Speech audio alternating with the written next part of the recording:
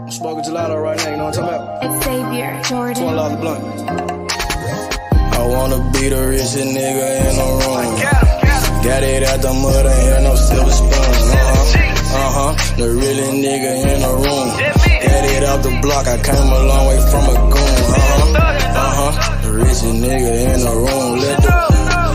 The really nigga in the room. My shit.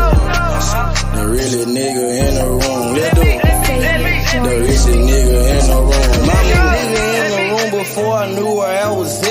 We were catching Noble, I was on the block chasing steak. I was in the schoolhouse, had that scrap in my backpack. Teacher get on the nigga ass, fuck it, I'm skipping class. Ayy, back to the block, I'm back to the hood, it's back to the bacon, nigga. Now I ain't playing, I ride with the K, and it's all safety, nigga.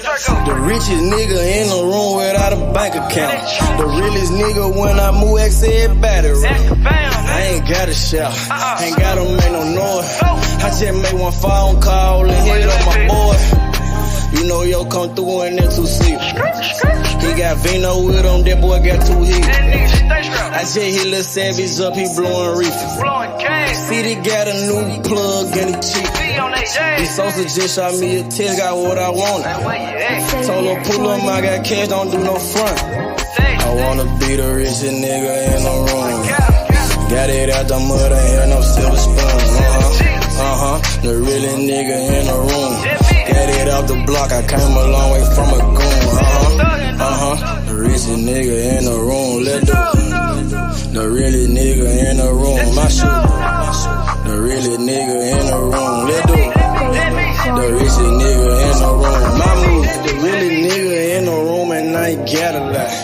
Nigga crawl a can, he gotta die. Put that on Mom Deuce, she know that I'm talking. Shout out to that Deuce, my little nigga bloody. Still in the mound with some folks, nigga. In my crib, niggas cut throats, nigga. You know what the bid, come and get a boat. I got gas, I got Reggie, I got blow. In the summertime, I'm still serving snow. DJ for the high, I don't do the low. Can with the move if it make a profit. That boy coming brown, so we call it block. Steak props, ABM, but the team's the rock. I'm like Shaq to the youngins, I still get the blocks. All these bitches jockey, whole team fly like choppers. And we came with choppers, keep Big Macs just like Whoppers. I wanna be the richest nigga in the room. Got it out the mud, ain't had no silver spoon. The really nigga in the room. Got it out the block, I came a long way from a goon. The richest nigga in the room. The really nigga in the room. My shit. The really nigga in the room. The richest nigga in the room. My move.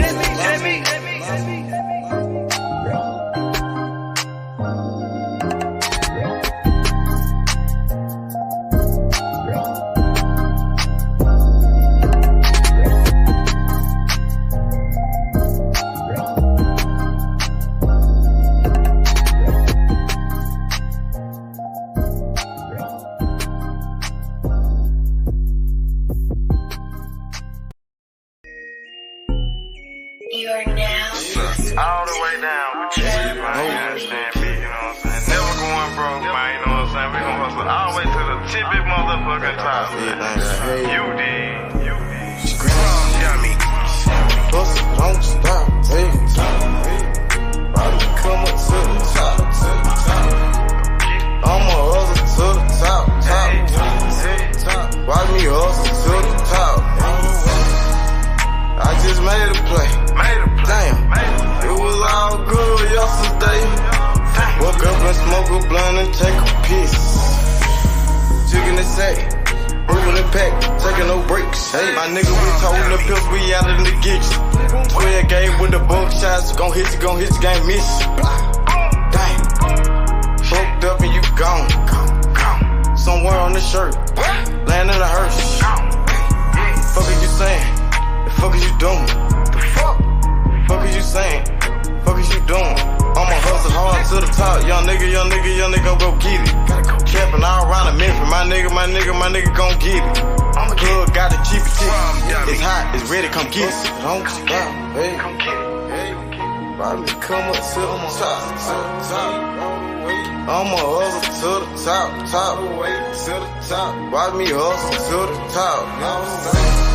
Hustle, don't stop. Wait, grind, don't stop.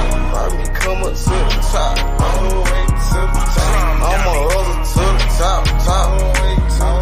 Watch me hustle to the top. All the way to the From the block to the top. Get the money, fuck the cops. Pull up in them drops. Nigga bout the block. Fucking with Simo. Money like the Tino. Nigga got Zenos. Like Dan Marino. Catch me in Miami. Nigga chillin' at nigga Grammys. Said I do this for my family. Nigga ballin' like Kimmy. Gotta get off your ass and go get it. Hustle to the top, the whole team with it. Hey. Gotta hustle to the top. All the way. You gotta hustle to the top. Go get it. Hustle, don't stop. Hey, don't stop. Go get it, man. Come up to the top. No excuses, man. You know what I'm saying? We on the I'ma hustle to the top. one time, man. You know what I'm saying? One time to Why do we this shit, man. hustle to the top? Dummy. Hustle, don't stop. Hey. All the way to the top. Why me come up to the top? Come up to the top. I'ma hustle to the top. I'ma hustle, don't stop. Why me hustle to the top? All the way to the top. Got it. Run and go get it. Get off of your ass and go get it. Dummy. Time waiting on nobody. Get off of your ass and go get it. No excuses. All the way to the top. Free the gas, man. Drum dummy.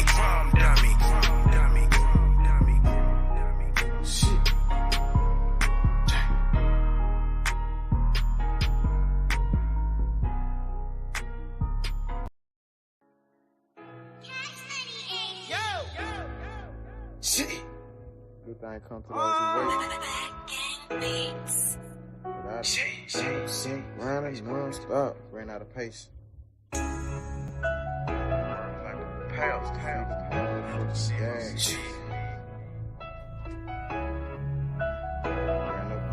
Yo, what up, Sheldon? What's good? Moon My nigga Sheldon, what's up with it? Hey man, do you remember something I told you in January of this year? What you tell me, Sheldon? I told you if this motherfucker looks half-ass decent against Barrios, he will be fighting Spence next. Did I not tell you that? Yeah, you did. I remember. So what's going on? Is Thurman and Spence? Hey, Suleiman came out this morning, said the WBC mandatory is up next, and Keith Thurman is the #1 contender. Yeah, man. I heard about that, Sheldon. What you think about it? Because Mauricio says a lot, and sometimes some of those fights never come into fruition. So you think this is going to be next? Floyd Mayweather also told you after the Mario Barrios fight, if you recall, we ain't trying to make another promoter rich. We got enough fighters at the PBC to keep our fighters busy. All we gonna do is in-house fights. Do you remember that? Yeah, I remember that. That's the same thing Bob Arum said too. So, looks like it's either A, you gonna fight this dude, or B, you gonna drop them belts and move up, or C, you gonna get stripped. What about Stanionis though? What about and Boots? Those are other mandatories. Mandatory is up next. Oh, that's a good ass fight. Keith Thurman and Errol Spence. I can't lie. That's still a good ass fight. It's a fight that people been wanting to see for years, man. That fight, people want to see that fight, Sheldon. Yeah, I ain't mad at it. Fight him. Shit. That's better than Crawford and Avernesian. Yeah, it is. It's a better fight because that fight gonna end quick. But Keith Thurman, who knows? He might last with Spence. Well, I don't know. He can't take no body shots, so I don't know how long he's gonna last. Yeah, exactly. I think Spence might stop him. I think that should be an easy fight for Spence, to be honest. I think he's gonna beat Thurman ass, and I think that's why Thurman never wanted to fight him. I think that's why Thurman was ducking him. Yeah, Thurman did duck him. Thurman ducked the shit out of him. Yeah, I think that's why Thurman don't want the smoke with Earl Spence. Thurman doesn't believe he could beat him. I think now he want that payday though. He definitely want the money. He That's said a all he good wants fight, is big though, fights. Sheldon. That's Yeah. a good ass fight. Yeah. Looks like PBC we making finna see good it. fights, bro. They about to make Andy Ruiz versus Deontay Wilder. Suleiman talked about that too. He ordered that fight. Yeah. I saw that yesterday. What you think about that fight, Wilder and Ruiz? Decent fight. If Wilder's what they say he is, because I still don't know after Hellenius. Wilder should stop him. Andy's a sucker for a right hand. You know, Andy is younger than Wilder, and then he does have that size advantage. He much bigger. I mean, he's fatter than Wilder. And he got faster hands. Mm-hmm. You think that could be a tough fight for Wilder, or you think it should be easy work? That could probably be a tough fight. And Wilder's why a you dog. say that? Wilder's a dog. Wilder's a dog. He gonna come to fight. Do you think Wilder will take that fight with Andy? Hell yeah, he gonna take it. Well, what about the style matchup of Andy Ruiz and Wilder? That Andy is a come forward pressure type of fighter. You think Wilder can deal with the pressure of an Andy Ruiz and the inside fighting? Wilder got to keep him at range. Because that right hand, got to have the range to get it off and get to full extension. Because we know Andy got a chin. Andy can take a shot. So he going to have to get the extension on that right hand. He ain't going to go out like Hellenius. Damn. What you thought about Ruiz's last performance with Luis Ortiz? He did what he was supposed to do to an old man. He beat him up. Hey, it was kind of close though, Ruiz. I mean, Ortiz was on his ass a little bit in there. Until he get dropped. I know. Until he got dropped a couple times. Hey, Sheldon, what you think about like the dirty tactics of Andy Ruiz? You think he could do the same thing that Fury did to Wilder on the inside by mauling him and wrestling with him and putting that weight on him? No, because he's too short. Andy's short. Andy's like 6'2". So it's gonna be hard for him to get over the top of Wilder and lean on him and stuff. He can't really do that. He can wrestle him, but that'll tire Andy out because Andy doesn't seem to have a great gas tank. You know what I mean? What's going on, H-Money? I got you, brother. Boxing, what's up? What's good, man? What's good, man? What you think about these fights? Earl Spence, Thurman. They're talking about Errol Spence, Thurman, and Deontay Wilder, Andy Ruiz. PBC played on some good fights right there. They are. We gotta give them credit. Start giving them credit. They are. I'm gonna start. I'm gonna start with that motherfucking Spence and Earl fight, man. I got Spence and Earl or Thurman and Spence? Damn. Oh man. Spencer Thurman, man. I got Spence stopping him in the 8th round. Damn. With a body shot, with some vicious body shots. Because we know Earl Spence probably got the best body shots in the game, man. And we know Thurman ain't really, he can't take no really body shots like that. You saw him in the Barrios fight, he got hurt. You saw him in the Josecito Lopez fight, he got hurt. It's just something about his body. He can't take body shots, man. I know. Let's talk about the elephant in the room, y'all. Errol Spence said he would never fight Keith Thurman. But that money talk though, Sheldon. And now, you know, he said that because I think he wanted to fight Crawford, and he was pushing for the Crawford fight. And some people was trying to say, oh, you gonna fight Thurman, and he tried to shut it down. But now since Crawford, he got another fight. Dang, he might take that Thurman fight, and then they gonna offer him a lot of money, or does he move up to 154 and say fuck it? What you think? Well, eventually, Crawford and him are both gonna move to 154, I believe so. Crawford on his way out, bro. Crawford almost 37. He's 35, bro. He told me 36. Yeah, he's 35. He turned 35 in October. He just turned 35. He just turned 35, but he's turning 36. He's at the end of his prime. But yeah, I'm just saying the biggest sticking point for Errol was Errol always keeps his word. So is Errol gonna keep his word and not fight Thurman, or is Errol gonna take the money and go back on his word? That's the question.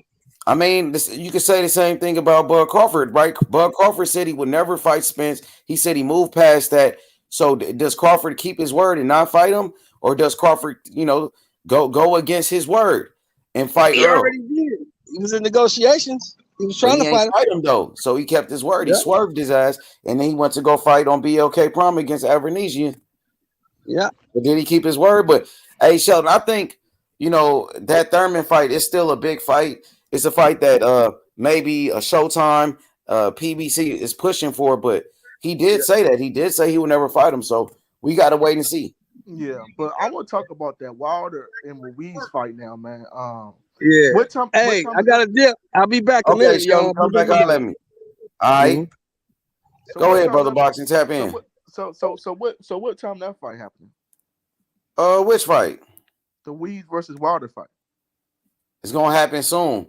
They've been talking about it. The WBC just ordered that fight between Deontay Wilder and Andy Ruiz. Man, how you think that fight will play out? I think Andy Ruiz is tailor-made for Wilder. I think he's a tailor-made fight, and it's this no. I think it's good if Andy Ruiz can get in the inside, he can make it interesting. But he got be careful because Wilder be throwing that right hand viciously, bro. I don't know because Andy Ruiz got hurt in the Luis Ortiz fight with a counter right hand. So I'm not sure, man. I give Andy Ruiz like a 30% chance of beating Wilder. But what about Wilder? Coming off, two losses to Yeah. Tyson Fury, where he was knocked out 2 times in a row. What you thought about Wilder's performance in his last fight against Robert Helenius? I think he was back down to his natural with it at 214. He was not like he was not slow. He was not sluggish at all. I think he was back down his weight, and he just caught him with a nice right hand. I mean, we couldn't. He got knocked out early, so I couldn't tell. Exactly. So we really didn't get to see much from Deontay Wilder. So the fight only lasted a couple of minutes. I think about 2 minutes. Yeah. So how do we know where he's at if he only fought for 2 minutes? So we really didn't see what he looks like. That's the truth, though. But you seen Andy Ruiz fight 12 rounds with Luis Ortiz. Yeah, and he gave Luis Ortiz 3 knockdowns though, but the fight was pretty close. Hey, what you thought about Deontay Wilder hopping in the ring after Andy Ruiz beat Luis Ortiz? Wilder jumped in that ring and he called out Andy. You think Wilder really want that smoke with Andy for real? Yeah, I mean the man jumped in the ring. I think they both agreed that they was gonna fight. But I just think that at this point in time, I think that's a huge fight in America, bro. That's a big time fight, bro. Yeah, so why people keep hating on PBC Showtime when they putting on good fights? A fight between Andy Ruiz and Deontay Wilder is a hell of a fight. A fight between Errol Spence Jr. and Keith Thurman is another good fight. It sounds like they putting on the best fights right now. Because they want Al Heyman to fail. They want Al Heyman to fail. Why do they want Al Heyman to fail? Is it because he's black? I don't want to say that, but we know the reason why. I mean, tell us why. I don't know. I mean, let the people know. We know because Bob Arum has been doing the most shady shit, and nobody shits on Bob Arum. You know what I'm saying? But everybody wants to shit on Al Heyman. You know what I'm saying? Like Al Heyman's the bad guy. He's bad for boxing. But man, Al Heyman out here got these fighters paid first. You know what I'm saying? He moved the motherfucking stick. You know what I'm saying? He created the PVC. He brought fucking boxing back to basic cable. Nobody. I mean, not even basic cable. Al Heyman and PBC, they brought back boxing to network TV, bro, on regular television. Yeah. They put unification championship fights on regular TV. They put Thurman and Garcia on CBS. On CBS, they put fights on NBC. They put championship fights on Fox. Charlo versus Tony Harrison. All of those fights, bro, on regular TV. Man, that's how boxing got big in the first place. Muhammad Ali used to fight on regular television. Sugar Ray Leonard used to fight on CBS. But Al Heyman, he brought back boxing, championship boxing to regular television, so it's easy to watch. Yep. But he receives all the hate, bro. Yeah, but Bob Arum don't receive no hate, man. He don't really receive no hate. I mean, yeah. Why you think is that, bro? Is it because Al Heyman's skin color? It gotta be because of that, man. I hate to say it, but Al Heyman has, the man. He doesn't even show his face, bro. Like the man doesn't even show his face, and y'all hate him so damn bad, bro. Like niggas be hating on him terrible. I'm like, bro, the PBC giving good fights, man. The PBC out here giving good fights. Exactly. They putting on good fights. Errol Spence versus Keith Thurman is a good fight, bro. Keith Thurman was a unified welterweight champion. At one point, Keith Thurman was the number one welterweight in boxing.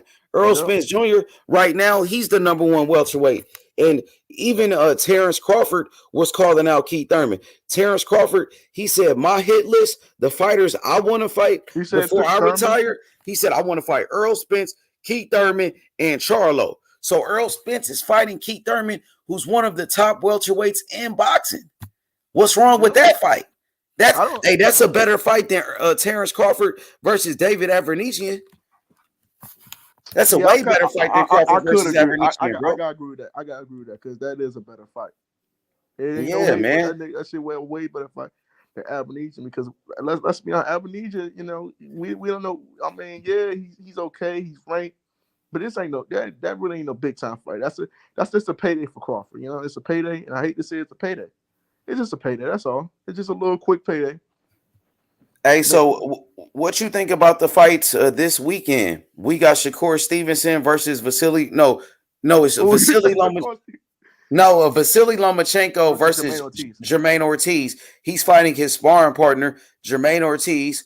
Also, you got you know what's so funny to me though? Why? Okay, he fighting his sparring partner. They criticize Wilder for fighting the sparring partner. Why nobody want to criticize Lomachenko for fighting the sparring partner? Exactly. Thank you. That's so fucking funny to me.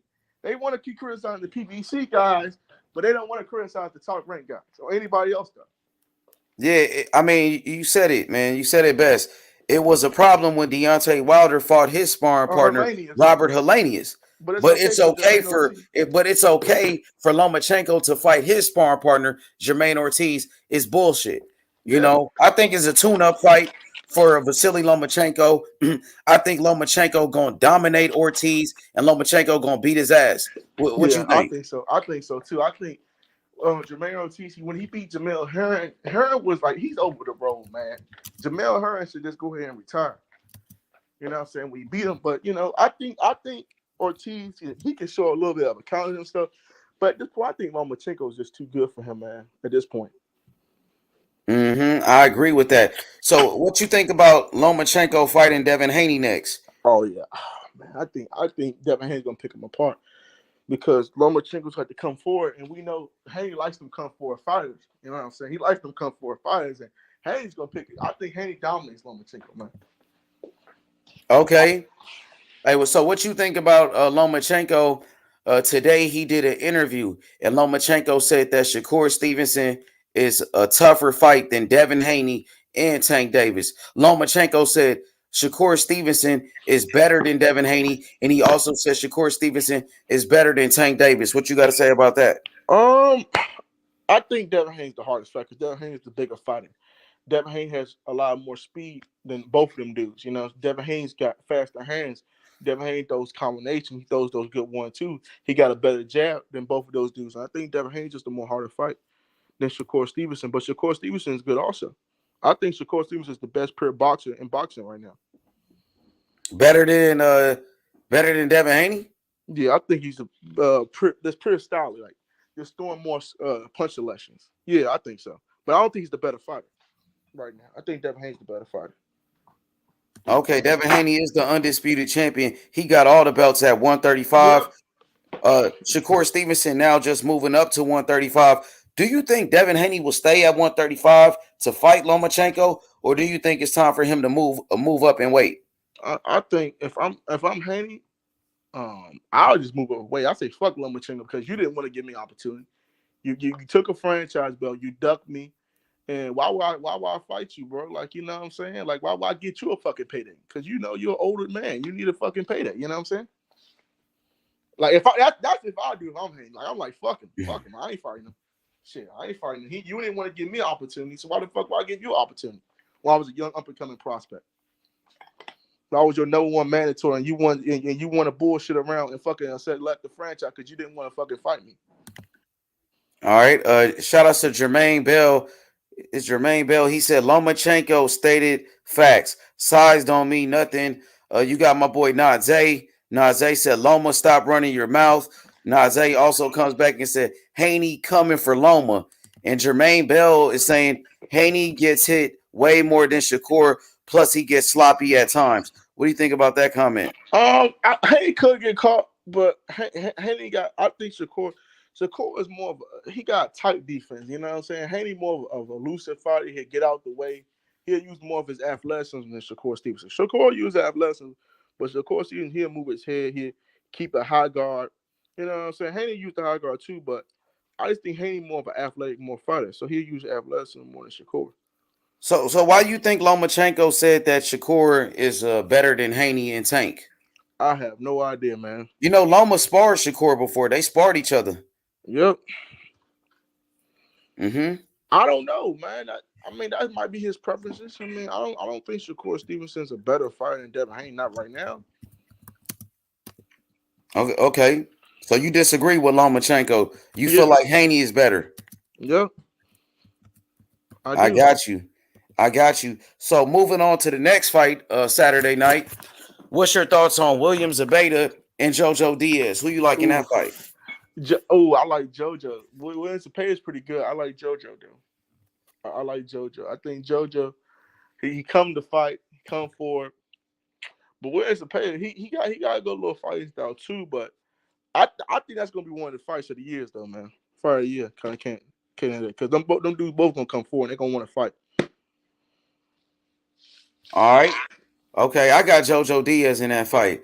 I think it's going to be a very exciting fight. Yeah. Jojo Diaz, I believe, is more skilled than William Zabata. He's more seasoned also. But William Zabata is a bigger guy. William Zabata is a natural lightweight. Jojo Diaz started off at 126 pounds.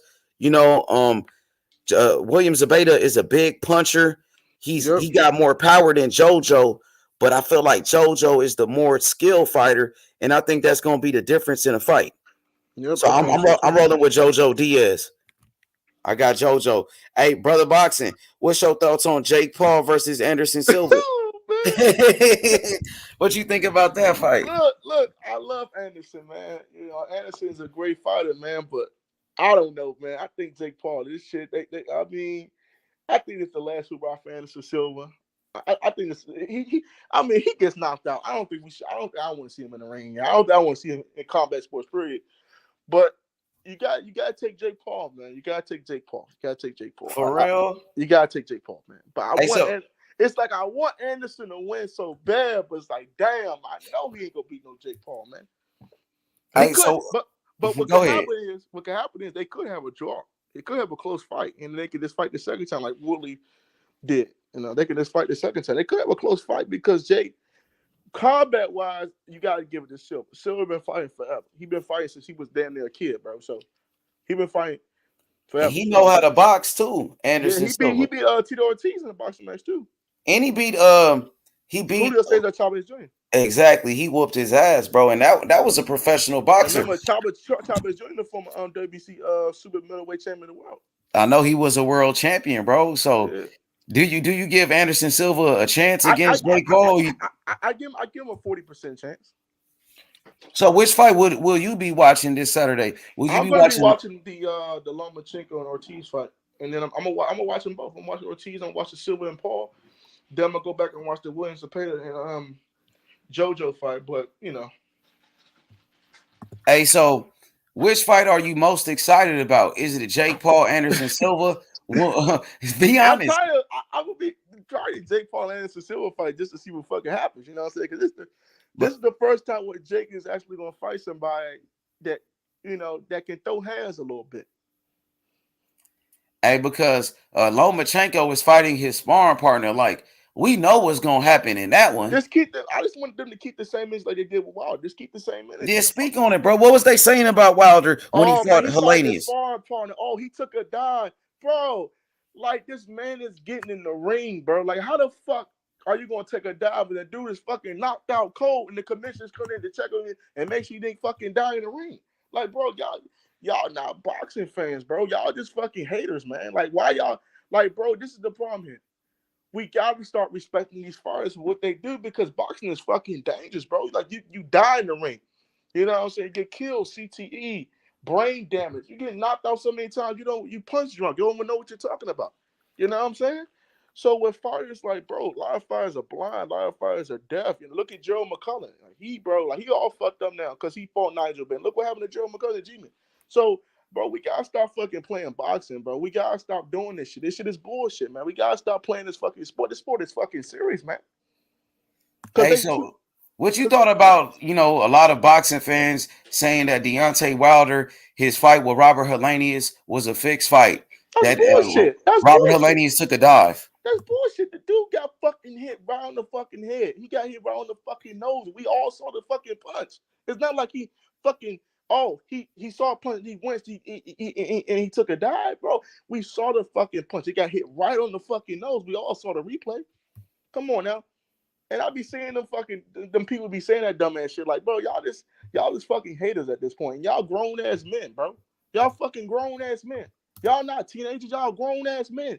Be fucking grown ass men. Stop being fucking fanboys, bro. That shit is weird to me, bro. At the end of the day, damn well Wilder got that motherfucking knockout. Y'all all saw the replay. The man fucking hit his nose and he went to fucking sleep. Wilder got that devastating power like that, bro. Yeah, and we got also a women's boxing this Saturday. Yeah, Katie Taylor, the undisputed champion of the world versus Carball. What you think about Katie Taylor? I never saw Carball fight. I never saw her fight, but I saw Katie Taylor fight, and I think Katie Taylor is one of the best women's fighters in the world. So I'm gonna take Katie Taylor, but she still got to get that man Serrano smoke. Hey, so why you think people always accusing Deontay Wilder of something? Like they accuse him of fixing fights. They obsessed with the dude. You think it's racist boxing fans, or you just think it's fans in general? Because I even heard some black brothers, some black boxing fans say the same thing about Wilder. It'd be a lot of his own people come at him like that. Why do you think that is like that? Because we know I hate to say it because of the LDBC. It's because the LDBC, his support system, bro. That's what's really about. And the hate that he get, it's just dumb fucking hate. Like, okay, he made excuses, but at the end of the day, we made excuses. I mean, shit. Everybody make excuses, right? Lomachenko made excuses after he lost to Tio. But nobody kept the same energy, though. I know Canelo made excuses after he lost to Bivol. Yeah. But Wilder was been getting hated on before them excuses, though, anyway. So they try to. Right, so why do people hate Deontay Wilder? Answer that question for me. Bro, I don't know, man. I just think they jealous, man. I think they jealous. It's just that jealousy, bro. I don't know, man. People. What you think they jealous of Wilder? I don't know, shit. I mean, I don't know. They wish. I don't know. Them niggas, they just be like when you just hear them talk about Wilder, it's just like they just so jealous. It's just jealousy, bro. When they talk about Wilder, like they talk about Wilder, it's just that motherfucking jealousy that's come out their damn heart. Like, bro, it's not a fucking boxing opinion. Like people talking about, oh man, I don't play about this. Oh, he took a, bro. I know her lanes took a fucking dive. Oh, that fight wasn't real. Like, bro, y'all don't even make sense, bro. The dude got fucking hit on the fucking head, bro. That shit doesn't even make fucking sense. What they be saying sometimes, that shit be delusional, bro. And while they are like Wilder fans, are the only fucking fans are delusional. You got fucking Canelo fans that are delusional. You got all these fucking fan bases, but they always want to blame fucking Wilder fans for being so fucking delusional. We know that's not even the fucking truth. You got a lot of fanboys that's out here delusional. Exactly. You got all these people calling Deontay Wilder fans fanboys, but they be dick riding Anthony. They be dick riding Anthony Joshua like a motherfucker. Yeah, you know what I'm saying? They say Errol Spence fanboys, but they be fanboying for Terence Crawford like a motherfucker. They do. They get, you know what I'm saying? Hey, so what's your thoughts on Terence Crawford though, bro? Fighting on BLK Prime, bro. What you think about him fighting David Avernesian instead of Errol Spence? Because I know last time you came to the panel, you was like, nigga, the wait is over. You was like, what you say? I was back. The wait is over, baby. The wait is over. Oh man, to the motherfucker, man. We gotta realize something, right? I think the negotiations was just bullshit because everybody was saying they gonna fight November 19th, and we knew damn well they was not gonna fight November 19th. It was nothing set in stone. I just think Crawford's like, fuck it, bro. Like I gotta move. Like I don't know, man. At this point, bro, I just think he should have just waited. Just being honest with you, cause at the end of the day, now Spence gotta go fight somebody else, and we don't know how Crawford gonna look. And he been on the ring for almost damn near a year now. You know what I'm saying? We don't know how he's gonna really look. He's 35 years old. We don't know if he's. I know he's gonna be the same, but we just don't know how he's gonna be at this point in his career. Mm-hmm. Hey, what you think about a lot of boxing fans? They saying that Crawford is a duck. There's plenty of boxing fans saying that he ducked Errol Spence. Yeah. How do you look at it? It's hard because if you think about it, it's kind of like, yeah, you could say duck, but this might be like, I ain't gonna hate on the dude for getting money. He could have got more money than Crawford in the Spence fight, but they really need that promotion. Cause we were promoting the shout that fight. We down there talking about this fight every single fucking day. So they need that promotion. And I know Crawford is your favorite fighter, bro. Like I see you right there with the Terence Crawford yeah, bro, I got that icon. You always represent for Terence Bud Crawford. As a Terence Crawford fan, was you disappointed that Crawford didn't take the fight with Errol Spence? Do you think he should have took the fight, or are you happy with him fighting Avenesian? If Crawford is basically betting on himself, just like Wilder did, bro. This is betting on yourself. He might come out. This is a fucking loser. You know what I'm saying? We don't know. I think you'll beat the shit out of Ebenezer for $10 million and beat LK Prime. I mean, bro, I don't know, man. BLK Prime. They looking kind of like a good company, but I think I don't know. I think Crawford. They said they agreed to all the fucking terms, though. I mean, that's what Mike Carter just said, but with the 35% and shit like that. But I don't know, man. It just fucked up because now Spence gonna fight Thurman. But Thurman's a way better opponent than David Haney. So Spence is fighting better competition. Yo, what's good, Tony? Hey, Brotherhood. Hey, what's going on, man? Hey, H. For me, I wanted this fight to happen. But in the back of my mind, I'm like, oh my god, the BS politics is gonna ruin this fight again, and stuff like that. Like, from it actually happening. And I'm going to say this. For Terence specifically, being that he's an older fighter, ring rust is more of an enemy to him because he's in his mid to late 30s compared to an Errol Spence where he's in his early 30s and stuff like that. He has a better recovery, a better chance to recover a lot faster from ring rust. Do you agree, or is that wrong? Well, it's never been an issue for Terence Crawford, right? Terence Crawford, he's been fighting one time a year for the past 3 years. So when he fought Sean Porter, he only fought one time a year. So if the problem is Terence Crawford needs a tune-up fight, Terence Crawford needs to stay active. Well, this right here is his regular schedule, fighting one time a year. Now, the November 19th date was real.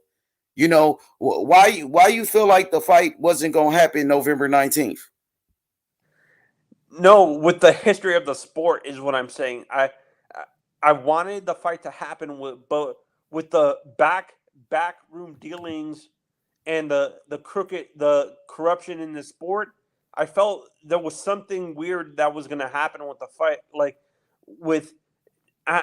for me, I do not blame Terence or Earl for this fight not happening. I blame the politics of the sport. Maybe the promoters got it. Well, Terence is this is what hurts Terence. Him not having his own promoter, an actual promoter to negotiate for him, can actually hurt him in the long run because he maybe doesn't have the experience to negotiate his own contracts correctly and stuff like that. Do you agree? I mean, that's a good point. That's somewhat of a good point because he doesn't have a promoter. So when you sit down and negotiate, you know, who is representing Terence Crawford in these negotiations. That's why it is good to have somebody, to handle your business. But look, he made a fight with BLK Prime with no fucking problem. He doesn't have a promoter. Yeah, no. How was he able to get his biggest payday? Now you're saying the politics. What politics is stopping the fight between Errol Spence and Terence Crawford? Terence Crawford, you just said, don't have a promoter. He doesn't have a network. What's stopping him from making a fight with Errol Spence? Usually with fights. No, the politics from the promoter him not having a promoter and Earl having a promoter, maybe the promoter that Earl is working for feels that there's not really money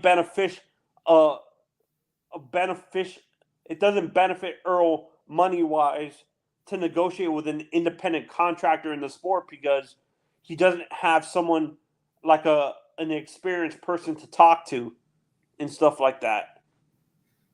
Well, at the same time, there's been plenty of fighters who represent themselves, plenty of fighters who don't have a promoter, and they were able to make fights.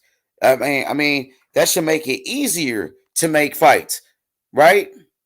So no, but these promoters have the old school way of thinking. That's the issue.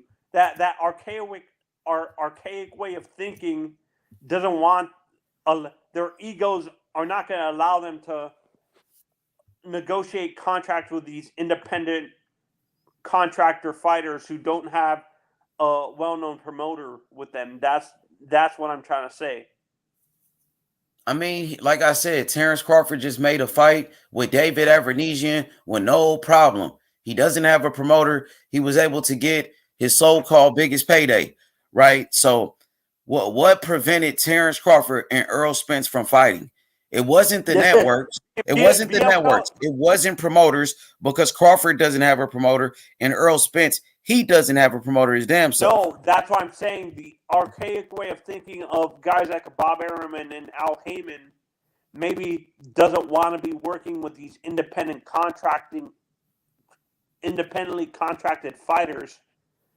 No, they want to work with these guys. That makes the fight easier to make. To Al Heyman, Showtime, Errol Spence, they wanted to fight Terence Crawford. They were pushing for that fight. That's the only fight that they wanted. So I don't believe it's those guys. I don't believe it's the business of boxing. I don't believe it. I think Crawford wanted to go fight against Avernesian. Crawford had two deals on the table. He had a deal to fight Errol Spence Jr. for his biggest payday, a shot at undisputed all the belts, and he had an option to fight David Avernesian. He made a decision, Tony. But go ahead, continue. I'm listening to you. Yeah, no, and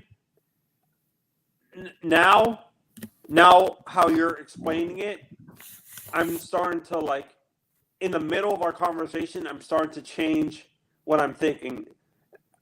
I find it suspicious that he took.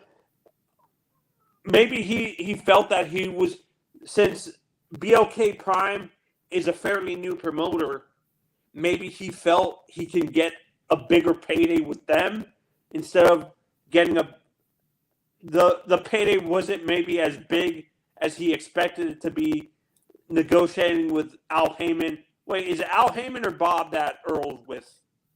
Errol Spence is with PBC. He's with Al Heyman. He's with Showtime Boxing and PBC. He's with Al Heyman. Yeah, no, I think that's what happened. I think maybe he saw that $10 million payday for that he was getting with Avernesian would be a fairly new promoter that he felt he could take more advantage of and stuff like that. And so it sounds like he's being selfish then. Sounds like he was being selfish. He was trying to take advantage. You just said he's trying to take advantage of a new company like BLK Prime. But at the same time, what about the boxing fans? What about the fans? Terence Crawford, he promised us a fight with him and Errol Spence. He said the fight is going to happen soon. The fight is going to happen. He said we working on it. We working on it. It looked like he was working on something else. Looked like he was working on his fight with David Avernesian, to be honest with you. You hear me, bro? Dang, you went out. But yeah, man, it looked like Terence Crawford was working on a fight with David Avernesian. But the fight that everybody wanted to see was a fight with Errol Spence Jr. for the undisputed. And boxing fans been waiting this whole time. You can't play with the fans like that, bro. They said that the fight was agreed. They said that Terence Crawford agreed to all terms. What happened to that shit, bro? You know what I mean? What happened to that? Now he's fighting fucking David Avanesian, bro. You know, David Avanesian versus Terence Crawford is not a big fight. It's not. The biggest fight in the whole sport of boxing was Terence Crawford versus Errol Spence. Terence Crawford, he had a chance to make boxing great again by fighting the best. That's what Sugar Ray Leonard did when Sugar Ray Leonard fought Thomas Hearns. That's what Sugar Ray Leonard did when Sugar Ray Leonard fought Roberto Duran. That's what Marvin Hagler did when Marvin Hagler fought against Roberto Duran, when Marvin Hagler fought against Sugar Ray Leonard, and Marvin Hagler fought against Thomas Hearns. You know, and I'm really disappointed, man. But it is what it is, bro. We got Terence Crawford.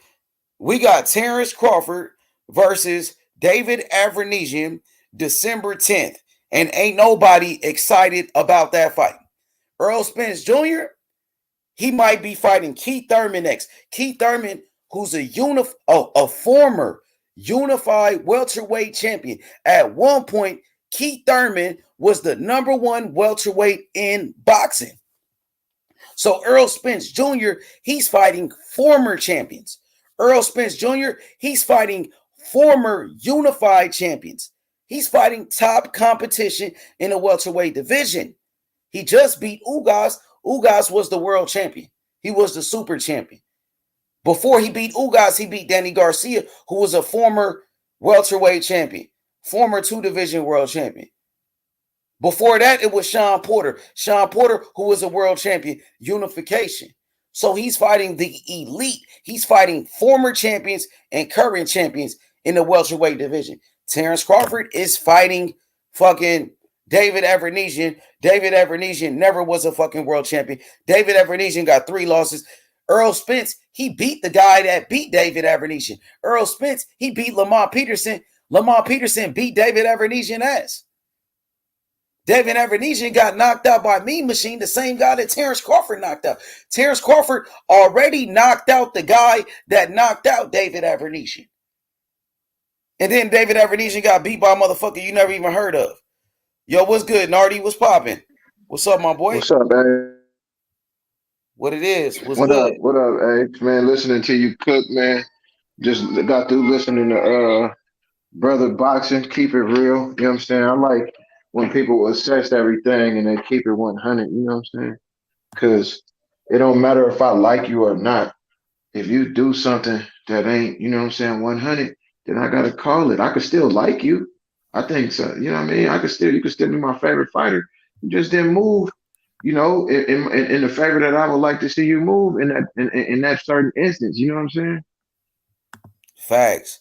Yo, Nardi, so who you think Earl gonna fight next though? Who you think gonna be next with Spence? My first mind is Stanionis, but it's not Stanionis. I'm not like everybody else. I would like to see him fight Keith Thurman. You know what I'm saying? Because at the same time, when Keith wasn't fighting Earl, yeah, he ducked, but shit, Terence Crawford just ducked too. So shit, but you're not gonna fight Crawford too? You know what I mean? Fight both of them niggas, bro. Fuck it. So I don't know. I think they paid Stanionis step aside money to not activate his mandatory. And I think he won it now. You know what I'm saying? That's a tougher fight than people think too. I was watching some film on him, even though I already seen him fight. Man, that dude fight, man, he coming forward.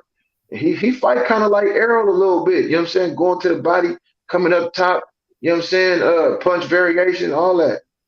But if to answer your question, I think he probably gonna end up fighting Stanionis. Damn, I got you. Yo, Jarrell Simpson, what up? What's good, man? What's up with it? Shit, man, this shit is crazy, man. I think what we talk about Terence Crawford right now.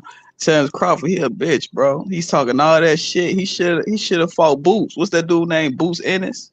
He talking about he was available. How, you know, this matchmaking, I don't know how that shit be working, man. Like, do they make the decision? Do the higher ups, the PBC and the networks make the decision? Like, I don't know what's going on with that shit.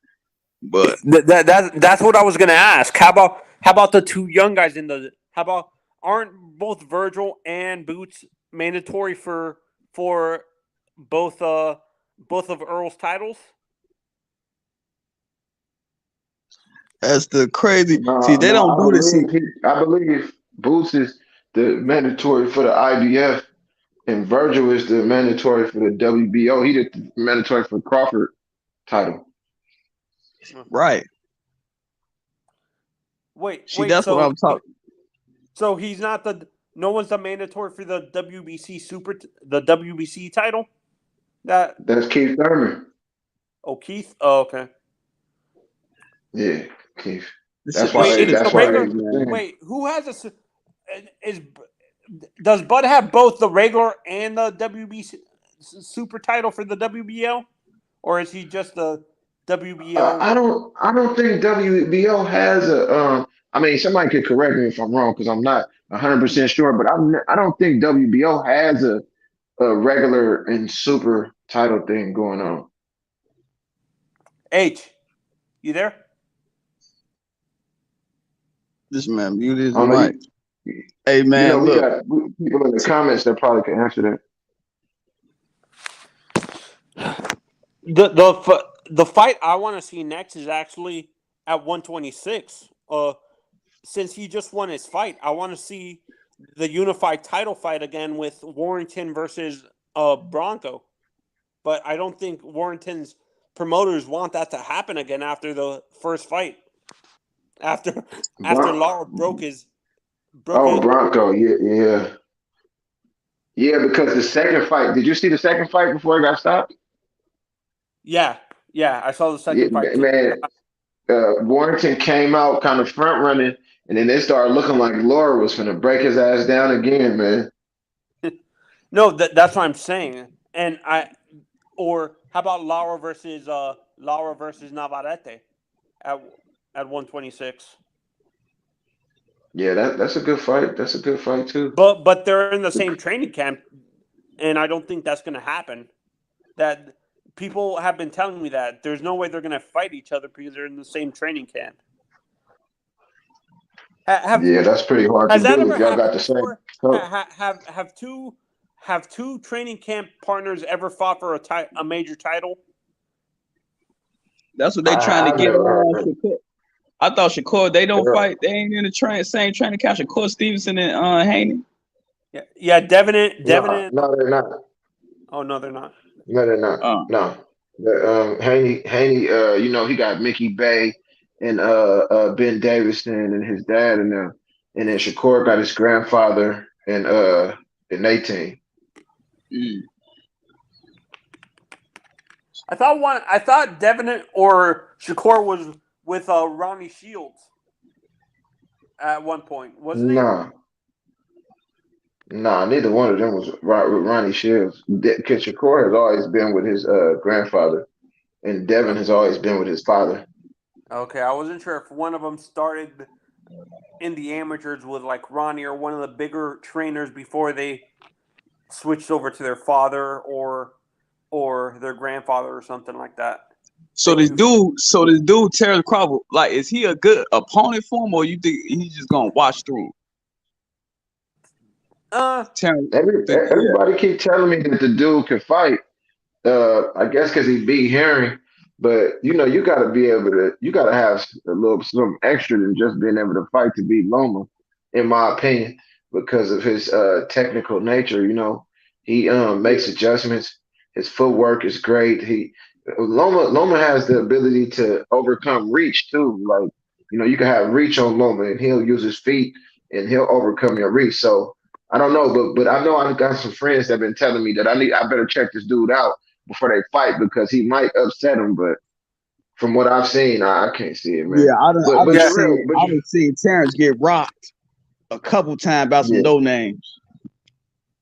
Right. So when he was at 140, I thought, did he lose to a nobody, like a guy that wasn't on his level for a title at 140 or something like that? Who, Terence?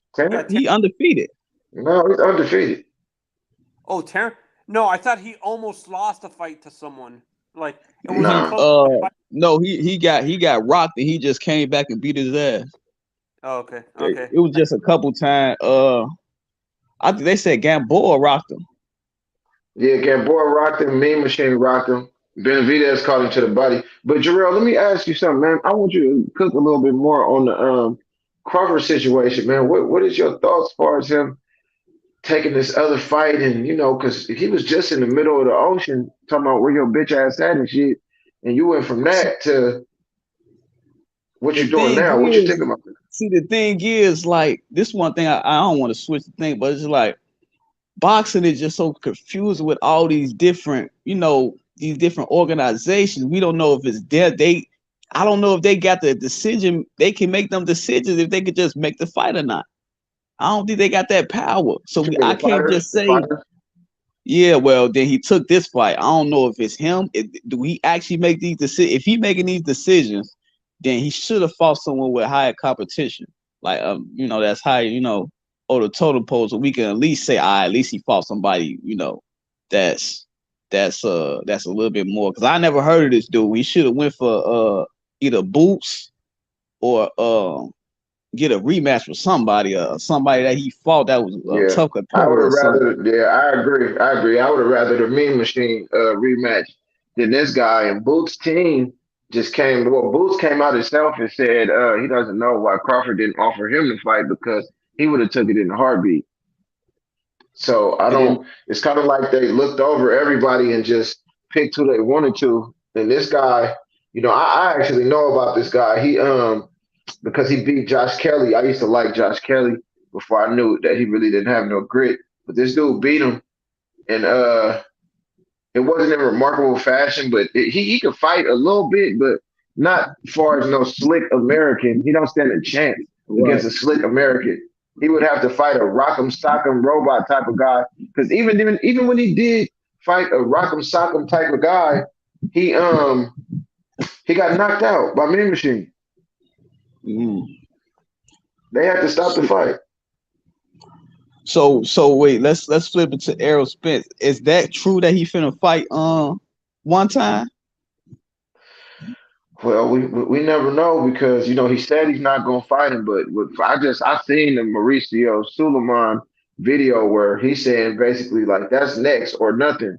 So I don't know. He might be forced to, Man, but they say no. everybody else.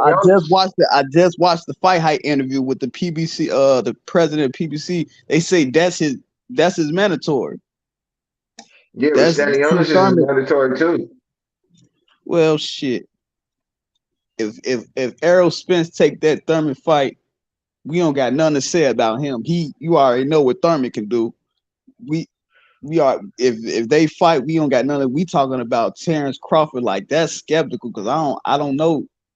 It may be still a tough fight. I ain't really knocking him for it, because that's Terence I'm not Crawford really and Evan why I ain't knocking it because this such a big fight that we anticipating from Crawford, Errol Spence. I knew it wasn't just gonna happen this year, so maybe we just need to wait a little bit longer. But shit, I just want to at least be somebody that's a little. Come on, man, Boots need to get up in there. I don't know when the last time he fought. He need to get up in I the mean, mix. Like, the way I look at it is, Terence Crawford had been out of the ring for a long time, and I would if he wanted a tune up, I just feel like he could have took it. Like he haven't fought since last November. Errol fought in April. Like you got May, June, July, August. You know what I'm saying? You got all of this time for you to take a tune up. Why would you wait until y'all in the middle of negotiations? You know what I'm saying? To me, Crawford and them is just narrative pushers, in my opinion, man. They do everything based on being able to push a narrative. Because even when you look at what's going on now, they Crawford, he's like, all right, I'm fighting Evan I'm getting the bag. But then you shit on Errol Spence while you're walking out of the door because y'all represent a fighter who really didn't want to fight. Like, come on, man. And then you talk to Errol Spence, he's not saying none of that. You know what I'm saying? They both have that's what shown I'm respect, saying. but it always flipped. Yeah, it always flipped to where they sometimes I wish Errol would just air him out because they don't have the same respect for you that you got for them, bro. Every time they try to shit on you, and then you try to come from a place of, class or whatnot, bro. Like, go ahead and say that they don't want to fight. He don't want to fight, bro. Yeah, he don't. And then he'll say something. He'll say something like when they say some shit about him, he'll respond, but he ain't nobody that's gonna just start like, hey man, you ducking me, you ducking me. You gotta say something against him, then he'll start, he'll respond. But Right, because even if you look at the Keith Thurman situation, if you check Errol's verbiage on that, he never say, "Oh, he ducked me." He say, "Man, he didn't give me the opportunity." He always right, says that, like, "Well, he didn't give me the opportunity." He don't never say like, "Oh man, the boy just blatantly ducked me." You know what I'm saying? Like he won't. He ain't gonna just say that. But with Crawford and them, they try to shit on him so much, and then I keep hearing people like Crawford fans and stuff because I like Crawford too. I just don't agree with how he moved within boxing. But I like him as a person, as far as him being a father and being a real man and all that. And I like how he fight. But oh, it's hell like, yeah. yeah. But it's like, man, damn, what was I about to say? Damn, what was I about to say? He It's like I think I think you was probably gonna get to this. He a little bit too cocky, and I understand like you undefeated, but I think if Sean Porter didn't retire, which I don't know why he retired, I don't know why Sean Porter retired. He should, if he wasn't retired, he should definitely be active for that rematch. If it was any rematch, because that was a right. tough fight before he got even rocked.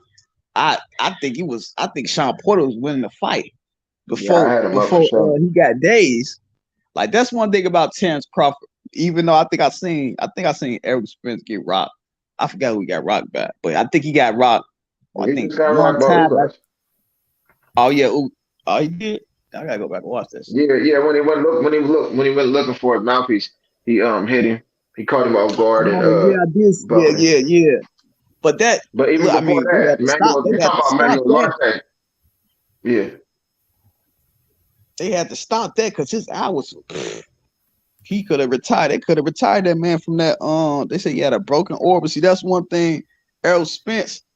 I always said I take Errol Spence over Crawford. I think that he'll win the fight because I seen I do holes too. in Terence Crawford game. Because it's like, to me, Terence Crawford, he could be a little bit off balance sometimes. I don't know if it's just me. It looked like sometimes he loses his balance to people that's that just come in with the flurry, like just like Sean Porter, just like who else he fought. I seen him just yesterday. I just seen him fight this white dude. Even the commentator was like, bro, you getting rocked, like he hitting you, and then he Yeah, just came. He man come back. machine. That's one thing. He'll come back. That's one thing I love Mm-hmm. about him, because he'll come back and beat Yeah, he your gonna ass. bite. He gonna bite down. If he don't do nothing else, he gonna bite down. But when But it comes to them two, I don't see what everybody see as far as him being levels above people. I don't see that. Like I see that he's a good, very good fighter, but like his lack of competition, it doesn't allow me to see how great he actually is. Like yeah, something could look good, but until you fighting a motherfucker who can get their shit off just as good as you, I'm not gonna know how good you is. When I watched Errol Spence fight Carol Brook and Sean Porter, you know what I'm saying? The difference is because I had a talk with a guy who's a boxer and ex-champion, and he was telling me that when you are a champion, you might be about 25% better because you are, what I'm saying, defending your belt. You know what I'm saying? To whereas when you don't got one, you're still fighting, but it's like, what I'm saying? It's a difference. Because when he fought Kell Brook and Sean Porter, I got to see what kind of fighter Errol Spence really was. You know what I'm saying? Through yeah. adversity, through getting punched, through his game plan not working, through adjustments, through the later rounds having to bite down on his mouthpiece and come forward. I seen who he really was, and I just feel like with Crawford, the fact that I know he gonna fight him like a dog at some point in the fight. That the moment he does that, if he don't knock Errol out, he's gonna get broke down pretty badly. And for him to, I actually seen Crawford at the Virgil Ortiz and McKinson fight, and man, he is a very small man. Like I know he grew into the weight, but when Right. you put him up against Errol Spence, bro, you small because you I gotta know be able to he's withstand. gonna have to get in that weight room. I know he's gonna get in that weight room. He gonna get in that weight. He gonna have to gain some. I ain't gonna say you have to, but man, look, that's one thing about Errol Spence. That man, he gonna bite down and go to war with you, and you ain't gonna knock him out.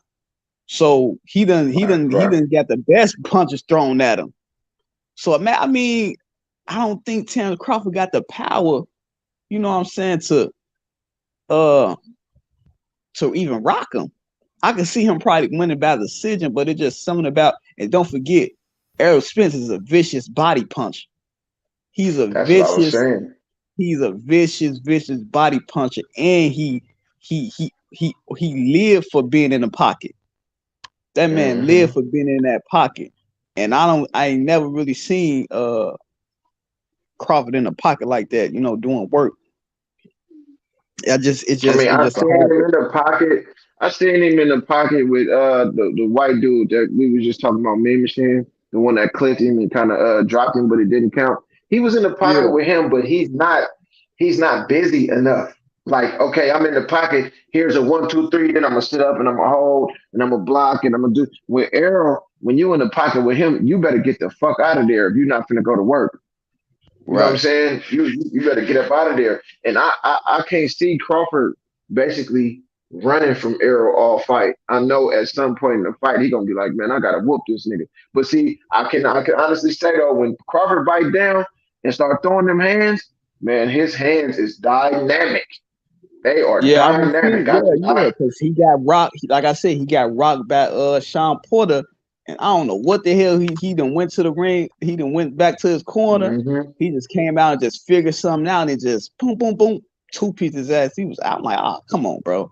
This shit, get your ass. And then his fight, I don't agree with him throwing in a towel. He should at least just let him go out on his glory because he wasn't. I mean, I think he probably would have just flurried him. I do disagree, Jarrell, though, because you said Crawford don't have the power to hurt Spence. When we seen Spence did get hurt before, against Ugas, and Ugas wasn't a puncher. I know he dropped his mouthpiece and Ugas hit him when he wasn't looking, but I mean, Terence Crawford, bro, this dude got like 9 straight knockouts.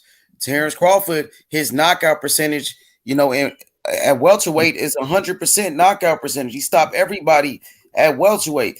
Crawford hit way harder than Ugas and Larte. So I think Crawford. Let me ask you this. You know what I've been trying to figure out? H. This is a different dude. I thought it was the same dude. That's me. That's me. My name Nardi, bro. Yeah, that's Nardi. Let me ask you this. Funny. Yeah, H. Let me ask you this: do Crawford hit harder than Danny Garcia? Yes. Hell yeah. I think so. Hell yeah. Because remember, Crawford fought Sean Porter. Crawford stopped Sean Porter. He dropped him 2 times. Correct. Danny Garcia fought Sean Porter. Danny didn't even drop him. Never even dropped him. But Earl dropped Sean Porter. Right. No, that's Danny a good. Garcia, he's just coming off a win, right? Oh yeah, he just beat Jose Benavidez. He beat his ass. And Errol Spence beat the shit out of Danny Garcia. Errol Spence beat the shit out of Danny Garcia, bro. Punish that nigga. He beat him and Ugas so bad. People be saying that they took a dive. Yeah, they be hating, bro. You got a lot of haters, man. But I do believe Crawford do got the power to hurt Errol Spence because you look at Crawford, he stopped everybody at 147. Crawford is a big puncher, bro. Now against Mean Machine, Crawford did fight inside that pocket, and Crawford walked him down, punished him. Even Crawford, the way he fought against who's that nigga name? I said Mean Machine. What about Jeff Horn? The way Crawford fought Jeff Horn. Crawford walked down Jeff Horn. He destroyed him, bro. He beat the shit out that nigga. He fought Watch that. Now I seen all the Crawford fights, man. He is he's everything in the sense of dynamic. Like when like I say, when he let his hands go, there's very few people in boxing history I could compare him to, because usually when people could punch that fast, it's not as hard. You know what I'm saying? That boy he hit hard, he got quick hands, but in my opinion, with Errol having a game plan that he has to break your body down, I don't think that he would come straight out and just rush Crawford's body. I think he would come out and touch him and stay at a distance, touch him, make sure he's defensively responsible. I think he would keep touching Crawford to the body until a little bit of Crawford's stamina or power kind of slipped off, and then I think he'll walk his ass down, boy. Hey, Fight Doctor, what's good? What's up with it, Fight Doctor? What you think about what the brothers are saying on the panel? Yo, Fight Doctor's in the house on Rick James status as always. Listen, what's up, brother? What's going on? Shout out to the panel. So look, listen. I don't want to take anything away from Errol Spence. Errol Spence is a hell of a fighter, but he simply makes too many mistakes. If you go back and look at his last fight, it was just a comedy of errors. He, at times, to be completely honest with you, looked a bit amateurish in the fight with what's his name, the Cuban guy he fought. Ugas. Yeah. And Ugas does not have the IQ of a Terence Crawford. So, listen, I think the reason why they are delaying this fight and the reason why the fight hasn't happened is because the people who handle Errol Spence understand what is about to happen, which is this. Errol Spence is about to get knocked out. Sound good. Okay? Yeah, that's exactly what is going to happen when this fight gets made. Yeah, that's your reason opinion. why it's not getting made. I mean, Errol not the one that walked away from the fight, so I don't really understand your logic and what you're saying. So here's my logic, right? So you have to understand, boxing is a business. Now, Errol Spence just had a fight back in April. Terence Crawford has been out of the ring for nearly a year. Now, and whose fault is that? Whose fault is that? Hold on a second. Now, let me finish. Go ahead. Now, who here? So between Errol Spence and Terence Crawford, who has actually made the major concession in order to make the fight happen? Well, that is Bud Crawford. Bud Crawford has made a major concession in making this happen. What concession is that, you ask? Terence Crawford got rid of his promoter. He eliminated Arum from the equation. So now Arum that's money that stays within the family because there's no longer a third party to interrupt the business negotiations. Okay? Now Uncle Al can negotiate directly with Terence Crawford, no Bob Arum.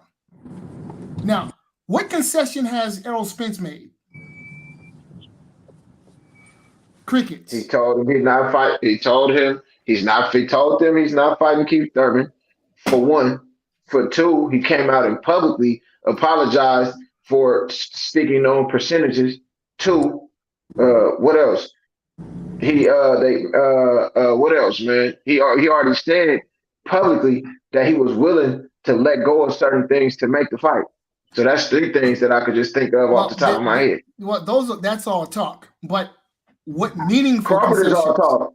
Crawford is all talk because he possibly could have left Bob Arum and did all that to act like he was going to fight Errol just to wiggle out of it so people will think what he wants them to think. Because like I said, he's a narrative pusher. He didn't want to fight Kell Brook. He didn't want to fight Sean Porter. They had to make him. You understand what I'm saying? One fighter has never been known to have a problem making a fight, and the other one has had plenty of problems making fights. And his own promoter has came out and said he's all about the money and that he's very difficult to work with and that he leaves his company in the red. So for us to say that it's just definitive that he's giving up all of this stuff to make these fights, man, that's not true. Well, so again, we have to look at the facts here, right? And the facts is his own promoter said that he's very bad with business. Well, okay, so that's Bob Arum. What Bob Arum says. We're not finna do the Bob Arum thing. Wait, hold on a second. Let me finish. Go ahead. What Bob Arum says does not constitute fact. Reason being is that Bob Arum is quoted as saying, "Yesterday I was lying, today I'm telling the truth." That's what Bob Arum said. So what Bob Arum says equates to bullshit. No, you can't we're not going to dismiss what Bob Arum saying. Hold on, but let me finish. No, that's your opinion, though. We're not going to say that's fact. No. Wait, hold on a second. No. That is a fact. It is a fact that Bob Arum is quoted as saying, and I quote, "Yesterday I was lying, today I'm telling the truth." Unquote. And it's a fact that Terence Crawford has told a bunch of lies too. So how we taking what he's saying? So now, can I say something real quick about a statement you made, Fight Doctor? Yes, sir. So you said Terence Crawford got rid of his promoter.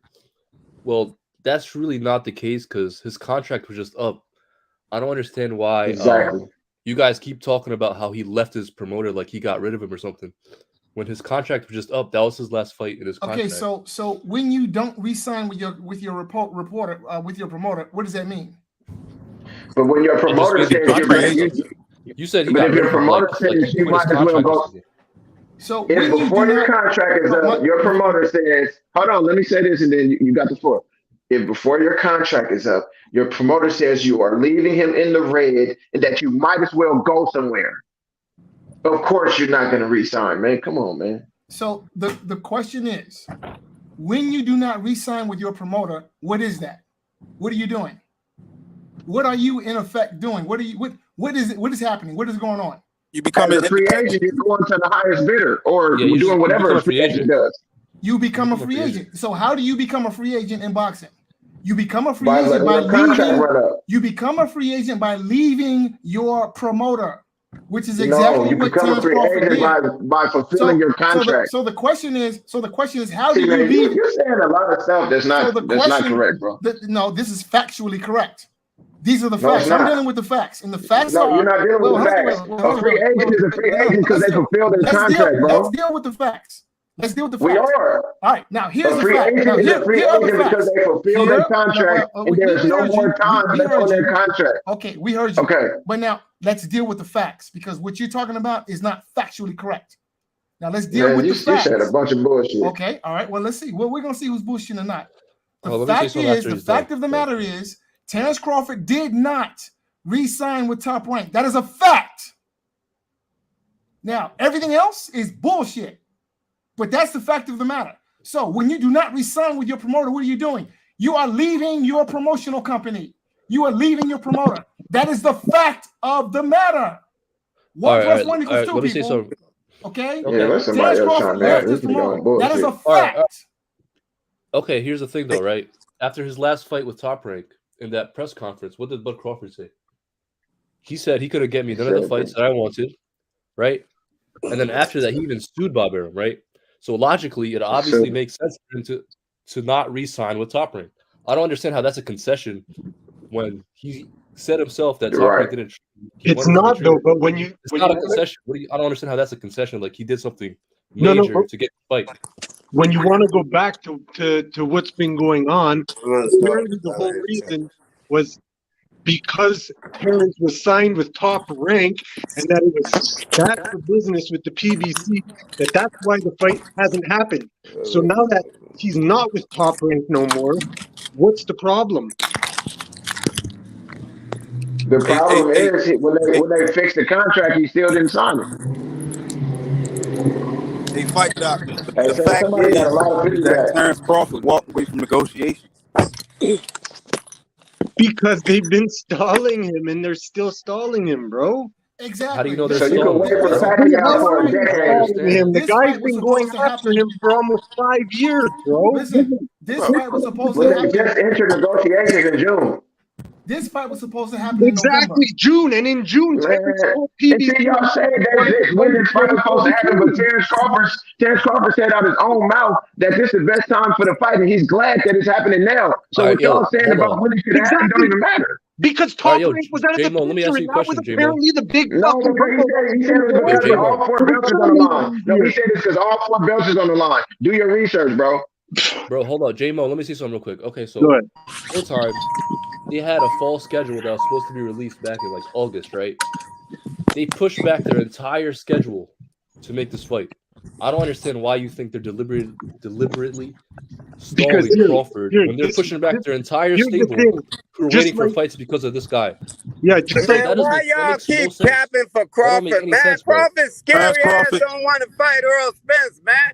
When y'all gonna get that through y'all damn head? You're not stalling him. Crawford's scary ass don't want to fight Spence, man. When y'all gonna get that through y'all head? Keep capping for this bum ass nigga. Crawford hasn't fought since November 2021. Yeah, because he ain't no fighter. Motherfucker don't want to fight. He told them that he wanted to fight. He told them he wanted it in 2022. He told them they couldn't make it happen until 2020. Crawford a bomb. Now, can I Spencer beat the shit out of Crawford. Can I interject? There must be a bunch of there must be a bunch of too light on the line right now. Can I interject for a second? Hey, one mic. Come on, y'all, one mic. Too light now. I want to hear everybody. Fuck Crawford. All right, can I interject for a second? Let's fight Dr. Talk. Fucking duck. All right, now listen. Crawford a fucking duck. Hell yeah, you fucking duck. I'm tired of niggas holding excuses for that wimp ass nigga. Now, Any nigga holding excuse for that nigga's a motherfucking wimp. Now, Fuck here's that, what- nigga. This is a fight game, nigga. What about Earl all the Spence want to fight, nigga. Spence This made a fight up game. for Crawford, This a Spence fight Stevenson. game, nigga. What We about all fighting over those? here. We're just supposed to Ain't no forget motherfucker all want of no those goddamn excuses? excuses. Get out. What excuse is him collecting belts? Crawford turning you niggas into soap opera motherfuckers. Is talking soap operas about his ass, man. All that soap opera shit. We fighters over here. H Money podcast fighting. Errol Spence, nigga. We fighting over here, nigga. What? Yeah, bro. I'm just trying to see the fight. I don't care about no Avenesian, man. I wanted to see Spence versus Bud. Bud don't want to see it. How the hell you want to see it and Bud don't want to see it? Bud don't even want to see it. Buddy. Bud has been Bud trying don't to want get to this see guy it. in the ring for 5 Val. years. Hey, Val, let me ask you a question, Val. What? Val, can you hear me?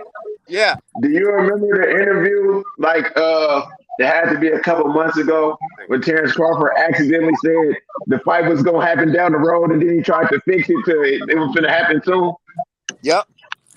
He told on himself right there. That's before any of this shit even hit the fan.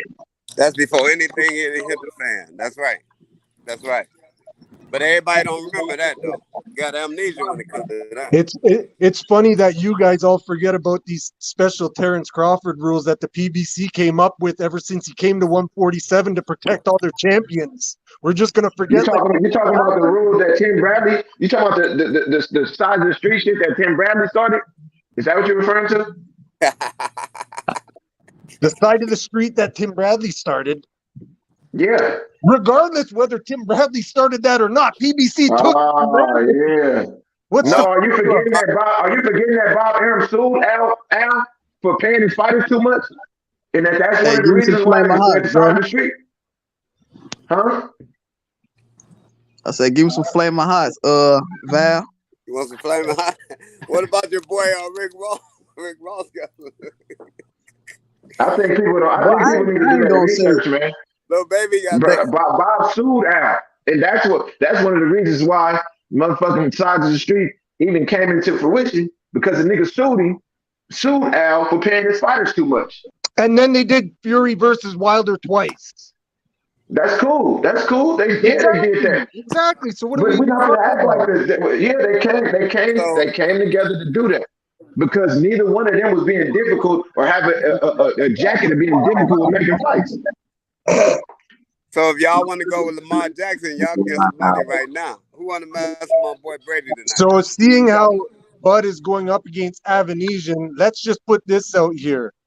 Do you think, because you guys are shitting on Bud for him fighting Avenesian, do you think Errol is going to choose out of his 3 mandatories that are standing in front of him right now? Virgil? Man, y'all already eliminated from worrying about whatever Errol is going to 154, man. He's going to choose. Y'all already, hold on. He's going to choose. Y'all are eliminated. 154. That's what he's going to do. Y'all are eliminated from worrying about what Errol do. He fought champions in competition back to back, no soft touches. So whatever he decides to do, y'all can't say nothing. No soft touches. He gonna choose the one that he make the most money. He gonna choose the one he gonna get the most money out of. Almost knocked him out. What are we talking about? And when Ugas have in his possession a belt, nigga, man, shut up. It don't matter. Ugas is almost, bro. When do almost? It don't matter. He said he was gonna get the belt and he was gonna fight Crawford. So what are you talking about? When do almost mean something? Man, Terence Crawford too cocky, bro. He too cocky. When do almost mean something in boxing? Almost. What that mean? Man, he beat the shit out of Ugas. I don't know what you're talking about. Right. That's what I didn't say that he didn't. Of course he did. And Ugas was a good opponent. I almost won $1 million before. I mean, what do I'm not almost saying that. mean? I'm saying he just about got knocked out and dropped by a fucking pillow. But you speaking fantasy though. It ain't no reality to that. I mean, yeah, like and then you guys want to shit on Bud for getting rocked by Mean Machine, who actually has a record of knocking guys out. Knocking who out? Knocking guys out. Who he knocked out? Terence got a record of getting rocked by he knocked out the guy that Terence is about to fight right now. He knocked out the guy Terence is gonna fight now. The cupcake that Terence about to fight now. Yeah, like what the fuck? Man, that don't make no sense, bro. Yeah, why is he fighting the guy that got knocked out by a guy he already knocked out? Because he told him he wanted to fight in 2022 back in June. They told him they couldn't make it happen until 2023. So he's doing a tune-up fight, just like Errol. Steven Espinoza came out and said that was a lie. He never told him that because if he did, Errol would have had a backup plan too. Try it again. Okay, so why hasn't anybody from Team Spence came out and disputed anything that Bud has put out there? Why? Yeah. Because I it's just told you what they said. I just told you Steven Espinoza said that Bud never told him about a backup plan or wanting to fight in 22 or nothing. Did you not hear me? Yeah, bro. Steven Espinoza with Showtime. We're going with you Steven need to do some research, bro. We're gonna rely on what Steven Espinoza said. Really? Yeah, the guy who's in the negotiations. The biggest guy who's in the negotiating room. Give me a break. He's in the negotiation. He's in the negotiations. So Hey, get out your feelings, bro. Get out your feelings. Because you're not speaking facts. You're speaking feelings. You're not making no sense, bro. None at all.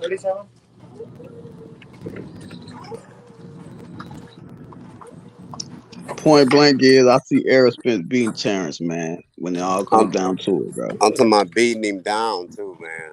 He gonna beat the shit out of him, bro. I can't wait to come back here and hear all the fucking stories from you guys after Bud finishes them. Exactly. And this is the reason Bro, why he the is fight, not finna finish Errol Spence. This is the reason why the fight isn't happening is because Uncle Al and everybody who financially backs the PBC understands what is about to happen. Okay. Man, don't nobody want to hear that shit, man.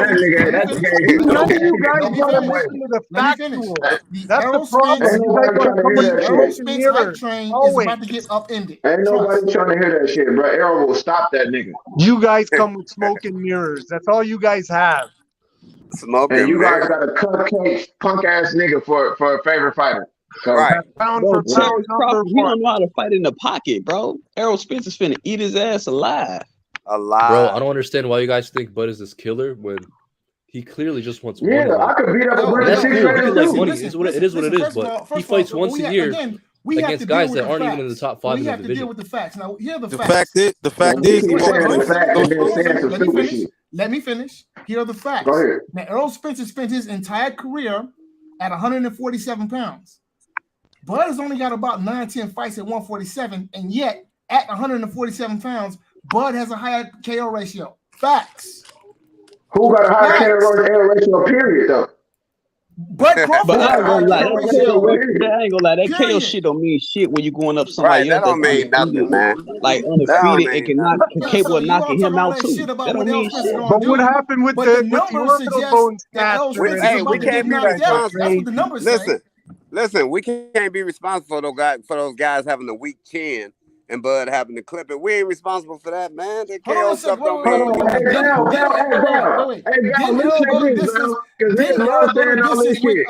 Jack Warren got knocked out after Crawford. He got his ass knocked out. Nigga, got knocked out after he fought Crawford. He got knocked out too. Nigga, Felix Diaz. Nigga, everybody here knocked out after his bad. You're not the same guy no more.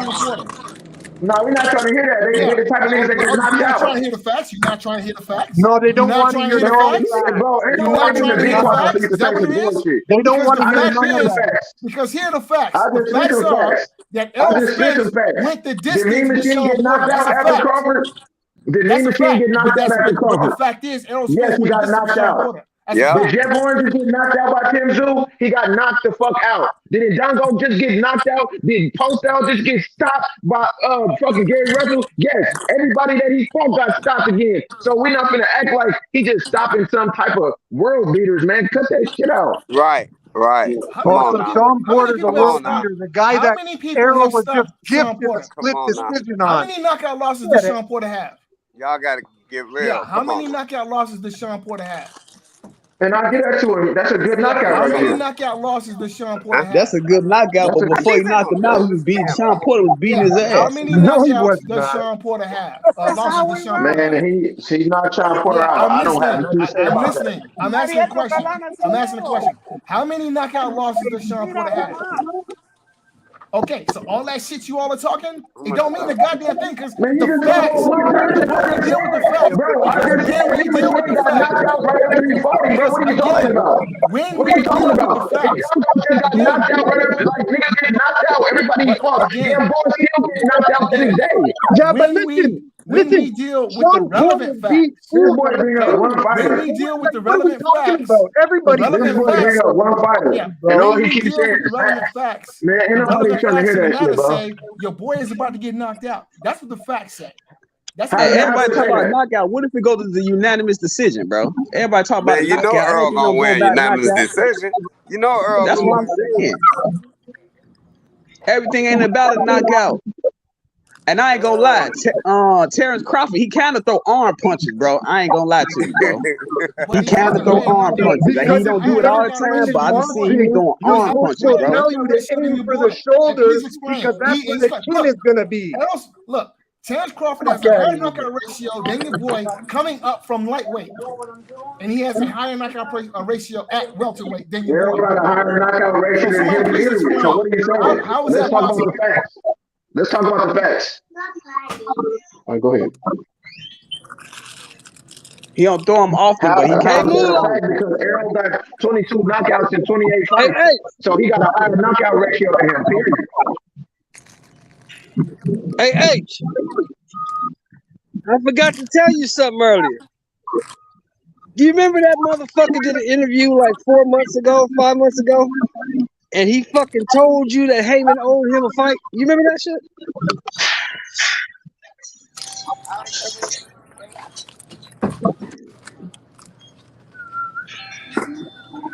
Hey, Sheldon, do you remember a few months ago when Crawford did an interview and he slipped up and said the fight was going to happen down the line? Do you remember that? Yeah, I remember that interview. But do you remember, if you was here in Yeah. January, I told all you motherfuckers, if this motherfucker looks decent against Barrios, he fighting Spence next. You remember that? I mean, that fight not official, bro. So you know, hypothetical. That fight happening, bro. Floyd came right after that, after the Barrios fight, and You told want it you to happen. we got enough You want it to fighters in happen. our stable to keep our fighters busy. We doing in-house fights. Floyd told you. And guess what?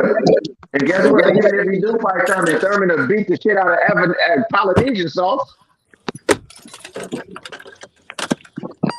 I think He Thurman would won't beat be. the shit He out of won't be. Terence Crawford.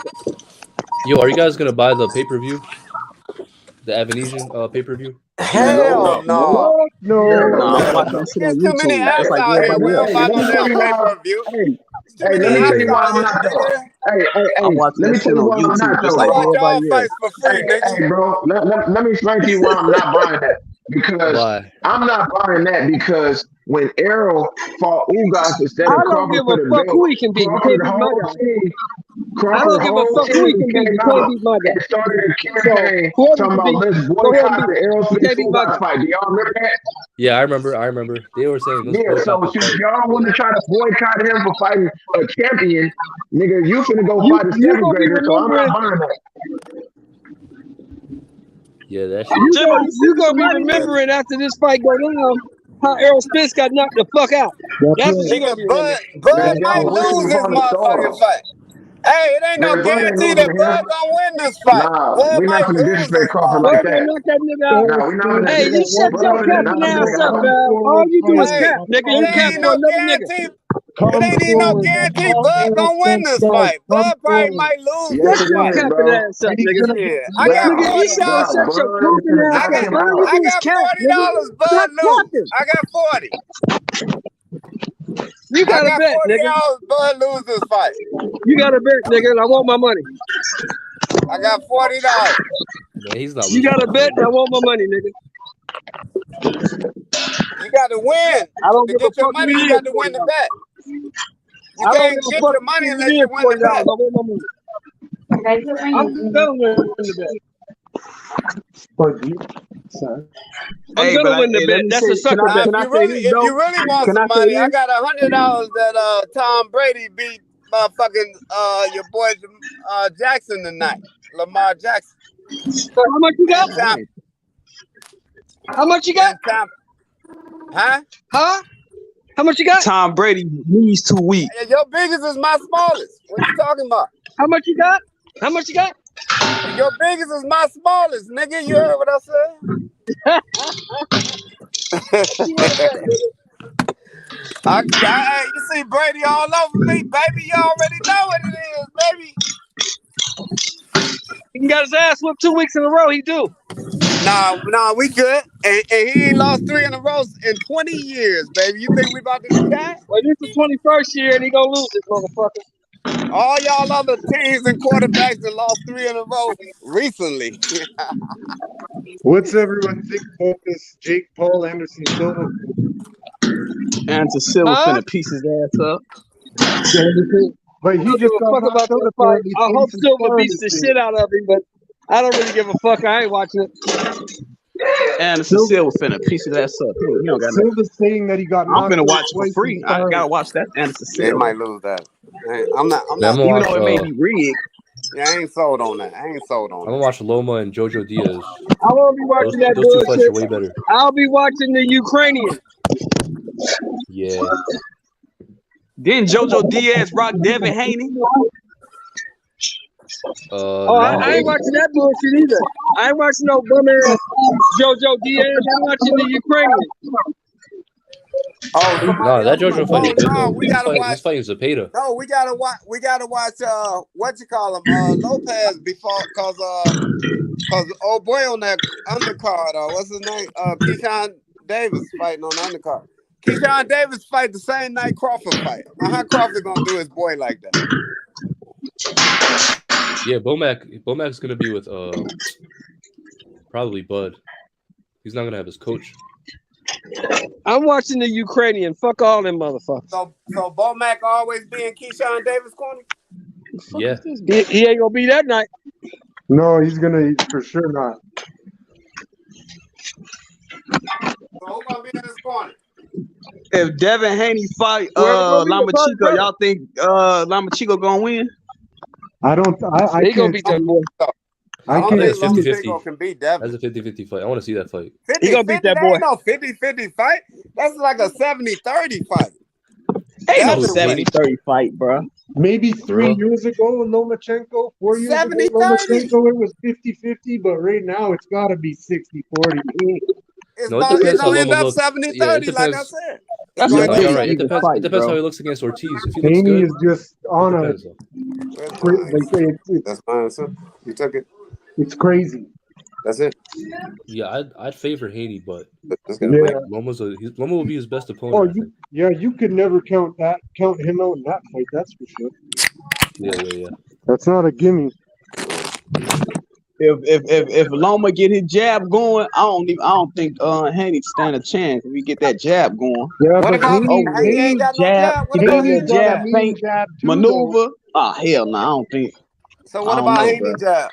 Haney pretty much beat Kambosos 2 fights in a row. Oh, Just hold off the on. jab. What is Loma? Is Loma Orthodox or Southpaw? He's Orthodox. He's Southpaw. Is he? Southpaw. Yeah. Oh yeah. So if he's Southpaw, what you call him ain't gonna have no jab. Haney, you're not gonna have no jab. You ain't got no jab against no Southpaw, especially if they got a good jab. You don't even have Bro, one. That's what I'm saying. That's a good ass point. One thing about Devin Haney, to me, Devin Haney is a little bit too fundamental. You just throw a little jab. People that's keen to that, people that already been past that shit, but they gonna walk around your ass, bro. Yeah, but he listen to your game too much. You gotta take risks. His IQ is through the roof. But one thing about it, if we remember in the Kambosos fight, he threw a lot of right hands, and that's what he gonna need to throw against Lomachenko. Any southpaw, right hands, they eat right hands all day. Right hands, left hook. Who thinks we're actually gonna see that one though? For real? No, that's gotta. Bob Aaron said you're gonna see it. Lomachenko is gonna duck again. No, Bob Aaron said you're gonna see it, and Shakur Stevenson is supposed to get the winner. I mean, because to me, Shakur Stevenson is supposed to get the winner. The last 2 fights, it looks like each time Haney stepped through those ropes the last 2 times, he looks like he's at that point where it's gonna be a struggle every time to keep making that weight because he's getting bigger every time. Oh yeah. But no, what if Teofimo Lopez win? He get a run. and then he get back in the mix. He is gonna win and get back in the mix. I'm gonna tell you that right now. I saw an interview. Bob Arum. He said he wants Lopez to can make fight. Josh Y'all Taylor can sleep versus on him Theo. if you want to. Man, Lopez can. That motherfucker throw some hands. He ain't playing. If he go in there with Devin Haney, he is not finna. He just finna go up. I don't give a fuck yo. He gonna be trying to knock Devin Haney out. Devin's too smart. But I'm saying he coming at it. He ain't coming at him like Cambosis. He coming at him way different than that. I'm gonna tell you that right now. The way Haney uses those angles to land shots is second to none, man. But you said he can't use him against Lomachenko though. Why he can't use against Lomachenko? Nigga, have you picked a fight right this year? Nigga, I picked every fight. What are you talking about? What fight I lost? No, you don't. No, you don't. No, you don't. What fight I lost? You the same nigga on here talking about Cambosis. Go fight a different fight. It's gonna be different. Yeah, that's what I said. And I said that, Devin. What I said about Devin, he did it. Right now. What the hell? What I said about Devin, he did it. Man, you can ask everybody on the panel. I said Devin cannot fight the same type of fight. What he do? He threw right hands for Lord, nigga. He threw right That's hands not for what I'm Lord, talking about. That's not what I'm talking about, Negro.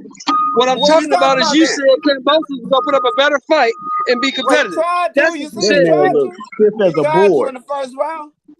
His neck looks so damn stiff. I'm like, bro, put your neck up, bro. Nah, he was That's the scared. only fight I tell you, put your damn chin up. Nah, he was scared. He was. I'm gonna tell you the truth. That's the only Cambosis fight was I scared. say, hey, put your chin up, bro. Cause you ducking too much in, bro. He was scared This though. nigga ain't That picked was a a hard fight thing. right this year. That was a hard thing. Man, I was hurt. Just it was like he was. No, that was His a hard thing cortisol with level was Cambosis. high. Cambosis was scared of Devin. He was scared of eating all them punches like that. It was a different volume. Although you just Then they both wasn't both of them fights in Australia. Although you just seen him eat all them punches with Lopez, he ate a bunch of punches with Lopez, but it's a different type of punches with Devin. He wasn't able. See, it's one thing when you eat punches and you can have your opponent eat punches too. But when you eat punches and your opponent ain't eating nothing, boy, that could be a hard fight. That's gonna be hard on you right there. That's gonna be hard on you. That's a long And night. why Lopez Yeah, couldn't that's get a a long rematch? night. That's Why what you call a Lopez long did? Why night. that That's wasn't right. even That's a clause? long night. Who is this? Who is this motherfucker he fighting? Who? Lopez. Never heard of. He boxing so deep, bro. It just motherfuckers don't know who he is. He may be some competition. I ain't never heard of him. I don't know. Just say it. Never heard of. But if he beat him, he right back up in the mix. That's right. And he'll be fighting somebody like Tank and all that type of stuff. I like to see him fight. No, speaking of that, what about Tank and Ryan Garcia? Who gon' I ain't gonna lie. No, they People sleep making on that. Ryan. They making that. That They shit ain't making that happening. fight. That shit ain't happening. Yes, it is. It's You happening got next it. year. Okay. Next You year. guys, did you guys see the reports? Nah, that's gonna make them too much money. Everybody want to see Yo, that. that's a That's lot a of money. box office fight.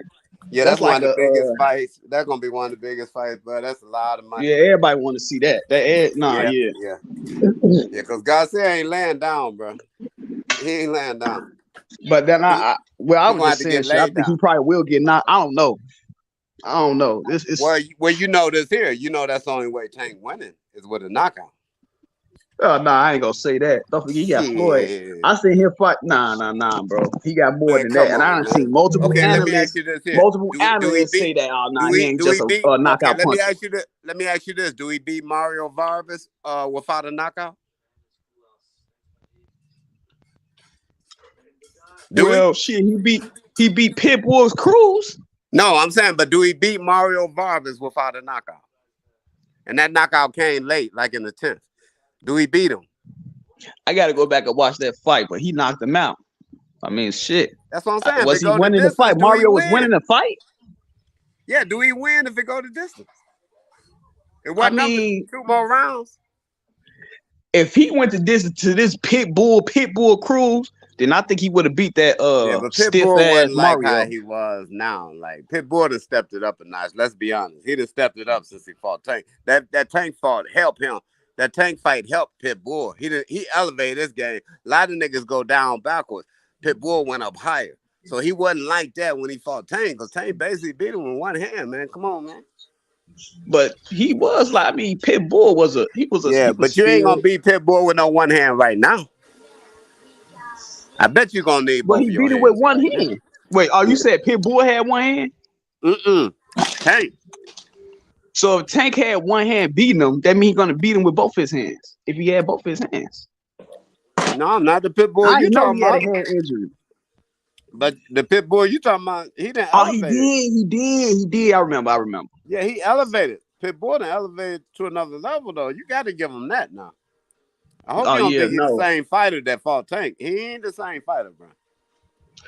So then he should fight Lomachenko after Lomachenko beat whoever the fuck he finna fight. Yeah. Well, I like to see Pitbull and that boy that's with Errol Spence now. What's his name? Martin? I think that's a good fight. I think y'all enjoy that fight. You know what would be hilarious? Make me smile. If this nigga one time come back for one night, knock this nigga out. Who is one time? Keith Thurman. You know who won. Knock who out? Knock who out? Knock who out? Nah, don't say Errol Spence, bro. Bro, I know you ain't saying Errol Spence. Bro, you cussing right now. I told you about all that cussing. Now you cussing right now. Let me tell you this one thing about Errol Spence that Terence Crawford and Bud don't do. It ain't gonna happen. That man I know Keith Thurman ain't gonna beat it because he can't take no body shot. But it would be hilarious. Oh, well, that's a good point. That's a good point. That'd be hilarious if he did. Cause I just seen him get hit rocked in the body. Like he gotta take a shit. He can't take no body shot. All I gotta do is hit Keith Thurman in the body. He's gonna go running. He'll spit that mouth. Why you want to fight Errol Spence then? Why you want to fight Errol Spence? Because he want to get paid, nigga. He want to get paid. No, not even that. No, I ain't gonna say. I think Thurman could really think he got a good chance of winning. What? Because that's one thing about Thurman. Thurman will circle around the wing until you like, what the fuck are you doing? He'll circle around the ring, then plant his foot and just throw his combination. Circle. Bro, Errol Spence him in the cut body, rings he gonna off. run away from you. Errol Spence cut rings off, bro. Y'all don't know that? He cut them off, baby. Look, it's dangerous to cut off against him because he'll cut you. Ask Carol He Brooks. would. It's easy to say that cut off shit, bro. You just can't cut. If he moving around, he do that little dip shit down, he'll cut. Get out that jam. It's a little bit. Bro, don't go like that. But no, yeah, of course I got Errol Spence beating his ass. Don't get it twisted. But I think that'd be a little bit tougher fight for Crawford. Cause he lanky, and then he'll hit you with some hard shots. He'll hit you with some hard ass shots. Cause I ain't gonna lie, in that Pacquiao fight, he was getting him on like what was that, like the 7, 8, like he started getting him in like in the 6th round. He hit. I remember he hit Pacquiao with a hard shot. Pacquiao started bumping his head like, okay, come on, do it again. You know why I think that fight was a fluke? Because I really think he wanted Pacquiao to beat him. He wanted to see Pacquiao succeed, bro.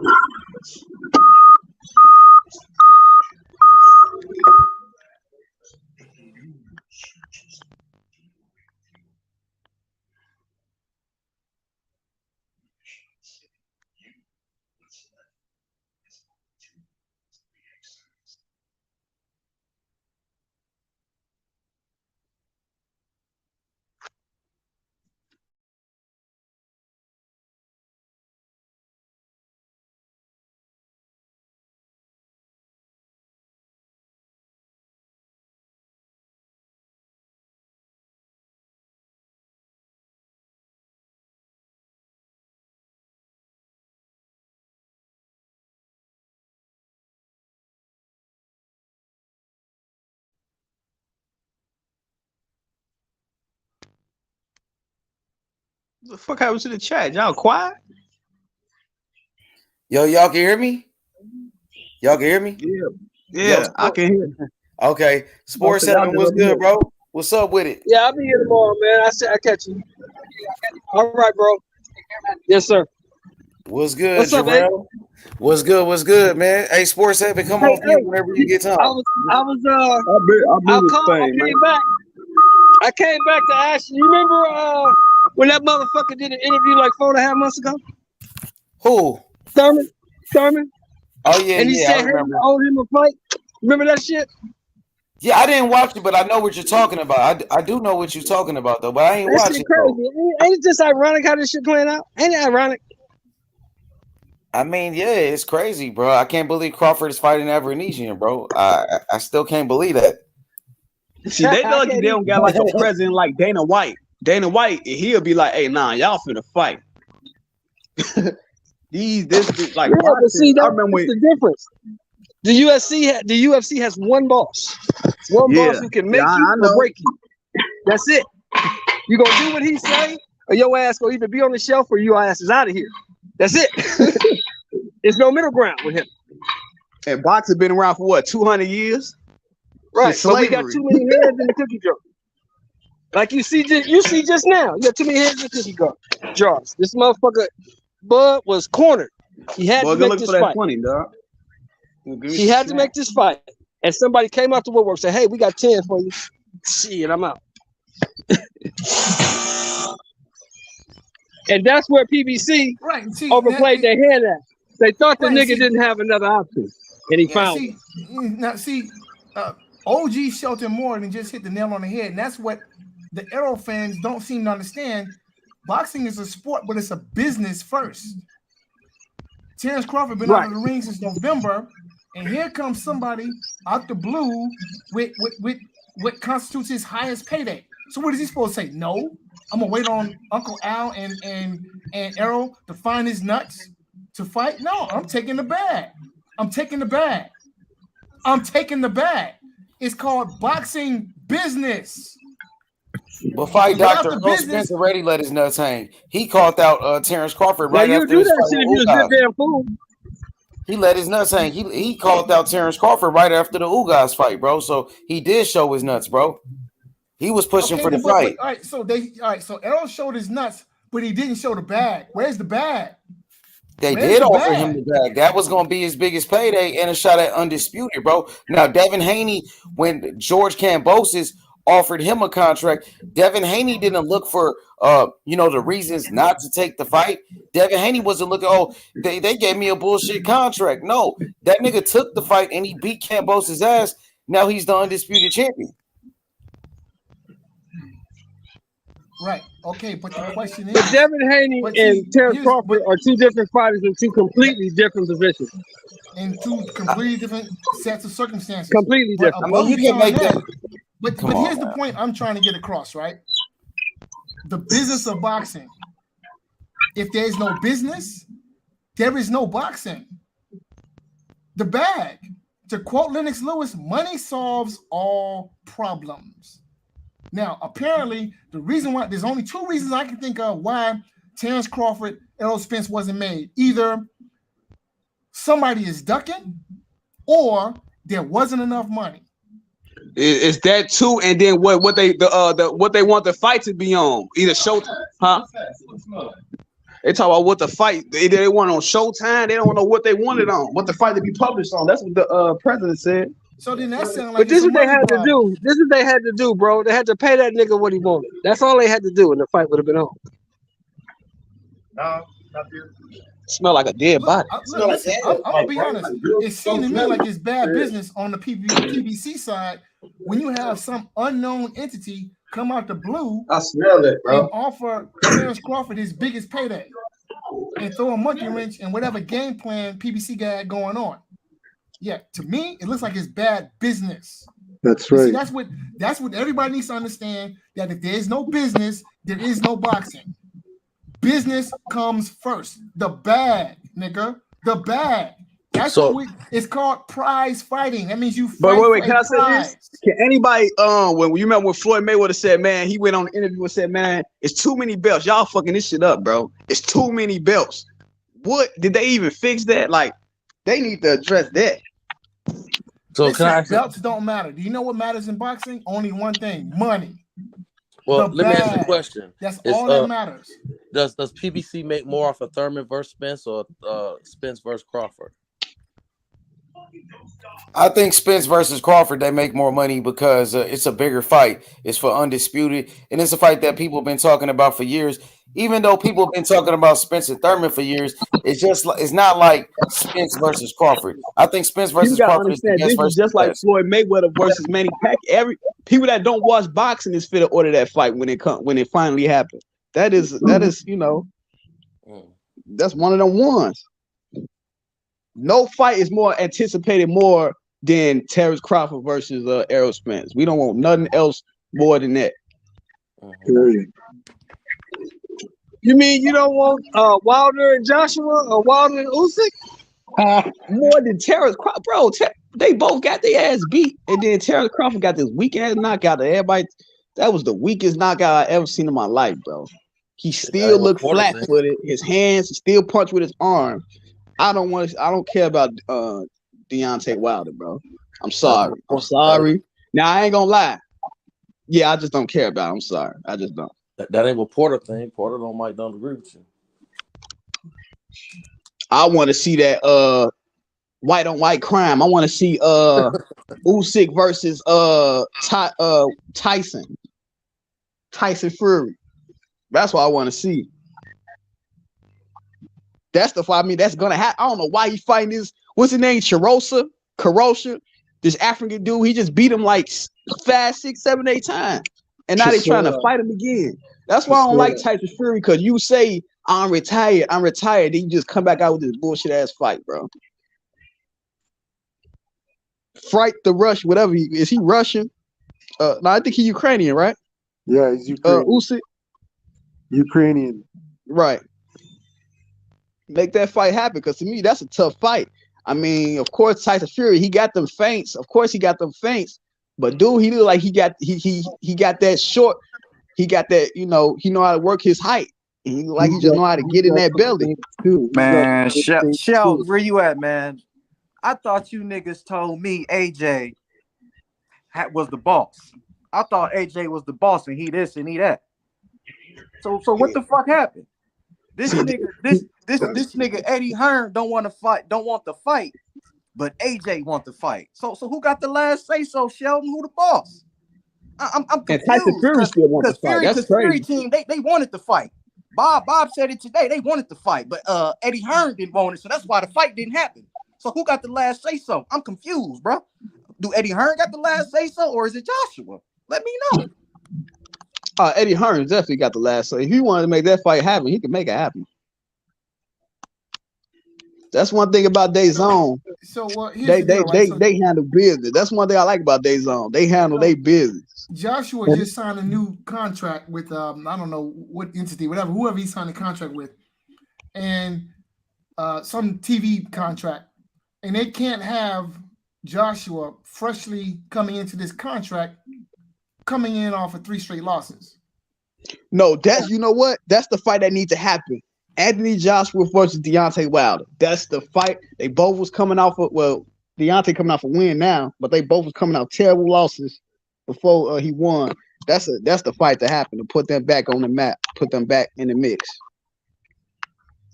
Oh, and just to let y'all know, chat, for niggas like Smoke, dumbass, Bob Arum said the money is already in their accounts and the fight gonna happen. Dumbass nigga. Fight? What fight?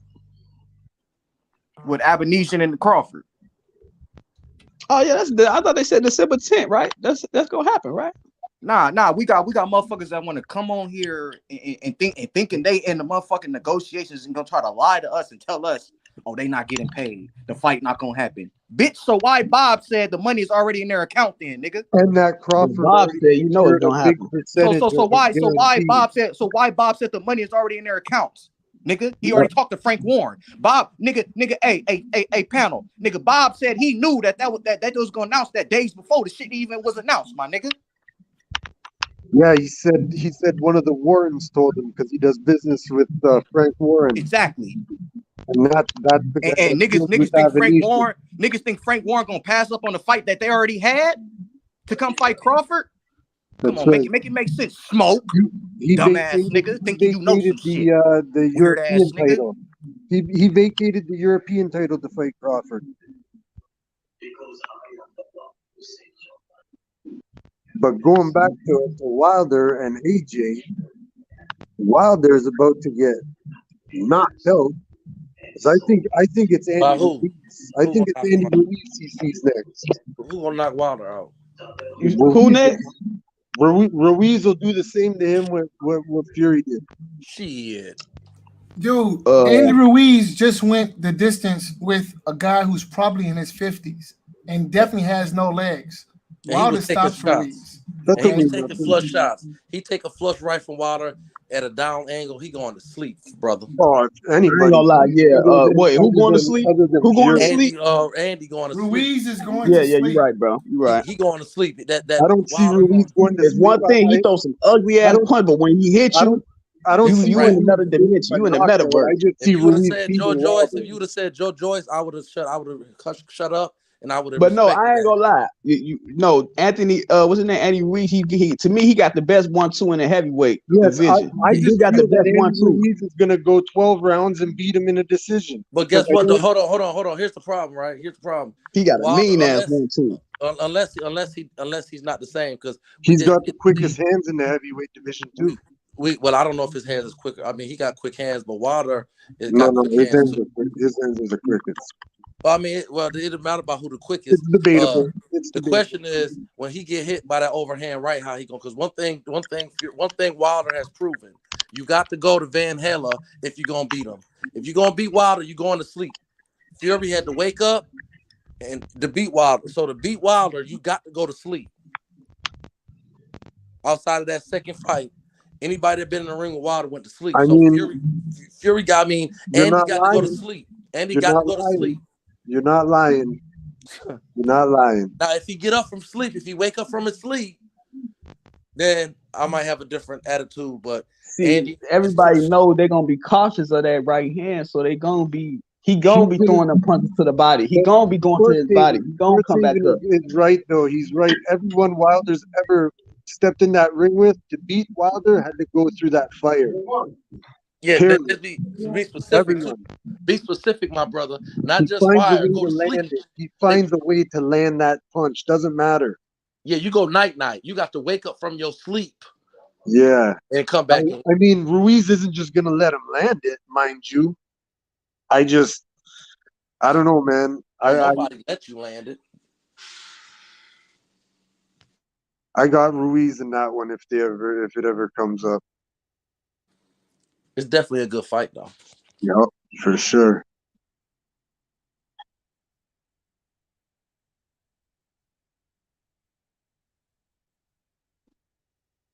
Anyone see the reports of Keith Thurman pushing the WBC to order Spence to fight him next or vacate the WBC?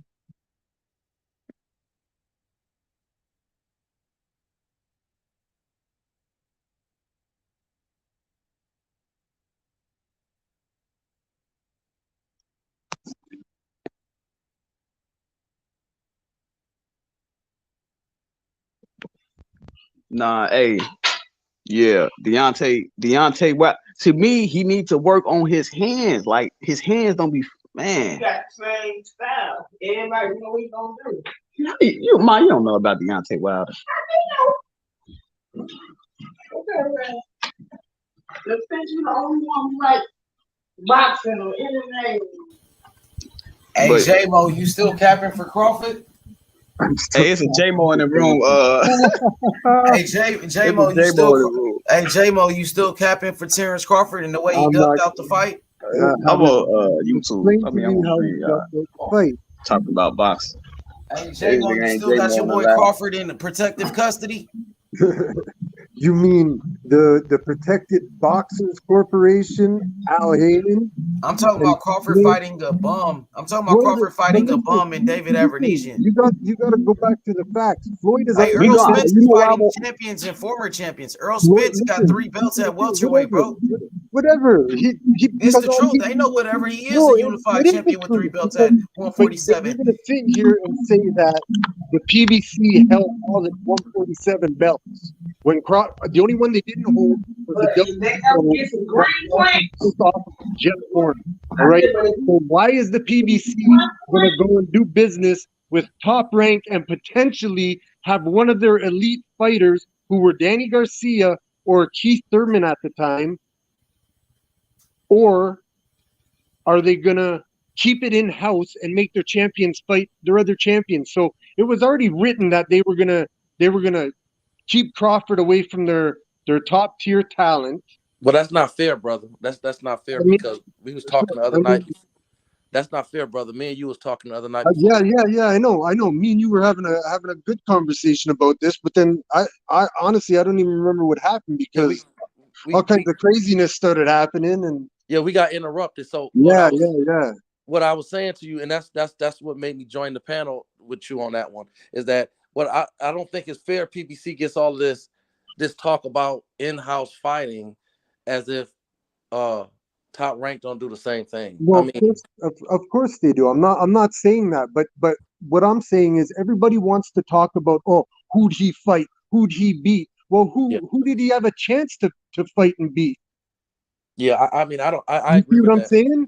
So it's like, for me, this will probably be the best fight I get to watch live, like with my own two eyes in my lifetime.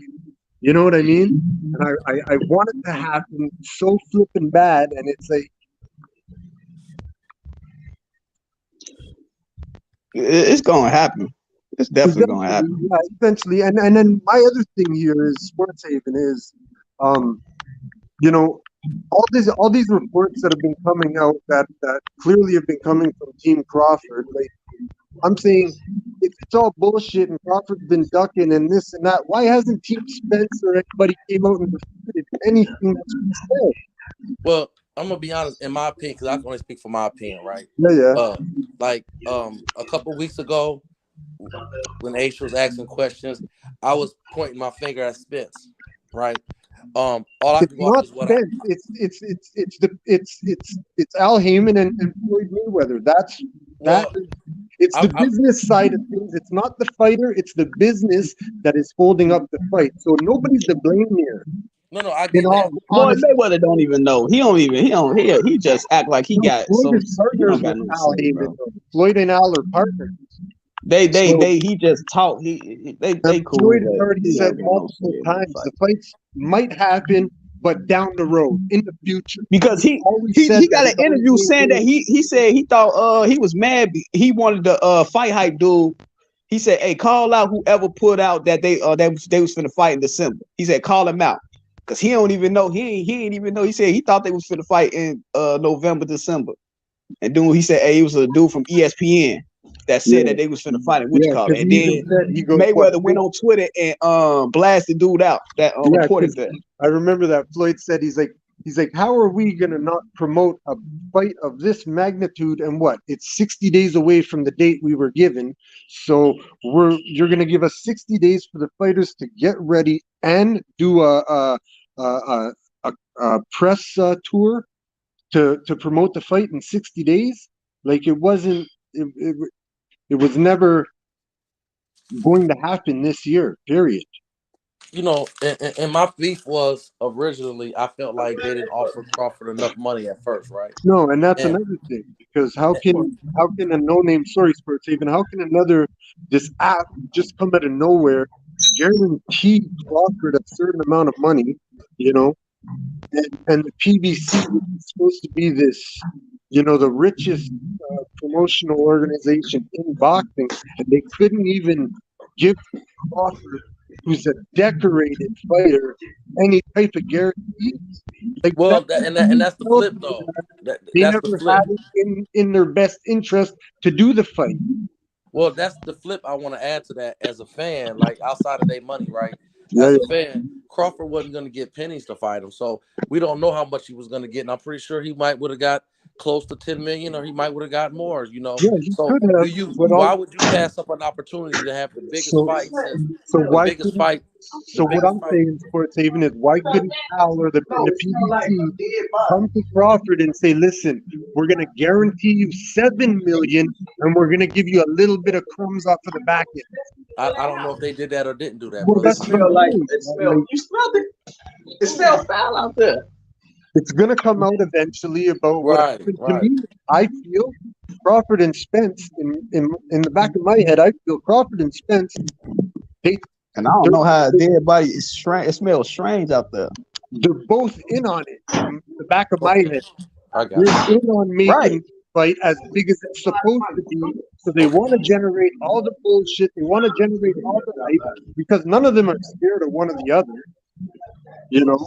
I can dig that. I can dig that. So in the back of my head, it's like, boom. So Spence is probably like, "Okay, I'm ready to go. I just fought." And maybe what was happening was Crawford said, "I want to fight in 2022."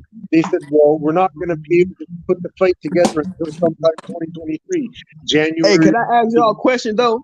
But what would y'all do if y'all was in this position? Would y'all take another fight if it's taking too long?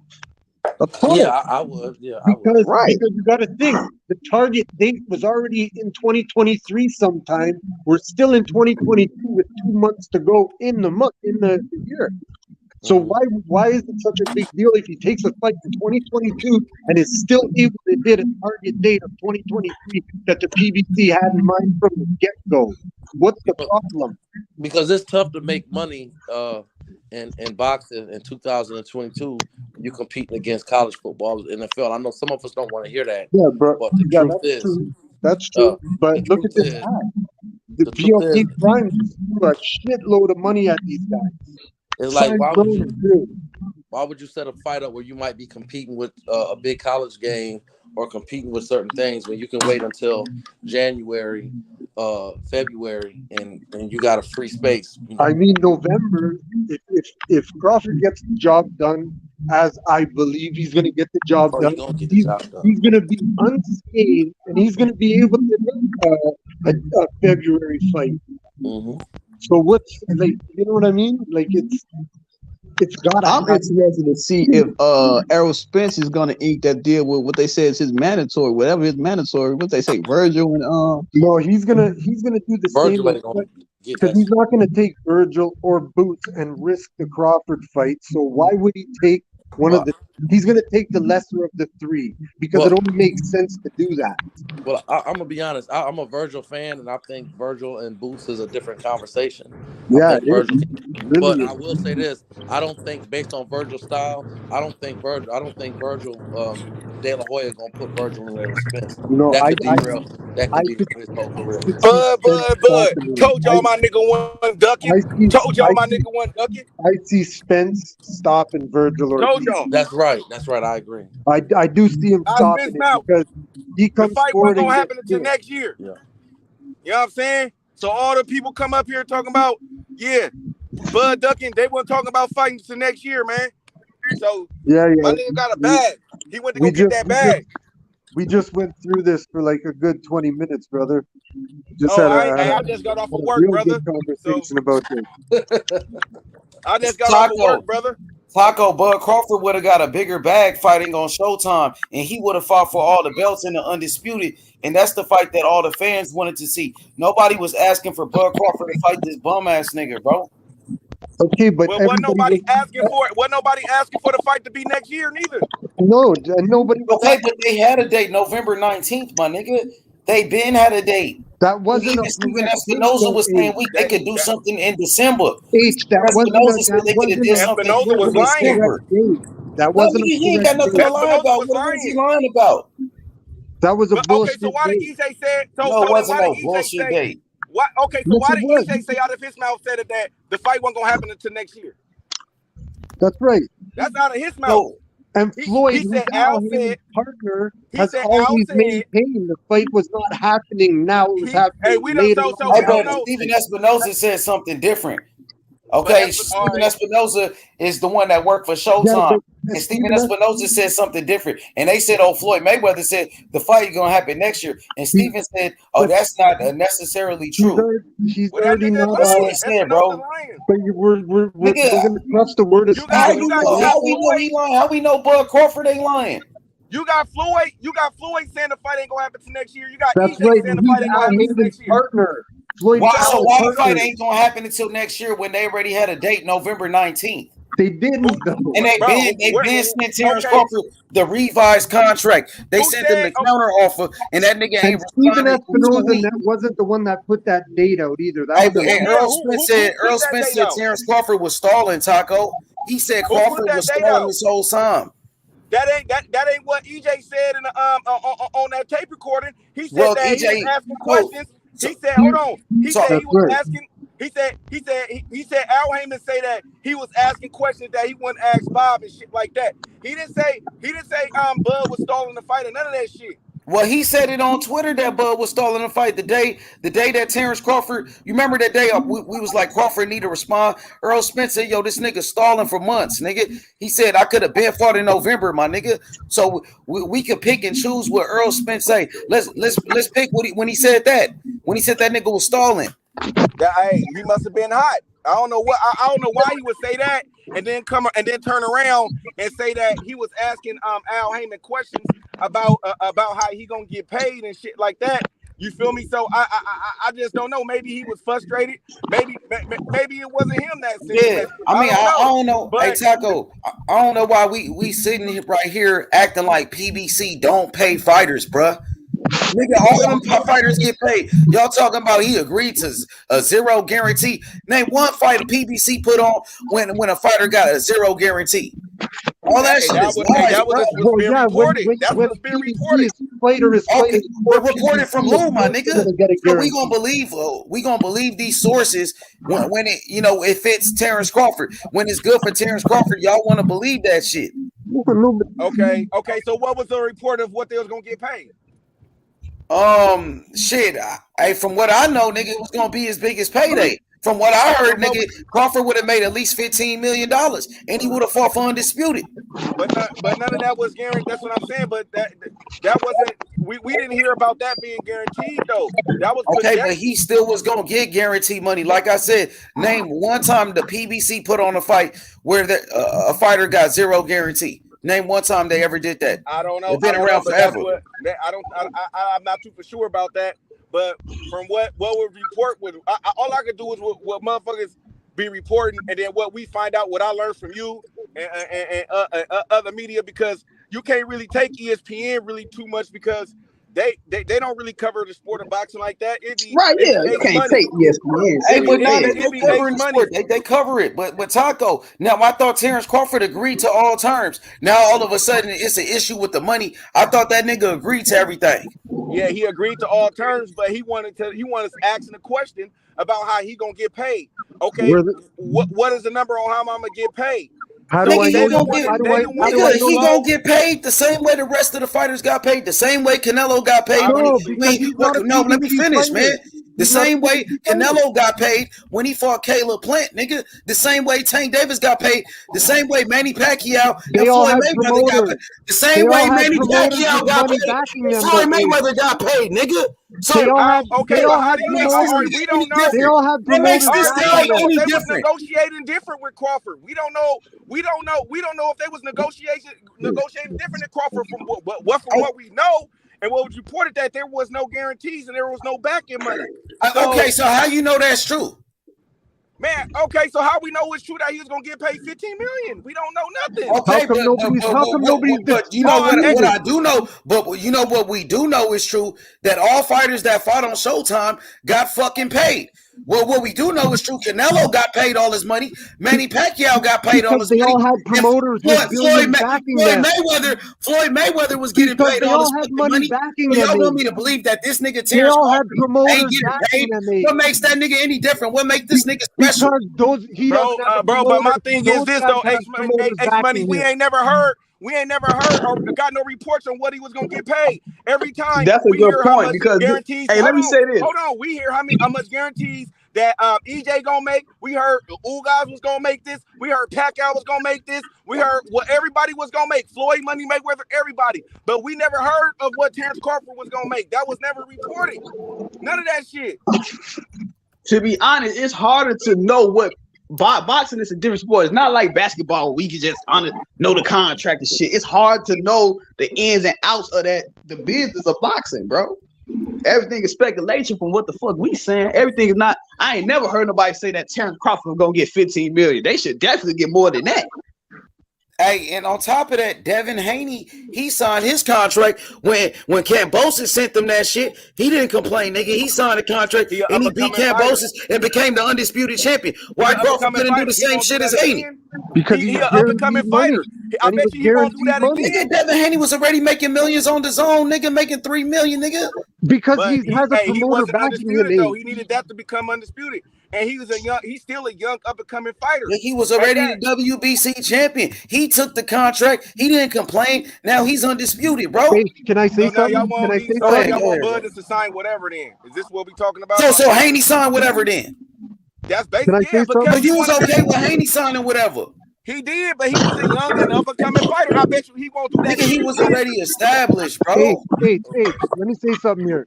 When we're talking about Canelo and Plant, when we're talking about Haney and Kambosos, all these guys have promoters with money, so they're guaranteed. The promoters that are behind them are the ones guaranteeing them the money. So that's why the contracts get signed so quick. Bud doesn't have a promoter behind him with money backing him. So Okay, well, what promoter Errol Spence got? Bro, Earl Spence ain't got a promoter. He don't have fucking Eddie Hearn. He don't have Bob Arum, bro. Neither did Manny Pacquiao. When Manny Pacquiao took those fights with PBC, when Manny Pacquiao fought Keith Thurman, Adrian Broner, and Ugas, what promoter did he have? Hey, let me ask you a question. Those were one-fight deals with the PBC. Nigga, he fought 3 fights with PBC. The Earl Spence fight was a one-fight deal. What is we talking about? Hey, let me ask you a question. Like I said, Canelo had a one-fight deal. Canelo had a one-fight deal with PBC. When Canelo fought against Caleb Plant, it was a one-fight deal. They were all guaranteed money though by their promoter. But it was pay-per-view. You got back end money too. You act like he wasn't getting money on the back end. Nigga, all money is good money, nigga. Back end money, bro. Well, that $10 million that Bud So got let me ask you this, Ace. Let me ask you this, Ace. You would have got more though with the PBC, bro. Let me ask you this, Ace. But we don't know that.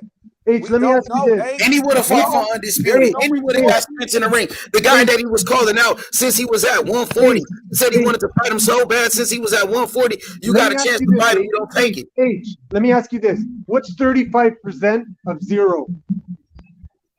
35% of zero?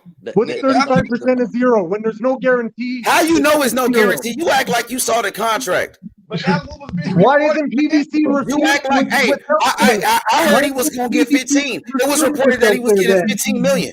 It was reported that he was getting 15 million. Why aren't they disputing what he put out there then? Why aren't they disputing that?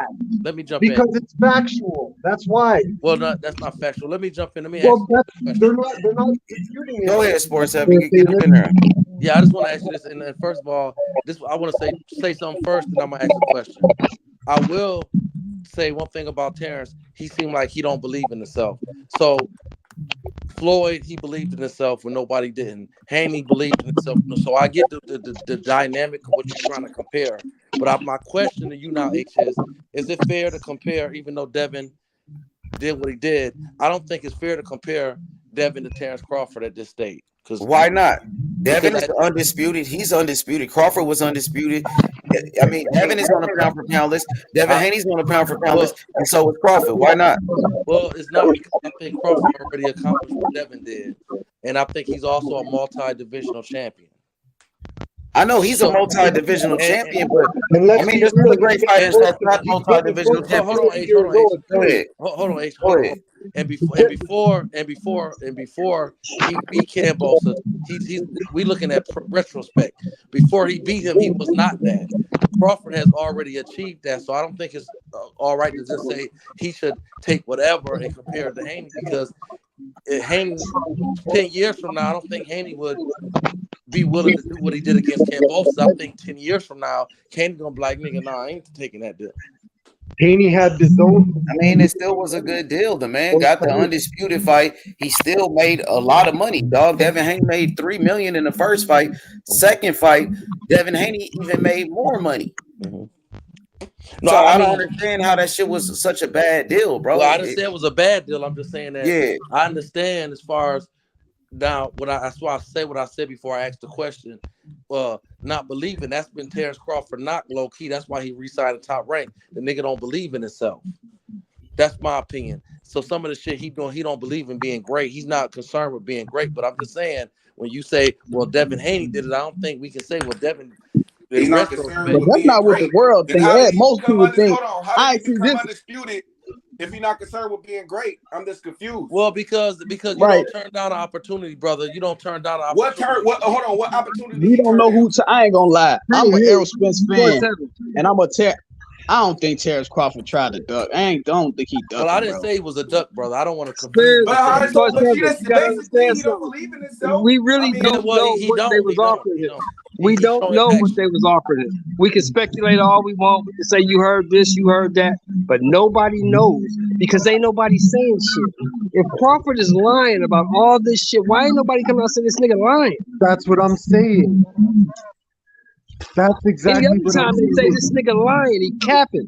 So why ain't nobody saying that? Well, I mean, because they wasn't Crawford offering ain't him said shit. shit though, Sheldon. Crawford ain't said a motherfucking Neither word. has the other side. Well, Neither has the Earl other Spence side. said he accused Crawford of stalling. He accused Crawford of He stalling. didn't accuse him of lying though. He said the nigga was stalling. The He nigga didn't say was nothing about holding up no the 15. fight. Hold on. He ain't say nothing about no $15 million. Ain't nobody said nothing about that. Okay, So if he's lying, if he was offered $15 million, why the fuck is y'all talking about a zero guarantee and fucking 35% that he agreed to? Because that was reported. That's what was said. Okay, so Ain't the 15 million was reported. So we can talk about the 15 million that was reported. Nobody on the other side said it was a lie. Nobody said it was a lie. Okay, so ain't nobody said the 15 million was a lie too. And that's what I'm saying. You missed my point. You missed my point from the beginning. It's all speculation, brother. Nobody knows. All right, so why is that? Okay, Sheldon, if it's all speculation, why the fuck is everybody keep talking about he agreed to zero guarantee? He agreed to 35%. I ain't never heard that come out of his fucking mouth. Because people like to talk, brother. They like to talk about shit. Let's stop with these imaginary numbers that Crawford was offered a zero guarantee and nobody know what the fuck he was offered. Let's stop with the imaginary number that he was offered $15 million because nobody knows that. Let's stop saying he was lowballed. Let's stop saying he was lowballed. All right, well, then let's stop saying he was lowballed, bro. ducking in because the fight wasn't scheduled to happen until next year. I mean, the fight, they had a date. They did have a date, Taco. No, November 19th, and they had another date in December. Hold on.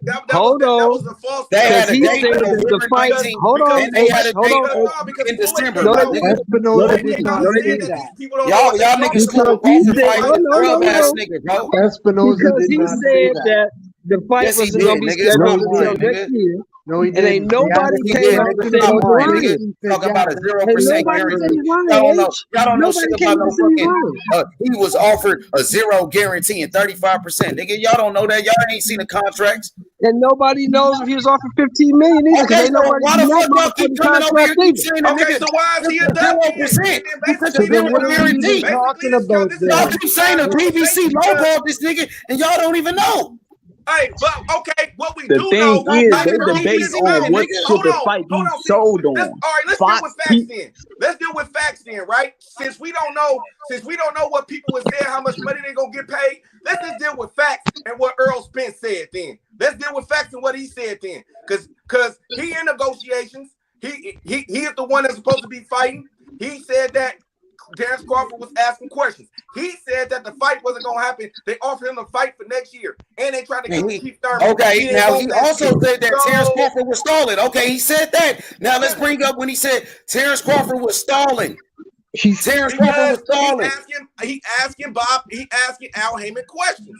That's why he probably said that shit. Who asking Al Heyman questions? Answered, and they ain't trying to answer his questions. He said that he wanted to meet up with Al Heyman, but he ain't met with Al Heyman yet. Crawford. I thought he cut ties with Al Heyman.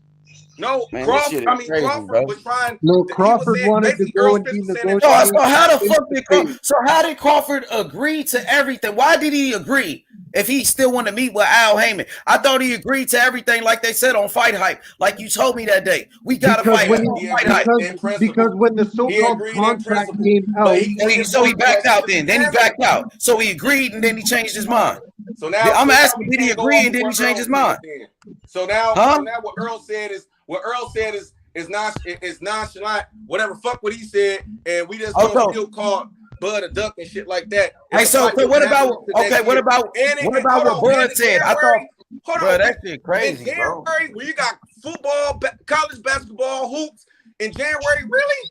Nigga, that ain't never stopped no fights from happening. Floyd Mayweather was fighting during football season. Nigga, motherfucking Deontay Wilder fought Tyson Fury during the NBA season, during the football season. That ain't never stopped no fights. Right. That's with the NCAA tournament. Bro, that ain't never stopped no boxing fights ever, bro. Okay, in January. And ain't Wilder fought in January. That ain't stopped shit. That ain't never stopped Wilder from fighting Fury. Oh, because the NBA season. Come on, bro. It's like it's all these excuses why this man ain't take the fight. I know because he wanted to fight, H. I know. He didn't want to have a year layoff, H. Is that okay? I mean, is it okay? Common sense. Hey, Taco, common sense tell me that Terence Crawford would have got paid more money fighting Errol Spence, which was a way bigger fight than the Avenesian, and he would have fought for undisputed. It would have did way more pay-per-views than this Avenesian fight. Think about this. He take this $10 million right here. He fight Errol Spence next year. He get more money. So what is it? How you know he gonna fight Errol Spence next year? Errol Spence said if the fight don't happen next, the fight would never happen. The fight was happening next year regardless. Oh, so we the fight gonna happen. Okay, so we gonna say since Terence Crawford wasn't willing to have a whole year layoff, since he wasn't willing to take a whole year layoff and come in the ring just without fighting for the whole year, then he's a duck for that. Forget to stay busy fight. Hey Taco, guess what? Now it was a date for November 19th. Steven Espinoza came back with another date in December. When Floyd Mayweather said the fight ain't gonna happen this year, Steven Espinoza said that's not necessarily true. He said it could still happen. You know what I mean? That's what he said. Hell, man. Well, I mean, somebody's lying. Unless they don't care about somebody's lying out of there. So somebody's lying. Espinoza lying or Floyd lying? Or maybe Bud Crawford is lying. What is he lying about?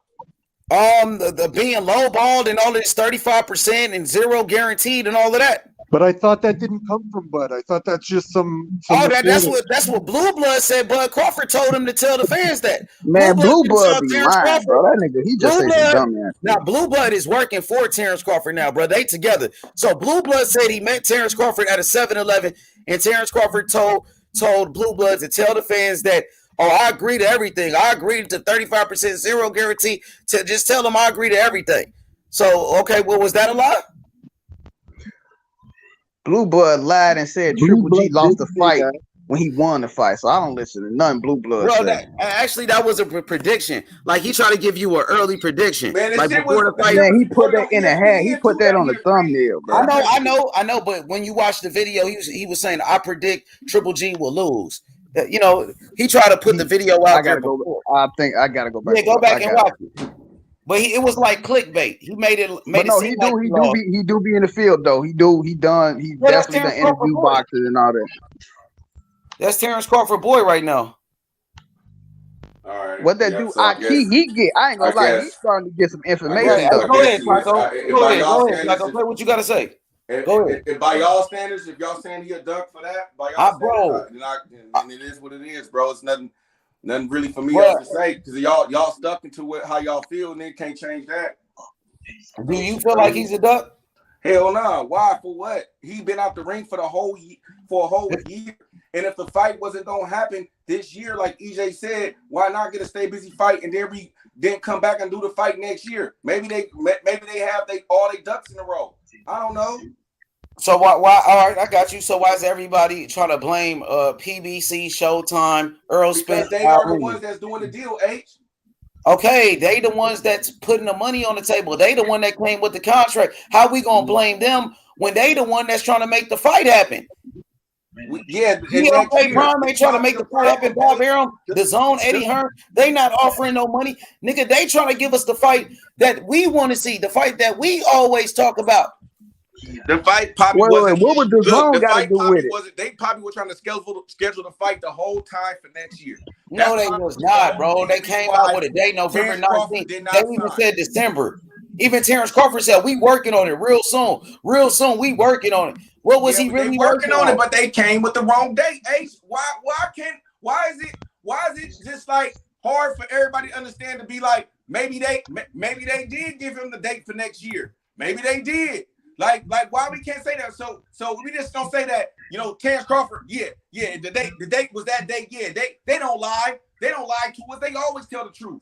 Like, come on, like hey, they came with multiple dates. That's what I'm telling you. One of the dates was November 19th, right? Remember when the news broke that they was gonna fight? Oh, the fighters agree to all terms. The fight is gonna happen. What date was that? November 19th, bro. I got the video, and then it was on Fight Hype. You told me to watch it, and then they came out and said, "Oh, we got an announcement coming very soon for Spence and Crawford." What happened to that? I don't know, bro. Something ain't right. Something wasn't right. I mean.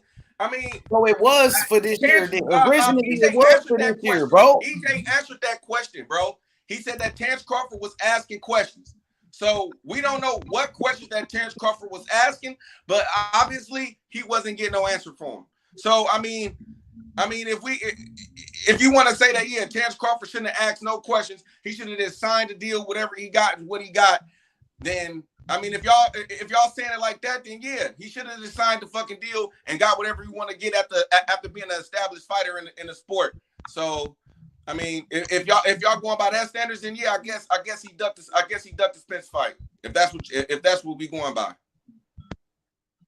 It's hard to navigate what's going on. Like it's so much speculation, so many ties and factors into it.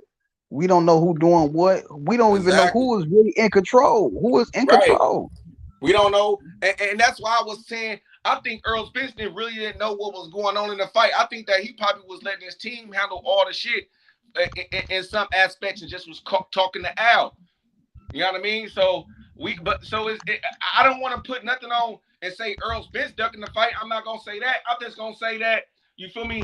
Something is up with either with Crawford or Errol Spence team, because Bud said he want to fight. EJ been saying he want to fight. Both of them been saying they want to fight.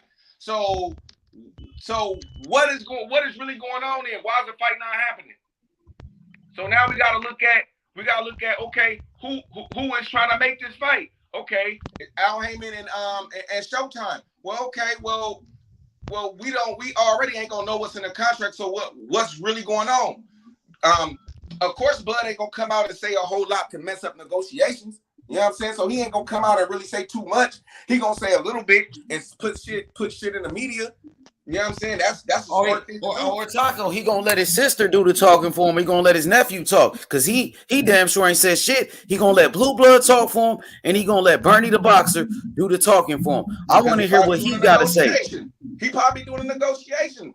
He probably don't want to mess up. He probably want to save face and don't want to say the wrong thing. So if something is being said, he can say and talk to Al Heyman and say, man, that ain't me. That wasn't me, man. That's some bullshit.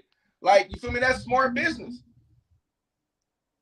Like, why come out and say something and fuck up negotiations? You feel me? You can't bite the hand that feeds you. So you ain't trying to disrespect the hand that's gonna pay you millions. So what you do, you send you say shit, leak shit in the media, this and that and this. You let your sister, you let Blue Blood, you let whoever else do that shit. That's smart.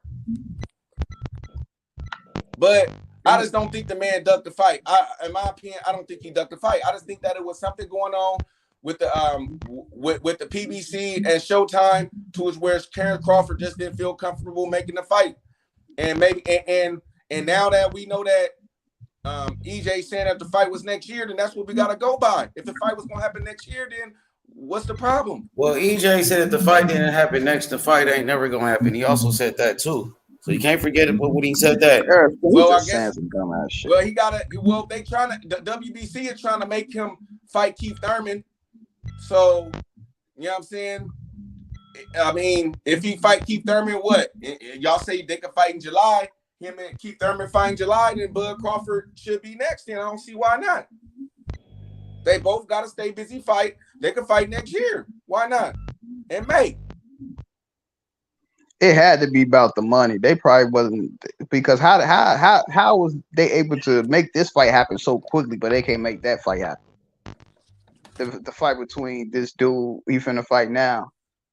How was they able to make that fight happen so quickly? It's just like I just don't understand Man, they the gave him that politics bag. behind that shit. They gave him that bag. They offered him fucking a whole lot of money to fucking take a fight.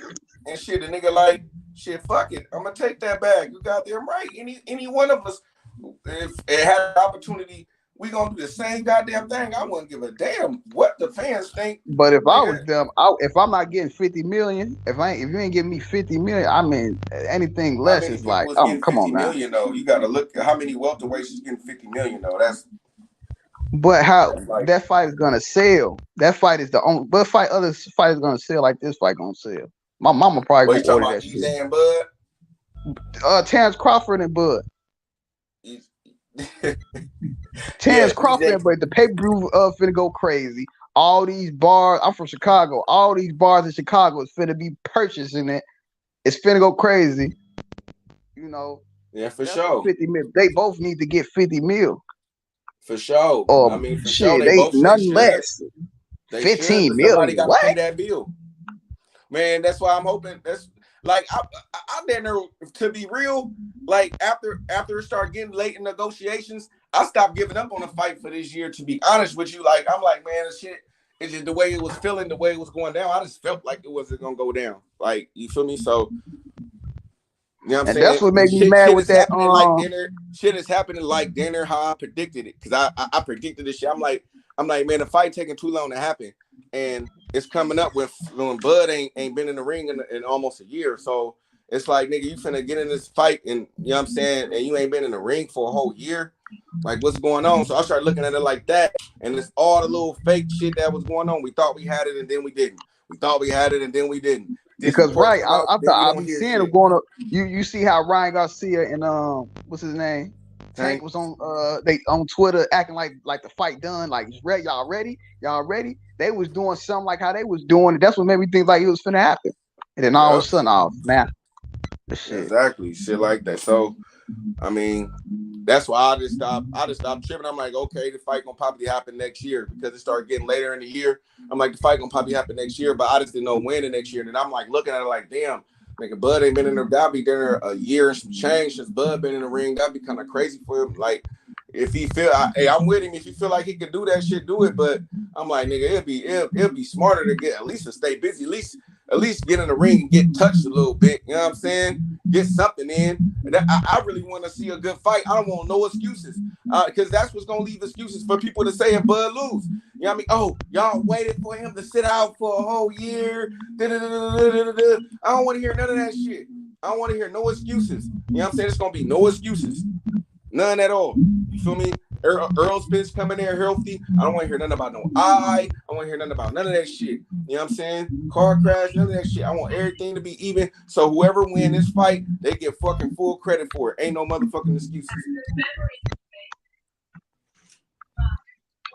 And that's just real shit. I mean, me as a boxing fan, I want to see the best fight, and I want the fighters to come in as their best. No doubt, it's gonna happen. It gotta happen next year. Because if it happens, I mean, nobody don't want to see it. I wouldn't want to see it. No, next year, for sure it is, bro. I'm telling you, watch. He gonna. But I think the thing with it too, maybe EJ don't really want to fight fucking Keith Thurman. Maybe that was probably in the deal or something. Hey, because. The WBC made it the mandate, or he gonna have to drop the belt. So that's what he said on that recording too. They were trying to make me fight Keith Thurman, and that's what it looked like they trying to do. You know what I mean? Why we don't think that they was in cahoots with the WBC? Like, hey man, mandate this fight. He ain't gonna fight him. You know what I mean? Who's to say that he ain't the people, the type of powers that be ain't gonna go around and say, hey, shit, mandate this fight so Earl gotta fight fucking Keith Thurman. And then that's the same thing with Ryan Garcia. If that fight finna happen, I'm pretty sure that's gonna happen. It would seem like that's more close to happening in this fight. Of course, it's definitely over for this year for Errol Spence and Terence Crawford, but Ryan Garcia and Tank, they can fight I mean, shit, they can still fight this year. But I think they probably. I don't know. Boxing ain't in Shit, cahoots right now for the shit. What y'all stars, think man. about that top rank card they just pulled out on the same date that Bud is fighting? They said fuck that nigga shit. Fuck this Black Prime. We ain't gonna try to give y'all no views. They put out all the youngsters. They got Big Baby Anderson. They got Keyshawn Davis. Now I wonder if Keyshawn gonna be like, hell nah, I ain't gonna do that shit because Bomac is his coach. Right. So I wonder how that shit gonna go. Hey, H, what you think about that? You think Keyshawn Davis gonna take the fight? Which fight? I think that it was something was I just looked at it. Somebody had a click thing up somehow. Top Rank is setting up a fight around the Terence Crawford fight.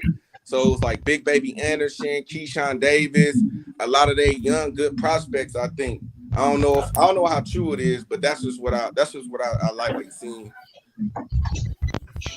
But I was saying since Keyshawn Davis, since Bomac is Keyshawn Davis' coach, do you think that Keyshawn Davis will really take a fight on that date, knowing that fucking Crawford fight that date? Yeah, I'm pretty sure nigga got to make money. He got to stay active. He got to take care of himself. He got to take care of his family. It's how the same way Crawford taking care of his family. Right. But I'm just saying it ain't gonna be the same. You don't think the team aspect because shit. Well, I don't think Crawford, because they got like 3 coaches or some shit. So I don't know. Maybe they could probably bring some other people to kind of like to because I don't think Terence Crawford would need a big help like that. Like you feel me against this nigga.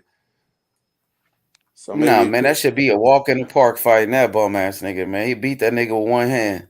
Hey, bro, they gave that nigga a bag, bro. I don't understand. Damn, bro, they gave that. Woo, that nigga Bud about to get a whole lot of money, boy. God damn, to beat this What you nigga. think about that BLK Prime shit though? You fucking with it? I mean, yeah, I'm gonna get that shit only $39.99. Shit only 42.20s, nigga. Shit, why not, bro? Shit. You might as well get the Showtime app then. It's only the first month is free for Showtime, and then it's $12 for the whole month, and then you get all the boxing fights, nigga. You get the Bellator, the MMA, right, nigga, and then you get the movies and shit, the documentaries and all of that. Yeah, you I know already what I'm got saying? Showtime on my cable, so I'll be watching the free fights. Okay. Yeah, I'll be already watching them. Exactly. Yeah, I'll be watching the fights, exactly. bro. I fuck with the PBC and Showtime and shit, bro. I fuck with whoever give motherfuckers some good fights, bro. A nigga gonna watch a fight regardless. You feel me? So it don't matter if it's some 2 niggas I don't know about. Nigga, if it's a fight that I see, I'm gonna watch it, bro. I just like watching fights, bro. But yeah, man, Ace, bro. I hope this fight happen next year. I think it's gonna happen next year, bro. Man, Crawford gonna be damn near 36 when they fight, bro. They gonna say Crawford was they aged him out. Crawford was old. Crawford wasn't the same, and all of that. So I don't know, Taco. And then, I said, Earl, go ahead.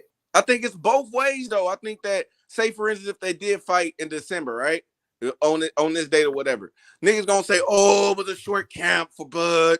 Oh, he ain't fought in a year." Like, I don't want to hear none of that shit, bro. Like, I swear, I don't want to hear none of that shit for EJ or Bud. Like I want them to fight fresh. You feel me? You know what I'm saying? Come in fresh, ready. You know what I'm saying? Just got out the ring. Ain't no excuses, no ring rush, no none of that shit. Like, no excuses, bro. Like, nigga, let's go. You know what I mean? And for sure, after Bud taking this fucking $10 million, it shouldn't be that hard to fucking just say, fuck it, bro, let me sign this contract as long as I'm getting some M's. Like, you feel me? Like, whatever it is, like, as long as I'm getting some, I just got 10 million, way more than 10 million. You know what I'm saying? He that's just being reported. He gonna probably see way more than that. So it's like, nigga, shit, you might as well.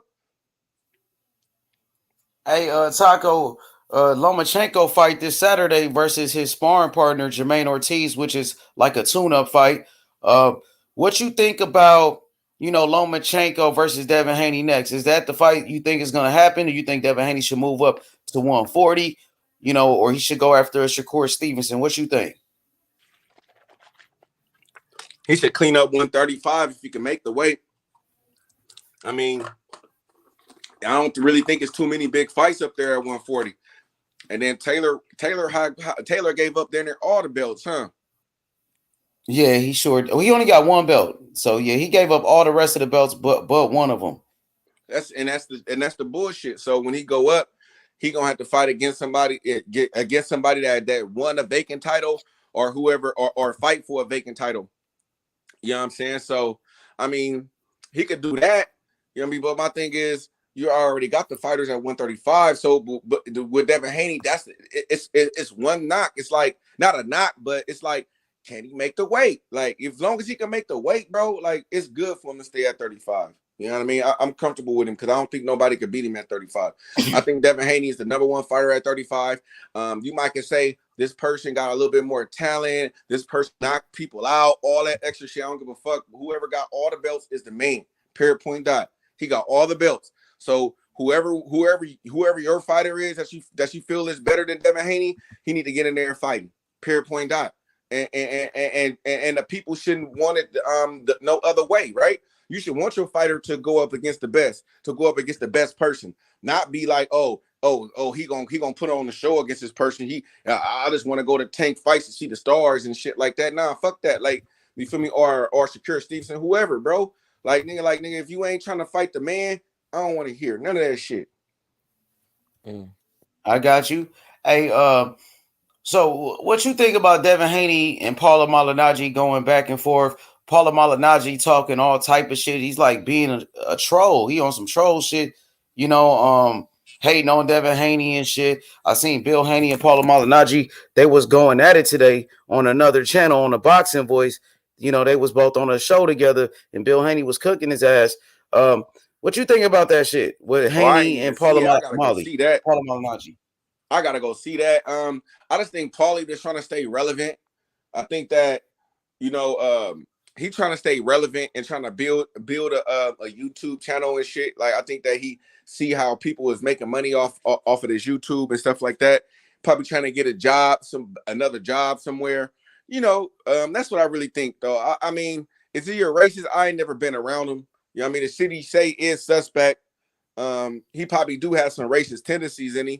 But I mean, I just that's how I just feel, bro. I just feel like he just trying to get some money, bro. I just feel like he just trying to get his channel out there, stay talking, controversy sells.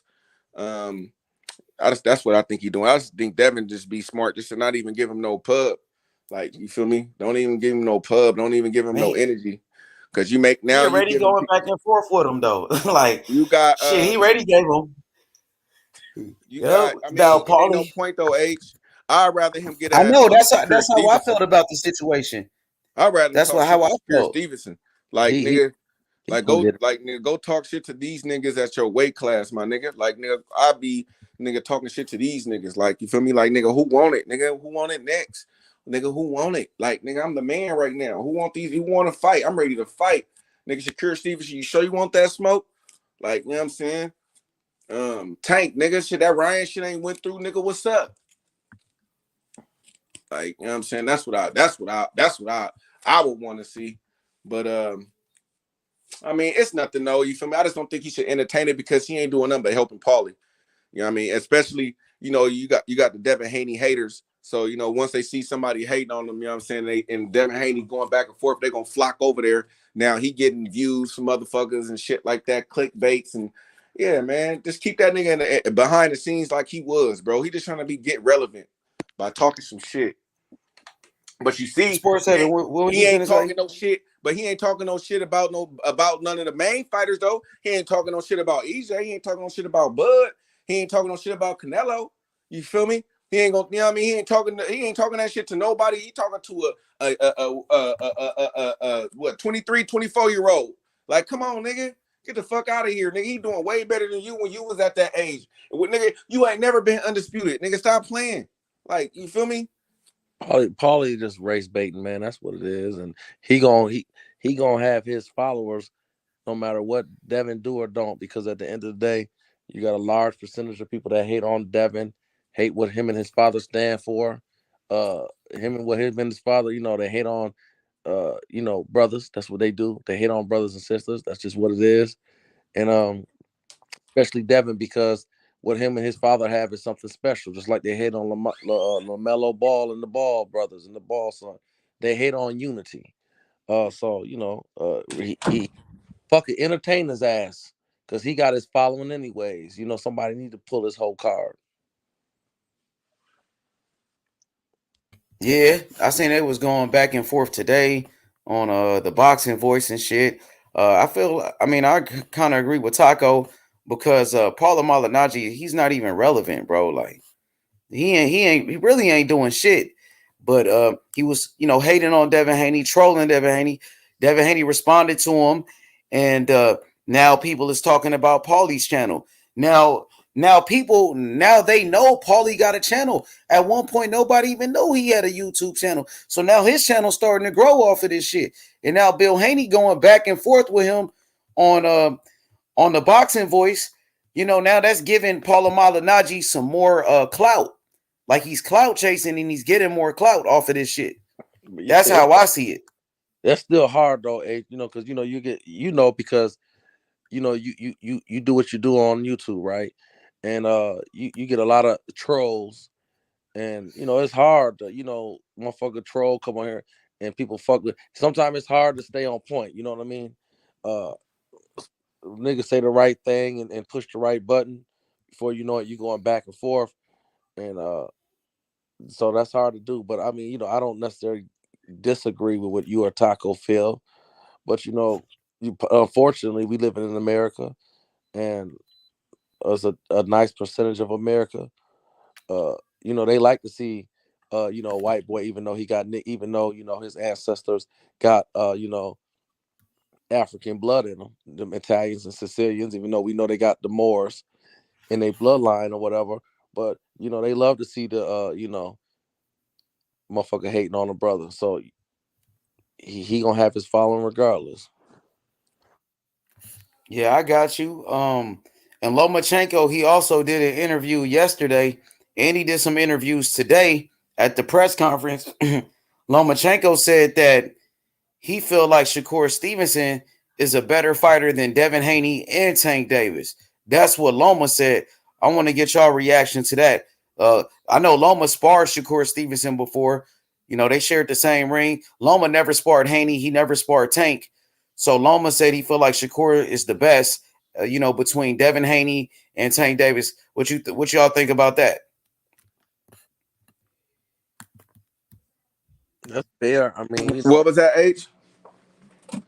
Lomachenko did an interview yesterday, and he did an interview today. He said he feel like Shakur Stevenson is, a better fighter than Devin Haney, and he said Shakur Stevenson was better than Tank. I mean, he's entitled to his opinion. You know what I'm saying? If that's the way he feel. I mean, he sparred against Shakur Stevenson, so he's speaking from a little bit of experience, but he never been in there with Devin Haney. So, I mean, that's fine. If he thinks that Shakur Stevenson is better than Devin Haney, that's fine. But we know when he get in there with Haney, he gonna whoop his ass. And if that was the case, if he was some easy work, or Shakur Stevenson so better, or whoever, why you didn't fight him when he was your mandatory? You shouldn't even accepted the franchise title. Like, you feel me? So my thing is that's another thing. So somebody that ain't that good, or you feel that you could beat, you ain't gonna try to find a way to duck him. You know what I mean? That's just my thing. You feel me? You ain't gonna find a way to get another title, so you won't have to fight the guy. So, but we gonna see when he if he win this fight, and if Devin Haney stay at fucking 135. See, him talking that stuff made me think maybe want Devin to say forget it. Now it's gonna be hard. I'm gonna make it hard for you to get undisputed now. Fucking drop the belts and just move up to 140. You feel me? Like, nigga, yeah, nigga, you go back and have to beat everybody. Let me let Shakur Stevenson get a belt. You know what I'm saying? You know what I mean? Let me let Shakur down. Then he gonna have to fight Shakur Stevenson. You know what I mean? Especially if Shakur Stevenson get a belt. And Bob will do that because that's an in-house fight. So, I mean, I don't think it's a knock. I'm a Tank fan, right? I respect Haney and I respect Shakur. I don't think it's far-fetched to feel like Shakur's the best of the three. I don't think that's some far-fetched thought process. I think you can make a strong assessment. I think a strong argument could be made that he's the better of the three. That don't mean that when he get in the ring, he gonna win though, because it's a fight at the end of the day. So you really don't know. They all elite. Hey, I got you, bro. I got you. Taco, I want to ask you, do you think Devin Haney should stay at 135 just to fight Loma? You know, do you think he should stay at 135 because Paula Malignaggi is saying that Devin Haney will never fight Loma? Paulie is trying to troll him. Do you think he should stay at 135 just to shut up Paula Malignaggi? Hell no. But that's what it sounds like. Like Paulie's doing all this talking. Paulie's saying, Devin Haney gonna duck Loma, I mean, even though Loma ducked Devin Haney. Because he want the easiest. He want the because he think that Devin Haney can be beat. He really think Loma could beat Devin, right? And then Lomachenko can become undisputed, right? So I think, and then what he was saying would be proven right. So I think that's why he's saying that. You feel me? Basically, it's almost like a dare. I dare you. Almost like one of I dare you to stay and try to fight, Lomachenko. And then he'll be proven right if Lomachenko was to win, but we all know he won't. But yeah, so that's what I think that's what that is. It's some little sneakiness in there. But my thing with Dev, I'm like, man, look, you done been at 135 for a long time. You a big boy. You know what I mean? I know he tired of freaking shrinking down, looking like a skeleton when he out there getting on the scale. So, if he want to move up, that's in his right. I think he should move up. You know what I'm saying? I agree. In my opinion, I think he should move up. You taking a chance, keep on staying down, with your body and stuff like that. And he's getting older too as well. Look, he want to stay at 135 to shut up Paula Malignaggi, because Paula Malignaggi is trying to say that he's gonna duck Loma. But we all know Devin Haney always wanted to fight Loma, and Loma ducked him and took the franchise belt.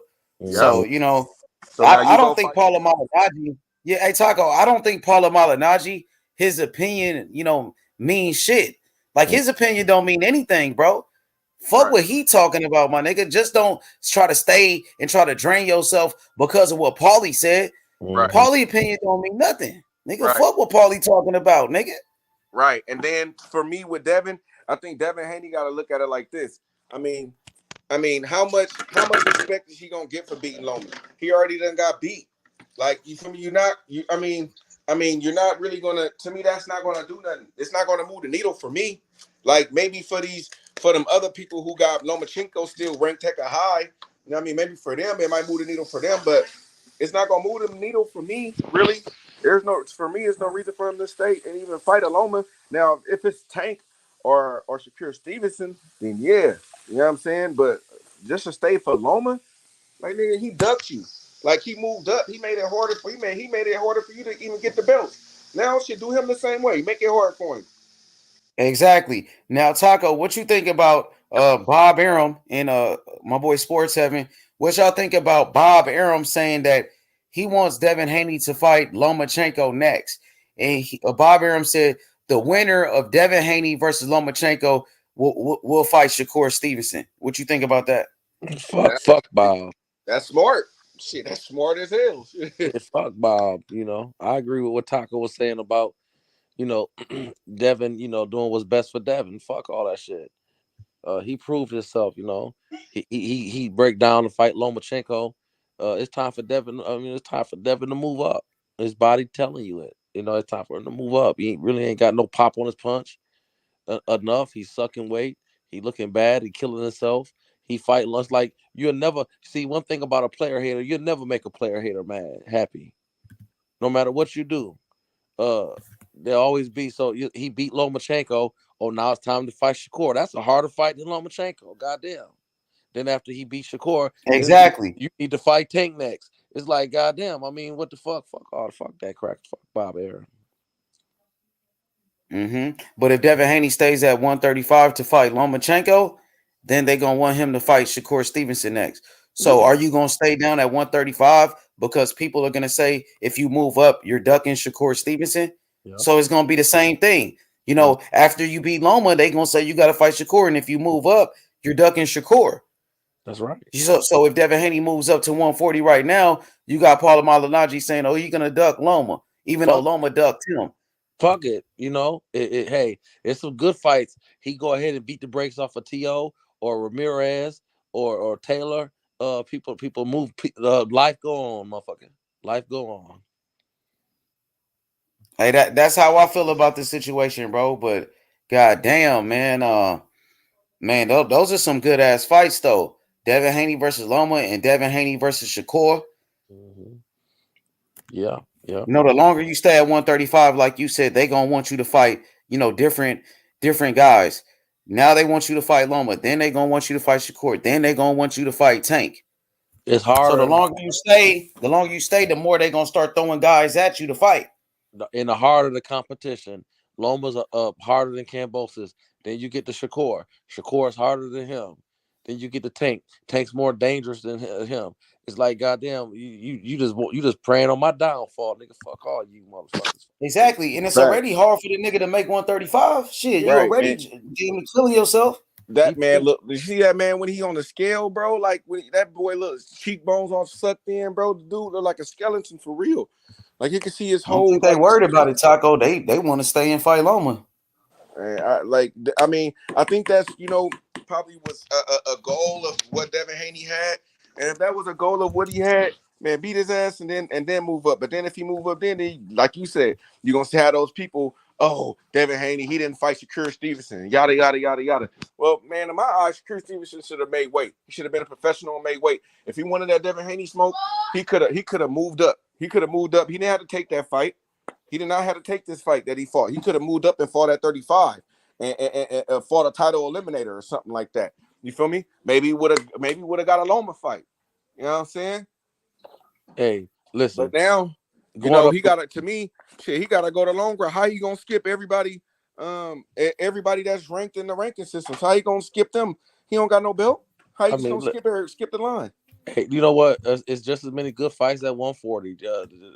At the end of the day, you got T.O., you got what's my man, the New Orleans brother Regis, you got Ramirez, you got Taylor. I mean, fuck all that bullshit. You got what's the name? The brothers, his brother just took a L, get paid, Gary, the Russell, you got the Russell boy. Yep. Man, fuck all that bullshit, nigga. You better take your ass up to 140. You go ahead and beat the brakes off of T.O. All that shit gonna shut up fast. I mean, that's what I told him. Oh, Gary lost? Oh no, Antonio, their other brother. Gary lost. You remember when Gary lost to the one dude with one arm? Remember when Gary had one arm that day? Yeah. His other brother lost though. Gary Antonio Russell. He got fucked up. But there's only one brother left that's undefeated, and that's Antoine Russell. He fight at 140. That's the one Sports 7 talking about who fought at 140. Oh, okay. Now I think Devin Haney, whoever got a belt, or whoever is fighting for a belt, so he should be a title eliminator. Like say for example, if he move up right now, nobody fought for a belt right now, so he should go for the he should go after the WBC. Fuck it, go after the WBC. You know what I'm saying? I think Regis and them fighting for that WBC. Regis and Zabeta. Then fight Regis and the winner of them two, and then become the WBC. I think the IBF is the one that's vacant. I don't think anybody got that IBF belt right now. So yeah, they got some belts, man, available. And I think I'm thinking that Josh Taylor and Jack Catterall, they about to do a rematch. And I believe Josh Taylor gonna drop that belt after that fight. After that fight, Josh Taylor will drop that belt. I think 140 is deeper. Hey, 140 is a deeper if he beat Taylor, now he beat Taylor, it ain't gonna matter now. You feel me? That's messed up. That is so messed up. You know what I mean? He should have been the undisputed champion at 140. Well, he could get one belt though, because Josh Taylor still got that one belt, so he got the WBO. But still, Ace, look how but look, he could have became a undisputed champ though. Look how they robbed him. I know. You're right. You're right about that. He could have been an undisputed champion, bro. They could have been fighting for the second time right now for the rematch to get all the belts back. If they would have did that, it would have made really Devin Haney path a little easier. But since Taylor did what he did, so they gave it to Taylor and then he dropped all the belts. Now it's a little bit harder for him, this pathway. But I think that he can still do it though. He can't do it and 140. Honestly, if we're gonna be all the way honest, if you really, paying attention to the sport, 140 a little deeper than 135, truth be told. Yep. Yeah, but they just don't have those big names like that, right? Like at 135, you got like superstars like a Tank Davis. You know what I'm saying? You had Ryan Garcia, But ain't Ryan Devin Haney. hey, ain't low key though, brother?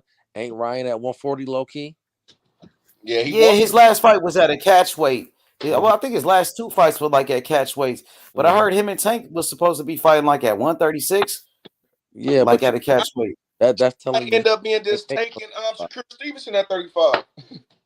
yeah, that's what it Yeah, is. eventually, if Devin Haney moves up, it probably would be like that. And you still got Keyshawn Davis around there, Yeah, he gonna be coming up soon. Loma. You still got Lomachenko. I think if he lose those, Lomachenko lose, I think he done. I mean, unless these commentators still gonna call him the best thing since Muhammad Ali. Still, I don't know. Look, if T.O. knock out Pedraza, which I don't know if I'm drinking that, but it's possible. If T.O. was to knock out Pedraza, that would make him. I think that would put him back in his, position. Oh yeah, T.O. Yeah, T.O. is a big name. Well, he was a big name. He still kind of is a big name, but he kind of lost his buzz after he lost to Cambosis. But T.O. people still, fuck with T.O. And Haney versus T.O. still a big fight for sure. So, H, if T.O. is to knock out Pedraza midway through mid rounds, how do you think that would elevate him? He'll get some momentum. Like that'll help build his confidence, and I think that'll be a good win too, because Tank Davis is the only person to knock out Pedraza. Nobody else stopped him. Jose Ramirez couldn't stop him. Jose Zabeta couldn't stop him. And Richard Comey couldn't stop him. Even Lomachenko couldn't stop him. So if T.O. could do it, that'll be pretty good, But yeah, I think that's good for his building him back up. To be honest, but he is like Tank Davis leftovers. To be honest, I got you. I respect that. Yeah, but it's still a decent win because Pedraza is like a 2-time world champion. It's cool. It's not that bad, bro. And I stress knockout, not just beat him. I'm not talking about just beating him. Oh, the knockout would be good because only Tank knocked him out. He only got knocked out one time. Hey, but he not a bomb. He just a solid fighter. You know what I'm saying? Like you just have some fighters that's just a little bit of solid. They can't reach certain levels as other fighters, but they still just good fighters. Mm-hmm. Is a decent fighter. He should get credit for that. Yeah, but Devin Haney and T.O. still a big fight though, bro. That's why you go up to 140, you got to fight up there with T.O. And T.O. beat Loma. You want to stay at 135 to fight Loma, who got beat by T.O. You can move up to 140 and fight the guy that beat Loma, Teofimo. Exactly. Especially that'd be if he come up and get a belt too, Haney, and then T.O. get a belt, it makes it way more bigger. Exactly, bro. And I think he will be way more healthy at 140 pounds. It's like I don't know if Devin Haney is really 100% at 135 cutting weight like that, my nigga. And like a guy like Lomachenko who started off at 126, Lomachenko is a little guy for 135. Lomachenko, even though I think Devin Haney will beat Loma, but Lomachenko is hydrated at 135. Like that nigga ain't weight drained. He in good shape at 135. Same thing with a Shakur Stevenson. Shakur Stevenson, he came up from 126. That nigga moving up in weight. That nigga's getting stronger moving up in weight. Haney he's dehydrating himself. He killing himself to make weight. That takes something out of him, bro. You want to be at an even playing field when you fight in top competition. When you dehydrate yourself, you're taking away from your muscle. You take away from your strength. Period. Take away from your muscle. You take away from your legs. All of that. You take away from your cardio, your stamina. While these guys, they more healthy at that weight class. So that's something you got to think about, bro. Yeah, you low key sick at that weight.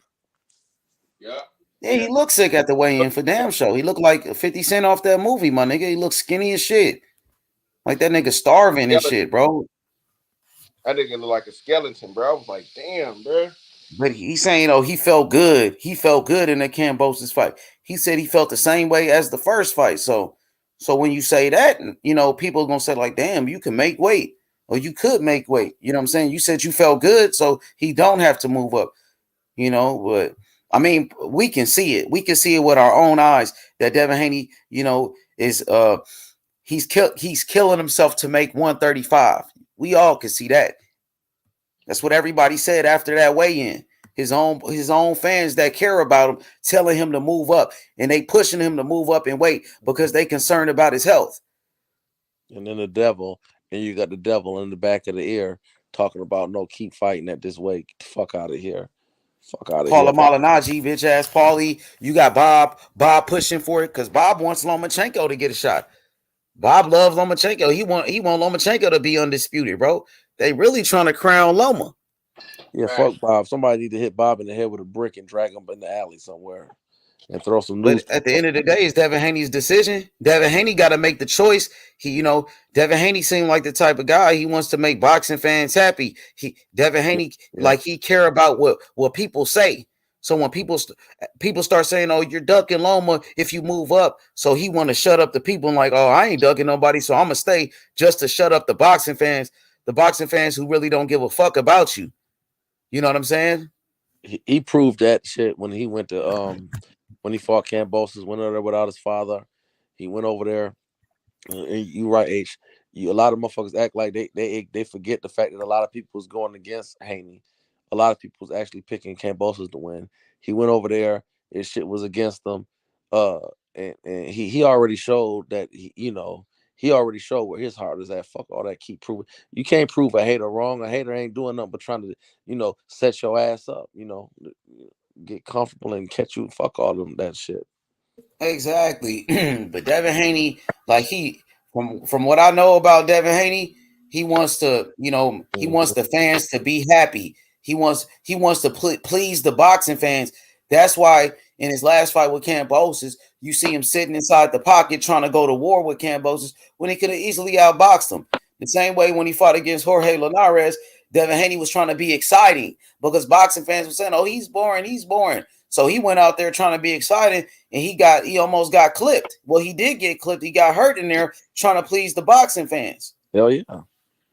Yeah. And that's what happened. Eventually, you remember the movie back in the days, what was that, with David Wayne, what the White Hope with Samuel L. Jackson. The Great White Hope. You remember David Wayne got knocked out at the end by the brother. That one nigga.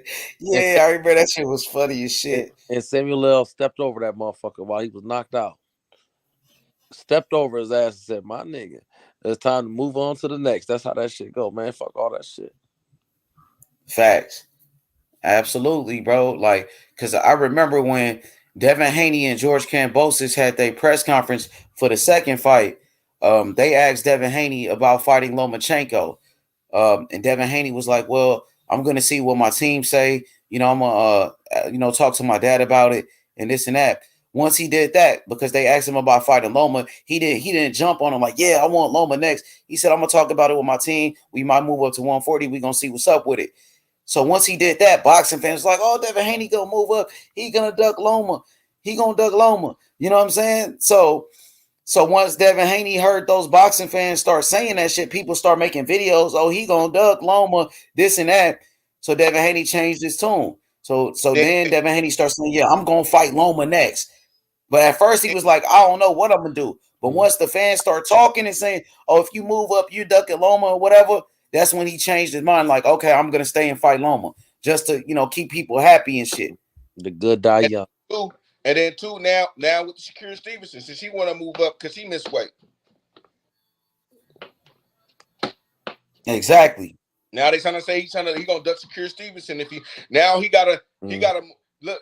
And this is the double. And I don't mean to bring this back up. This is the double standard that I'll be talking about.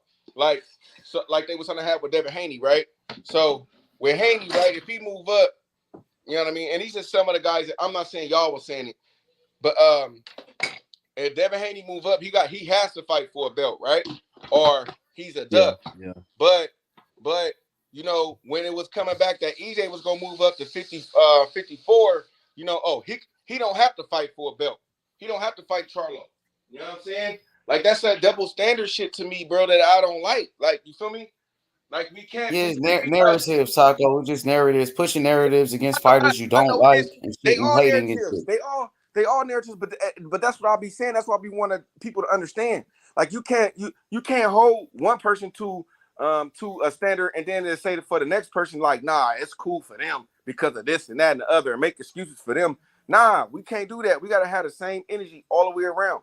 You know what I'm saying? Devin Haney move up to 140. If he fight for a vacant title, if he fight a big star, it doesn't matter. He could move up. That is his right to move up. He don't have to stay down and kill himself to move up. And he shouldn't be called a fucking duck. He didn't get no fucking franchise title to move up. He didn't have no mandatories that he had to fight or nothing like that. Shakur Stevenson is mandatory. You know what I'm saying? Or nothing like that. He wasn't ordered to fight nobody or none of that shit right now. Lomachenko got to fight. So if he move up right now, if he come out and say, "Hey man, I'm moving up right now, I'm good," and then it is what it is. Even after the fight, if he do it, if he move up, he move up. Period. Point God. He's the undisputed champion of the world. You don't have to prove fucking nothing. That's the proof. Facts. He's already the undisputed champion. He got all the belts and he defended his titles, bro. Right. So Devin Haney beat the man. He beat Kambosos. Kambosos the man that beat Tio. Tio the man that beat Lomachenko. So you want to stay at 135 just to fight Loma, who got beat by Tio, and Tio got beat by Kambosos, and then you beat Kambosos. Nah, bro, it don't work like that, bro. That's why you got to do what makes you happy. You can't do what people want you to do. Fuck that. These people, they don't give a fuck about you. They really trying to set you up. They really want you to lose. And when you beat Loma, they ain't gonna give you no credit anyway. They gonna say you beat Teofimo Lopez leftovers. Yeah, the graveyard and prisons is full of brothers that try to prove another nigga. Yeah, fuck that shit. I know, but that gonna be his decision at the end of the day, man. I try to tell him like, yo, you ain't got to prove nothing to nobody. You already the undisputed champion. You already accomplished everything at 135 pounds, bro. So that was time to move up and, you know, go for a 2-time undisputed. But, you know, they pushing for that Loma fight. You got Bob pushing for it. You got Paula Malignaggi, bitch ass. He's a nobody. He pushing for it. But, you know, for some reason they want to shut up Paulie and shit. Yeah, you know, but you know what? It is what it is. One thing about the thing I love about, and this was, you know, even when I first came on your show, H, I love Haney and Bill's relationship, right? I love that father-son, and I think that's why Haney gets so much hate, because his father and him, they do it their way, right? And I think at the end of the day, Bill love his son. And, you know, Bill do what he got to do to make shit hype. And, you know, he get crump too. And he let Devin make the decision. But I think at the end of the day, Bill going to tell him, son, fuck these motherfuckers. I don't think Bill going to, I think Bill is a wise enough brother and a smart enough brother. He not going to allow his son to make a bad decision. And that's what that's where a lot of Devin's success come from, because his father loved him and his father, is a very wise man. I don't think Bill gonna allow his son to make no dumb decision trying to prove to another motherfucker. Yeah, but Bill, he listened to what people say. Like, he listened to the show. You know, he listening to what Paulie is saying. He listened to what all these haters is saying. You know, and I try to tell him, like, bro, fuck what they talking about. You ain't gotta, you know what I mean? Don't listen to what these haters gotta say. Stop watching these haters' videos, bro. But, you know, the way he is, he listen to everything. You want to prove people wrong, you know. So, you know, they going to make their own decision at the end of the day. But, you know, they're going to make their own decision, bro. You know, H, one thing is, like with you, I noticed you always keep it funky, right? And the thing about, and that's why you're so successful, right? That's why you're having so much success, because you keep it real. One thing about things in life is, like, you can argue with a motherfucker or debate with a motherfucker, because I'm in management, right? You can debate with some people, but this is where the separation comes. When you go home and you think about the debate or the argument or the disagreement, and you sit there and you say, man, that motherfucker, but then you start to replay the argument or the debate in your head, and you start to think about it, if you are a person that's successful, you will sit there and you'll say, you know what? I don't like how that motherfucker, I don't like what he said, but he or she, they were right about this and this. And then you'll take that and you'll make your adjustment. Because life is all about adjustments. So even though Bill might get caught up in the hype and get caught up in shit, when he's sitting down here in his bed at night and he looking up in the ceiling, because successful people, they eat, sleep, shit what they do. That's how you successful. You eat, sleep, and shit this box of shit. So when you sitting up at night in your ceiling and you're looking at the ceiling thinking about what you're gonna do tomorrow, and you think about all of the conversation and debates and the thoughts and stuff, you look up at the ceiling, you make your adjustment. And I think at the end of the day, I trust that Bill gonna make the proper adjustment for Devin. Man, absolutely, bro. And EA Loop in the chat, he says, the thing is, if he moves up, it's like he didn't do anything. Bro, what the fuck is you talking about? He made history. He's the first 4-belt undisputed champion at 135 pounds. He said, because none of y'all thought Kambosos was the top dog. Kambosos beat the shit out of Teofimo Lopez, your favorite fighter. You love Teofimo Lopez. George Kambosos beat the shit out of Teo, and Teo was supposed to be the #1 lightweight. George Kambosos was the unified lightweight champion. He was the lineal champion, nigga. Now, you was all up on Teo dick when Teo beat Lomachenko. You was all up on Teo nuts when Teo beat Lomachenko. Then George Kambosos beat the shit out of Teofimo Lopez. He almost killed his ass. Teo said he almost died after that fight. So you wasn't saying that shit when your boy Teofimo Lopez got fucked up by George Kambosos Jr., right? Okay, then. Because Kambosos was the top dog when he beat Teo, nigga. And Teo ducked the rematch. Kambosos, he said, let's do the rematch. And Teo said, no, he didn't want no smoke. He went to go fight a bum at 140, nigga. So make that make sense. Since you want to take away from Devin Haney's win over Kambosos, even though Kambosos beat the shit out of your favorite fighter, Teofimo Lopez, had that nigga in the hospital for fucking weeks. He almost died, nigga. All right, then. Quiet like a motherfucking church mouse, just like Teo. I ain't heard from Teo ever since he got his ass beat. You wasn't saying Kambosos wasn't shit when Kambosos had Teofimo Lopez all bloody and shit. When he dropped Teo ass in the first round, dropped his ass, why he couldn't drop Haney? I thought Haney didn't have a chin. I thought Haney was chinny. I thought Haney couldn't take a punch, nigga. Okay.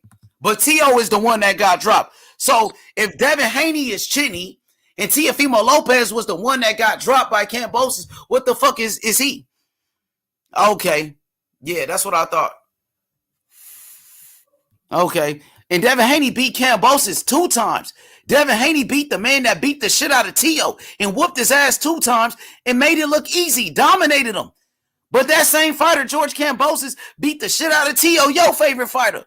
Had his ass in the hospital. That nigga almost died. He almost killed his ass, nigga. Kambosos almost he was almost ready to do Haney like Tyson did Lennox after Lennox whooped his ass to wipe the sweat from his forehead and kiss him on his forehead. Hey, I remember that shit. I couldn't believe it. Tyson went from trying to kill. He said, I want to eat his kids. I want to do this and that. And now this nigga wiping the blood off his face, nigga. That nigga, man, Lennox Lewis beat the brakes off that, man. And kissing his forehead. Kambosos said, you're God. You're the pound for pound. All praise to Devin Haney. Get the fuck out of here. Yeah, man. I really want to see the best fight the best. But another thing is this. So if Devin Haney stay at 135 to fight Loma, then, Bob Arum is already telling Devin Haney, to fight Shakur Stevenson.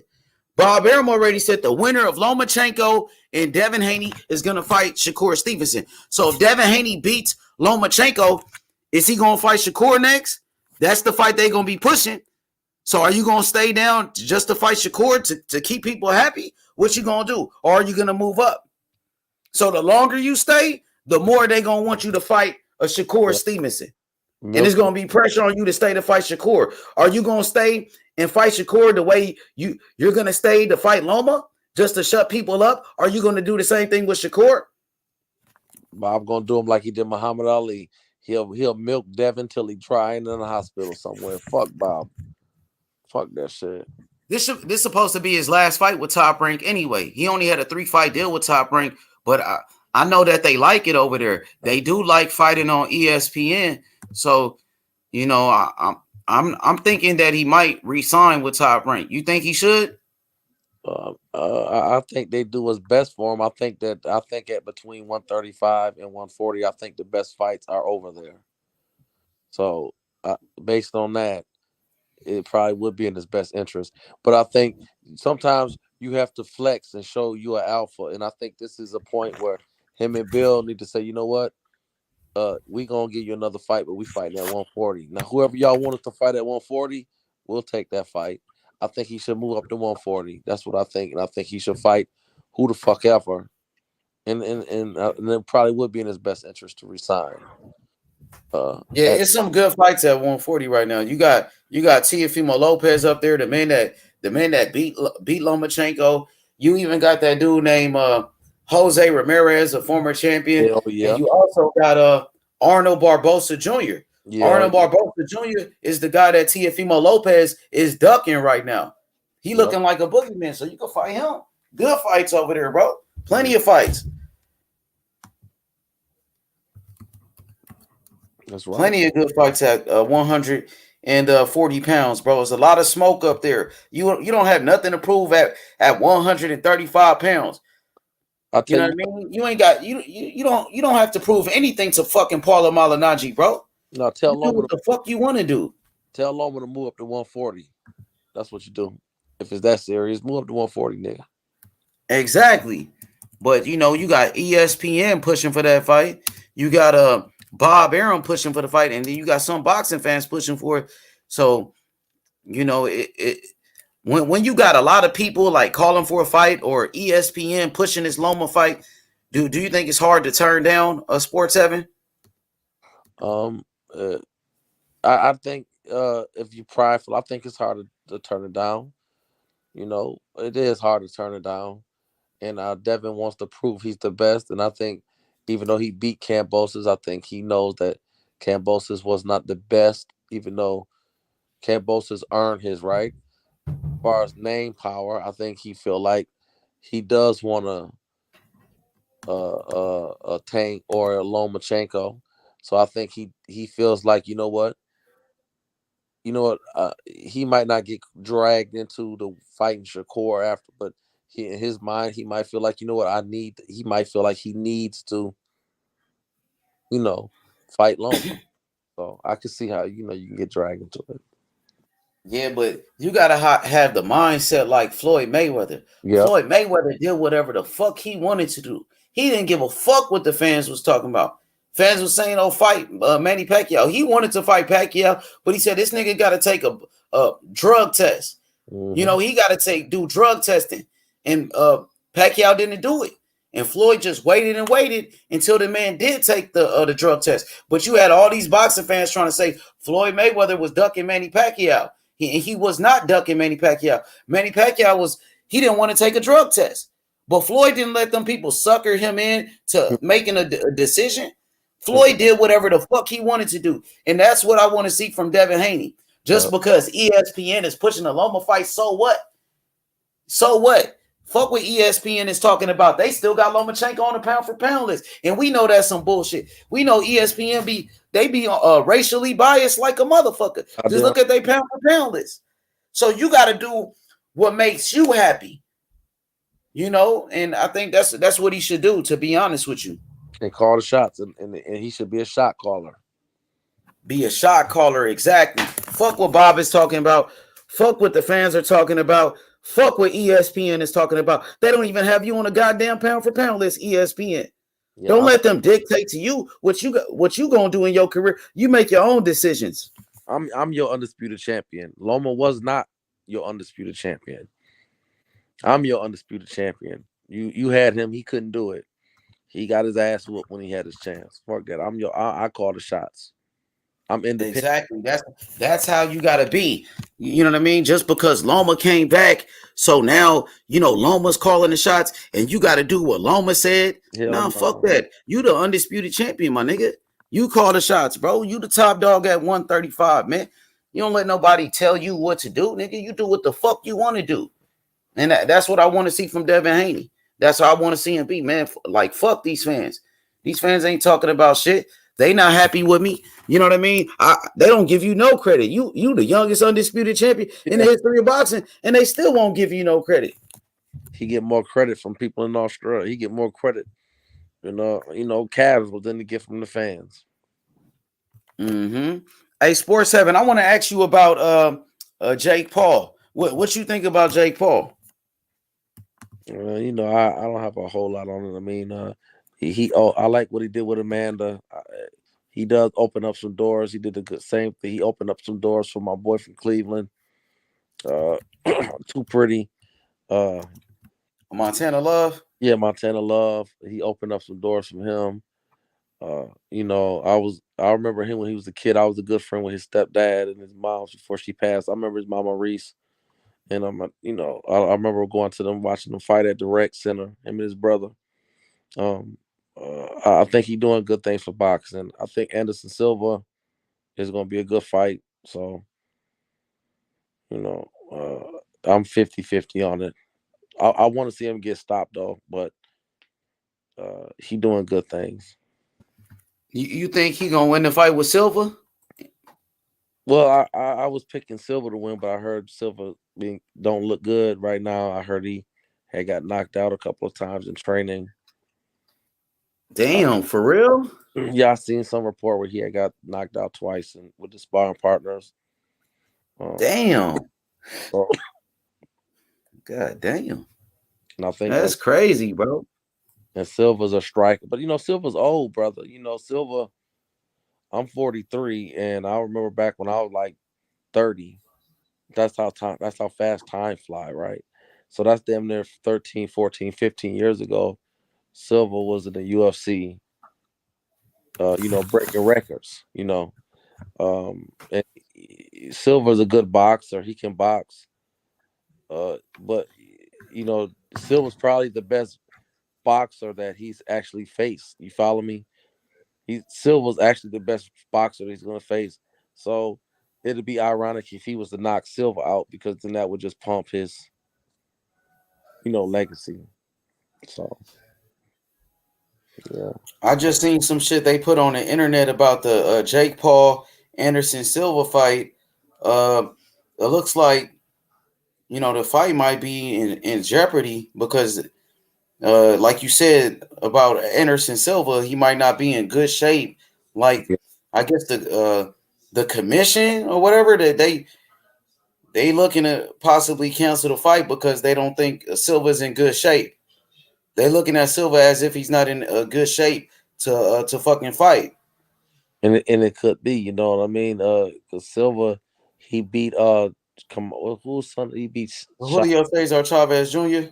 Yeah, and and I mean he outboxed him, and so like Paul, I don't think Paul is as good as he is. Chavez is Jr. So for me to hear he get knocked out, it might be health issues going on with him.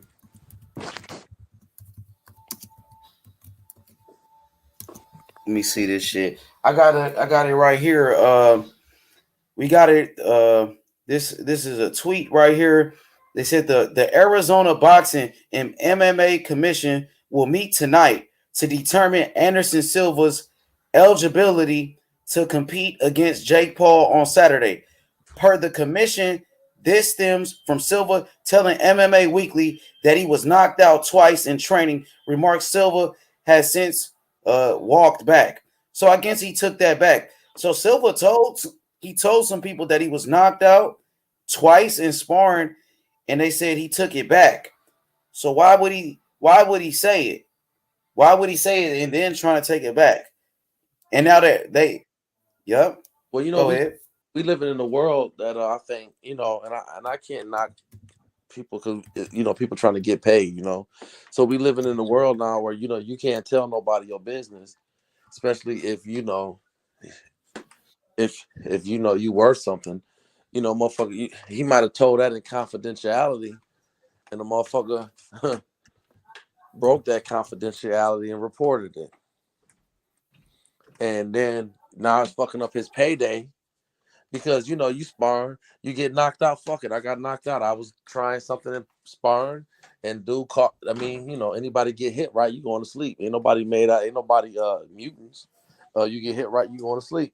And he might have said it in confidentiality and they done spread it out. So then it was like, oh, they finna fuck up my money. Oh, no, that didn't happen.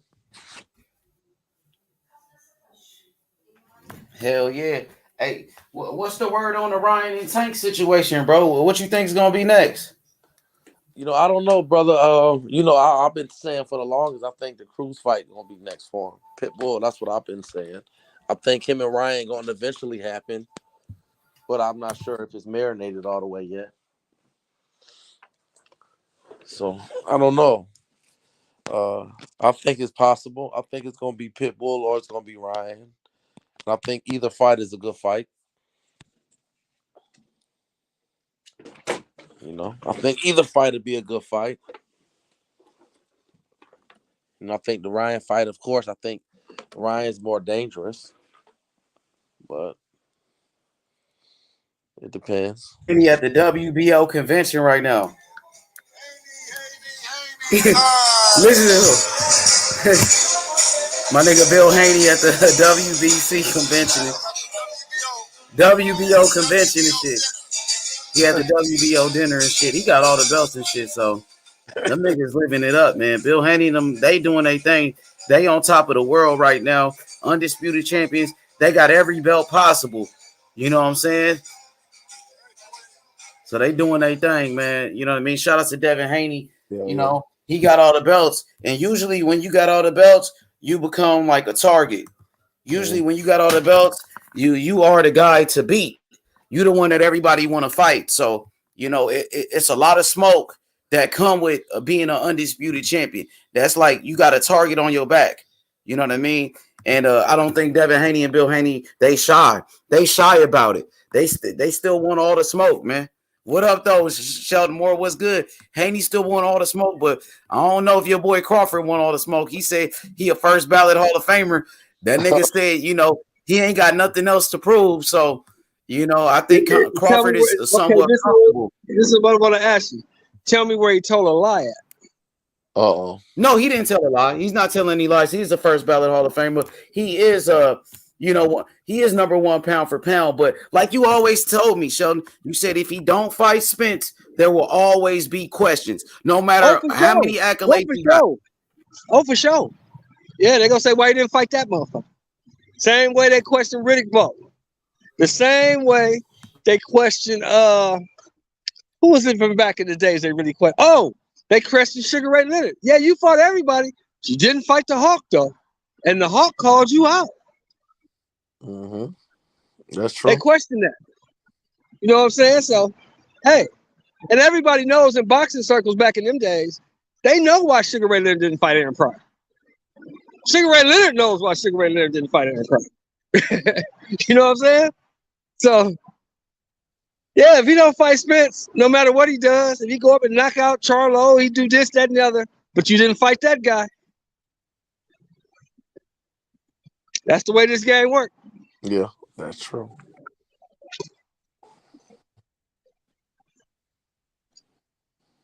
I heard you cooking on Haney there for a minute. Yeah. Yup.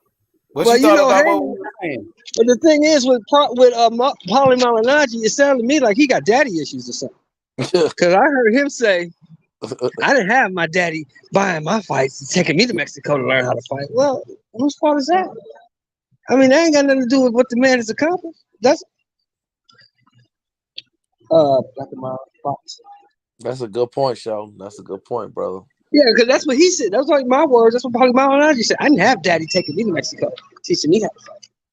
Okay, so sounds like you hating because the man's father gives a shit about it. So they hate him because he a nigga and you got a daddy too? Oh Yeah. no. Oh, That's what it sounds like. I mean, why would you even bring that up? Why does that matter? What we talking about now is Haney being the undisputed champion. You said Haney you was on that same bullshit. Paulie Malignaggi talking about he's an email champ. I never got the belt mailed to me.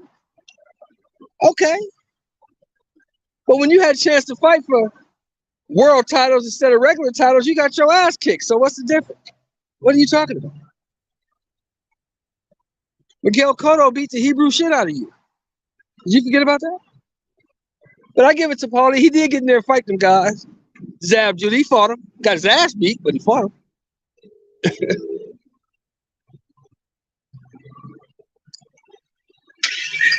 And you know, you hear a lot of these pundits and Hall of Famers and old-timers, you know, people say they're jealous.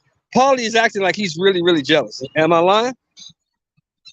Oh, hell nah, man. Paulie ain't shit, bro. Paulie's not even Paulie's acting relevant like no he's more. jealous, man. Because he ain't gonna have nothing good to say about Haney. Well, I thought you didn't think Kambosos was gonna win that fight. You didn't think Kambosos was gonna win either of those fights. But you just had to say it because you couldn't stand Haney so much. Hey, but a lot of people was picking him in that first fight, show, nigga. After he beat T.O. ass like that, they thought Kambosos was the man, nigga. But what did I tell you about T.O.? What did I say? Oh, yeah, you always said, like, T.O. really wasn't that you said he wasn't shit, really. He ain't shit. You was like, he only had one win against Loma. One win. You trying to live off that one win for the rest of your career. It doesn't work that way. You got to beat somebody else now. Now you got to beat somebody else. And even in You that can't just fight, be one guy. and even in that fight, Shelton, that fight that he lost, I thought you could tell the difference in skill level in that fight because I was watching that fight with my wife, and when he dropped Kambosos, I said, "Oh shit, he done caught up with his ass." Right. But thank you. Yeah, have a good one. Yeah, he caught up to him. But see, the problem with Teofimo is, for me, I'm not speaking for nobody else. For me, the problem with Teofimo is Teofimo fights one way. He don't know how to fight, but one way. He's not good off the back foot. He doesn't use angles. He's coming at you, throwing a bunch of punches, using speed and power. That's all he can do.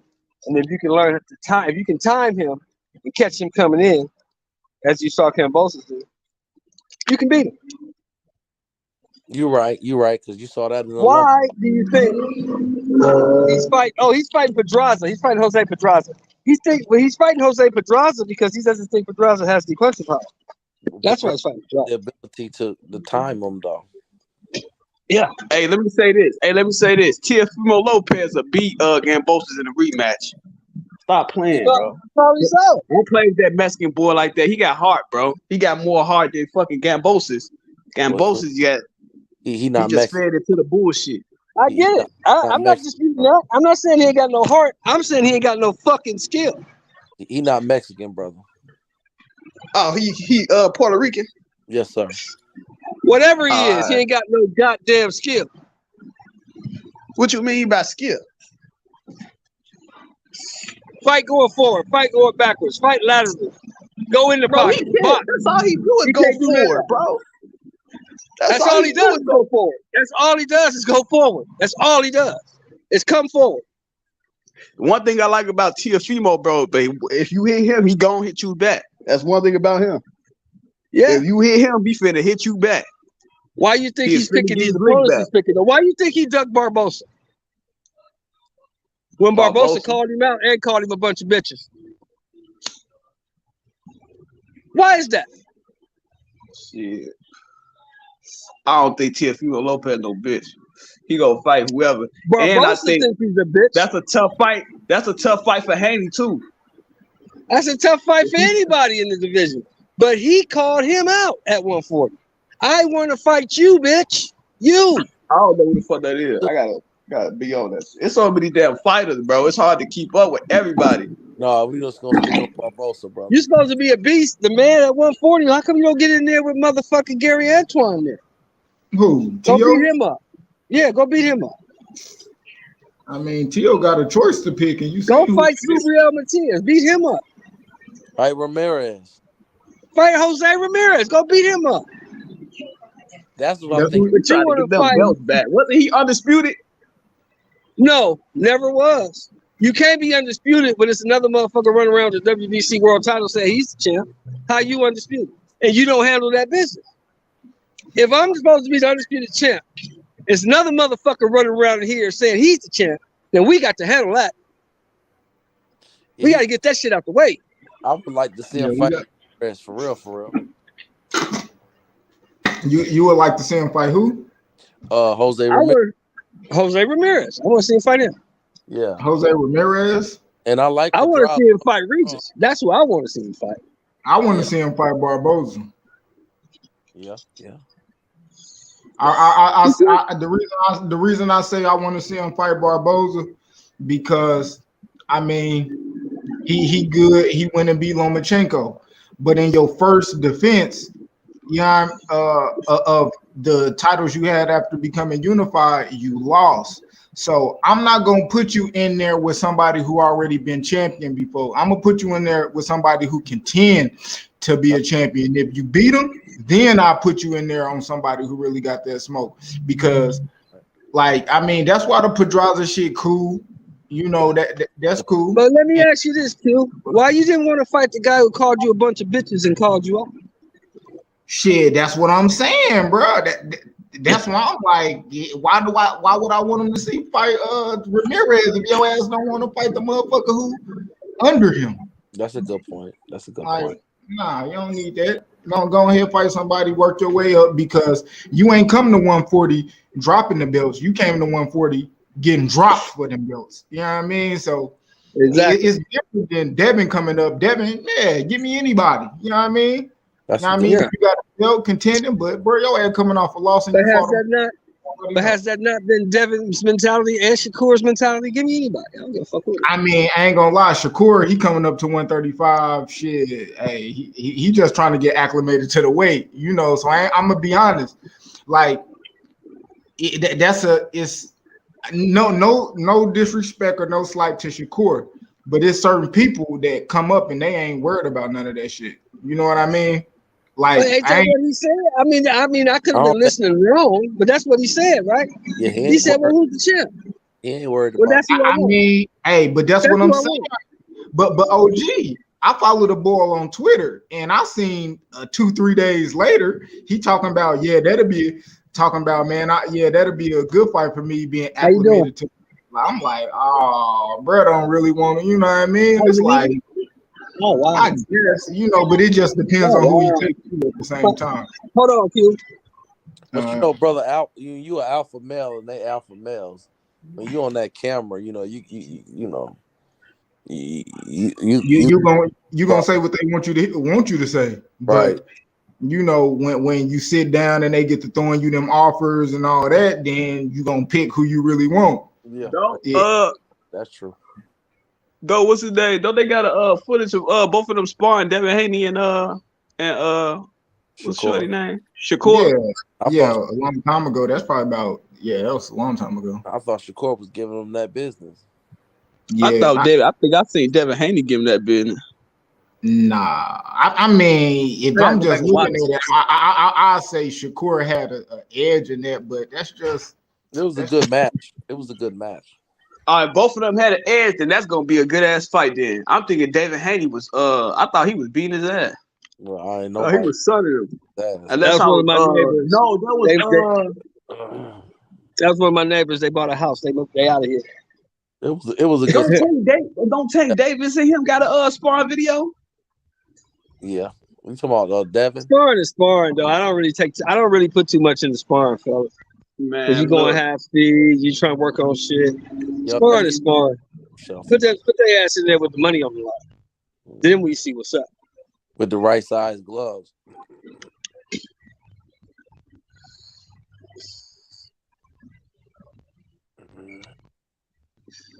A lot of people got beat up in sparring. Ali used to get beat up in sparring. Did that matter? One good punch changed the whole game. Wait a minute. Ain't no wait a minute, nigga. You said what? Nigga be like, wait a minute, hold on, wait a minute, ain't no wait a minute. I said Ali used to get beat up in sparring. Did that matter, kid? Nah, hell no. See, that's hard to. I don't know. Did he get beat up? I ain't never. Man, bro, it ain't not one motherfucker who ain't got their ass handed to him in sparring, and that's a fact. Yeah, everybody. I don't know. Hey, let me say this. He's Hey, let sparring me Ron ask y'all Lyle. He's this. sparring This Larry just Holmes. He's sparring these guys. speaking of These are guys he's speaking of sparring with. Muhammad Ali. You think Tyson Fury will give Muhammad Ali that No, work? no. No, Oh, no. no. Too fast. I'm just being real. I want to think Muhammad Prime Ali will win. Prime Ali will stop him. He's too fast. What, do you want to keep it all He'll the way stop real? Tyson Fury. If you want to Stop keep him. it one, if you Bro, want to, bro, you like Tyson Fury Muhammad because he Ali do from the shit Ali 1961 was No, doing. I'm a Muhammad Ali 1967 fan, will bro. I was knock in the shop. I him don't want to out. think Tyson Fury will win. well, you got to keep it all the way 100. Deontay had Now, the Tyson Ali won from 70 to 79, he might have a little action. But the Ali from 61 to 67, he has no shot. the motherfucker that beat Sonny Liston. Huh? You got to remember, man, Tyson Fury, he as good as he is. That guy's too fast, man. I ain't gonna even get into That controversy, but guy one from or two 61 to seconds 67 is too goddamn fast. by Deontay, you extra 1 or 2 seconds, he got knocked out twice. You can make that argument.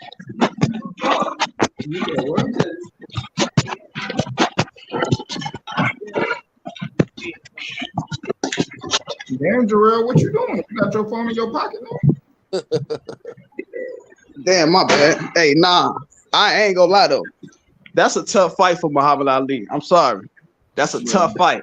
If he lost against if he what was his name, Ken Norton, I had watched that fight. I'm like, damn, Muhammad Now, Ali. what did I say? Now, what did I say?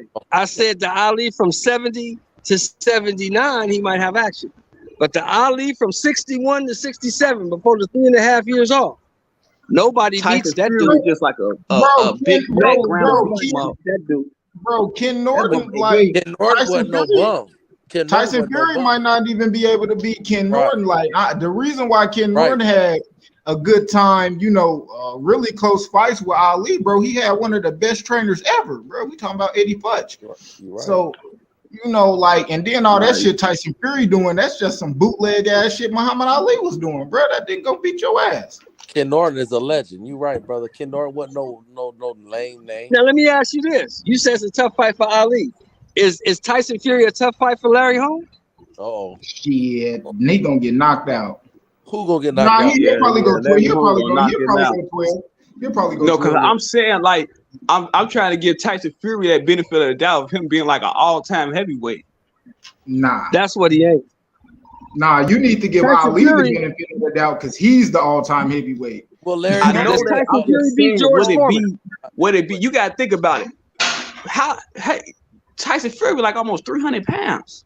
If they made weight, I mean, it's not. I don't know, bro. Because Muhammad Ali do got that head movement. He do got that head movement. But then he got them feints. Muhammad Ali had them feints too. Let's educate him, Q. Let's educate him. How big and tall was Cleveland Williams, Q? You talking? Yeah, that's shit over with. Hey, Muhammad Ali not. Yeah, Muhammad Ali not 260 pounds. Yeah. How many rounds did he last, Q? What was like 3, 6, 3, 6? 3 rounds. 3 rounds. Uh-oh.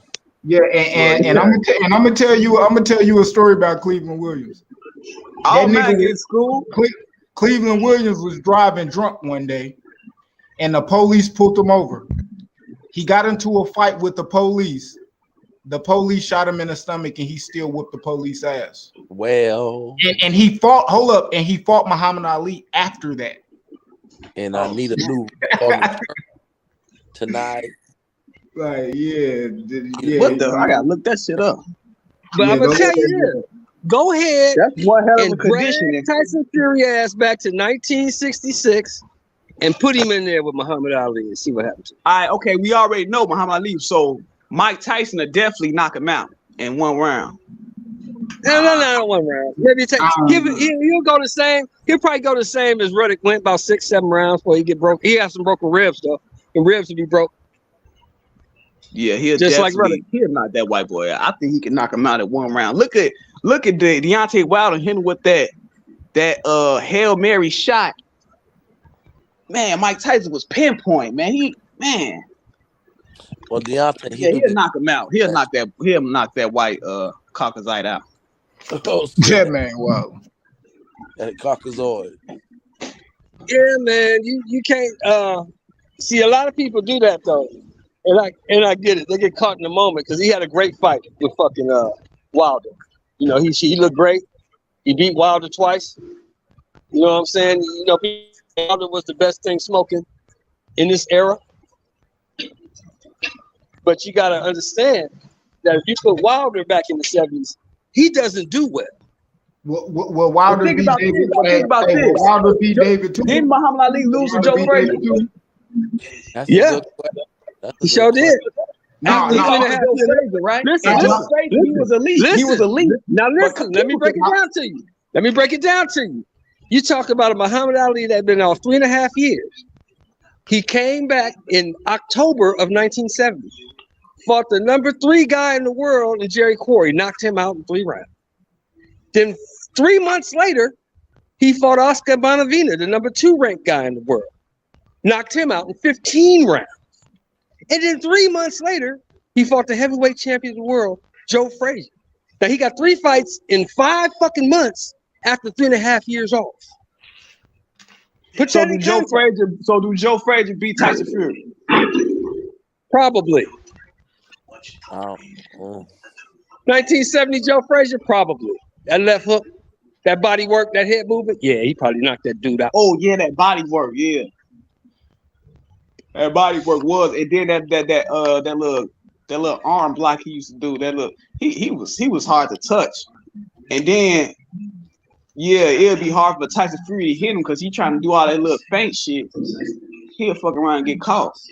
Shit, you talking about one of the best left hooks in ever boxing? Yeah. Ever. In the heavyweight division. Yeah. Ever. Who had the deadly left hook? Who was that dude that died of AIDS? He was on Rocky. Oh, Tommy Morrison? Yeah, but he didn't have Yes. no chin. He had a monster left hook though. Yeah. No chin. That motherfucker had, and then he was gonna fight. He was gonna be. He was like a light heavyweight, and they said he was gonna fight Mike Tyson until he got. I guess he got sick and all that. No, he was gonna fight Tyson until he fought what's my man named the Marine? Mercer. He fought Ray Mercer and got destroyed. Oh yeah, he did. That's when he was like he got killed. It like he almost died. That fight when like he almost died. Yeah, Ray Mercer destroyed his ass. One of the nastiest knockouts ever. Bro, he looked like he died because he was knocked out standing up, right? I think what I remember. Yeah. The ref couldn't get there in time. He took 3-4 extra shots he shouldn't have took. Yeah, Faxcon Shawnery on me. That boy Cleveland Williams was a motherfucking hey, Muhammad Ali said the nigga had muscles on his eyelids. Cleveland Williams. It's crazy how good them boxers was back then. It seemed like every boxer back then to beat these lame ass boxers nowadays, bro. You know why? I mean, because them dudes could box. Them dudes knew the science of boxing. They could box. I'm talking about even in the 70s and the 60s. Yeah, that's like they would just build that. They would build different, bro. The environment, bro, and the food was real. And they could you, not just that. Them guys, like, oh instead my of training, God, the like, guys had teachers. That's cool.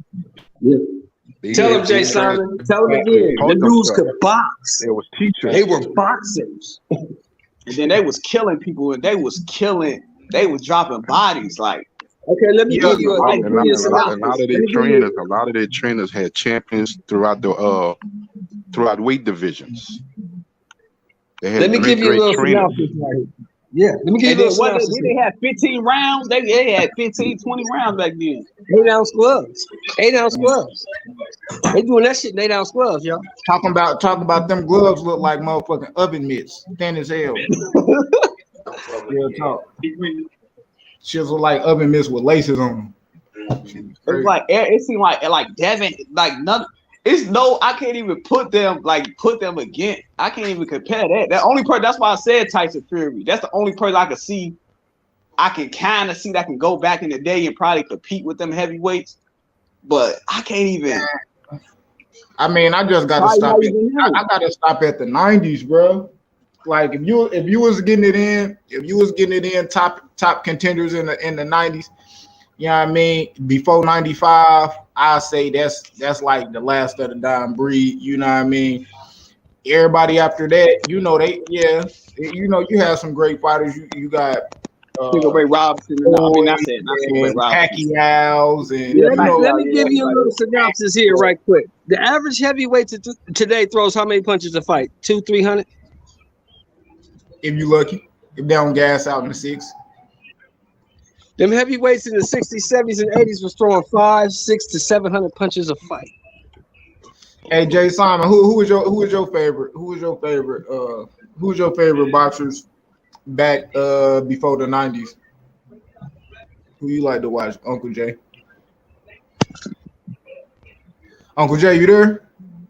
Am I still in? Yeah, you still there. Yeah, you still there. I guess Uncle Jay Simon doing something. A lot of them fighters today, Q.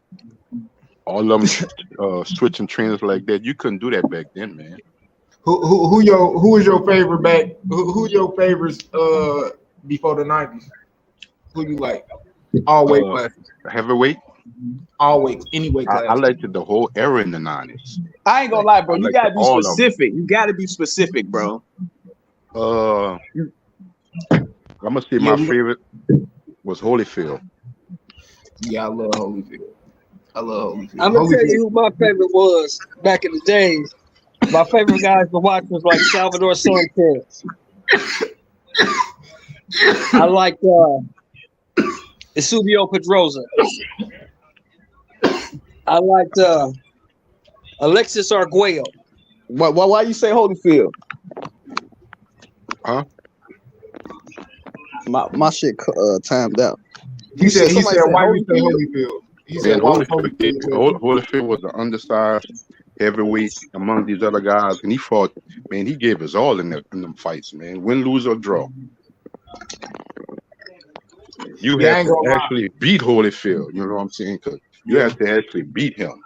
Yeah, and Holyfield is one of the rare people where when you say like he could do everything, he was one of them. He could do everything. Had power, could box, going forward, going backwards, combination. He had that bounce. He had like a bounce that I never really seen a lot of heavyweights have. He had like a bounce to his step. He was bouncing. And he could fight. Like if he needed to fight, he'll fight too. Like I can't say like it probably wasn't one thing that like Holyfield couldn't do, bro. He was that one of my favorite for sure. I'd probably go James Toney, probably my number one. James Toney. You talking about the 90s? We can go there. The 90s. Yeah, the 90s. Yeah, James Toney. The 90s? You know who my guy was in the 90s? The body snatcher. Mike McCallum. Hey, that's my favorite fight. Him and Mike McCallum, that first jump when they had that draw. You talking about the science at its finest, bro. That shit was the same thing you said, Q. Same thing you said, Jay Simon. Could do everything. Box, punch, brawl, fight laterally, fight going forward, fight going back. Complete fighter. Had some good ass fights. It ain't no why you think Marvin Hagler ducked his ass? You know who would have gave them some smoke that didn't come to America? He ain't come to America. Y'all already know what I'm finna say. Kawasaki? No, what's his son fight now? Oh, Nigel Benn? No, Eubanks. That nigga was scared of James Toney. He came here. He came here? Yeah, he came here. Yeah, man, Ben came here. Nigel Benn came here too. Yeah, Nigel Benn beat Iran Barkley here. Yeah, beat the shit out of Iran. Chris Eubanks. I thought all his face was in the UK. Them niggas came here to learn some science. He turned that dude into a vegetable. Who he turned into a vegetable? Gerald McClellan. Yeah, man, that shit was sad as hell, bro. I damn near cried, bro. That was some sad ass shit. He put that boy in there. See, them boxers, you just got to give it up to them because they did that. Like boxers that be sometimes people just be dehydrated. That stuff can play a part, but nah. They were just That was just from head blows. Hey, them niggas they were scared of shit of James Toney. Man, yeah. But I don't think he was though. But yeah, James Toney. Man, it's a clip. James Toney was talking to that nigga. He said, "Man, if I see you or your mama, I beat y'all ass on the street." That nigga Chris Eubank ain't say shit. That's still a tough fight. They was the fight, bro. I done seen James Toney fold a little bit, bro. I ain't gonna lie. He would have beat that dude, bro. I'm telling you. James Toney was that dude, man. He would have beat dude, bro. Yeah, James Toney. I don't want to say that because I like dude so much. Dude, he was just a character. Chris Eubank. I like Chris. How cool Tony was. Tony was a middleweight champion of the world, and he still was fighting in 8-round smokers and doing non-title fights just to stay busy. I ain't never seen somebody hit anybody like damn near when it. He damn near like the Steph Curry of he hit you and he know he's gonna hit you when he land. It's like he hit you and he know he's just gonna hit you. Like every time you throw a punch, you know he's gonna hit you. A lot of fights missing, throwing, and they know they bad where they can't hit him. That's the science of boxing. He placing his punches. It's called punch placement. Uncle Shorten, I was watching what was his ratio? I wonder what was his ratio. Uncle Shorten, I was watching the Giants play the other day. I said, Iran Barkley's nephew must get the look from his mama. Yeah. So not from the men. Nuh-uh. I've seen Iran Barkley and his brothers. Like two Negroes was born in the alley. Yeah, bro, I didn't know. Saquon Barkley was Iran Barkley nephew. Yeah, that's his nephew. Yeah, that's his nephew. He must have his mama looks because he sure ain't got his uncle looks. That's the nephew of the Blade, man. Yep. That shit was crazy. I was like, damn, I didn't know they was shit. Hey, that Barkley but name. Who James Toney got outclassed by? Roy Jones Jr. Right. So that means he had to take a drunken master motherfucker to beat him. Let me ask you another question. In his prime, who didn't get outclassed by Roy Jones Jr.? Hey, Roy Jones ain't giving that rematch neither. The James Toney. I'm waiting for your answer. Tell me who didn't get outclassed by Roy Jones Jr. Well, I mean, Roy Jones Jr. He definitely got knocked out before. He definitely got slept. That was Roy Jones after going up to heavyweight, winning the title, and dropping 25 pounds of muscle in 6 months to fight in light heavyweight. What's dude name? If you ask Roy who was his toughest opponent, he'll say James Toney. He fought him 3. Wait, I ain't watched all 3 fights. Did he beat him all? He got knocked out. That ball head. What's his name? They do podcasts. Antonio Tarver. Yeah, Tarver. He beat Tarver the first fight. He won the first fight. Got knocked out the second fight. Yep. I thought the first fight he got knocked out. No, second fight. Oh wow, that's even more. That's crazy. Then the second fight. Hey, facts. James Toney gutted Iran Barkley. We talking about a motherfucking master class. Yes, that's what that was. He whooped the shit out of Iran Barkley. But the thing about James Toney, Q, if he was a little bit more disciplined, man, he was. Hey, man, I ain't gonna lie, and this what was so crazy. Like Deion Sanders is my favorite athlete ever. But when I found out James Toney knocked him out, I was like, "What in the fuck? That's crazy!" Like my two favorite athletes, man. That shit was crazy. James Toney was an All-American football player. Nobody knew that he was All-American coming out of high school. Yeah. He knocked him out. He knocked him out at their little camping shit. Yep. He said he picked his bed. He came back and said Deion had put his shit on the floor and said that was his bed. He also had that shoulder roll master. Said he knocked Deion ass out, never play football again. I ain't never. Now, if you remember Q, and Jay Simon, Michael Nunn was whooping his motherfucking ass. Yeah, he was. Beating the shit out of James Toney. Yeah, and James caught him with that left hook from the heavens. Until he wasn't. Yeah, they said hell. But no, how did you beat him? Nah, they never fought. They never fought. But prime James Toney, I don't think B Hop could beat him. Yeah, I think C and M was two good ass styles. That dirty shit wouldn't have worked on James Toney. You got to outbox him. You got to be athletic and outbox him. You couldn't do that dirty inside shit. That shit wouldn't work with Tony. He's a master. That shoulder roll was impeccable.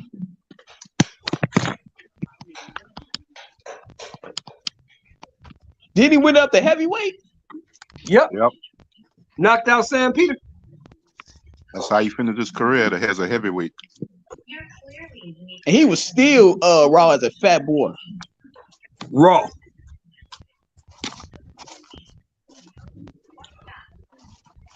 Nah, this is another one.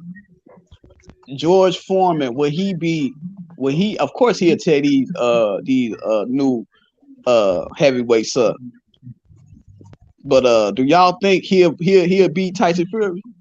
Knock him out. Well, you know they had two versions of George. I'm talking about 70. I'm talking about 71, 72, 73 George. I'm talking about that George. That George knock him out. I'm trying to see if Tyson can go up against somebody back in the day, back then. You know what? That would be a. He could beat like Barry Quarries and the what's that motherfucker name? Tex Cobbs. He could beat them. Maybe a George Chuvalo. He could beat them. But none of the superstars. You know what fight I want to see? And that was still in the Tyson Fury era. I want to see Tyson Fury fight Vitaly Klitschko. He didn't want to do that. You wanted him to do something he didn't want to do. Everybody saw what Vitaly did to Lennox Lewis. Nobody wanted none of that shit. So you saying George Foreman, that little forearm block he do, that would have gave him some problems? You think that would have gave him some problems? That little, because Tyson Fury don't hit hard enough. And he do that little fake jab. He would have just covered his face up. Okay, I understand. No, see, George's biggest tricks was when you stick that jab out there, George would grab your arm and pull it down and hit you with an uppercut. Man, George would have blessed his ass combinations. He'd have blessed his ass. George, didn't he win a championship at like 50 or something? 40, man. 45 years old. He knocked out Michael Moore.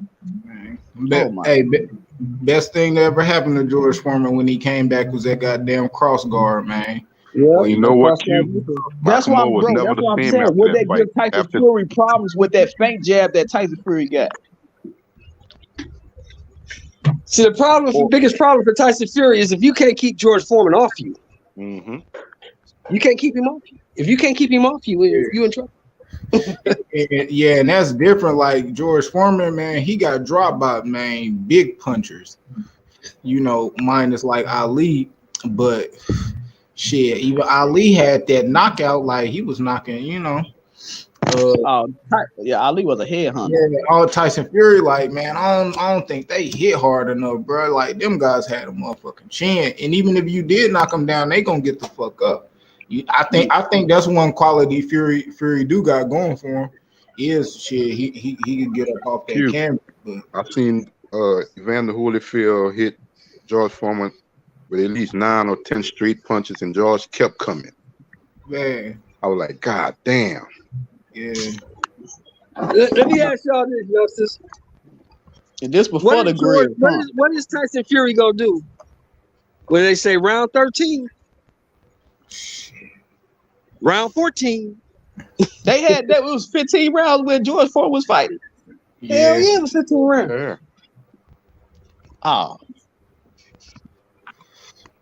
Yeah. You know what Holyfield said, Uncle Sheldon, after that fight with George Foreman? I never George caught me in one of them rounds. He hit me so hard, my denture was hurting for 2 weeks. Yeah. And then Muhammad Ali's wife started crying, talking about, please, no, don't take the fight, baby. Don't take the fight. He gonna kill you. You remember what Ali said? Scared. Scared of what? Scared of what? He said he's slow. He's the mummy. He's the mummy. He's the mummy. That wasn't fight for my I seen that.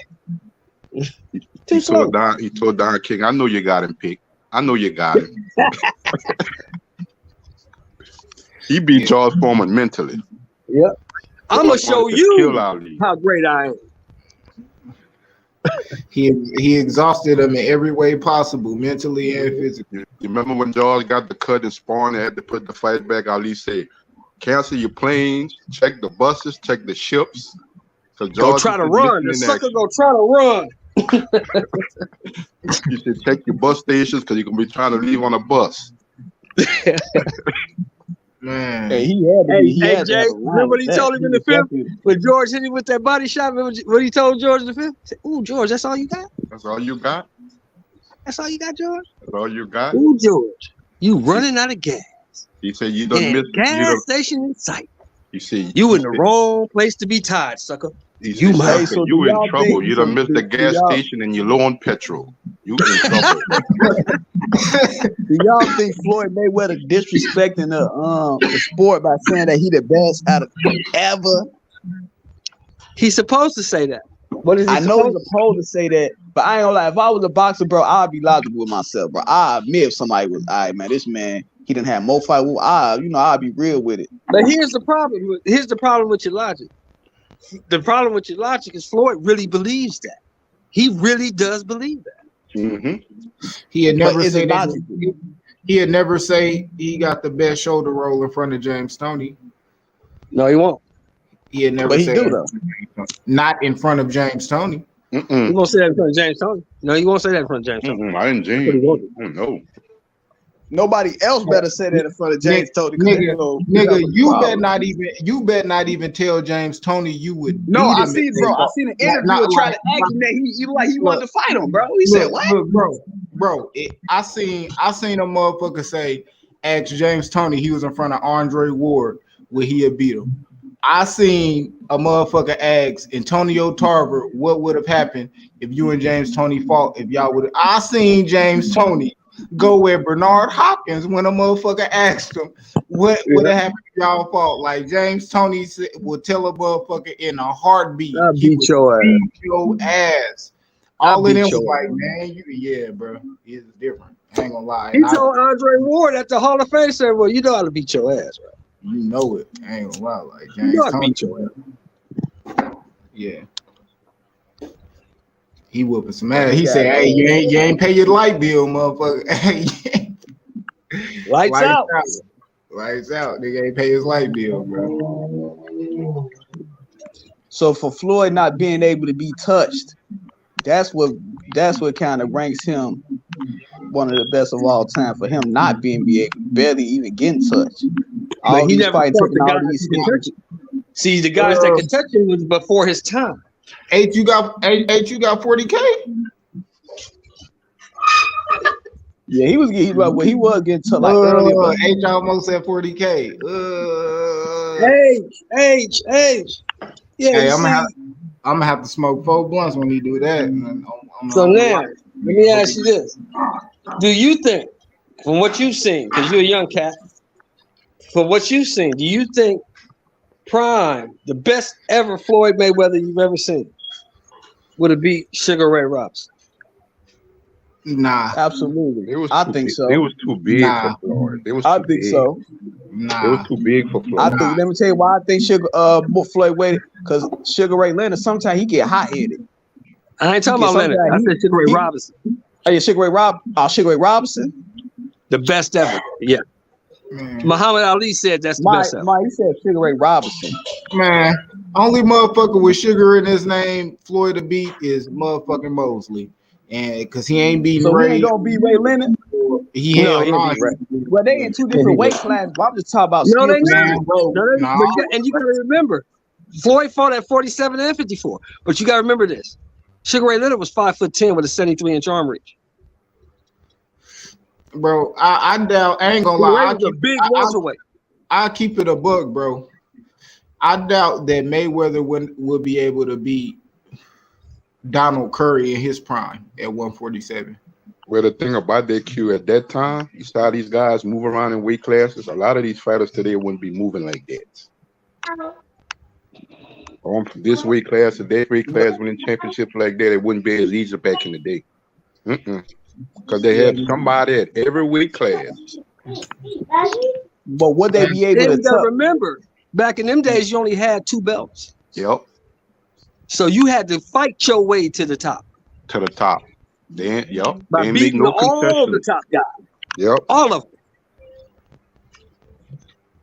That's why these guys. That's why those guys got so many wins on their record. That's why they got so many fights.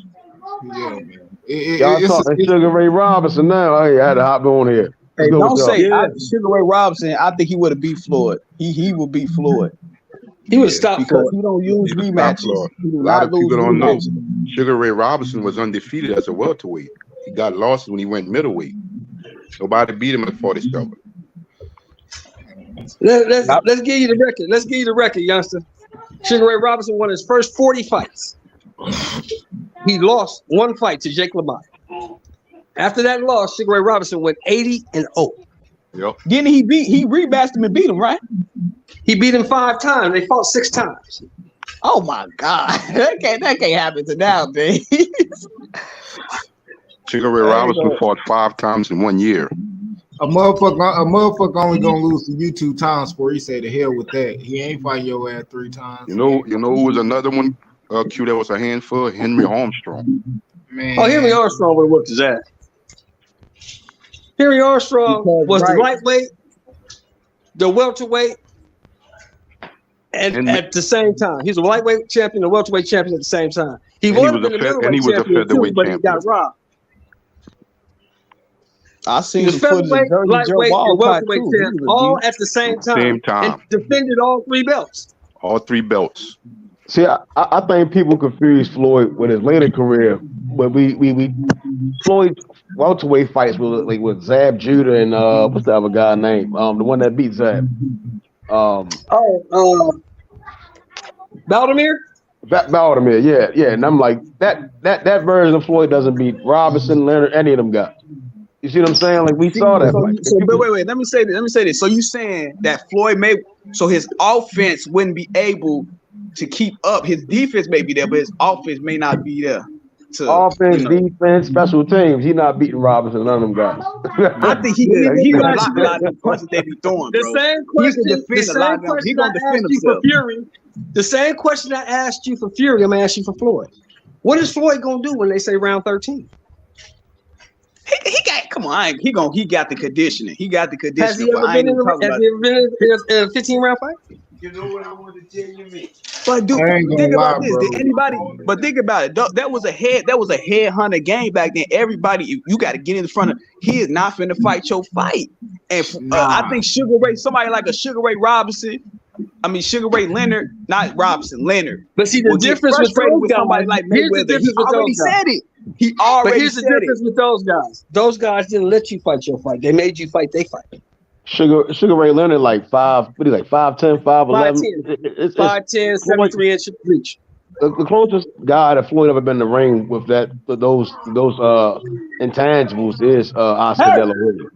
You know, and even still, Oscar De La Hoya. I ain't gonna lie. I didn't know Oscar De La. See, Floyd Mayweather is so good that he made me think Oscar De La Hoya was trash. I see some clips of Oscar De La Hoya in his prime. I didn't know he was a body. He got them many body knockouts.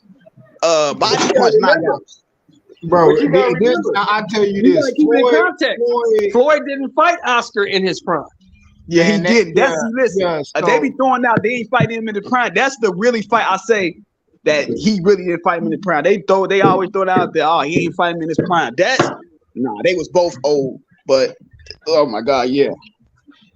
That shit was But no, I think it's a tough fight for Ray Leonard, not for Sugar Ray Robinson, because he's just not going for it. But Sugar Ray Robinson, do you think Floyd would have been able to beat that same Oscar that fought like Purnell, Ike Cortez? Yeah. Shit, the Oscar that fought B-Hop was a different Oscar. Shit, Floyd had trouble. So did Sugar Ray Robinson fought anybody with the defense like Floyd? Floyd defense cool, right? But it's 12 rounds, right? And that's kind of what Shelton is pointing out at, right? It's 12 rounds. And when you fighting certain guys like Leonard and them, they don't give a damn about no shoulder roll, none of that other shit. They gonna keep hitting you. You're hitting your mother. Them dudes just gonna beat on you and beat you up. So you basically not giving up. You not giving it up. So wait, that's a mute point because you saying that they not gonna give them. But the thing is they gonna hit them? Yeah, they're gonna hit him. I'm gonna punch you. I'm gonna punch you in your head. If I gotta punch you in the back of your head, Yeah, man, them niggas gonna hit him. Hey, Floyd, Wait, let me ask one question. Who taught Floyd the shoulder roll? Who taught him the shoulder roll? His father. His father taught him, right? Yeah. His father fought Sugar Ray Leonard, didn't he? Yeah, then he got stopped. What happened to him? He got stopped. Yeah. He don't hit hard enough. Floyd don't hit hard enough for them. You gonna have to throw punches. I mean, of course, Danny is not as good a fighter as he was. I mean, his father Floyd showed don't that he hit hard can't stand in front of Ray Leonard without letting your hands go. And not just that. How You Floyd can't was gonna stand get? there shoulder rolling and pot shot with Ray Leonard because he gonna pop you in your mouth. Not just that. How Floyd would The have get fights past Tommy? I ain't seen a lot of body of. I ain't see a lot of. I think Floyd will take advantage of that body jab. I think he'll take advantage of that. He'll take advantage of that, and then I think he'll take advantage of him leaning back with the shoulder up. Him leaning back. He's gonna wait for Sugar Ray Leonard to throw that flurry because you know he's gonna throw like 16 punches. Oh my mama, Floyd Mayweather got the instinct to dodge every last punch. I seen a highlight of Floyd Mayweather. They had to slow it down, and it was still fast. I think he was fighting. I think Pacquiao. There's a lot of people that throw flash flurries at. Now let me Floyd ask you this. Mayweather. You just said the name. You just said the name. You gonna tell me right here on this panel that you gonna put Manny Pacquiao and Sugar Ray Leonard in the same sentence? Them guys. Hey, that's a good. That's a good question. That's a good question. Manny Pacquiao versus Sugar Ray Robinson. Fight is Marquez, bro, and Marquez is getting stopped against Duran and them guys, man. Duran a lightweight, so I'm being fair with Marquez and them. I'm putting Duran in front. I'm putting Benitez in front of him. I'm not even putting Hearns in them guys. Or Aaron Pryor. I ain't gonna say Pac-Man. Fuck that. Back to Floyd Mayweather. I think he You gave him think that Floyd smoke, beating bro. Hearns? You think Floyd beating Tommy Hearns? Hell no. Tommy Hearns was not that. Tommy Hearns was good, but he was getting beat by by Sugar Ray Leonard. If you wasn't stopping Tommy Hearns, you're not beating. Beat by Marvin Hagler. If you're not stopping Tommy Hearns, you're not beating. And you think, and you gonna sit here? Wait. He got beat by Marvin Hagler. Wait, You think first of all, Sugar they Ray Leonard could have could be the fought, right? prime They Marvin could have Hagler? fought, right? You think Sugar Ray? You think Floyd Mayweather could be the prime Marvin Hagler? Hell no. A prime Marvin Hagler, yes. I think Hell, Floyd Mayweather could beat what? Marvin Hagler. Floyd ain't never in his life touched middle with Marvin Hagler. And from what I seen, Marvin Hagler damn near had a fight, had a problem with every fight. And then he ignorant. I remember seeing the fight when he fought Sugar Ray Robinson. They the commentators like, why did you switch your stance? Why did you switch it? He gonna make a dumb decision and lose against Floyd. That's what he never Marvin fought Hagler. Sugar Ray Robinson. They said, why you going orthodox? You a southpaw. Why you going back orthodox? He just did bro. Trying to trap that motherfucker. Hagler actually fought at 160. Floyd never fought at his life. Never. And that's what we saying, bro. All these guys we talking about, like they fought at weight classes Floyd never fought at. It was knocking people out, bro. Floyd not even knocking shit out at 147, not 154, bro. Like he can't keep none of them dudes off of him, bro. So he can't win on his ass like white on rice. And they gonna blow past that shit. They gonna beat him up, bro. It ain't enough. They ain't gonna be able to make a ring big enough. I'm telling you. Floyd is a little bitty dude, bro. Floyd started at 126. Floyd's a little bitty dude. That's why I was telling y'all. In that time, Floyd would have I'm the fought only his one natural thinking weight that he class. would give He him wouldn't have some been go moving ahead. up like that in that time. He wouldn't have been going to weight classes like that. He'd have fought his natural weight class because they had killers at every weight class. He probably would never go past 140. See, I think we being respectful. The respectful tip is like Floyd versus Aaron Pryor, 140. No, you see what I'm saying? No. I think that's. No, I think those are the guys that he belongs. I just can't see him beating legit welterweights and super middleweights and middleweights. Like right, so they're not really. That's not really the same weight class. I mean, if they're not in the same, then I ain't gonna say shit. I ain't gonna say nothing, man. I mean, but all every they time all you see they the want Zab to Judah do fight, is every time I think about the Zab Judah fight, I'm just like, nah, I just can't see that happen. Oh, you definitely got YouTube, youngster, because you on this stream right now. So what I want you to do is go on your YouTube on your TV and pull up Aaron Pryor versus Alexis Arguello. And you tell me what Floyd will do with that. He need to watch that. Damn, what was that dude? He fought that. He trained Aaron But I Pryor. would go back and watch it too. Aaron Pryor fought the dude. He was trained by Emmanuel Stewart. He stopped his ass, and he dropped Aaron Pryor though. He dropped Aaron Pryor. Everybody dropped Aaron Pryor. Alexis Arguello dropped Aaron Pryor. Everybody dropped Aaron Pryor. Aaron Pryor got up. He was a long dude. He was a long dude. Like you talking about Mel McCoy? Wait. This is what I'm saying. Hold on, let me see. So these people y'all naming, would they be able to match make them? Are they like around the same weight? Aaron Pryor fought at 140. Okay, so if they fighting at the same weight, bro, I don't care about all that. What they did when they was in a higher weight class, they fighting at 140, and they still Floyd Mayweather is a master defensive fighter. Even the judge is gonna be like, wait, what? How do we score this? He's not getting hit, and then he's gonna get hit because these guys knew how to do things like cut the ring off. These dudes knew how to cut the ring off, get you in a corner. Yeah, Maidana is winning 5 rounds straight to Floyd, and Floyd struggled in that same Jose Luis Castillo fight. A lot of people thought he lost that fight. Yeah, he got beat up in that fight. And I think that's Floyd Mayweather never got beat up in the fight, bro. Oh, look at that Castillo one fight. Look at that Castillo one fight. And look up Floyd Mayweather Jr. versus Jose Luis Castillo 1. Look at that fight. So how he end up winning? So why he got a gift? He got a gift. What is his gift that made him win? See, come on, man. He got a gift decision. So what did he do to win? How I you win a fight when you get out punched by 50 punches? I ain't watched when you get out punched by 50 power punches and you get out body shot at 3-1. How you win that fight? They will. So you tell me. Oh, this is a good question. This for because I don't know. I'm asking y'all for the older people. Was people throwing body shots as much as they is now, as much as Floyd do? I mean, guys today, guys today more so here. Guys back then were more methodical. They were way more patient. Just name a fighter that was known for that, like McCallum. Yeah, them guys back then were real practice. I seen Sugar Ray. He just a straight headhunter, bro. Sugar Ray took advantage of what a person gave him. You drag Floyd's ass back to 1980 and put him in there. That's what you do. You talking about somebody with a master defense. Floyd would have had fists with Sweet Pea. Wait, is that somebody on my side finally? Oh no. Drag his ass and put him in there. That's what you do.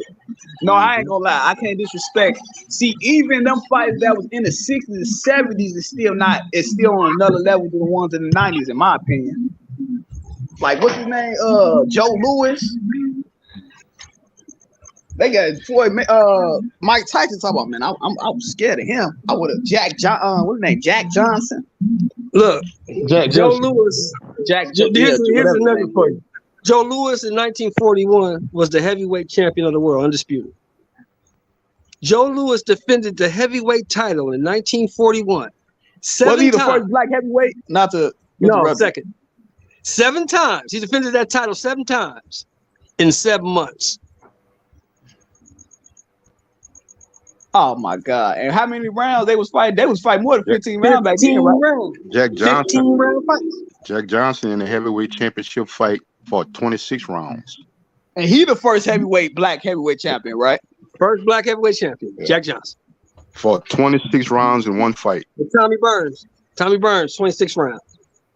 Oh my goodness! See, that was he fought Jack Blackburn. He fought Jack Blackburn for 45 rounds, bro, and that's why they wouldn't win, bro. To like you talking about that level of activity and still give out a high level. That smells good, man.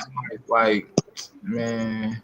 And back in them days, you didn't hear them guys missing weight neither. Hey, no cap. Floyd wouldn't be nothing but one of them 8 motherfuckers that got beat up. Like no cap. So you saying Floyd is only good in his ever? He not like one of the best of all time, like because there's a lot of people out there that would say yeah. Well, It's what make debatable. him the It's best of all debatable time that is Floyd is that he top 15, top 20 because there's a lot of other guys. Like again, like his the thing with Floyd that I beat the most champions and all that, right?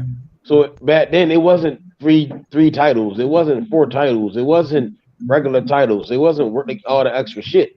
The motherfucker, if I was that guy, I'm just beating everybody else. So a lot of dudes ain't had them opportunities to become a regular title and sit there and do all the other shit. You see what I'm saying? Yeah, like if a motherfucker was fighting a one, like he was really fighting that guy. Like right now, it's a whole bunch of guys, and then out of those guys, you can still be like it's hella weak links, you know. But back then, bro, if you had a title or if you was one of them guys in the top 5, top 10, bro, like some of these guys that we think will whoop Fury ass ain't never sniffed the title, dog. Shit, a lot of those contenders Q back in the day would have been champions today. Yeah, because you Contenders. got to fight Ali to be the champ. You got to beat Muhammad Ali. That's who you got to beat.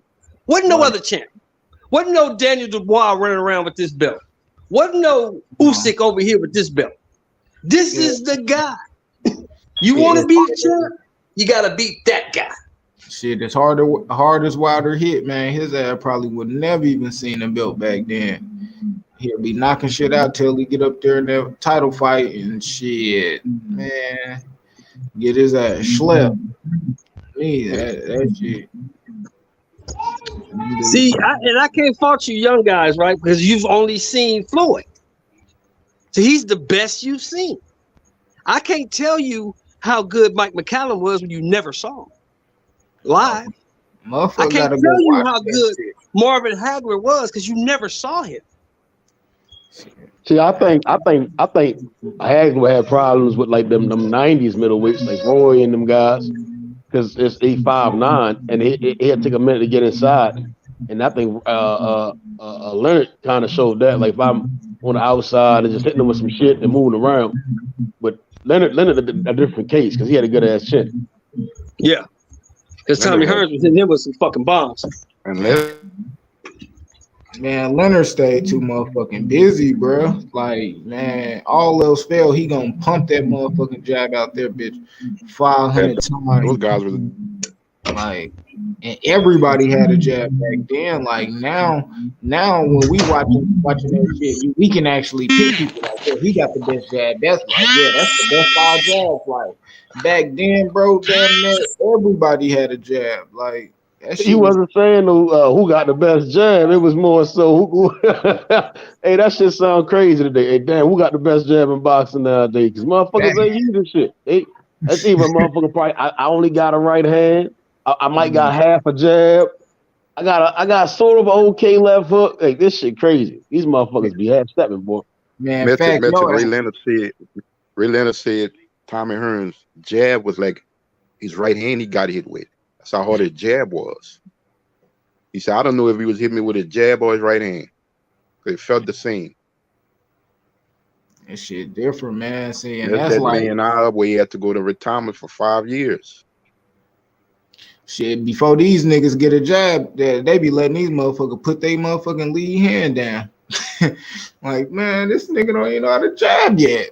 Let this nigga fight with his lead hand down. Like, that's why motherfuckers be getting, these young niggas be getting their ass blasted. You know, back in the day, them trainers didn't play with them fighters. Nah. They tell you in a minute, hey man, that's the door. The door you came in, that's the door you're gonna go out of. If you ain't serious about this, I ain't got time. Shit, or they gonna find somebody to teach your ass, like, hey man, yeah, man.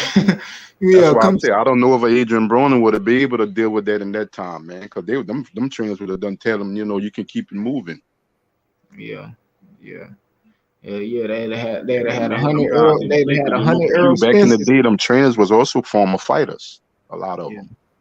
They'll get in that bitch with you, or they gonna find 5 motherfuckers that he know gonna whoop your ass, and you sparring them on.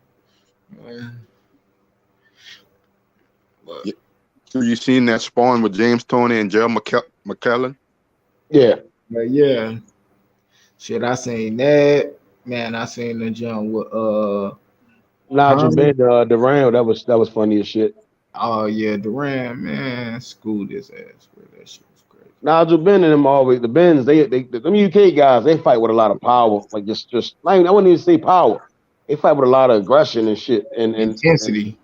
Yeah, something like that. It's more like aggression. Like they just try to and rip. And Durant, I'm calm, composed, poised, and and you've seen him do some shit. We seen Manny Pacquiao do slap this motherfucker with both hands and shit. Like, what the fuck are you doing? Like that shit it ain't gonna phase nobody. That's why Hearns had success, not them other guys. It's like Leonard told Hearns, like I'm always beat you because you gonna fight my fight. You gonna do what the fuck I want you to do. I'm the puppet master basically. Actually, Manuel Stewart at the Croc, why James Toney and Tommy Hearns never sparred. He said, "While I let that happen, somebody probably would have got killed." Yeah, both of them niggas like guns too. Because their mentality. He said it wouldn't have been a sparring. It wouldn't have been sparring with them two. He said, because I know how Tommy is and I know how James is. Both of them got killed. He said in there. Both of them niggas brought guns in their car. He said, I stopped. I said no, because he wanted to spar Tommy bad, and Tommy wanted to spar him. He said, I can't let that happen because somebody gonna get killed in here. Hey, what they say? James Toney used to walk in the crunk gym and say, "Let the beatings begin." God, man, that shit. Yeah, let the beatings begin. That shit. Now that's the Croc Q. That's the Croc he walking into. Yeah, with nothing but champions. Tommy Hearns. It didn't matter who it was in there. Let the beatings begin. Who y'all think gonna be like the next guy at 126? At 126. Yeah, who y'all think gonna be the next? who gonna be the next guy at 126? They got some featherweight, right? Yeah. I don't know. I don't know, man. Fulton, maybe Fulton, Stevie Fulton. Can he move up? Yeah, you gotta move up. You gotta move up first. You got Fulton, you got Is Gary Russell Jr. done? Yeah, basically. Yeah, he's talking about 135 and all this other shit. Full-time trainer. I don't know. His brother just lost. He might have to get his ass back in. Man. The way he was talking the week of his brother fight, like he was like, my shoulder's healed, and he ready to get back in the ring. Gary Antonio's the weak link. They know Gary Antonio ain't that good. Shit, Gary Russell Jr. When his ass talking about 135, he's gonna get knocked out. He fucking around with them lightweights. He gonna get beat the fuck up and stuff. Oh me, Loma already beat that nigga up at 130, right? You not listening. They know Gary Antonio ain't that good. Damn, I thought they fought at 130. I thought they was for a 130 title. Cool. No, I think Loma beat him at 26. Loma beat him at 26. Yeah, Loma beat Gary Russell at 26. Damn, I don't know why the fuck I thought they had went up. He had went up and fought, and then he went back down after he lost. I don't know why. No, he fought Gary when Gary. They both was like 26, 27. They was around the same age. Yep. Yeah, he showed what he beat Gary though. It was clear too. I think that was the last fight Loma had on Showtime. Yeah, he snuffed them out. Yep. Oh me. Yeah, so you can't get mad. You can't get mad at the young dudes, right? It's just like with basketball. You can't get mad at motherfuckers who say Kobe is the best they ever seen because they never saw Jordan. Yeah, I was watching the AI interview. He was saying Kobe. You're talking about Kobe. Yeah. You can't get mad at that. You can't get mad at motherfuckers who say LeBron is the best they ever seen because they never saw Kobe. No, that's just disrespectful. No, that's just disrespectful. But see, you saw Kobe. A lot of these young niggas you talk to never saw Kobe. Shit, I think a lot of dudes better than LeBron though. I think a lot of dudes better than LeBron. That's personal though. I think LeBron cool, but I guess baller. No, man. I just see because you've seen a lot of other dudes. If you've never seen only this dude dominate, you gonna think he's the best you ever seen, right? Yeah. Yeah, I mean, I guess shit. Or you don't watch the games, nigga. What you only watch LeBron games, nigga? What you watching?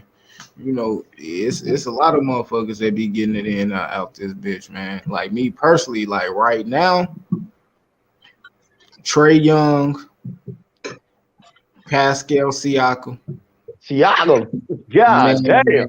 Bruh, no cap. Siakam be giving niggas the fucking blues. He got like two triple doubles this year already. You know who balling, Q? He giving niggas a fucking DeMar blues. DeRozan balling, man. Yeah, DeRozan. He got balling, man. Yeah, he Mr. He's been Consistent. balling for a long time. I know when he went to San Antonio, Popovich had him kind of stopped for because of that system. But when he went to Chicago, he balling, man. Yeah, he up there going crazy. I was saying to myself, damn, the Lakers, y'all missed on that one too. Shit. Yeah, the Lakers. I mean, the Lakers passed up on. I always say they need to get rid of LeBron and just go ahead and get some players. Go send his ass down to Orlando somewhere. Let him and his son play on Orlando somewhere. You know what Jason Williams said today, Method, on ESPN First Take? He said they need to trade LeBron, AD, and Russ and just start from scratch. Seriously, they want to be superstars. They think they bigger than the NBA. Send them motherfuckers. Send AD to Cleveland. Send LeBron to Orlando. Just separate them guys. Y'all get your return and really think about winning. Man, right the now, Lakers can't do no shit like that. The Lakers can't do no shit like that. They already did it, bro. Look at the motherfuckers they had: Clarkson, Brandon Ingram, motherfucking B.I., D'Angelo Russells. Like, bro, you don't have some of the motherfuckers that people calling some of the top guys now. Like, Caldwell Pope was lighting them up last night for Denver. I was like, damn, he let our shooter go. Crazy shit. They got rid of Caldwell. He said, I got something for y'all motherfuckers. He was lighting them niggas up last night, man. I said, God damn. And then the Lakers struggling with their shooting from the 3-point line. I said, let this nigga go. And could have got him back. Hey, when Curry them beat them motherfuckers so many times, that motherfucker LeBron thought he was Larry Bird out that bitch all of a sudden. I just seen the Suns beat dog shit down Curry in them leg, man. Man, that's because Klay Thompson, man, he on some shit. Them niggas by damn near 30, nigga. You know another team that they need to blow that up? Brooklyn. Man, Brooklyn ass. Yeah, they ass. Ben Simmons scared to shoot a 5-foot jump shot. Man, the 76ers out that bitch playing like they fucking legs, bro. Playing slow as shit. That shit crazy. And this is all why the Clippers gonna get that motherfucking ring. Y'all, the Kawhi, PG, John Wall, they all injured. What they call them when they sitting on the bench and shit. Okay. Hey, playoff time come, all three of them niggas is dangerous. Ain't nobody fucking with John Wall when he healthy. Ain't nobody fucking with Paul George healthy or Kawhi. Them boys gonna get a ring this year. I'm calling it now. No, they not. They gonna do the same thing. Look, man. I've been living in LA 56 years. The Clippers gonna do the same shit they always do. They gonna get close and they gonna take a shit. Hey, if John Wall or Paul George get hurt for sure, but if them guys stay healthy through the whole playoff series, they not. No. When have they ever? They not. I got faith this year. I got faith.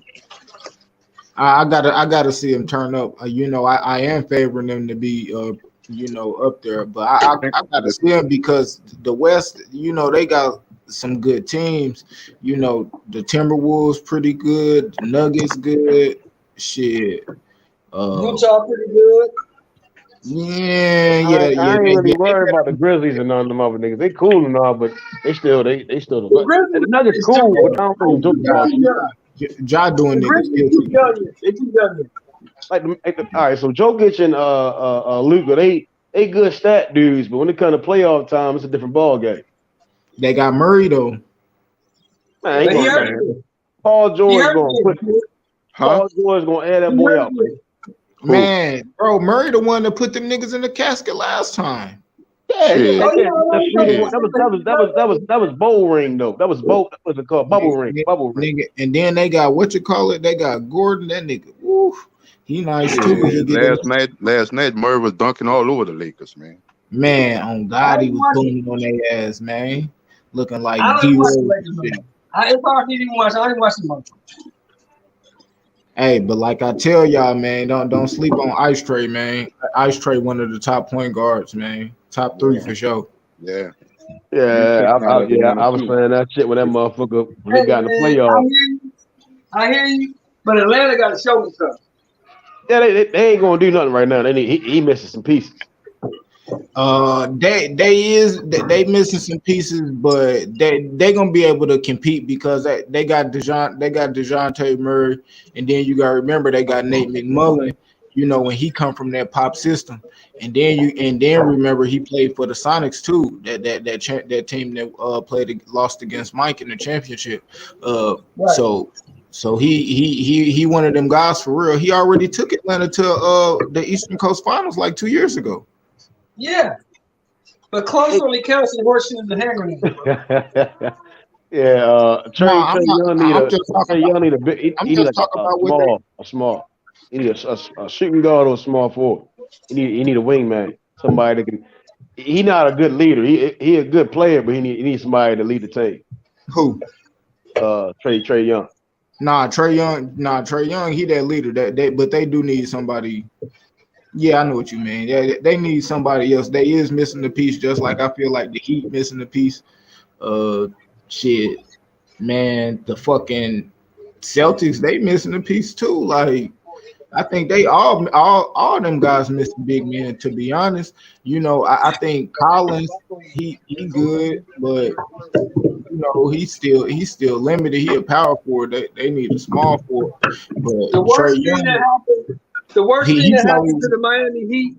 The worst thing that happened to the Miami Heat was Jimmy Butler getting them fucking hair extensions. the worst thing that happened to them is they ain't capitalized off trading Tyler Hero after they left the bubble. I'd have traded the fuck out of him. Yeah. I think anywhere Jimmy Butler go, niggas going to always get close but never make it. They miss like they legit missing a piece though. Like they really need one more piece. Either a cold ass point guard or a big man.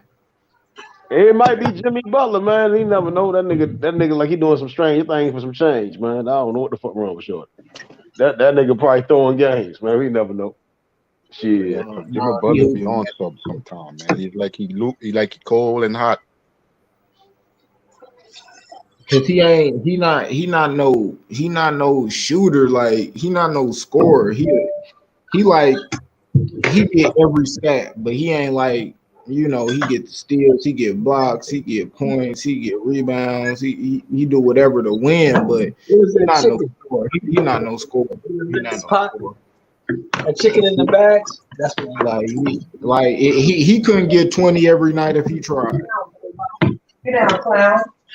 Because that's just not how he play, but you know, that's why I wish they would have got like Donovan Mitchell. Like if they would have got Donovan Mitchell, then they probably would have been in there, you know. But the Cavs got him, so, and the Cavs look pretty decent too. Shit, them motherfuckers hooping. So Zerto fight next weekend, huh? Oh, I can't wait. I ain't gonna lie, man. Yes. Zerto gonna knock that boy out. I don't know why I was saying Pitbull, man, today. Like Pitbull good. His jab repetitive. He consistent. Pitbull consistent with this shit. I know a lot of them Ukrainians like to keep their training camp private. I was looking for stuff on Bivol, how he's looking in his camp. Couldn't find nothing. Shit, all you gotta do is watch Butayev and them. They all fight the same. Well, not the same. Butayev got more power. I done seen Zerto a few times in camp. What you call it? I ain't gonna lie, like Bivol, he bounced too much with his jab. You can see that shit coming. I was looking at Zerto in this trainer camp. He don't even look like a light heavyweight.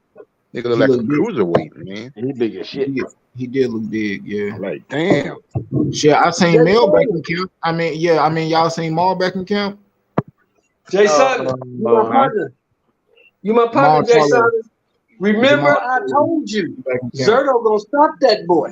Yeah, you've been saying that, Uncle Sheldon. You've been saying that before the fight was ever came to fruition. Yeah.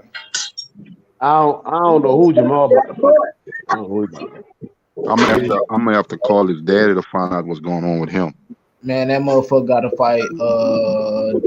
Man, matter of fact, bro, why is Andrade still fighting? What you call it? No, he got dropped by the zone. He rejected that purse bid from Frank Warren and them.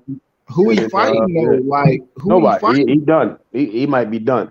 Bro, hold up though. Hold up. I was just looking on this fucking Twitter and he said he fighting, bro. I mean, it gotta happen. Like he gotta get in the ring first. Like if you get injured prior and then like you pulled out the Super Cup fight with Jamel, you pulled out the fight with John Ryder, whoever the fuck the guy was, right? And then you got the back injury and all this other shit. It's like for the fight to happen with him, you gotta wait until that motherfucker get in the ring, and that's where I'm at with Jamel Andre. And the first thing, Method, he got to find him a platform to fight on. He need to go ahead on over the top rank. Shit, just go ahead finish your career with top rank in them. They got but he turned down Johnny back. Shit, they got Johnny back. They got Falcoa. If Falcoa a great fight, Triple G, go ahead and over there and get that with them guys. Nah, that nigga got to get his wig split on PBC. Like they need everything they can get. Like I wouldn't even go over there. Before they can match him in the ring, he got to find him a platform. Man, that motherfucker got Maul need a fight, man. Line him up, bro. Like they can't be playing with this shit no more. But the thing with Maul, Q. Maul don't want to fight. A lot of personal stuff right now that Maul is dealing with at home, man. Maul said he bad. Maul need to sit down, meditation, some prayer, and accept shit for what it is, man. He old enough. I think he old enough to realize it's got to accept shit, and keep pushing. Shit. And then the thing with that y'all don't know, Maul was running with a lot of Wildcats in Houston. Yeah, I mean I don't know. I think every shit Mike done did it, Mike Tyson, and I'm not saying Jamal Charles like Mike Tyson. You see what I'm saying? I'm just saying it's like a lot of guys they go through the phase. It's just I don't understand what the fuck is with Texas and all these guys doing dumbass shit. And I'm not saying it's like something wrong with Texas. It's Earl, Jamel the only one that got the common sense to sit the fuck down and sit down, shut up, and focus on his craft. He the only one the thing about Jamel Method, when he's not fighting, man, he's flipping his money in investments. He got real estate property, man. Matter of fact, he's the one pushing his promotions more than Maul, lines only. He got a couple of fighters. Yeah, she ought to seen his YouTube and stuff, and just sitting back and watching him, he just move a little different. You know, even though they're twins and brothers, they got their own mind. You know, I think AB even said the other day, when he take a piss, he hold his own dick. You know, and he only wants to think for himself. You know, I get Jamal Charlo. He wants to support his brother at all times, but you still got to focus on your own life. One day is Lines only. One day it's the Charlo twins. The next day is Big Charlo. You know, and when you say shit like I'm Big Charlo, that shit's still kind of wild. You know, just be Jamal. You know, you gotta be Jamal first. You know, but shit. I think if Falco will go ahead and beat Triple G, take his belts, Andre need to go ahead on over. He need to work his way on over there now. Rub his palms and click his heels to Bob Arms so he can fight Johnny back so he can get that unification fight if Falco beat Triple G. And that's a good way to push towards the end of his career. Beat Johnny back. Whatever he got left in the tank, Andrade need to maximize that, man.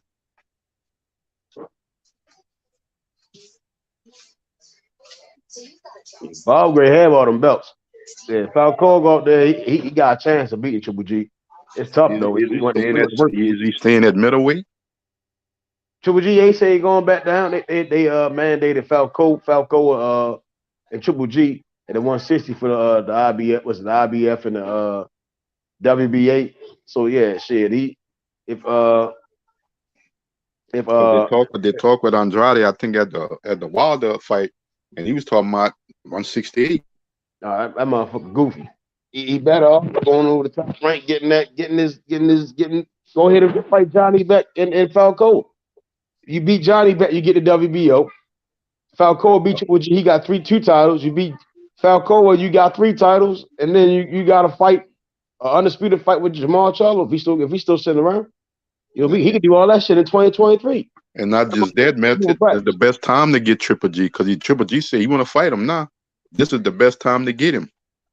Yeah, and if Falcoa don't beat him, as long as you beat Johnny back, you get your title back. You see what I'm saying? I'll just go ahead and beat Johnny back, get the WBO back, and go ahead and just beat Falcoa. I think Falcoa gonna beat Triple G, and I think Bob will have all them damn belts. Or top rank. So Triple G still got the other belts at 160. Yeah, but he got to fight Falcoa for his titles. Yeah, I think whoever fights Triple G, he's right for the picking right now. Yeah, right now I think Falcoa gonna get him unanimous decision or majority decision. Get those belts. Go fight Johnny back, and then they gonna have like 3 belts. Top rank gonna have about 3 belts over there, the middleweight. The one thing about boxing, if you got momentum behind you, you know what I'm saying? That's a good thing to have with Caleb Plant stopping and the way he knocked out Anthony Durrell. He got momentum behind him now. Yeah, Caleb Plant, he in a good spot. All he gotta do is fight David Benavidez, win, lose, the draw, and then probably push the move up because I don't think better be he got about a couple more fights, about 3-4 fights left in him. Mm-hmm. Because his body gradually starting to break down. Yeah, now Bivol finally talking about fighting better. I think he finally getting the point that niggas don't. I don't care about no Canelo fight. That nigga at 168 bullshitting. You gotta fight better, B. You gotta fight the number 1 guy. Yep. What's good, Shavo? Mm-hmm. So we're gonna see next Saturday with him and Zerlo. Hello. I hear y'all, Kashoten. I think the winner of next weekend in the New Year should fight for Undisputed. Who fight next week? Zerto Ramirez and Bevel. Yeah. I think Golden Boy ain't gonna have no problem making a fight with the winner. Bob and them. They gotta go for Undisputed in 2023. They have to. All that. They have to. Yeah. It's time, man. It have to. You know what I'm saying? Joe Smith was a champion. They got him out the way. Bevel got 1 belt. Better BF got all the other belts. It's just time.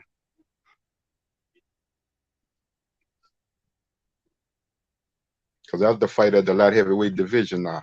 The winner out of Zerto and Bevel and Better BF.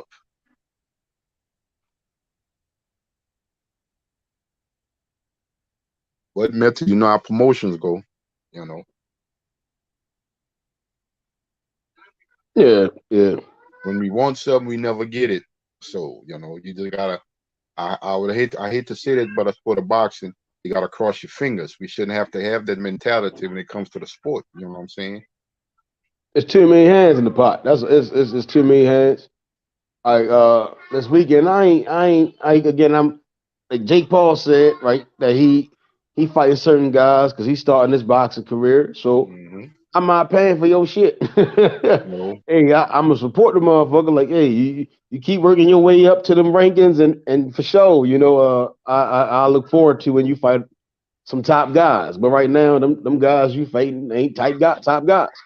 And it ain't worth me paying for. So you do your little thing. You knock out Anderson Silva. Anderson Silva already talking about his next fight at Jiu-Jitsu. Man, that nigga done, man. That nigga out here collecting checks. Yep. I ain't. Yeah, go ahead, knock that guy out. Time to fight some journeyman and then fight some former champs, and then we see what the motherfucker at. If we can get past some journeyman, yeah. Yeah, it's time for him. If you're serious about this sport, it's time for you to at least try to get in the rankings or something. Yeah, he young as shit. His brother like 20, he like 24, 20. Yeah, he a young dude, man. He gotta stop playing. Yep.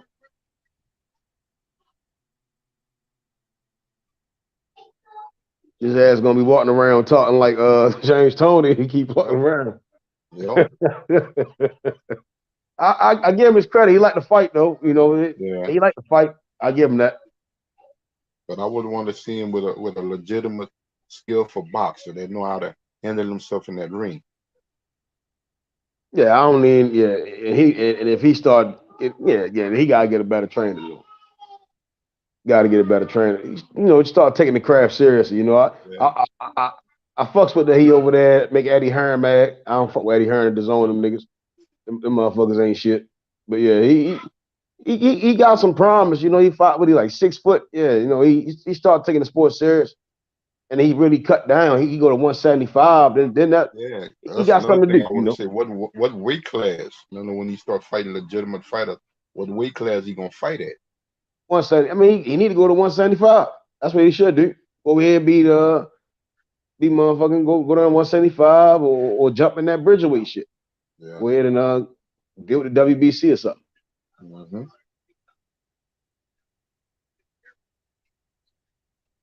Yeah, but I'm only fight I'm really looking forward to this weekend. JoJo Zepeda. I think JoJo time is ran up. I think he ready to get the hell beat out of him by William Zepeda. And it's gonna be the first time we see JoJo get stopped. And I think fans are going to start to see Styles make fights. That Zepeda is related to the Zepeda fight Pro Regis?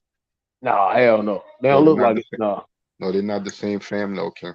Yeah, it's a lot of names. Somebody, I was reading something about it. I think a lot of names are common. Okay. Like common last names. They don't look. They don't look that fight too. I'm waiting for that fight too, Zepeda and Regis. Hell yeah. If Regis lose that fight, I'll be disappointed. Yeah. Regis gonna beat the hell out of that boy. The closer the fight get, the more I think Zepeda can stop him. Regis gonna beat the hell out of that boy, man. I'll be there though. November 26th, I'll be in the house.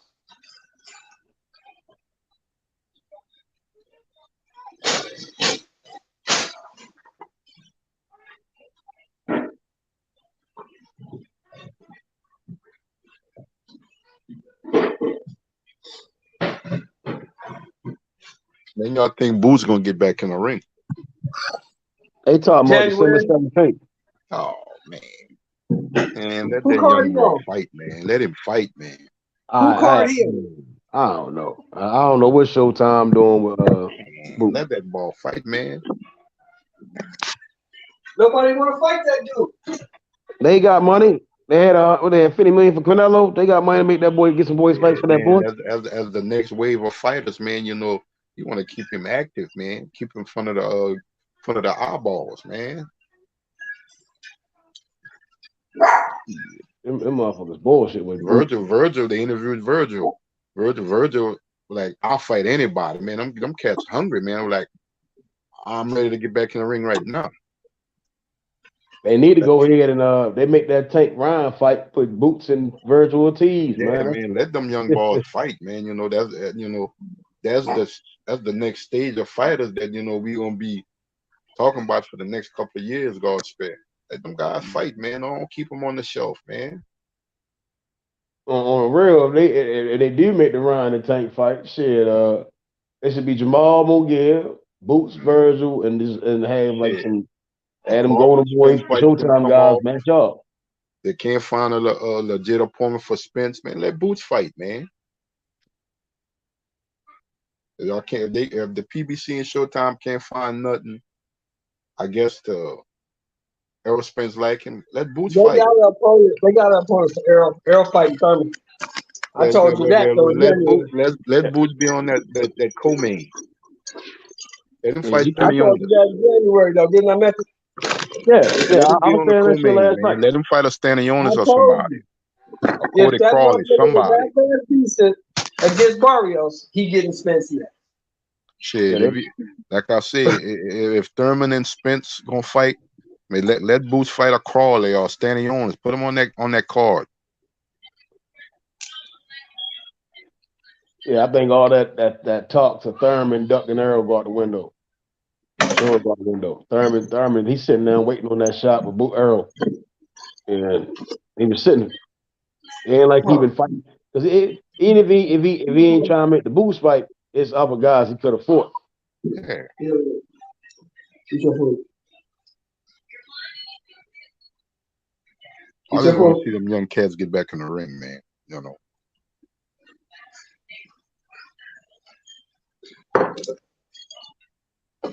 Some of these older guys, they're starting to have wear and tear on them and stuff like that. That's why we got these young fighters, man. Let them guys fight, man. Yeah, I went back and watched Tiger Johnson fights. That he could box. He could box, Tiger Johnson. Shit. The way they were, from what I heard, Method, they say they don't even know if Canelo gonna fight in 2023. No, he might be done. He might be. He ain't trying to lose.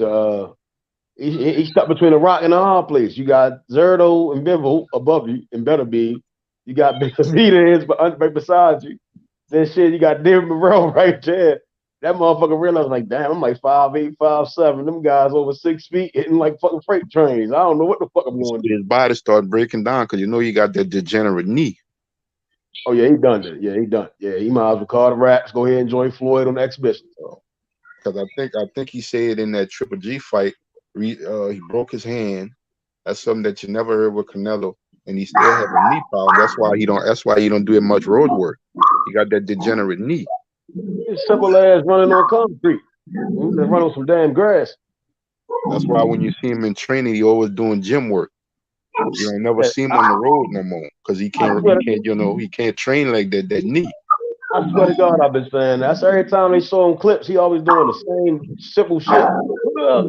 If you notice, Method, his last couple of fights, it's not that the opponent did that. He chose to fight on the ropes because he can't move like that, and he was never the swift. He never had the swiftest feet.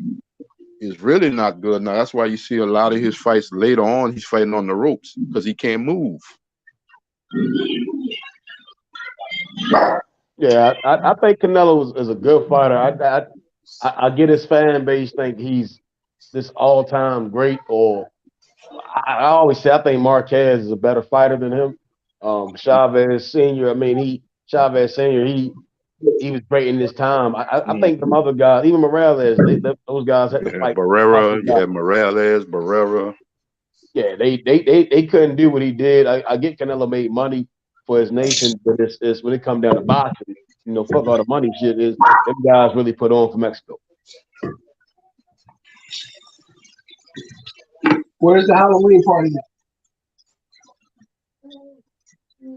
What the Ravens doing, man? Last time I checked, it was 4th and 9. And now it's the game. Third quarter, 10-10. I can't even get in this Prime stuff, man. They won't let me through, man. Well, Amazon Prime. Yeah, man. I was trying to, but the only thing I can watch the replay. I can't watch the live game. Like I watch the replay, but Sunday, they had a game on NBA TV. I went on Prime. I'm watching the game on Prime. I'm like, man, god damn. Well, I can't catch the football because I was messing with that for about an hour. They didn't want to let me through. But I can catch the replay. You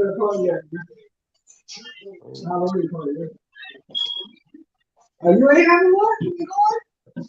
You always got a Halloween party, don't you?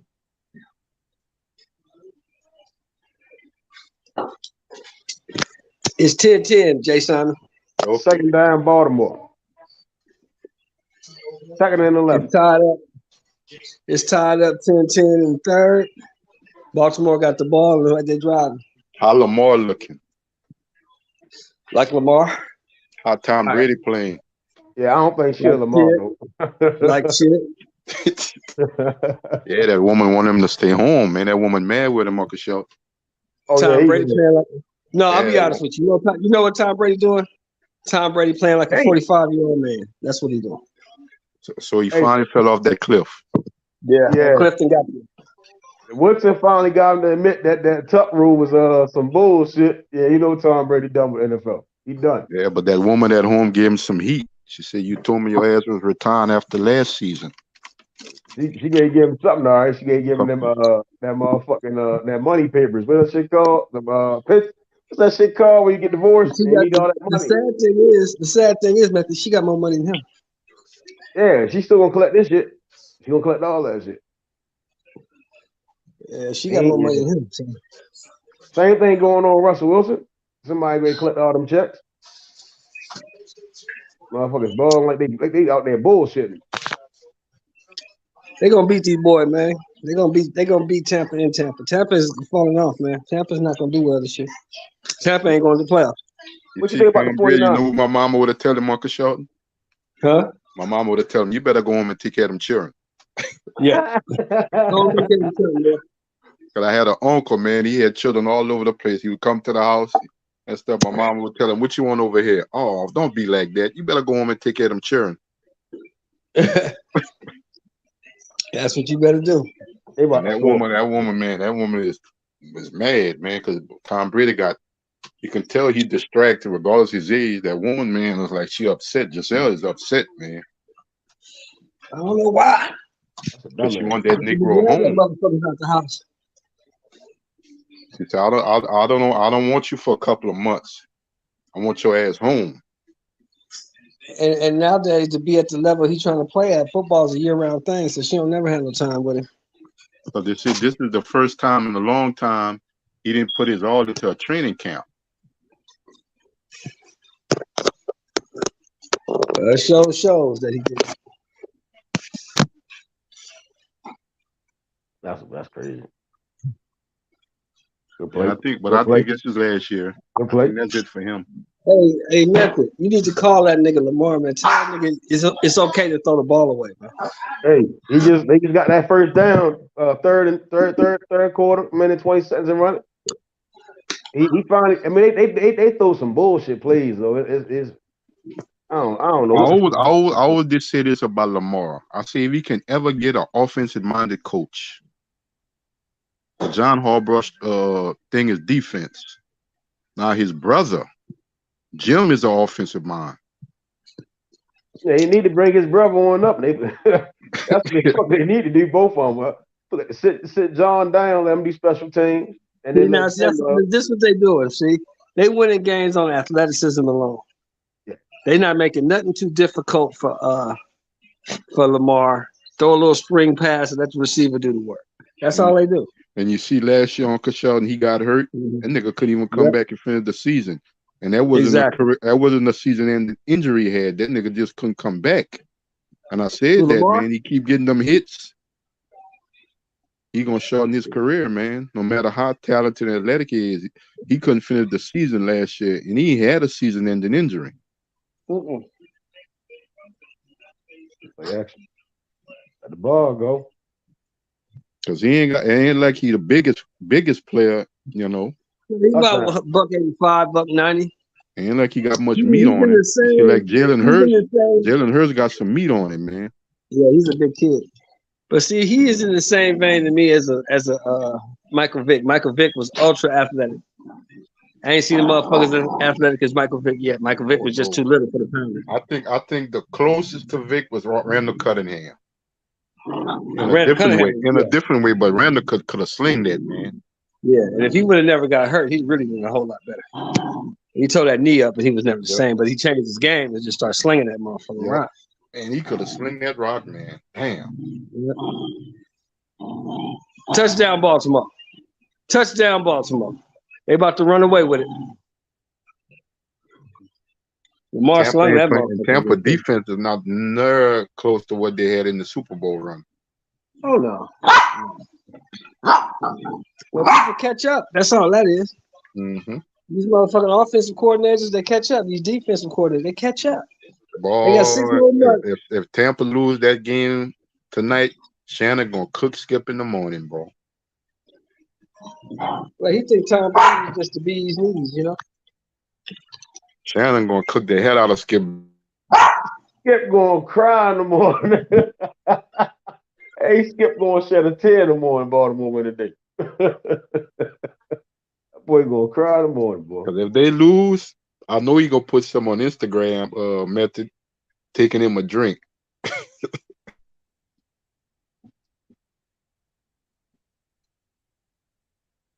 He gonna have the black and mild with a He got a lot of shit to talk about. That's this play right here. He gonna be right here to talk about right here. Good offensive line. No penalties, nothing. Just let the ball go. Touchdown. That was clean.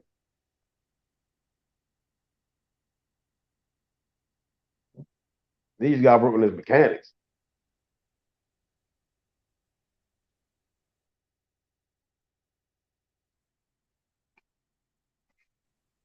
The commissioner, they reviewed Anderson Silva. They said he good to go for Jake Paul fight. Who cares? I ain't even Yeah, paying attention. shit. They just I took me liked it. I to liked it, the Anderson Silva, but man, I'm not paying attention to that man. I'm hoping against hope that he beat the shit out this boy. He should. But I don't think Showtime Sports gave Jake Paul all that money to see him lose, if you know what I'm saying. Yeah, because even I was looking at it that well, because if that fight go to the cards, I think they'll give him the nod. Yeah, I think Silva go knock him out. Because Silva said at the press conference today, he already talking about his next fight at jiu-jitsu, however you pronounce that, jiu-jitsu. Yeah, he talking about his next fight. So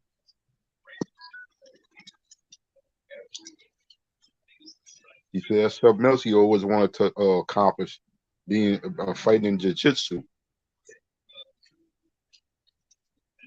Yeah, he's and it don't look like maybe he did. It don't look like Jake Paul is taking this fight as serious, man.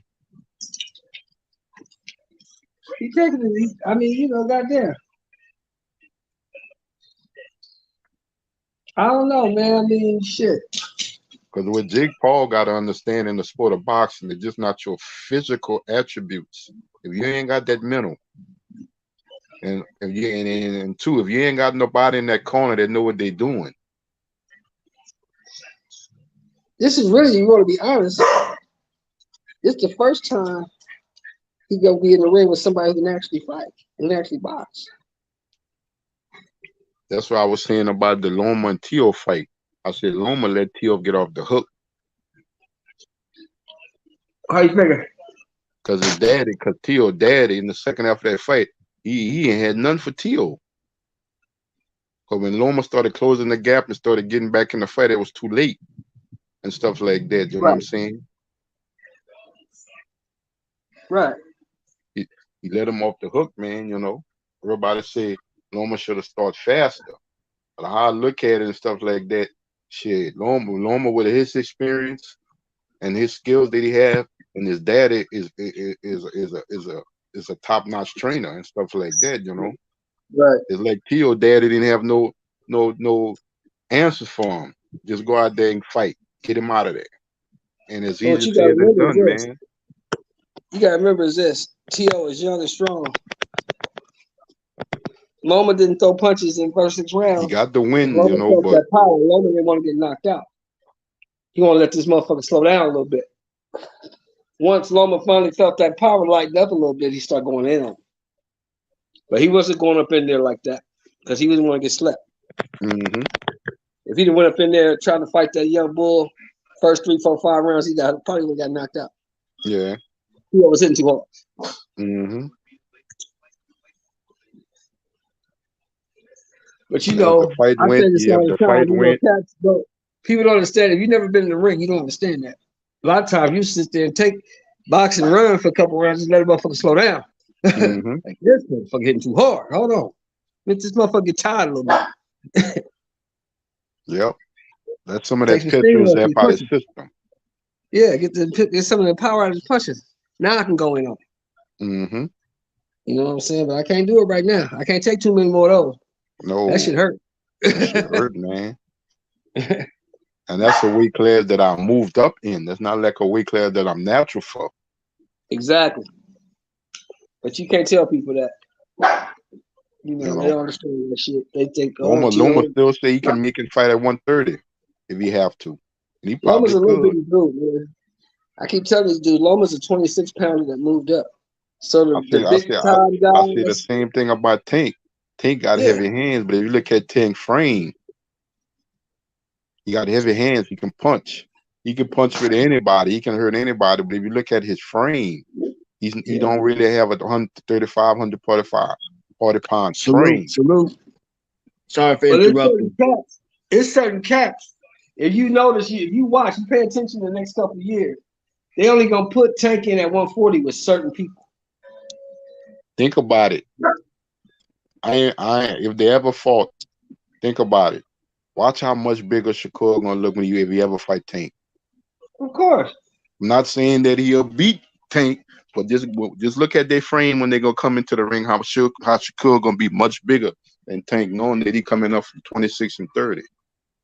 Why do you think they were talking all that shit about the Regis fight that never happened? Shit, Santa Cruz was looking bigger than Tank. He just couldn't deal with that punch. Why do you think they were talking all that shit about the Regis Prograis fight that never happened? Mm-hmm. They knew what they was doing. I'm putting that dude in there with him. Now especially somebody who can punch and understand how to handle himself in that ring. Yeah, I mean, not putting him in there with Regis. We just fuck this nigga up. How y'all brothers doing today? What's up, Warren? What's going on, Mr. Warren? What's going on? I'm doing all right for an old man. I can't complain. Yeah. I'm 6 feet above ground, so that's a good thing. Yes, sir. Yeah, man, I want to thank y'all for the prayers, man. My daddy made it out of ICU, man. Oh, all man. right, brother. Blessings, brother. Blessings. Right now he's in a rehab facility. You know. Hey. Man, shout out to my boy Jonathan Simon. Hey, Warren, y'all still ducking the PBC? I'm just asking, y'all still ducking Showtime boxing? Let me know. Yeah. Y'all niggas still ducking that Showtime smoke? I'm just asking, y'all still ducking that PBC smoke? You know I am. Y'all still running away from the PBC? Yeah, I'm 100 miles and running, baby. With one more to go. Hey, Warren, you was like, don't say nothing about Showtime because H Money gonna come up in here. That's fine. You say everybody ducking the PBC smoke, huh? That's what they doing? That's what they say about Canelo. That's what they said. Canelo ducked PBC. Canelo's ducking Benavidez. They said Terence Crawford is ducking Errol Spence. He's ducking PBC. That's what they say. All right. Well, we shall see. We shall see what the PBC I think Espinosa talking today. Huh? Espinosa was talking today and Bob Arum. Bob Arum said it wasn't fair for Crawford to ask Al Heyman, for the shit he was asking for. Bob Arum said that's not fair, that Crawford was asking for all of that. That's what Bob said. Yeah, I saw that interview, H. Yeah, you're right. I saw that interview. I'm serious, Warren. Y'all ain't said nothing about that. I noticed that. Bob is entitled to his opinion, but I don't think Crawford gives a fuck about what Bob talking about, to be honest. He probably don't, but Bob was saying like we're gonna pretty much Terence Crawford was making it hard. Cherry pick now, right? Well, let me say this, H. And I've been saying this since the beginning, and you know that. How the fuck you gonna tell me that I'm gonna get 35% if I don't know what the fuck it is, but I can't see what it is? Tell me. Well, people throwing around that 35%. In what world does that make sense? Well, y'all keep bringing up 35%, and I don't know if that's true. I don't know if that 35% is true. But that's what Bob had to be talking about, right? Said Crawford's asking me to see the books, see what's coming in, so I can know what I'm gonna get. Yeah, and Bob said that wasn't fair for Terence Crawford to do that. He said that wasn't fair. I could send it to you. This is what I'm saying. If it wasn't fair, if Bob said it wasn't fair, it wasn't fair because of what? Because it was offering 35%, correct? No, he said it wasn't fair for Crawford to ask to go see the books. He said Crawford wasn't being fair when he asked that. Yeah. That's what Bob said. Yeah, so I saw the interview. What you telling me is I'm supposed to just take your word on this is how much you made, and I'm gonna get 35% of whatever you say you're gonna give me. That's what you're saying. Yeah, but also I'm saying we don't know if that 35% rumor is true. We don't know what percentage Crawford was getting. All we know is that Crawford supposedly sold Blue Bloods at a 7-Eleven. Go ahead, Warren. I'm sorry. Go ahead. I thought the original percentage that's from the beginning. that's like in a prison, right? And you drop some soap, and you bend over. You know what I'm saying? They just expect us to bend on over. I thought dropped. the original percentage was supposed to be 60-40. Then I heard 35%. I'm like, what happened to the 40? So they took 5% off? Exactly. That's why I don't believe that's true. Yeah. And that Blue Blood was the one that said that. That came from Blue Blood, and we know Blue Blood is Team Crawford now. But this is what I say about that, 60-40, right? When's the last time? I've never heard of Errol Spence writing up any contracts. Errol Spence can't offer you anything. Al Heyman can offer you something. Like H Money be saying, you know, people be putting all kind of stuff out there. At one point, they were saying 55-45. Yeah, they said all kind of weird shit. You know what I'm saying? Here's the thing. This is what we do know. What we do know is that the dude didn't like the deal they was offering, and he's fighting on another network. Now, I don't know how much he's getting. I don't know if it's 10 million. I don't know what it is. But what I do know is whatever the PBC was offering, he didn't like it. And whatever BLK Prime is offering, he likes it. That's what I do know. Yeah. So I have a question Does for he the like panel. the fact that it's easy money that he's getting? Or does he like the fact that he's making easy money fighting a no-name opponent that nobody's ever heard of? He wanted easy money. Let me answer your question with a question. Hold on. Let me answer your question with a question. Who do you know? All the people you know. Who do you know that don't like easy money? Shit, I like easy money, my damn self. Look, that nigga H smiling. That was a good one, Sheldon. That was a good one. He dropped $10 on the floor. I like easy money, my damn self. Floyd like easy money too. Shit, if you could create I know, that's why he fought generation. Berto that one time. Yeah. That's why he fought Berto ass. Shit, if you could create I kind of do generational like how Crawford don't give a fuck what boxing fans pretty much think, and he's gonna do whatever the fuck he want to do. You know, so I kind of respect that. You know why? And the reason why is because who's taking the punches? I wouldn't even say all that. I mean, who taking the punches? Who got to climb in the ring? I know one thing we can say though. Earl not ducking. Who Earl? You said what? I got a question for the panel though. I got a question before we get to cooking on the duck. I got a question. We don't know what's going on behind the scenes. Do you think that Earl should activate his franchise tag so you don't have to fight Earl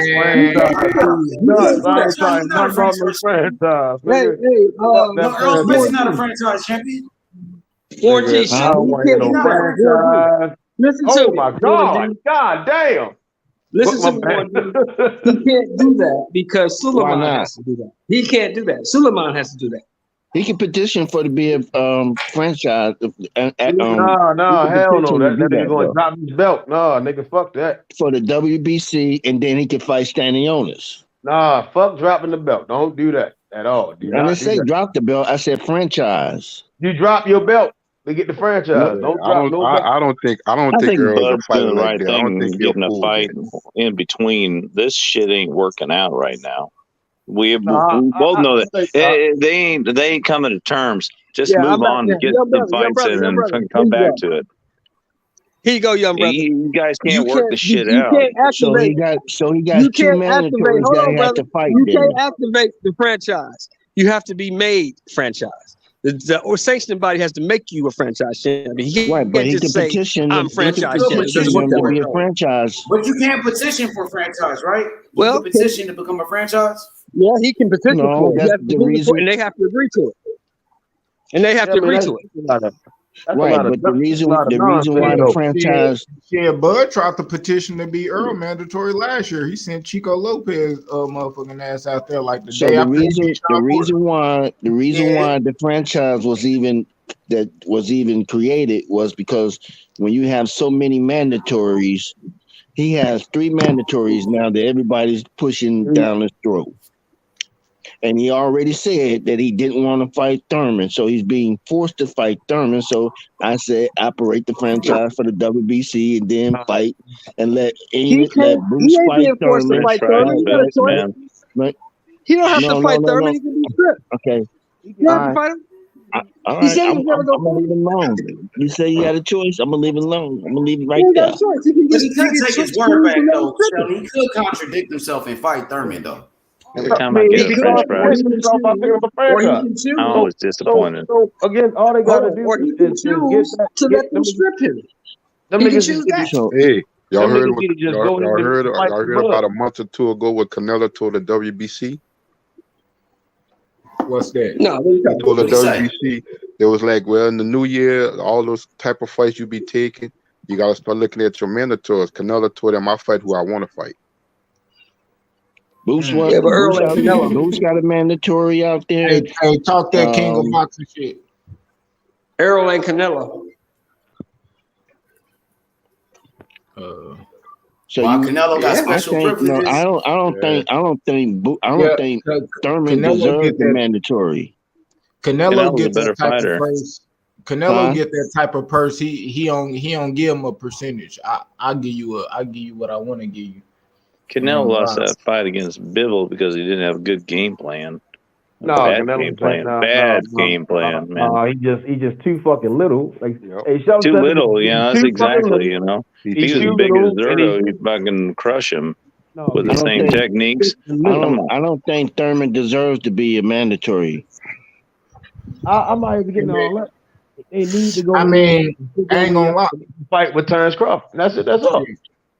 $100,000, you can't tell a motherfucker what I deserve, or 20,000 in a paper bag, or whatever. Like shit, you don't know what Thurman did to get his in. Like, No, I'm talking about as Or a mill in a he suitcase. only had 2 fights in almost 5 years, or is it 3 fights in 5 years? yeah, I understand that, Then he sometimes I ain't fought. got to fight. I just give you a little money. I'm Method, just what did I tell saying, you? but how You did remember he what I become a told you? mandatory after fighting someone that Tate Davis knocked out, and I'm gonna tell automatically you he how. becomes a I put a mandatory little cheese. I put a with little I'm gonna cheese tell on you top how. of that. I put some cheese on top of them chips. I'm gonna tell you how. I'm gonna tell you exactly how it happened. The PBC, politics. the PBC founder and advisor Al Haney, right, Okay, all right, there you go. has been wanting Spence to fight Thurman for years. That's the fight he wants. Yeah, that's the fight Al want. That's not the fight That's the Spence fight he want. wants. That's the fight Al want. But see, I've been trying to tell y'all for the whole year and a half, 2 years I've been on here. Al Heyman doesn't care about what Spence wants. Kills what Elderby wants. Yes, he does. No, he doesn't. He don't care. Because he gonna make the fight that he wants. So why they ain't make the Crawford fight? They didn't make the Crawford fight because they didn't want to pay. Kills what Floyd That's wants. a It money kills what thing. They Elderby didn't want wants. to pay what they had to pay that man. That's what that was. They greedy as hell. Yeah. Hell They yeah, like they paying them are. niggas low. They're some damn greedy, man. Okay, I'll say it like this. And say the fight make 50,000. How much do you think the networks deserve?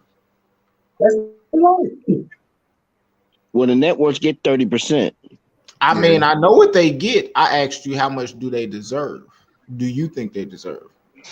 They deserve we whatever always they come putting on the fight. They deserve whatever they say they 15-20%. deserve. Besides what the government gets, I mean, they putting the fight on. okay. How many site I fees mean, can you pay? I Can mean, you pay but a that's site what fee? I'm saying. But this what I'm I'm paying saying. a We get on site here fee. and say, So but whatever Shell, cut I say I get is what I get. bro, Because we all get this on money comes out of here. my pocket. We get on here Not and yours. say the same And I gotta thing about the pay you. fighters. Get the fighters whatever they want. Get the fighters whatever they want. So what So that whatever my leaves cut for them? is what it is. If that fight was to come off, everybody's gonna make some money, man. The network's gonna make some money. The fighters gonna make some money. They're gonna make some money. If it was that, I'm saying like it is that easy when we run around here saying just yeah. But I just asked, how much do the networks deserve? You said how much they want. Okay, so how much do the fighters deserve? How much they want? So how much of that? You got 50 million. How you splitting that? We don't know what they got. We don't know what they got. I'm just throwing out a number. We got 50. How How does Throw that out get a more $500 reasonable million number, fight. though. Throw out a. So you saying? I mean, I know you just throwing out a number. You just, Man, I'm saying you got $50 million. You got Earl Spence, you got Terence Crawford, and you got That's a a network $500 and million promotion. fight, man. How do you split it? Oh, You split it for like this. that fight, I thought you talking about Keith Thurman fight. I'm sorry, bro. I'm You on split some it other like shit. this. This is how you split it. You give both of them dudes $10 million a piece, flat guarantee. Yeah, ain't enough, man. That's a bigger fight You than take that. your. It's bigger. It's not that big, bro. Let me It's tell you huge. something. Okay. It's not That's that big, It's bro. the Listen to biggest me. fight Hold that on, ever hold on, could be. hold on, Q. Hold on, Q. Listen to me. Last 10 years, the Let me biggest explain fight. something to you, bro. Let me explain something to you. Outside of the YouTube community and hardcore boxing fans, nobody knows these dudes. I mean, even the announcers are screaming for it. Ryan Garcia, Anybody, Ryan they're all Garcia, screaming and for it now. I mean, maybe they're Ryan trying to make us Garcia, Tank hungry. I Davis don't know. fight is bigger than their fight. Hey, Who we talking about? I'm gonna say this. I'm gonna say it like this. Nobody knows them cats, man. I don't know where y'all get that information from. Who we talking about? You get I'm 10 gonna cash. say this on Crawford Kishore Nobody knows in them the dudes. panel. I'm gonna say this on Kishore in the panel. Yeah. Internationally, outside of US, they know who's Bud and Spence is. They know. And that would be they great know if the fight was international. That would be great if the fight was international, but it's not. the It's thing happening in about America. it, both them guys won their first titles overseas. Internationally, they know who they are. And that would be great if they were fighting overseas, but they not.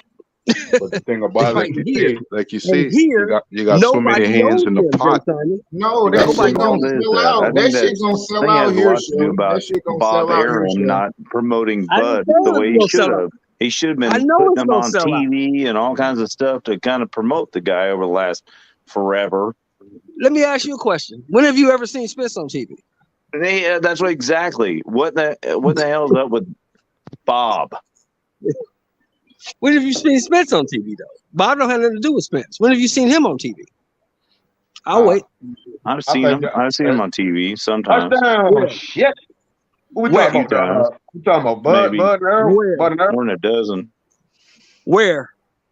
I'm just on Man, regular TV when they're I promoting can for say like this, man. Sean Porter and a few of those fights like that. Man, That's on a fight. That's a fight night. I'm talking Damn, about he cried. commercial on Nah, TV bro. being promoted. I can When say have you this. seen that? I can say this from being I in see a Bud a lot barbershop less. and asking motherfuckers, do they know who these guys are? And out of, I say 10 motherfuckers, probably about 6 of the people that I asked, one of them is gonna know one of the other or both. Yeah, nobody knows these guys' names. Out of like I say 60% of motherfuckers know somewhat of who these guys are. It may be the fact that I'm in Texas, maybe it could be, but it is the fact that you in Texas. But the fact that you in Texas. But I see. I'm in LA. Hold up, Shell.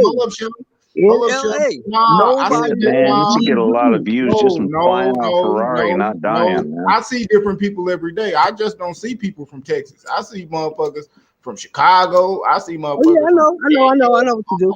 I know what you do, bro. I know what you do. I get it. I understand. But I'm telling you what's happening. I'm telling you what's happening in Los Angeles, California. In Los Angeles, California, nobody really knows who these dudes are. Yeah, but boxers in general, man. I talk to people all the time, and they don't know who anybody is. They're like, "Oh, I kind of know who Wilder is." I'm like, "Who you don't know talking who to? Wilder is?" I mean, come on. I'm saying, who you talking to though? Who you talking to? I'm talking about the motherfuckers that's gonna make everybody, and they don't. If you don't know boxing, these people don't know shit. Hold up, J-Dub, hold up. This is what I mean. What do you do, and where are you talking to these people at? You will see them down the street. You calling them on the phone. Where you mean? Everywhere, man. I'm saying, I talk about boxing with everybody. I don't care if they like it or not, and I find out what they think. And most of these people don't know shit about boxing. Generalizing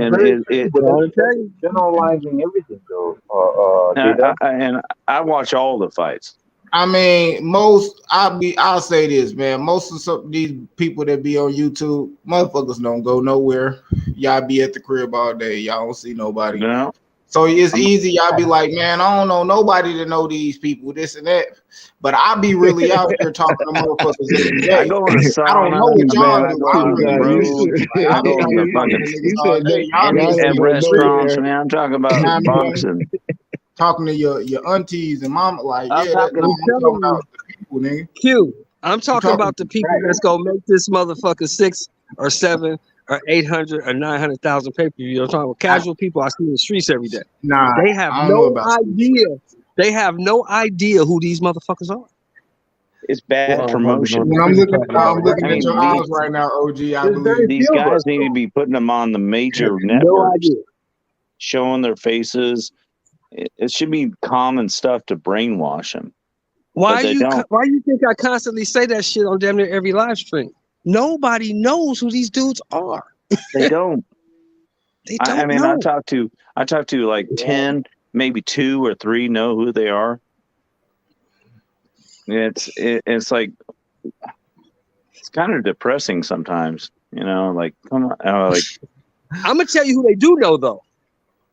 They know the red-headed Mexican guy on the Hennessy commercial. They know him. They know Tyson Fury, kind of. They know maybe. the WWE guy, the big bald-headed white guy. It is cap. I don't mean to stop the dialogue, right? But who the fuck did I tell the score was going to be 24-13? I told somebody. I told you they was taking off. I told you they was taking off. I told somebody the exact score right now is 24-13. Yeah, I told you they was taking off. Brady ain't doing it. Brady done. But look, they know the redheaded guy that's on the Hennessy commercials. They know him. They know the big buff guy from England on the Under Armour commercial. They know him. Motherfuckers They don't know the WWE guy. It's They the know that cat. cinnamon man. Niggas Who's know the AJ from WWE gonna be in Creed 3. They know the big. Hold on. They know the big WWE guy, the big bald headed guy. They know him because he's on WWE, and they know Tank Davis because he stay in trouble. That's who they know.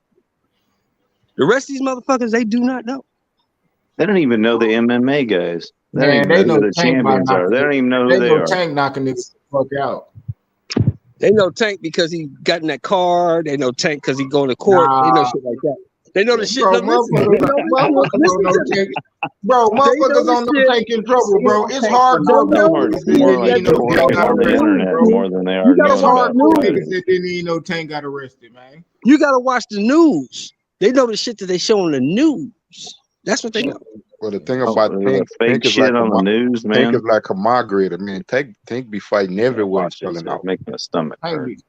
Tank be fighting in places you wouldn't think they would sell out. So what y'all think about? So what you think about Tank does having? not. So what you think Yo, about I didn't having? know about Tank and his outside curricular activities. I didn't know about that until the YTPC started talking about that. Thanks. That's what I'm saying, man. Tank knocked the nigga out on every coast but the Midwest. I was in Baltimore. I didn't even know he had case. To be honest, our only hope is Nico Walsh has become champion. But I'm telling you, nobody knows these dudes. I'm telling you, we have to bring popularity to the sport. What do you guys think about That's the reason to bring it up mixing up the boxing realm with mixing it with like a Jake Paul and like a championship boxing to bring those cats. Now they know that motherfucker. Now they know that motherfucker. They know him. What if we say we put Jake Paul on the undercard?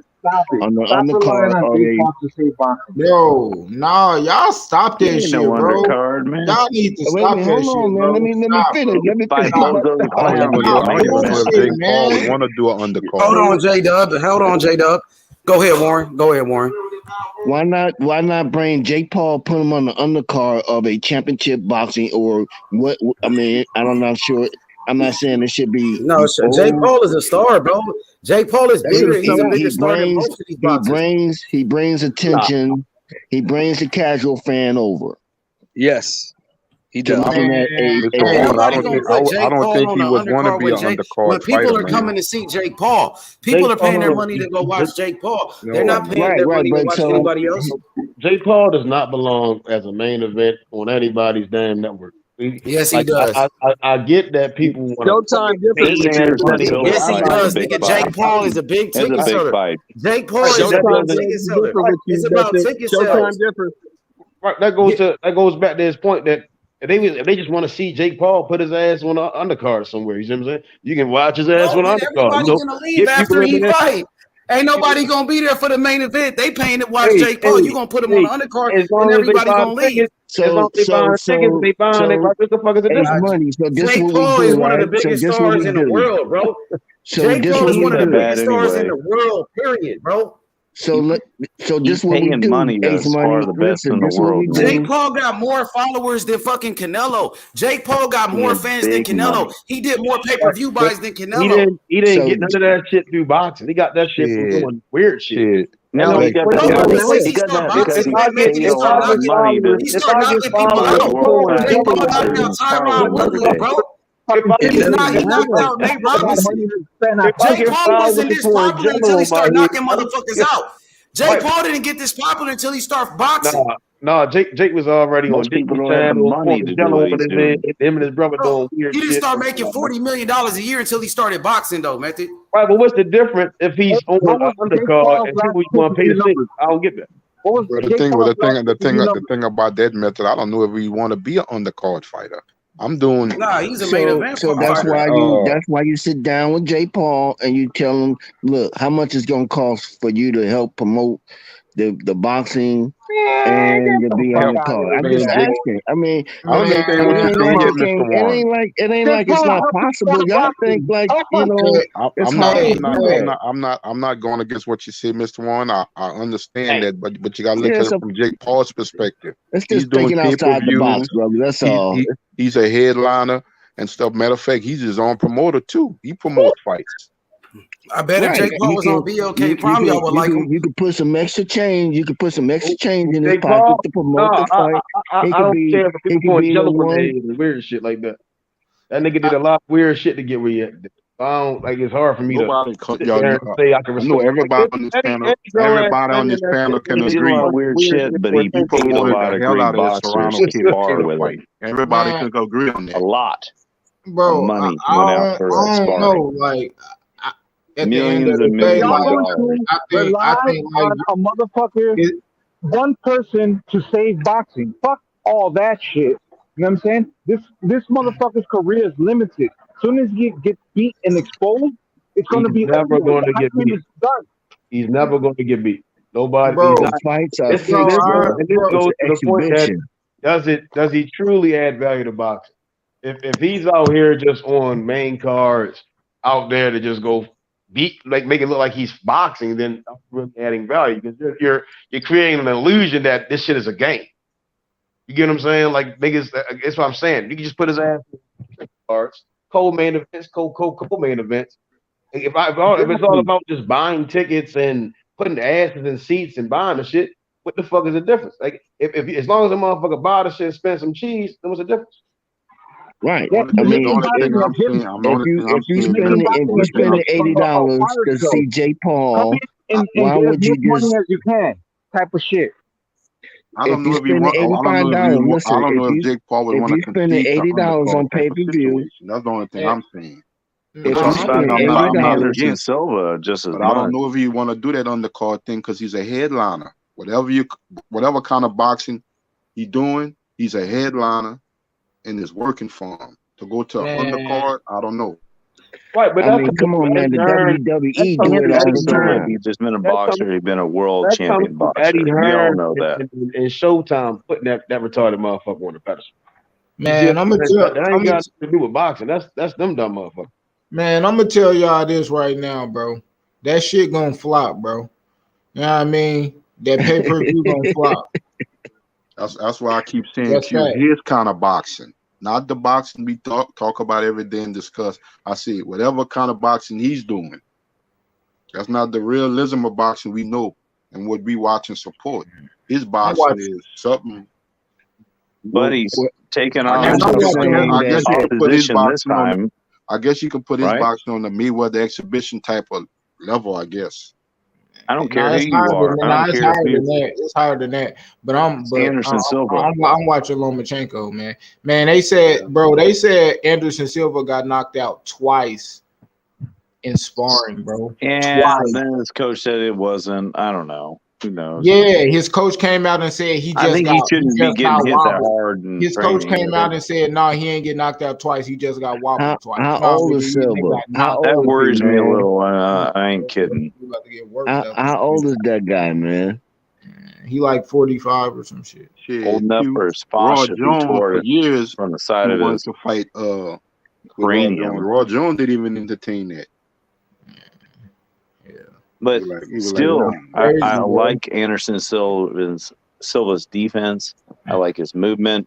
I like his jab. I like a lot about it. But that's If he And was when he turned get younger, knocked, and when I he get guarantee knocked out, what you Anderson gonna Silva would say? be a world champion boxer if he had started only in boxing. 100%. He's not a boxer though, man.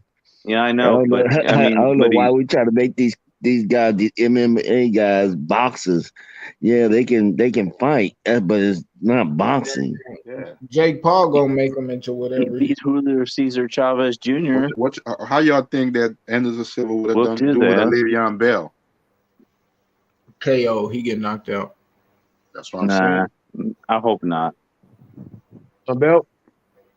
Kind of makes me worried because they're trying to start a new like No, MMA association for fighters, and if he gets knocked out, I'm thinking, oh shit, is this kind of set up for Anderson Silva to get knocked out? That kind of worried me when they're talking. man, about he that. already You got know what I mean? You know what I mean? I don't understand why people don't. Why, That made me worried. it's not. It's like Jay Paul said.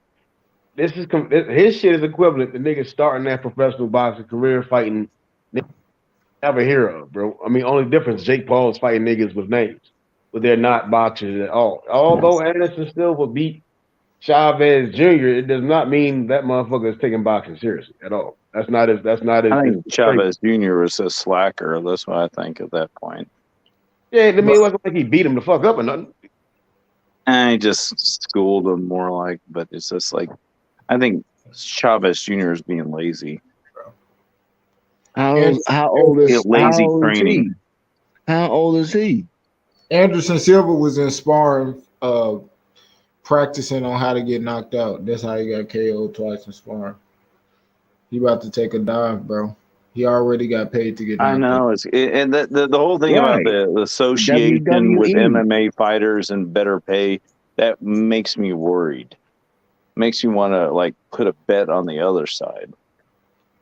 It really does. Well, they've been that doing sounds that. funny to me. Like, oh, I'll do a kickboxing fight with you if I lose, or if I win, then we'll start an MMA association for better rights for fighters. I mean, I don't know. It sounds weird. And then it's almost like Anderson Silva almost knew what was going on before it happened. Yeah, but them guys looking at it That's like, what if I they could get get the paid bag, for, but I though. never got in the MMA, why not do it? That's what they get paid for, Like though. he told him about it before because it was like, oh dude, yeah, and then are you okay? The dude is we already know is about his paper. He just in there for money. He don't care whether he win or lose. He going. It's a payday. That's what it's for. A bag. I don't even think it's about the payday. I think he just wants to. He just wants to compete a little bit. I think he just wants to throw his hands in there and have a little fun. He's getting old. Man, He only got a few 66. more. Man, it's 46 few more years times to old, throw some man. hands. You know what I'm saying? The He just man wants to got have some family, fun. bro. I think he just wants to. I really do. I He just think just he want wants to to have some compete. fun. Well, then, if you want to compete, he can go. Go to the gym and work out. If you just want to compete, he can get some Maybe get sparring in. paid and have some fun. Maybe. Man, the man in there for a check, man. Yeah. At the same But thing, I mean, Mr. he's Warren, good at the enough to same thing, win. Mr. Warren, I said about But that that's Uriah the same thing I said about Hall when he got knocked out against Uriah Hall, kind of like, dude, he shouldn't have Why lost would I go Uriah in Hall. there? Why would I go in there? Why would I go and compete just to be competing and possibly be embarrassed or allow people to see me be embarrassed. I hope he trained his ass off, and I hope he ain't throwing a fight. That's all I care about. And you're right, Mr. Warren. Think about it. These guys, that's former great MMA. No, this ain't an exhibition. This is a real fight, man. They getting in the ring with boxers. It's a real fight. It's a pro fight. It's not no Floyd Mayweather making $30 million over in Japan. How you figure? Because it's a legit fight. It shows up on the record. Serious? It shows up on the record. And that probably wouldn't, and that probably wouldn't even be that close. The money he made in one night. Yeah. How many people on the panel think that that's a real fight? In his MMA career. This is a major deal, man. You get that mark on your record like that. Are you serious, Jake Paul? Are you serious? It's a real fight, man. It's a pro fight.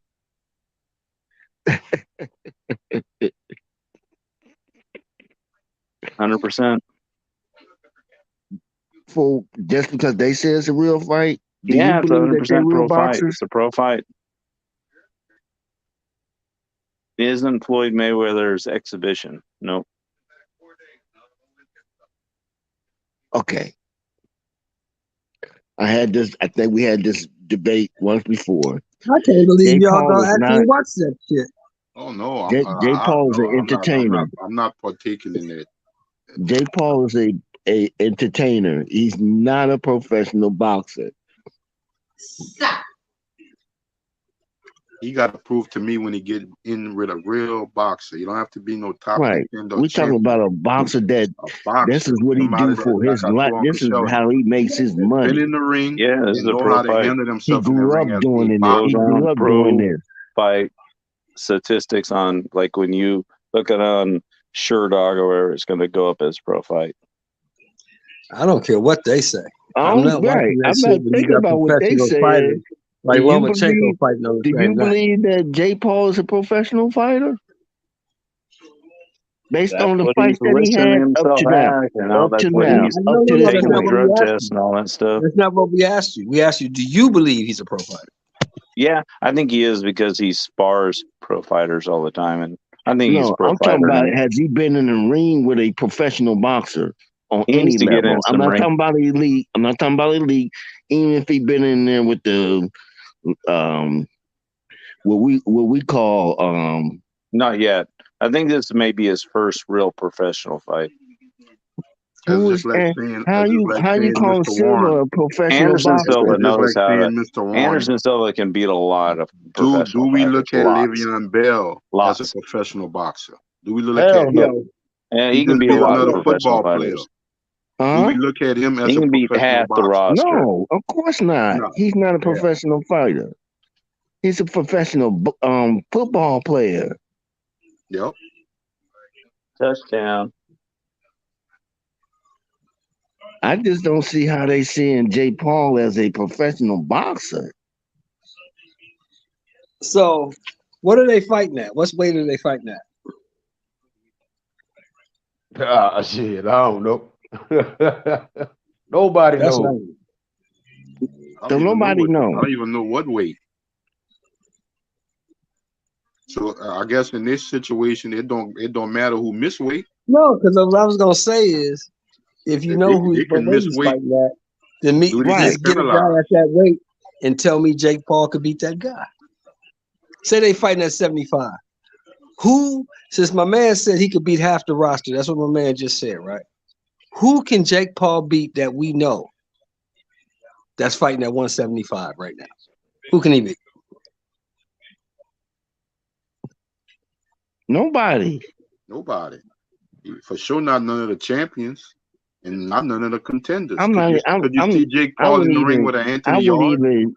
That'll be an insult for me to even choose. You would put Jake Paul in the ring with Anthony Yard.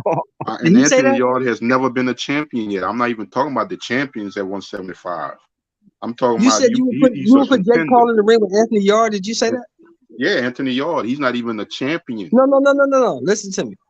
The man said, you said you would put Jake Paul in the ring with Anthony Yard. I said I couldn't see Jake Paul in the ring with an Anthony Yard. Oh, no. Anthony Yard will destroy him. Knock his ass out. And Anthony Yarde is still a contender. He's not even a champion. No, I can't even see that. I can't see Jake Paul beating Joshua Buatsi. No, I can't see Jake Paul beat nobody at Bridgerweight. Craig Richards. Nobody. I can keep going down that list. Caleb Plant Sullivan probably beat Jake Barrera Paul. can't I'll beat be none of honest them. to you. I'll be honest to you, Uncle Sheldon. I can't see him beating anybody at super middleweight. Man, it's funny how people's minds can be easily disinfluenced. Jake Paul hadn't even Mr. Warren, he's a young fighter. Nate Robinson, a basketball player. Could you see Jake Paul beating David Morrell Jr.? No. Come on. A slam dunk. Trying to get that man killed. Wow. Oh, he's entertainment, man. That's about it. He hit it. He struck gold. He struck gold in the industry, and he taking advantage Jake of Paul? Just keep talking about me, and then I can manifest stuff in people's head, not in mine. You might get somebody else. You ain't getting me. Yeah, I mean, he right now he struck gold, and he he taking advantage of it, and he using it to his advantage. I don't blame me the with man. them subliminal messages like I'm a real fighter and this and that. No, but I would never call him a professional boxer. Paying money for them to teach him. Until he fight a professional boxer, he ain't fighting professionally to me. He fights professional boxers every day. That's how he can win. Oh, he pays money. Sparring, he pays bro. a lot of money. That's how he wins. Right, it's he sparring. pays these J-Dub, great fighters to spar with him. J-Dub, Only way he wins. That's the way he wins. J-Dub, you know how many how many ex-great MMA fighters every day cross-train with boxers in their career? Yeah, but every day he can afford to pay these guys to spar with. There's not so many people that can. When they was at the peak of their MMA career, it's they was expensive. actually training and sparring with boxers. Professional boxer Your wife says it costs $500,000 per fight. But I never call them boxers. But these guys sparred with boxers because they wanted to develop their striking skills in the MMA format. So those guys is not new to training with boxers. It's not new to them. He's been doing it since his teens, but he's really trained with actual, real heavy world championship boxers in the last 5 years. Who? Championship boxer Jake Paul. He's paying money. He's paying a lot of money. He made all that money on the internet, and he put it into paying these guys come out every day. Who's the guy he's training with? Pay for everything. I know his trainer was a former fighter and champion in BJ world Flores. champions that he trained with. Name one of them. I don't know. He keeps it secret. He says he pays these guys. You don't think he's knocking these guys out without paying these guys to come out there? There's no way. There's no way he's knocking these guys out without paying. This This is how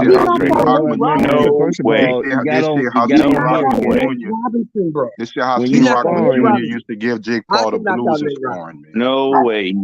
He's knocking nobody out. He knocked out Nate Robinson. He got to pay a lot of money. Rockman Jr. was giving Jake Paul the blues in sparring. He knocked out Ben Askren, who was never a striker in MMA. He was a wrestler. He knocked out Tyrone Woodley. Fucking midget. Come on, man. He was falling in and out of love with him. Jeez. Come on, bro. He knocked out Tyron Woodley. You gotta be trolling. You can't be serious. Falling in and out of love. J-Dub, you got to be sharper Falling in and out of love. Let's talk about the end of the fucking Lomachenko fucking hype train. This fucking Ukrainian's getting his head pounded in by Jermaine Ortiz. Fucking check in later, fellas. Jermaine Ortiz. You don't believe that shit. Jermaine Ortiz is a fucking killer, bro. This is a tune-up. He fought Chad, this is a tune-up. He fought all these motherfuckers. This ain't no tune-up. Jermaine Ortiz is gonna upset the apple cart. Jermaine Ortiz is a tune-up. You're lying, Shelton. You're fucking lying. We can't hear you. We can't hear you, man. You really He's talking a tune-up, low. bro. He's a tune-up. Jermaine Ortiz is a fucking killer. I can't hear that dude. Jermaine Ortiz is gonna get killed. You pull up his amateur pedigree. This fucking dude ain't no fucking joke, bro. Lomachenko gonna beat the shit out this dude, bro. Lomachenko's 35 years old. Been in a war. Beat the shit out of this. This was his sparring partner. This was his sparring partner, chat. This was his sparring Saturday. We'll know this Saturday. Loma, you gotta catch him in the beats between, man. It's like when he's going in between, he's losing like. No Nakatani. That's the only way. That's how you beat Loma. Jermaine Ortiz is a fucking killer. He's a world class killer. He fucking beat Jamel Herring. Okay, Chad. Hey, Chad. Herring. Laugh about Herring. Let's laugh about Jamel. Let's laugh about Jamel. What are you calling him, Maurice Hooker? What is he, Maurice Hooker fucking drunk? No, Jamel was washed, but he wasn't past it. You're just looking way past Jermaine Ortiz. You're thinking Haney's fighting fucking Lomachenko. Jermaine Ortiz, fellas. Let's just get Jermaine Ortiz in our mouth because you're all gonna know his name after Saturday. You're gonna know the kid from Massachusetts' name after Saturday. Yeah, it sounds like Devin Haney needs to know his name after Saturday.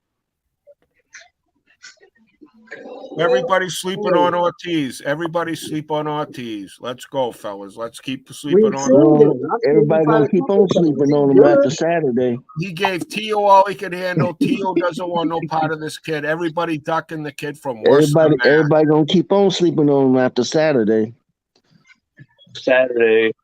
Mark my words, when they say, wow, he just fucking won a decision. He won a unanimous decision. Majority, like, it's going to be Tio-ish. This guy's a boxer. He's skilled. He's a hungry lion. You're dealing with an old, like, Lomachenko's got shrapnel in his fucking knee, bro. This fucking dude. Okay, so if he's so old, then Ortiz should knock him out then, right?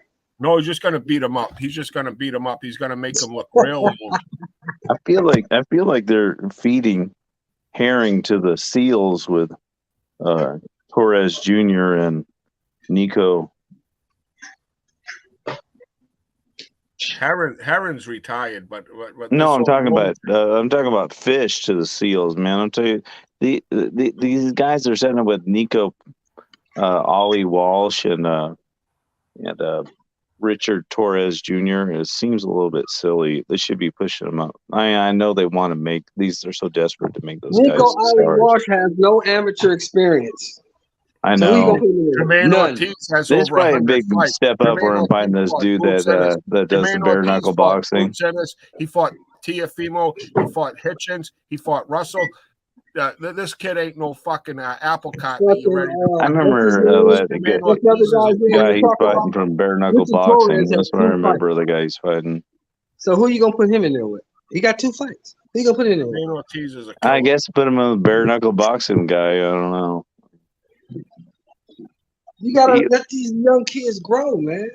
He's fighting with more of a tougher kid that doesn't get knocked out real easy, but he has been knocked out. Fight Torres. Fight Jarilov, the kid that knocked you out in the Olympics that put you out on a stretcher. Really, Torres is a hype job. The only American heavyweight. You don't think Torres ain't no hype job? He would have won that. Torres is a hype job. Jarilov sent him out in a stretcher, bro. The dude beat him up again. Torres is a fucking way. I don't know about that. He'll be all right. You've been telling me about Javilov for a minute, and I watched him fight on that Showtime card. He ain't looked that impressive. He fucking killed Torres. That's all I'm saying. Jab with that guy, man. Torres, no, jab, nuclear bomb. He almost. And then he'd go to the body, kind of move around a little bit, but it seemed like he wasn't committing too much. Okay, so since we so high on Javilov, I think Torres is going to come in a little bit harder Baby on him. Anderson beats him. I got Big Baby Anderson beating fucking Javilov. I have Big Baby Anderson beating Herkovich. I have Jing Zhang, Dingy Dang. I have Big Baby Anderson, the number 2. There you go. There you go, right there, Chad. Stop right there. There you go. Let's put Javilov in there with Big Bang Zhang. Good night, Big Bang Zhang. You talking about the same guy that just beat Herkovich, right? He sent him back to China. Right, Sheldon, right?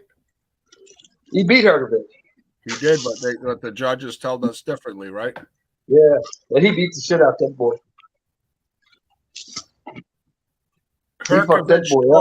Herkovich Torres would be a fight to see who the tomato can is. Both of them. I agree, Shelton. I agree. Big Baby Anderson, once Wilder steps away, after Wilder beats Aztat Ruiz, I mean, Aztat Ruiz is going to get fucking his head torn out by Wilder. That's that. You know, I was high on Ruiz, but this dude is going backwards. You know, that Wilder fight with Ruiz next. I can't wait to see who Wilder fights next because I hope it's Ruiz. Because I hope it is Andy Ruiz versus Wilder. That's a big fight. That's big. That can sell. I could buy that shit. Sell. That can I sell. could buy that shit. I can put my money on that. Andy doesn't stand a chance. I thought he did. He don't stand a chance, but I can put my money on it. Absolutely. That's an intriguing fight. That's a fun fight. That ain't a hilarious fight. That's a fun fight. Because Andy will keep getting up, you know what I mean? And he don't quit. He's not a quitter for sure. And he's two guys who are going on their shields, you know. And Andy's he's becoming a different fighter. He's kind of transitioning with a different trainer and he's getting in better shape. So it's different. I think he's going backwards. I think he's trending backwards. I think that's a wrong fight for him, but I think it's a cash out fight for him. You know, because I can't wait. Who's Wilder fighting next? Has anybody heard any news? Supposed to be fighting Andy. I'll pay for that. I'm sorry. It's just like I don't care how much. How many rounds y'all think? It's your boy Coco the Gun. What's going on, everybody? Yeah. How long y'all think the Fury Chisora fight gonna last? Who the fuck cares about that fucking fight? Honestly, Chisora Fury is a fucking fag fight. Honestly, that's a fucking biggest bullshit fight in the history, and fuck Fury and that whole. Hey, Mr. Shelton. Mr. Shelton. What's up with you? Fuck Fury. How long you staying on the Shelton? That fight gonna last? Fuck Fury. Fuck That's a stupid fight. Fuck Fury. Why does he fight the same guy like 2 or 3 times and beats him up? Man, this is stupid. This Fury fight. It pisses me off. Actually, stupid as they comes, bro. That's stupid. That's a stupid ass fight. Hey, Mr. Shelton. Let me talk to Mr. Shelton real quick.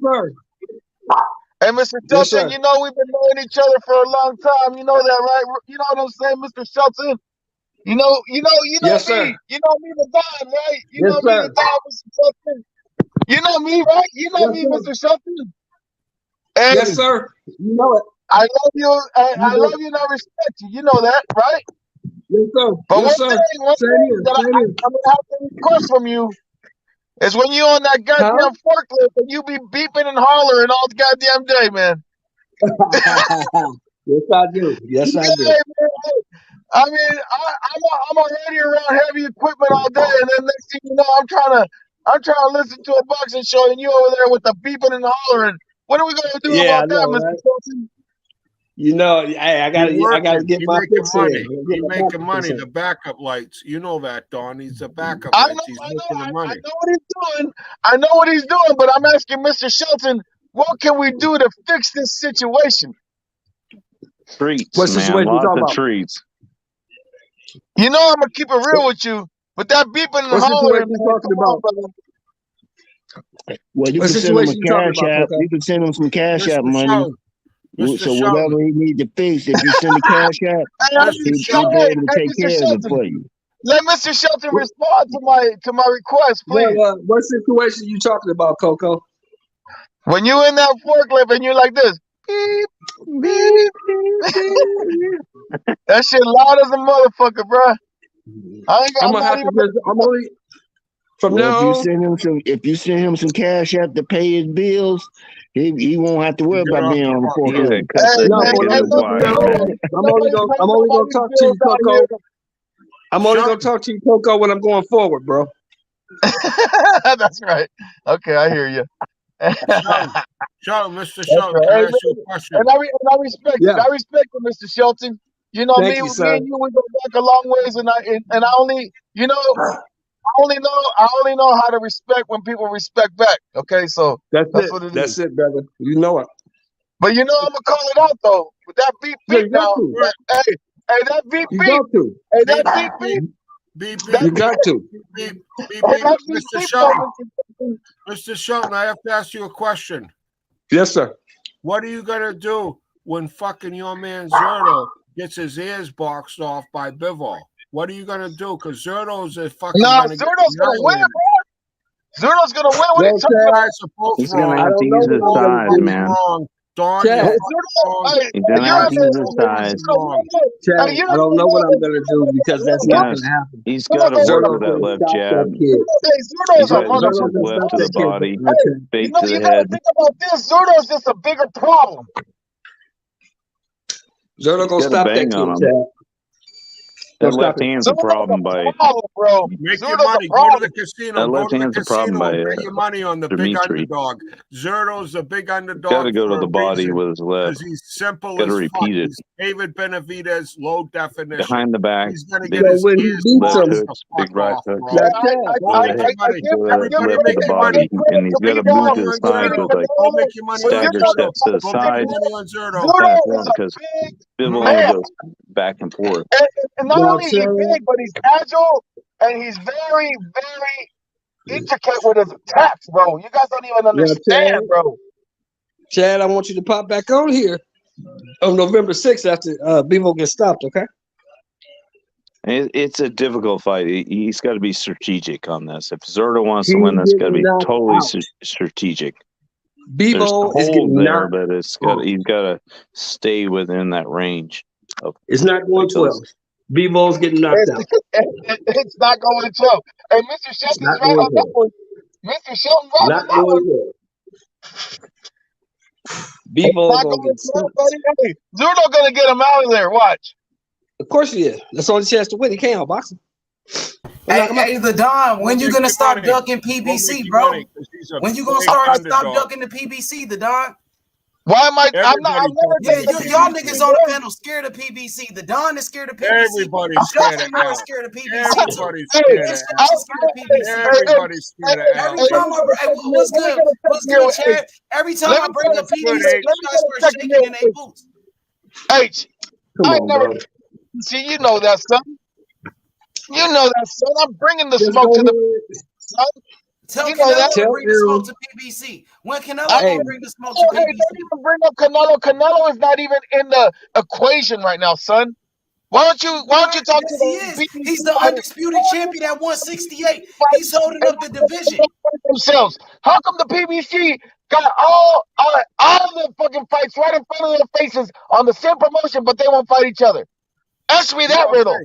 Hey, guess what? When is Canelo gonna fight these guys? Let's stop. I guess there's a time for everything. That's the riddle.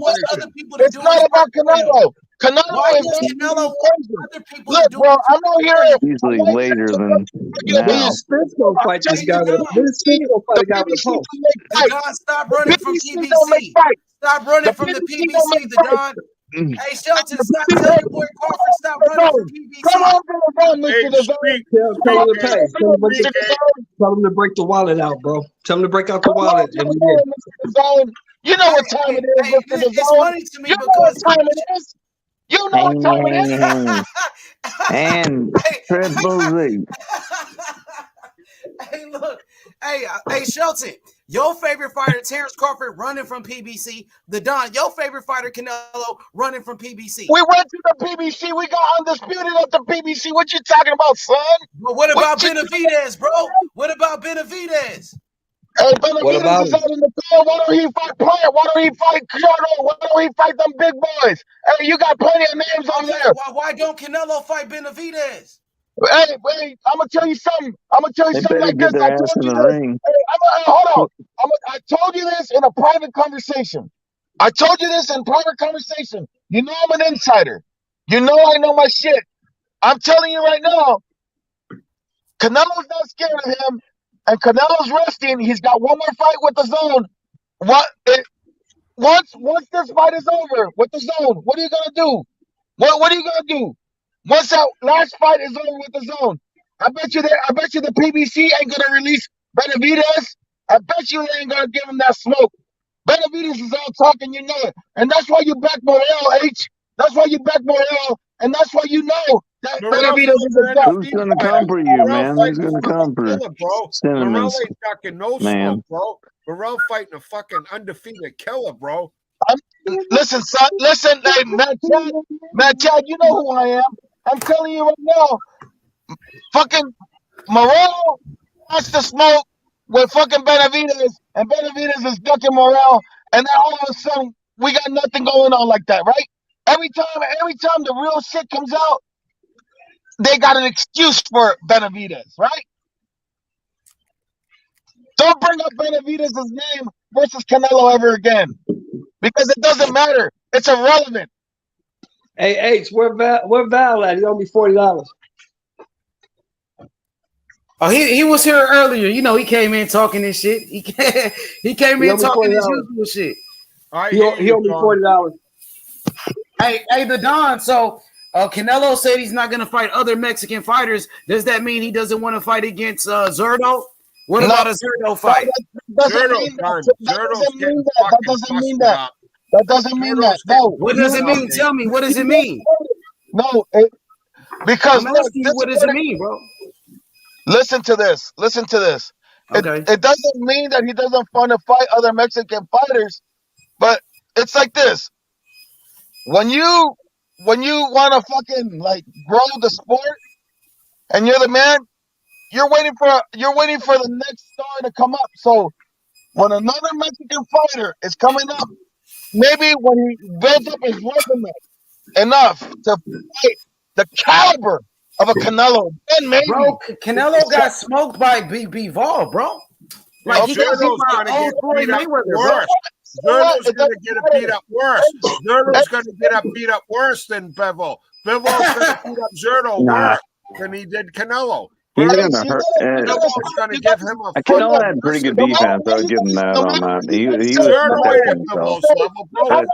I think Zurdo's gonna come in hard and hit him like he never been hit before in his life. He's gonna feel done. He's like, oh my God, what have I got myself into? Yeah, Zurdo's 44 and fucking 0. Really, the Dawn? He comes into people and he always stays forward. That's the reason I always back up on him.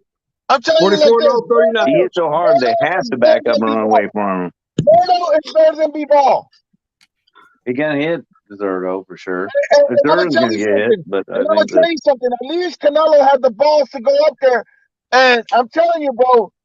I'm telling you, if fucking Zurdo wins, that's the next great fight coming up. I'm telling you right now. Zurdo ain't winning the Dawn, so just eliminate that whole. I think we should go up higher, man. I think we should go up in the 175 division where we got Artur Benavides and Bivol beats the fuck out of Benavides. It doesn't matter. I'm gonna tell you like this, man, Chad. I'm gonna tell you like this.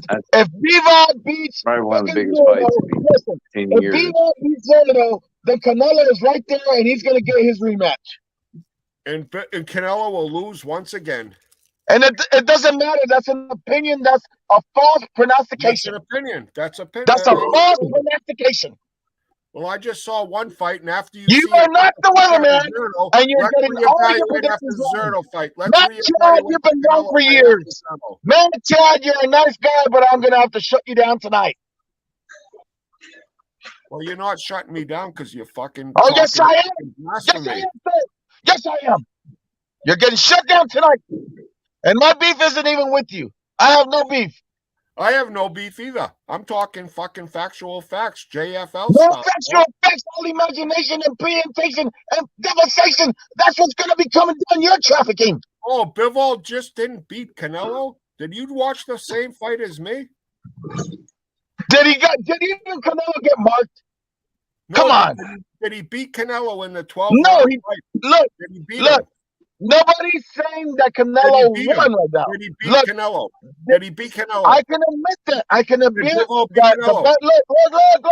You're telling me Zurdo is a good fighter as Canelo? You're telling me pound No, for pound, it's a different body. It's a different body. Are you smoking crack on? Put the crack pipe down. Put the crack pipe down.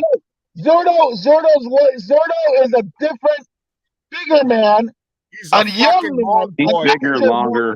It's gonna get He should be a exposed, heavyweight. He's a If he mongoloid. fill That's out, he gonna should be get a heavyweight. exposed. The guy's enormous. Look, at the end He's of a the day, skinny fucking white heavyweight. Canelo looked like a 168 pounder versus a 175 pounder I that don't night. care. Canelo's a killer. Canelo's pound for pound best Don't in try the to world, sweet bro. talk me now, Canelo's son. pound Don't for try pound to best sweet in the talk me world. now, son. Canelo's Don't pound try for to sweet pound talk me best now, in the son. world. This is not your tavern. This Who is told not you your that tavern. bullshit? This is free smoke. Let's go. Who told you that bullshit, Chad? Who told you Canelo was pound for pound best in the world? Who told you that telling bullshit? My eyes did. My eyes did. Your eyes is lying.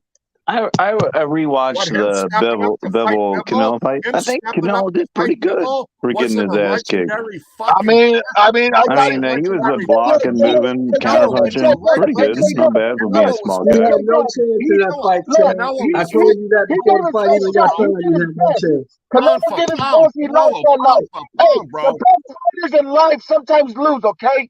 Sometimes you go in there, you give you a shot, and you lose. It's not your night. So now we gotta drag them through the mud. Is that what you're trying to do? This is the problem with boxing today. A motherfucker loses, and then you want to discard him, and then you want to fucking drag his feet through the mud, and the motherfucker can't even bring himself back. That's why these motherfuckers don't want to fight, because they scared to lose. Who we dragging through the mud, Don? What the fuck? I just said Canelo. Canelo, I had pound for pound and the greatest fighter in the world. You think I care about your pound for pound? You think I care about your opinion? What, you think Zerto's as good a fighter as fucking Canelo? You think I'm not saying that, but Styles make fight. It's a bigger He man. knocked Canelo You out. don't even know, bro. See, that's what I'm talking about. All these casual ass motherfuckers hop on these panels. That's only because he's way bigger. Bivol's a fucking killer, bro. He's a pound for Oh, pound. no, you got. I don't even. Bivol is a great fighter. Nobody's taking nothing away, but we gotta see it, bro. We gotta see it. And you're gonna see it against Zerto. You're gonna see it against Zerto. You're gonna see it against Zerto. We're gonna see a real fight. Wait, for free. There's a real fight for free classic 44 on the Prince's bill. That's where you get it. The Prince is paying for this fight. You guys are overhyping this motherfucker, bro. The Prince is paying for a super fight, and we're gonna get it. 44-0. You guys are sleeping on this fight. 44-0. He would lose to Joe Smith. Zerto would lose to Joe Smith. No, come on. You think that Zerto would lose to Joe Smith? Oh, come on. He probably win Joe Smith. He's not going to send him to retirement. Chad, disrespectful. Joe ain't shit, Chad. He stopped Joe. He stopped Joe. I mean, Joe would show some heart, man. He would hit Zerto with some big blows. You know, that's Joe. Joe would come in there, bam, bam, bam, and Zerto come back, bam, bam. That whole we should make that fight. We should definitely make that damn fight. Joe got hit by Better BM and turned his back. You've been watching it for 20 years with some blinders on. I've been watching it for 45 fucking years. We should make that damn fight. Because you got blinders on. Did you see that? Joe Smith versus Zerto. That's going to be great. Chad, did you see that? Joe Smith got hit by Better BM and he turned his back and he ran. Did you see that? Yeah, I definitely see Bivol run and duck. No. I'm talking about Zerto for years. You don't think that he got that 44-0 is not because he didn't want to fight nobody. Nobody wanted to fight him. Nobody wanted to fight him. Zerto's a fucking beast, bro. You're underestimating Zerto. Nobody want to fight him because they're like, oh, damn, that guy's too big for fucking light heavyweight. You 44-0 in boxing, and you fucking what the fuck are you talking about? Because they don't want to fight him. It's like, dude, he's too fucking big. We didn't talk to fight. Everybody talks about their friends. They're like, dude, how you took a fight, how you avoid I felt a shock through my liver. The big fight. You was champion that situation. It's like electric bolt, man. Fighting Bud Crawford. It'd be the same thing as fighting Bud Crawford. It's a mismatch of talent. It's a mismatch of talent. Bud Crawford beats the fuck out of Boots. We're gonna find out. You know, Ramirez was the WBO's 168-pound champion for 2.5 years, right? Come on, bro. Get off mute, bro. Make your money. Dawn, make your money. Go to the casino and bet Zerto. Bet Zerto because he's a big underdog. He's a big already underdog. did, Make Chad. all that money. I already did, Chad. You should let. Pissing in the wind. You're pissing in the wind, bro. If you're betting Zerto, you're pissing. I already did, Chad. Don't knock the dude out. What's your end game, Chad? What's your end game? You want to say, all right, fuck it, this motherfucking Bevo guy cleans the whole division? Is that it? No, Zerto. Nobody has a chance against this guy. What? No, they have a Zerto chance. cleans out Zerto could 75. beat him. Everybody could beat anybody, but I'm saying he's the best one at that weight class. That's my opinion. Well, all right, wait, maybe that night, we had too many chicken wings, and he's going in there with a hot stomach. I think Bivol has his chance. I think. Do you know how juiced up Bivol is? You know how these Russians game plan here. Let's be honest. Are you stupid, bro? You think game Are plan. you stupid, bro? You think these Russians aren't fucking juiced, bro? What the fuck? I would say Zerto has the power advantage. He's on It's all a about game plan. open agency juice, bro. What shots are you going for? How are you countering? You guys are quick to fucking throw a Latino under the bus. He's got to do a little stagger step to the side if he wants to win. Bivol gonna You got to go left hook to the body. I Sure. can't wait. I can't wait to come back and talk, Dawn. Man, I'm gonna get you, Chad. You're gonna get fucked. Dawn, Yeah, you're man, eat him up. Dawn, you gonna give me a little cred when you go, what the fuck happened to Zerto? Are you gonna give me a little If you don't go right, you're gonna get. Matter. Let's watch the fight because honestly, we don't get enough fights. We don't get enough. This is a great fight. This is a great fight. This is a big time fight. That's getting no You're not attention. gonna give me no cred. Hey, Wait, let me cred This is a big fight. This is a big fight. Wait, let me say this. This is a big fight that's happening, and that's actually gonna fucking go down.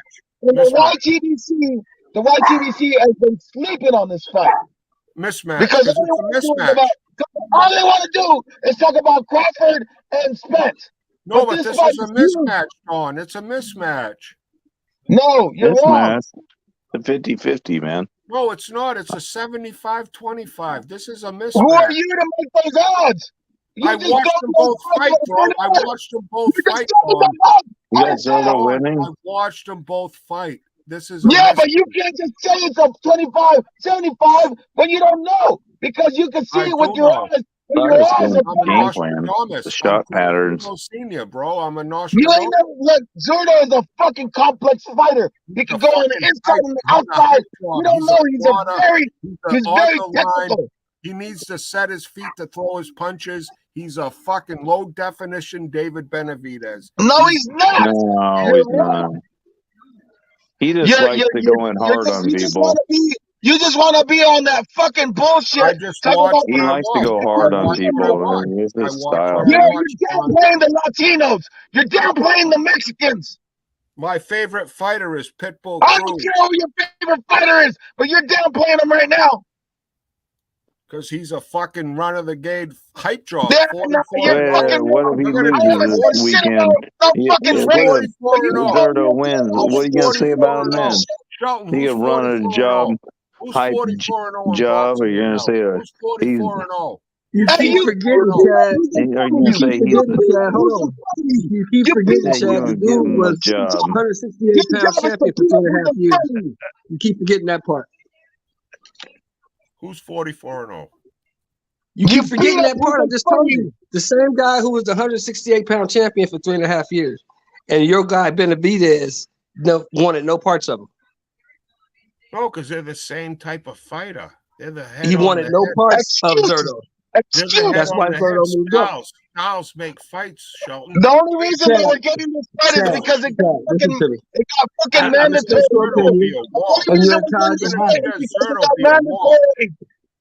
They made Chad, I respect your opinion, and you're entitled to have it. But Zerto gonna stop that boy. Thank you, Mr. I think that's the way he beats him. He has to really go in hard with his size because he needs to. Because that jab's gonna run up points, man. He's got to bam, bam, bam. You're putting him up in a pedestal, and we're gonna break him down. We're gonna break him down. Yeah, you're gonna break down Larry Bird too, right? You're gonna break down Larry Bird was an overhyped white man. Get the fuck out of here. I know you don't want to hear it. Just got me right behind the back. I got that.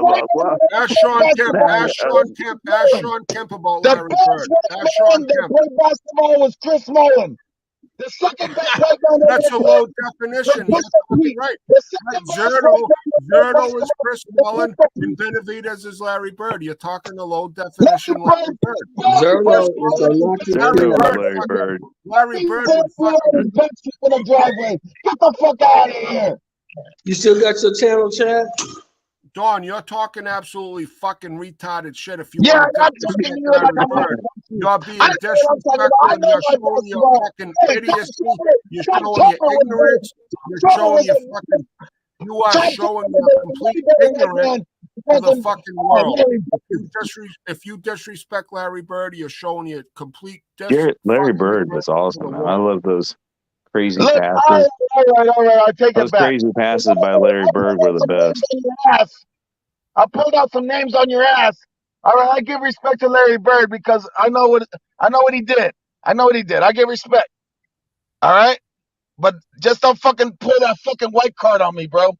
It's fucking. I tell you now, I'm colorblind, bro. I colored my leprechaun orange. I colored my leprechaun. I'm colorblind, bro. I don't see color, bro. Was Chris Make it a Mullin. little red. Basketball player was Chris Mullin. You were fucking retarded. Once again, we can show. Yeah, the best shooter ever. That's why he was on the dream team. The same time that Larry Ray Bird was Allen on the can dream shoot team. better with his left hand. Ray Allen can shoot better with his left hand than Chris Mullin. Hey, look, Larry Bird, when the dream team was first created, Larry Bird sat on the bench and Chris Mullin was over He there. had a broken fucking back, bro. He was on fucking Oxycontin, bro. He was on Oxycontin, bro. I'll tell you about basketball. Son. The Dawn, you don't even want to talk about basketball with me, and I don't want to take the panel over because I am the basketball savant. No, you're not. I know more basketball than you. I know way more basketball than you. You're out of your fucking mind, and H Money. I know way more basketball than you, bro. You're out of your fucking mind, Dawn. You're fucking out of your mind. I know. That's why I'm telling you, Chris Mullin was the greatest white man that ever played basketball. And can everybody in the chat please tell this dude that he's a crackhead? No, you're fucking out of your mind. You're fucking out of your mind. You got a guy named John Stockton, a guy named Jason Kidd, a guy named Jokic, a guy named Luka Doncic. That's better than fucking because he Chris Mullin. You're gonna pull Chris Mullin out of your fucking ass? Are you a fucking retard, bro? H Money, is this dude a complete retard? He's saying Chris Mullin? I'm telling you, Bob Sara was a better white man basketball player than fucking Larry Bird. And fuck you, man. I'm telling you right now, you fucking retard. No, you definitely need some medication, bro. You're another body. Larry Joe Bird. You don't even know these Bird. Mark Price was a better fucking basketball player than Larry Bird. Huh? Mark Price was a better basketball player than Larry Bird. You never heard that name, Mark Price? Yeah, because you don't know basketball, son. Huh.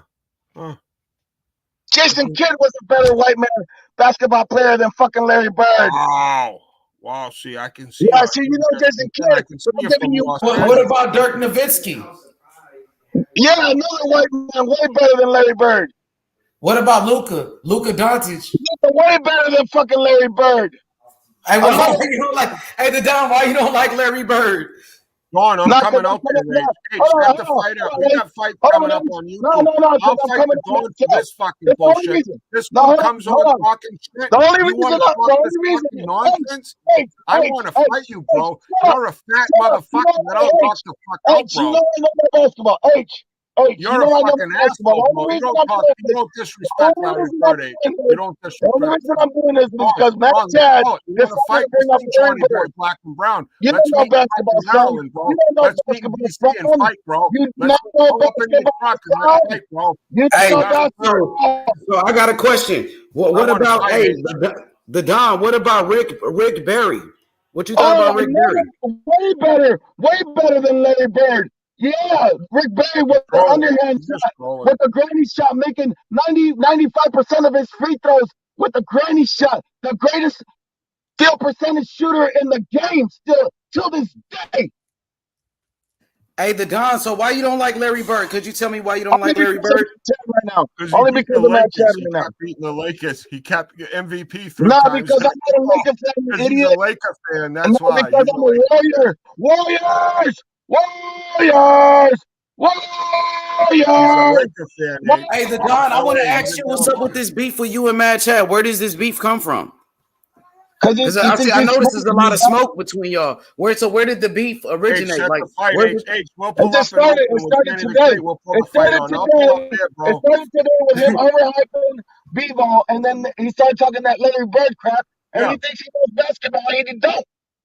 I do. My son can shoot better You than don't even anybody know. I on don't the give a fuck. YTBC, bro. Listen, My son's a Devin Haney of the fucking YTBC shooting the don't basketball. get into this, because I don't want to disrespect you. I don't want to disrespect you like that. I coached in Indiana. I coached against Steve Alford. I coached against the greatest basketball players, and they go, "What the fuck is up with you, bro? What the fuck are you seeing?" I go, "It's a team sport. 5 fingers. It's all about a team sport." I'm a basketball savant. Don't fuck with me when it comes to basketball, bro. H knows. I've seen your videos. You don't even know how to fucking. Hey, you're a bad coach. I've seen you. You're a bad coach. Man, bro. No, y'all got beef. So this is like a beef going on. Oh yeah, I want to pound his fucking head, and he's a retard. He's trolling me, and you know, hey, I've been trolled before. But fuck the Dawn. Yeah, never like this, though. Never like this because I'm calling you out. I'm calling you out. You're a promotion. You're a fake. 3-round fights. We'll go 3 rounds. We'll go minute round, 5-minute breaks. I don't even need all that. I'll knock you out with one punch, old man. No, you're an old man. You're out of shape, bro. I'm in shape, bro. I do 50 push-ups. You're not in shape. Hey, I'll fucking knock you out right now, motherfucker. I'll outshoot you, bro. Let's go to the I'll free throw line. fucking Let's shoot go you, to son. 3-point line. Hey, I'll fucking outshoot you at a 3-point line, motherfucker. You're out of your fucking mind, bro. I bet 1,000. The Chris Wallace basketball cap. I play basketball. You don't play basketball. I was the most inspirational player in Oakland. As a Latin dude. Come on, get the fuck out of here. I was dunking. You were never dunking. You never touched rim. I never dunked. No, I dreamt about dunking. You got no hops right, man. I'll pound your fucking head in and I'll shoot you. You know what I would do? I'll palm your head and I'll dribble with your head and then I'll kick it like a soccer ball. Yeah, and I'll fucking Bronco your ass. Do you know what Bronco you wish in your dreams. Hey, I'll fucking kill you like a son. I will son you.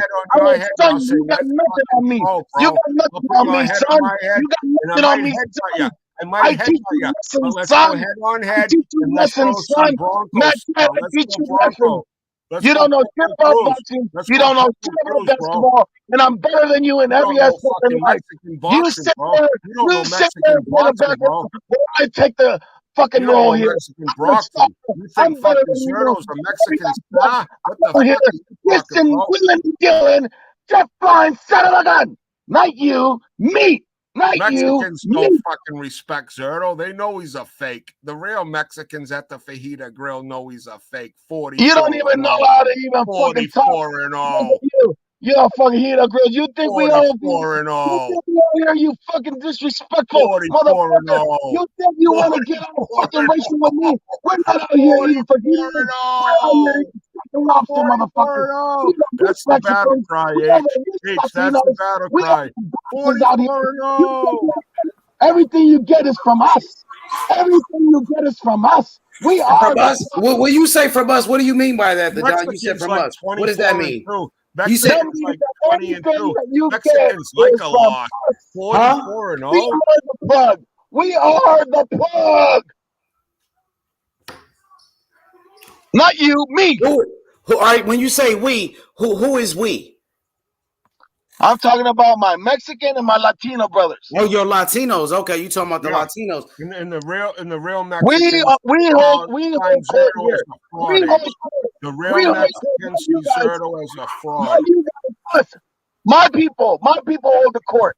Real Mexicans don't. Virgil Ortiz real, Lara real loss. Lara has a loss. Pippo Cruz, Mexicans love. He has a loss. Ryan Garcia, Mexicans don't like. He doesn't have a loss. Like real Mexicans. You're talking out of your ass. You don't even. I'm talking reality. You can't even talk about Mexicans because you're not a Mexican. You're white. No, I'm not. I'm just. I white, just know that's why you like Larry Bird. I hang out at the Mexican restaurant. I love Mexican's my favorite food. I love Mexican food.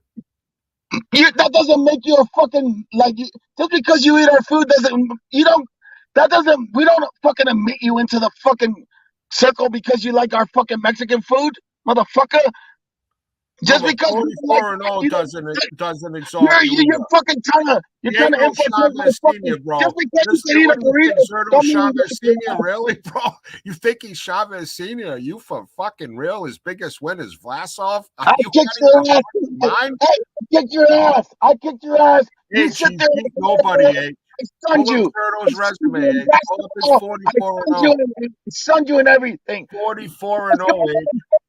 Whatever you want. Hey, Chad, what are you saying? Chad, you're pretty much saying like Zerto is being overhyped. Is that what you're saying? Absolutely, totally getting exposed here. Man, don't fucking pick a side. Let him. No, I'm just asking the question. Don, I'm just trying to see where he's coming from. I just asked the question. 44-0 is a red flag. When's the last time he fought Vlasov? I mean, come on. When's the last time he fought a killer? I mean, that's what you have to weigh, Ray. And he's gonna fight one right now. It's underhyped. He's been held back. Really good. You can look really good. Stop this underhyped and knock these guys out and move on. Beat fucking bums. Yeah, you're fucking full of shit. That's only because the real fighters just run away like chicken shits. That's what happened. They all just got scared and ran away because he'd beaten everybody up. You know another fighter 44-0? Yeah. Does anybody know another fighter 44-0? Right now, I think Wilder was close to Wilder was 44-0 at one point. Different thing, heavyweight. Wilder, knocking motherfuckers out, explosive motherfuckers. But hey, Chad, they say the same thing about Wilder, like he knocked out 44 bums, huh? No, but the whole different thing though, H. I see how it's different now. See how it's different how he bows down to you. Bow down to the Latinos. Bow down to the Mexicans, man, Chad. It's time, motherfucker. What the fuck? What the fuck? Wow. Shout out to the Don, bro. I don't want to fight, bro. I want to. Why do you want the Don? Why do you want him to bow down to Mexicans and Latinos? I want to have tequila with him. I want to have tequila with the Don. Hey, the Don. Why do you want Matt Chad to bow down to Latinos? He bowed down to Wilder right now. You better bow down to Wilder. What you mean? He bowed down to Wilder. Bow down to Zerto too, then, motherfucker. Different level though. There's levels to the game. Shut the fuck up. Shut the fuck up. Bow down. There's teams up here in Maine that go 44-0. Then they go. You want to drink tequila with me? You want to have fucking tequilas with me? Then you're gonna have to admit that fucking Larry Bird is not better than Chris Mullen. Never have tequila with Chris Mullen and Larry Bird. You ever seen those behind the back passes and around the neck? H Money, I'll never have slam ducks, layups. I'd have to say the Don is the trolling king because that's definitely the most. Bro. That's the most because that's a retarded take, H. Like I didn't know what that was about, bro. It seemed like it was some smoke. Maybe he was watching your channel. Maybe he was watching your channel and he saw something or it was something, bro. Funny, like I say, with me and you, like we disagree on things. You're a Fury fan. I'm not. We disagree on things. What the fuck? We argue and H Money will tell me to fuck off. What the fuck, Chad? You know, H Money got passion. That's what boxing's about. If you're a cupcake, don't. I look at both sides. I really do try to analyze even the Bibble side. Bibble, I've been watching him, and I think he's a very hard person to penetrate And you got to be very careful when you try to put pressure on him because he has a really hard counter that can rock you. Did you know that story with Bivol showed up? I watched both sides. Say it again. Did you hear that story when Bivol showed up to the Benavidez fucking sparring session? No, I didn't hear about that. Oh yeah. They definitely kicked the Russian right out. You know what I mean? And the Russian, I think, was smoking cigarettes. I think Bivol smoked cigarettes. And he beat the fuck out of David, and they fucking kicked him right out, kinda. And hey, Chad, what do you think about the Don telling you to bow down to Mexicans and Latinos? What was that about? That's just kind of, internet fucking, drama kind of with the Don. I like it. He's a savage. There you go. I want to see some people. I want to start bowing down to Latinos. It was fun. Man, but I want to see some Latinos getting some was it about the thing with you and him? Fighters out there. I wanted to see them winning some. Hey, Chad, I gotta ask you the thing with the beef with you and him. Does it have to do with race, with Latinos against Europeans or something? Is that what it is? I don't know how that could be. I like the Latinos. They're fucking hard workers, man. Is it because you're picking Bivol over Zerdo, who's Mexican and Latino? Maybe that's because a lot of those Mexican fans are very hardcore and they're very, they want to fight. And but I think the size. I love me myself. Me myself, I look at everybody as equal. I got love for everybody, black, white. But Chad, check me out.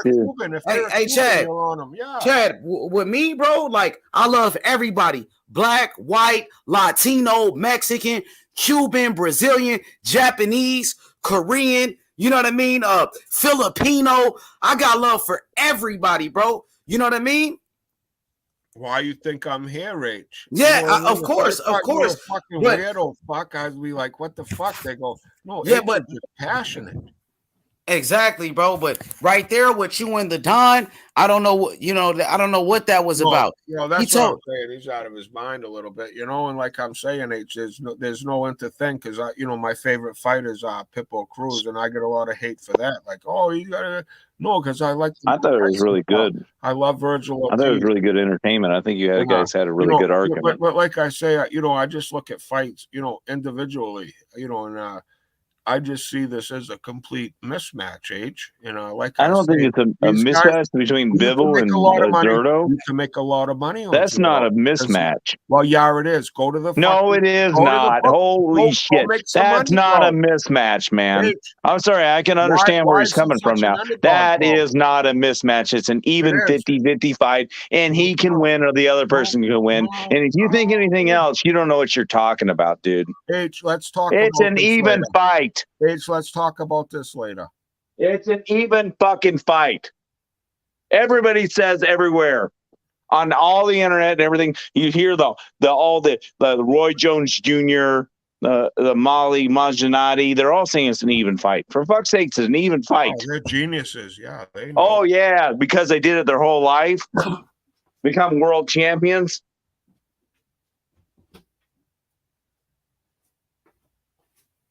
H, what's the Vegas odds on the fight? What's the odds on? I'm not sure. I mean, I haven't looked at it. Do you know what it is? Fucking underdog. All I know. Okay, tell us what are the odds. Let me know. I don't know. Okay, but Zerdo is a big favorite. Is Zerdo's a big fucking underdog. He's a 44-0, and he's the fucking smart underdog because the smart man knows. Because it's because of betting odds. Because people bet on hype.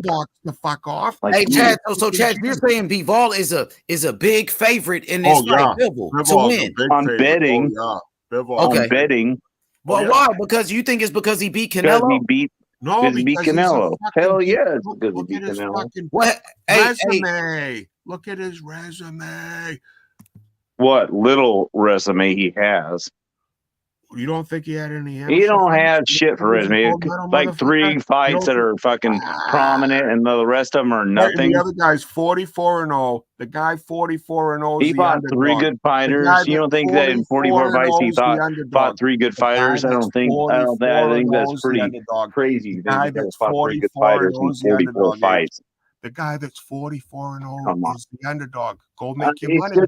All you people think that Zerdo's it's because of the betting odds. People bet.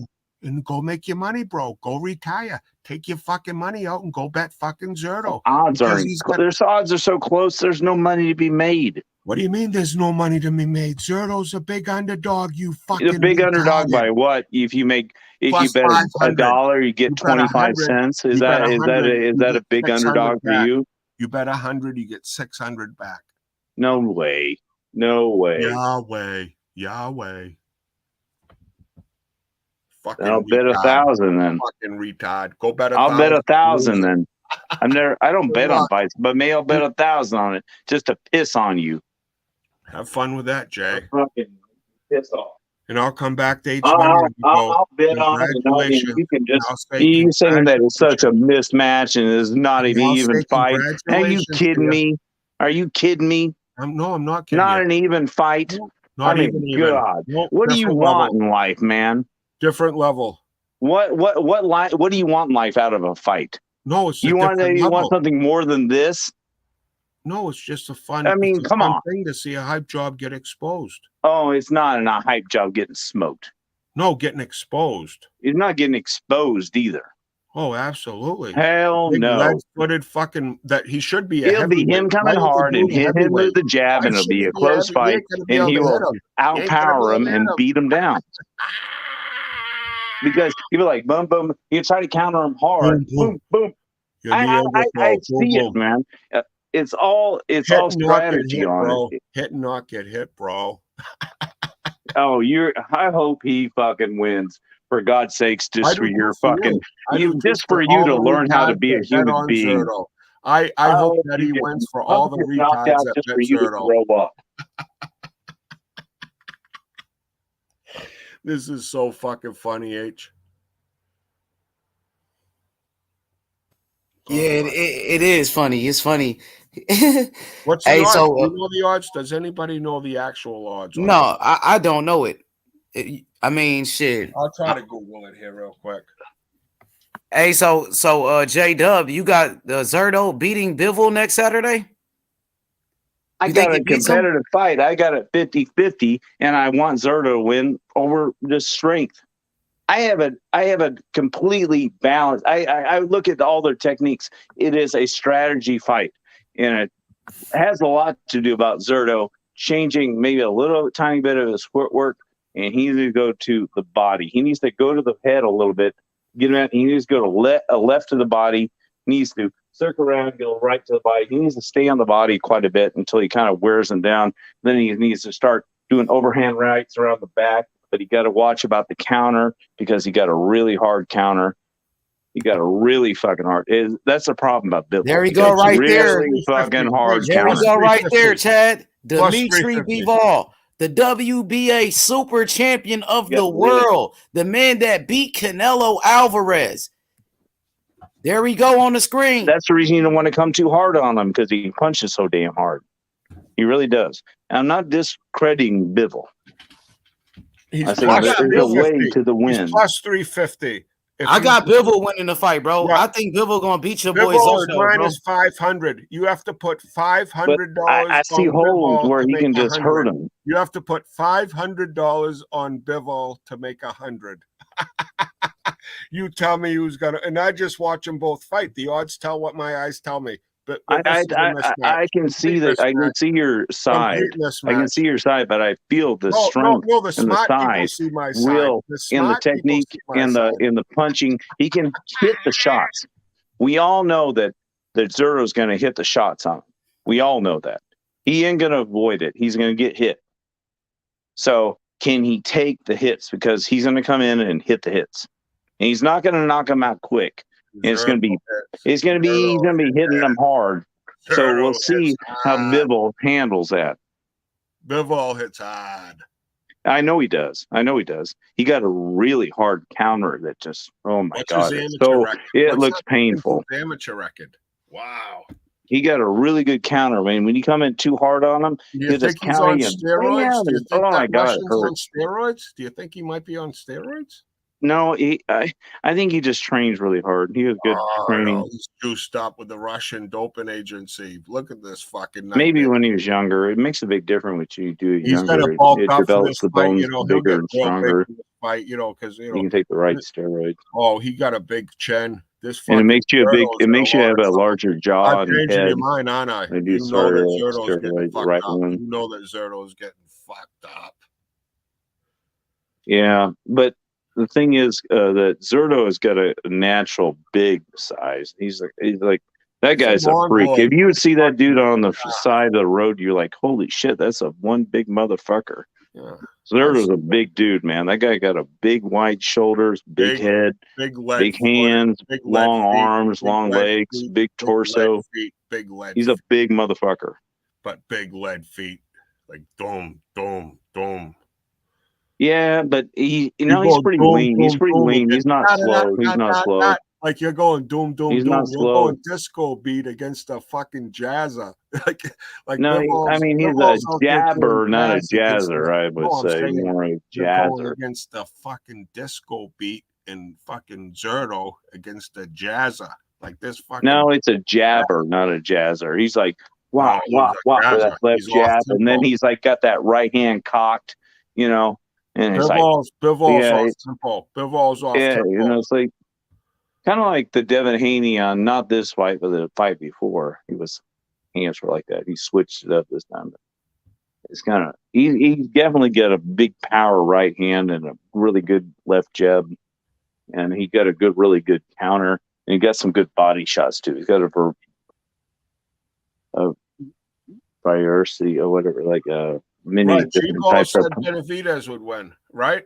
But Benavidez is fucking just he is an axe to grind because Bivol made him cry, and Bivol had a cigarette after. Yeah, I'm sure Bivol would make Benavidez cry for sure. He could definitely make him cry, and he's gonna make fucking Zerto fucking cry. Yeah, but what if Zerto hits harder than he does? It's true. Well, you have to. It's true. It is true. But he's a little bit more open. That's what I worry about. He's gonna have to be really sharp on this fight, on his entries and not the way he's doing things. Because I'm telling you that Biv will make you pay for little mistakes. Well, how can someone 44-0 be the underdog? That's all I'm saying. I think it's because of Canelo.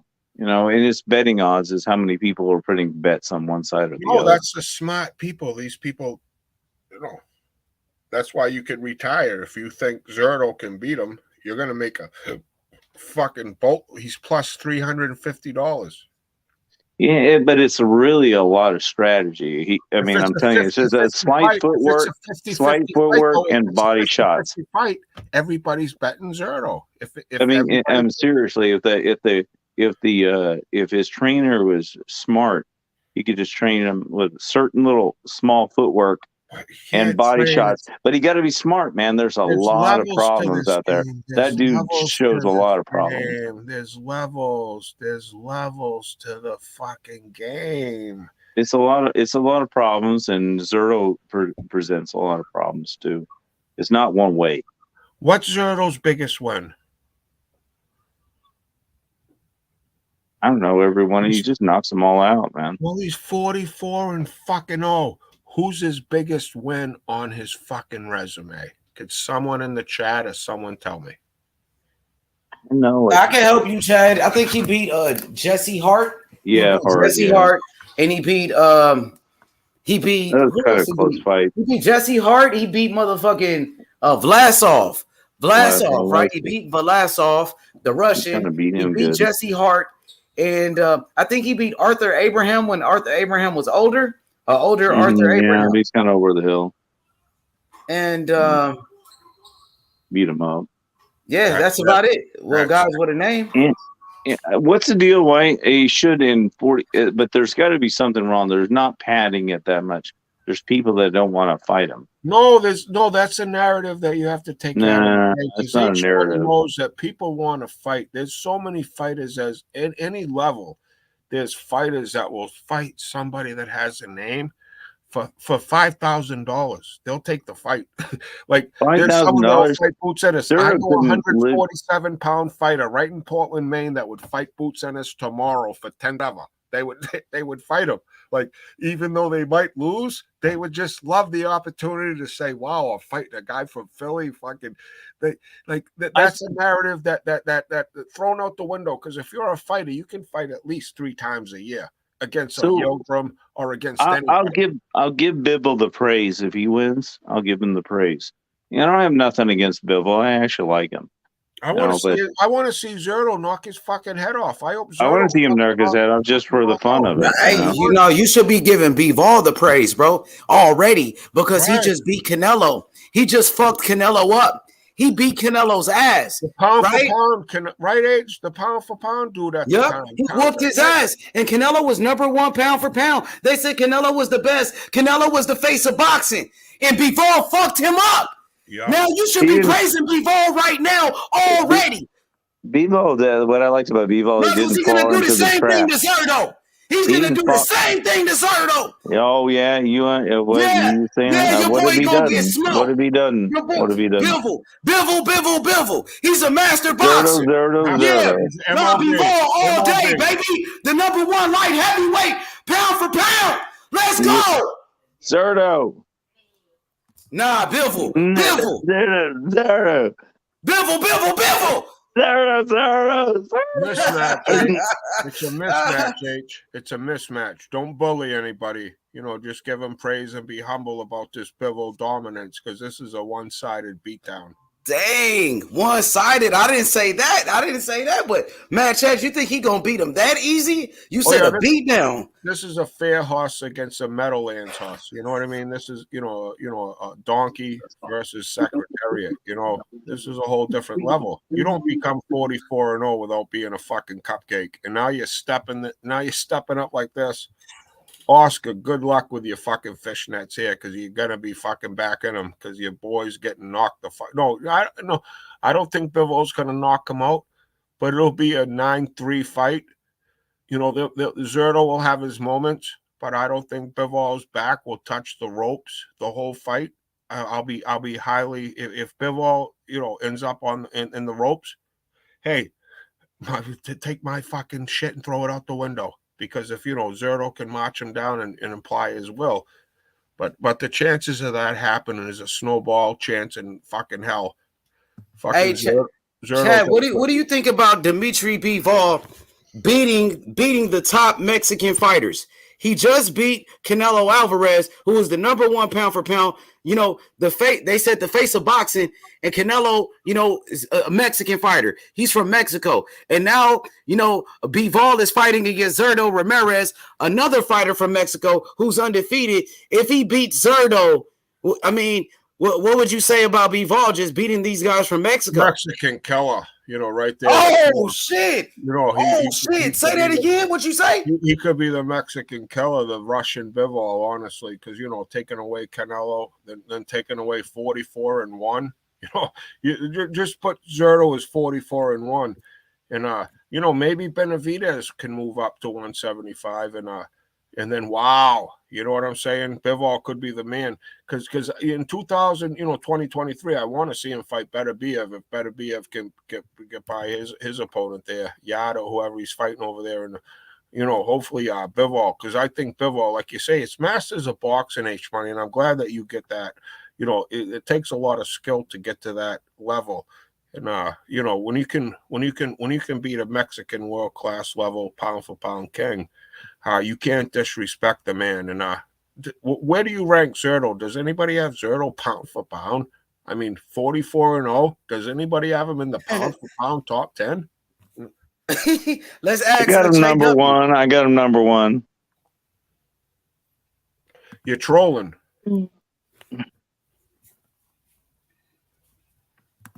Now, I think he's being serious. That's his favorite fighter. Zerto is his favorite fighter. He loves Zerto. He always been talking about Zerto. He's going to get deflated like Shelton Moore.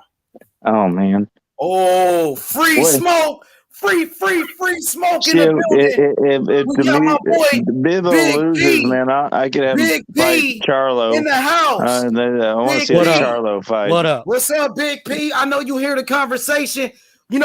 Next Saturday, we got the big light heavyweight championship. Dimitri Bivol, the WBA super champion of the world, against Zurdo Ramirez. You heard Mad Chad cooking. He said that, Dimitri Bivol is the new Mexican killer. What do you have to say about that? Well, salute to all the homies on the panel. Salute to you, H. Plata. Mad Chad's delusional. I mean, he's beaten one Mexican. And contrary to popular belief, that fight was close. I mean, like literally, I didn't think Canelo won or anything. I think it was very clear that Bivol won.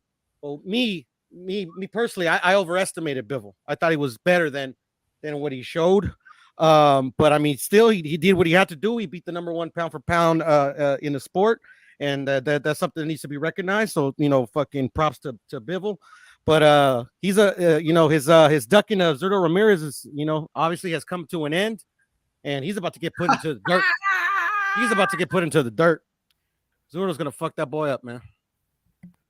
Bet that money plus 350. Plus I already did. Got $200, bro, on Zurdo Ramirez. Good luck. I'll be rooting for Zurdo. I am rooting for Zurdo, but I'm just. I thought he was the Mexican killer, though, Matt Chad. Why are you rooting for Zurdo? I'm just speaking. I want Zurdo to win, but I'm just speaking gun to my head. It's just a no fucking. You can't call somebody a Mexican killer and then want the Mexican to win. Come on. Oh, why not? I mean, no, I want the Mexican to win. I want Zurdo to win. Yeah, he just thinks the guy's technique's good. When I'm watching the fight, Poro, I'll be rooting for Zurdo, but I just kind of, when I'm rooting for the Red Sox this year, it's a fucking tough pill to swallow, Rooting for the Patriots against the Bears was a tough pill to swallow. It's just tough. You know what I mean? Like, I'm being a realist.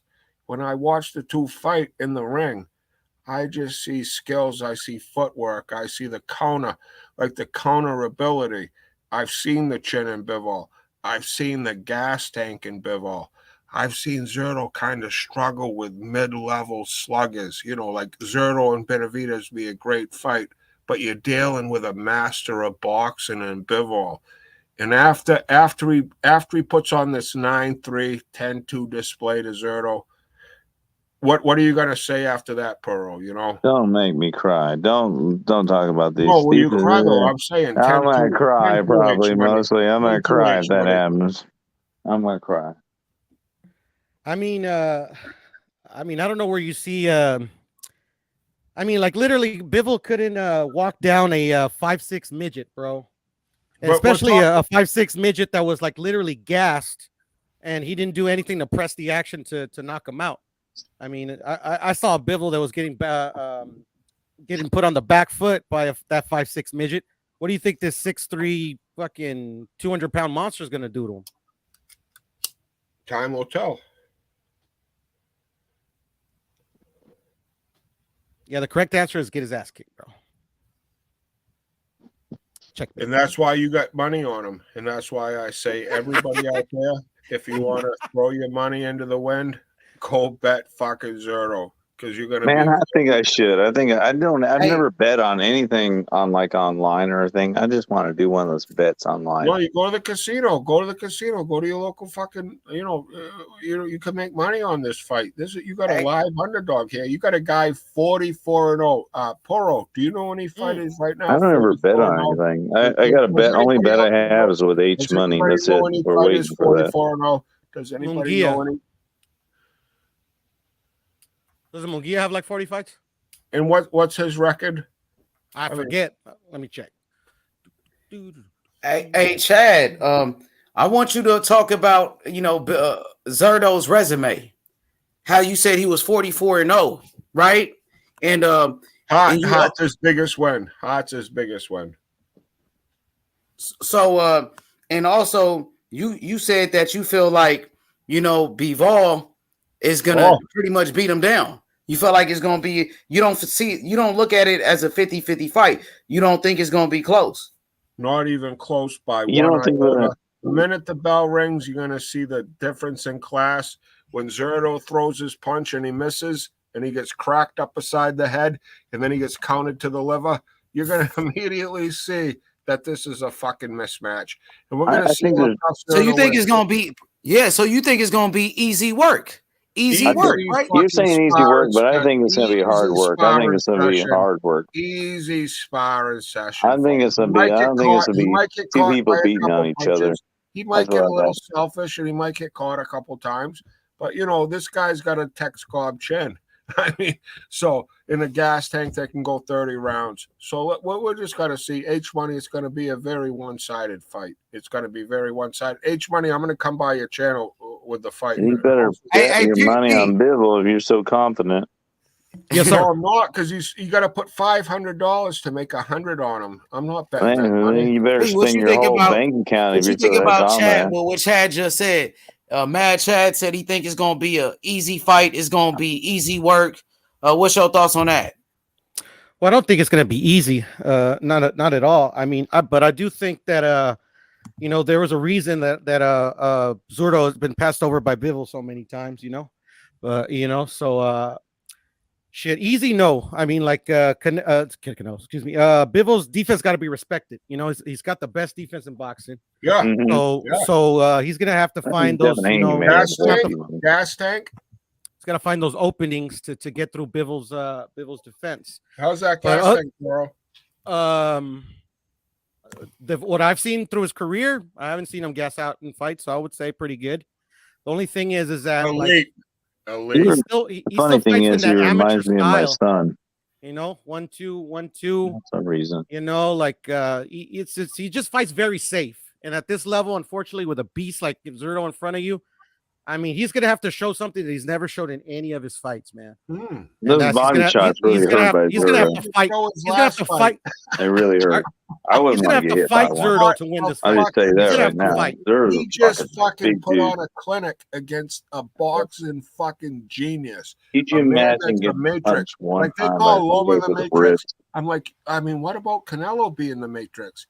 I thought Canelo was kind of the Matrix with his fucking defense, fucking bada bing, bada boom, and the way he moved. Bivol made Canelo look like a fucking. But this guy's a bada bing, bada bang. Like you need to watch that fight again because he was the Matrix. Zero's at the Canelo level. Come on, fellas. No, he's not. Come on, this is a mismatch, Pearl. Come on, bro. This is a good debate right here. This is a good debate, man. I mean, it's definitely not on his. Definitely, Zurdo's not on his level. But the thing is, the guy's so big, and then he's an underrated boxer. I mean, just watch so big. What weight class? Jesse Hart. What weight are they weighing in at? What weight is Zurdo weighing in? And what weight class are they weighing in at? Well, it's 175. So 175.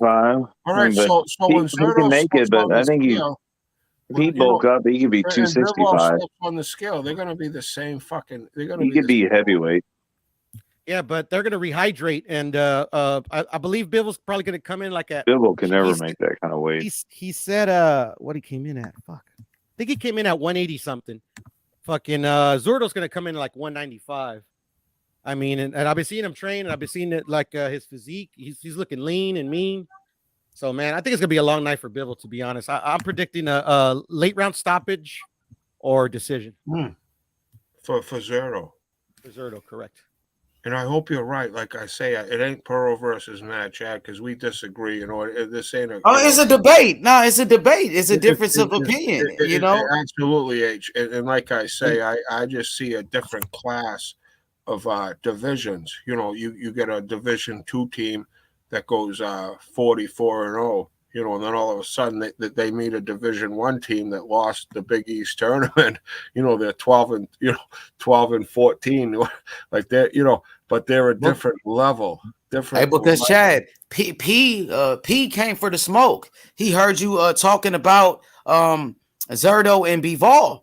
So that's why he came to the panel. He wanted to come for the smoke. That's why I put Chad versus P. Oh yeah, and I get it. I like it, H. I like it because am I right about that, P, or am I wrong? Yeah, no, of course, right? Pearl loves it. Me and Pearl love it. We love it. We love it. We love this. This is H Money. This is H Money boxing, bro. The Lions Den, bro. Pearl, the smoke is expected here. Pearl.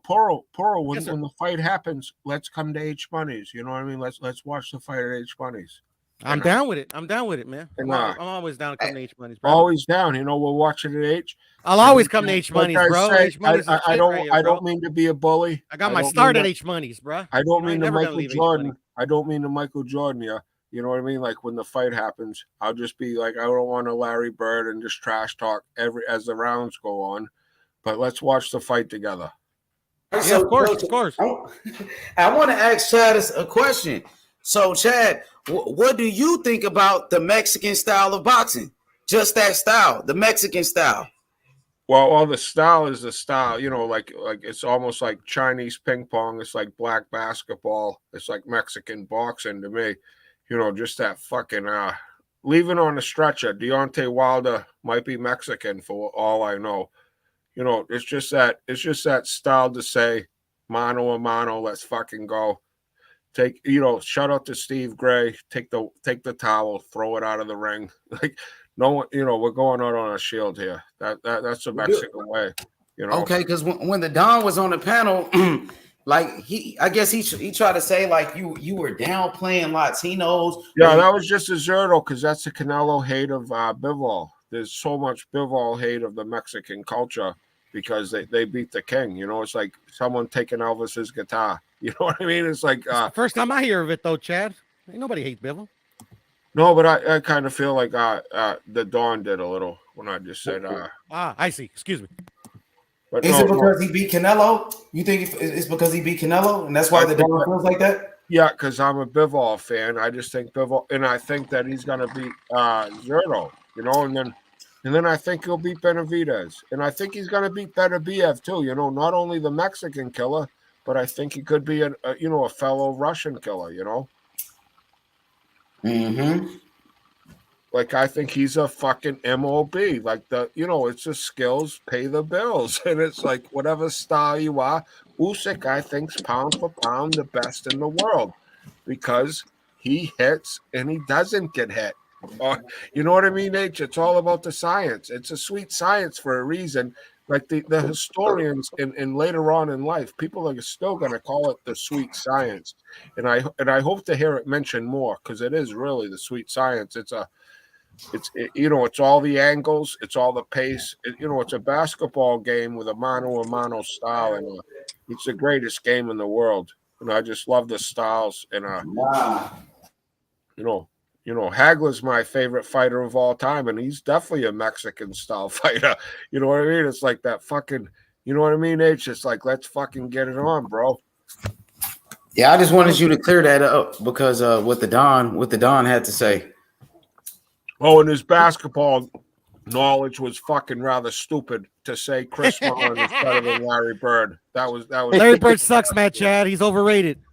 Pearl, I don't want to definitely fucking. I'm not even gonna lie, bro. That's straight cap. That nigga Larry Bird is nice. You should have seen him like 2 weeks ago. Fucking Matt Chad was lit, bro. They said something bad about Larry Bird. He came out on the panel and went nuts, bro. That's why I was like, oh shit, I'm gonna get Matt Chad pissed off right now. Larry Bird is by far the best Caucasian basketball player ever. I ain't gonna lie.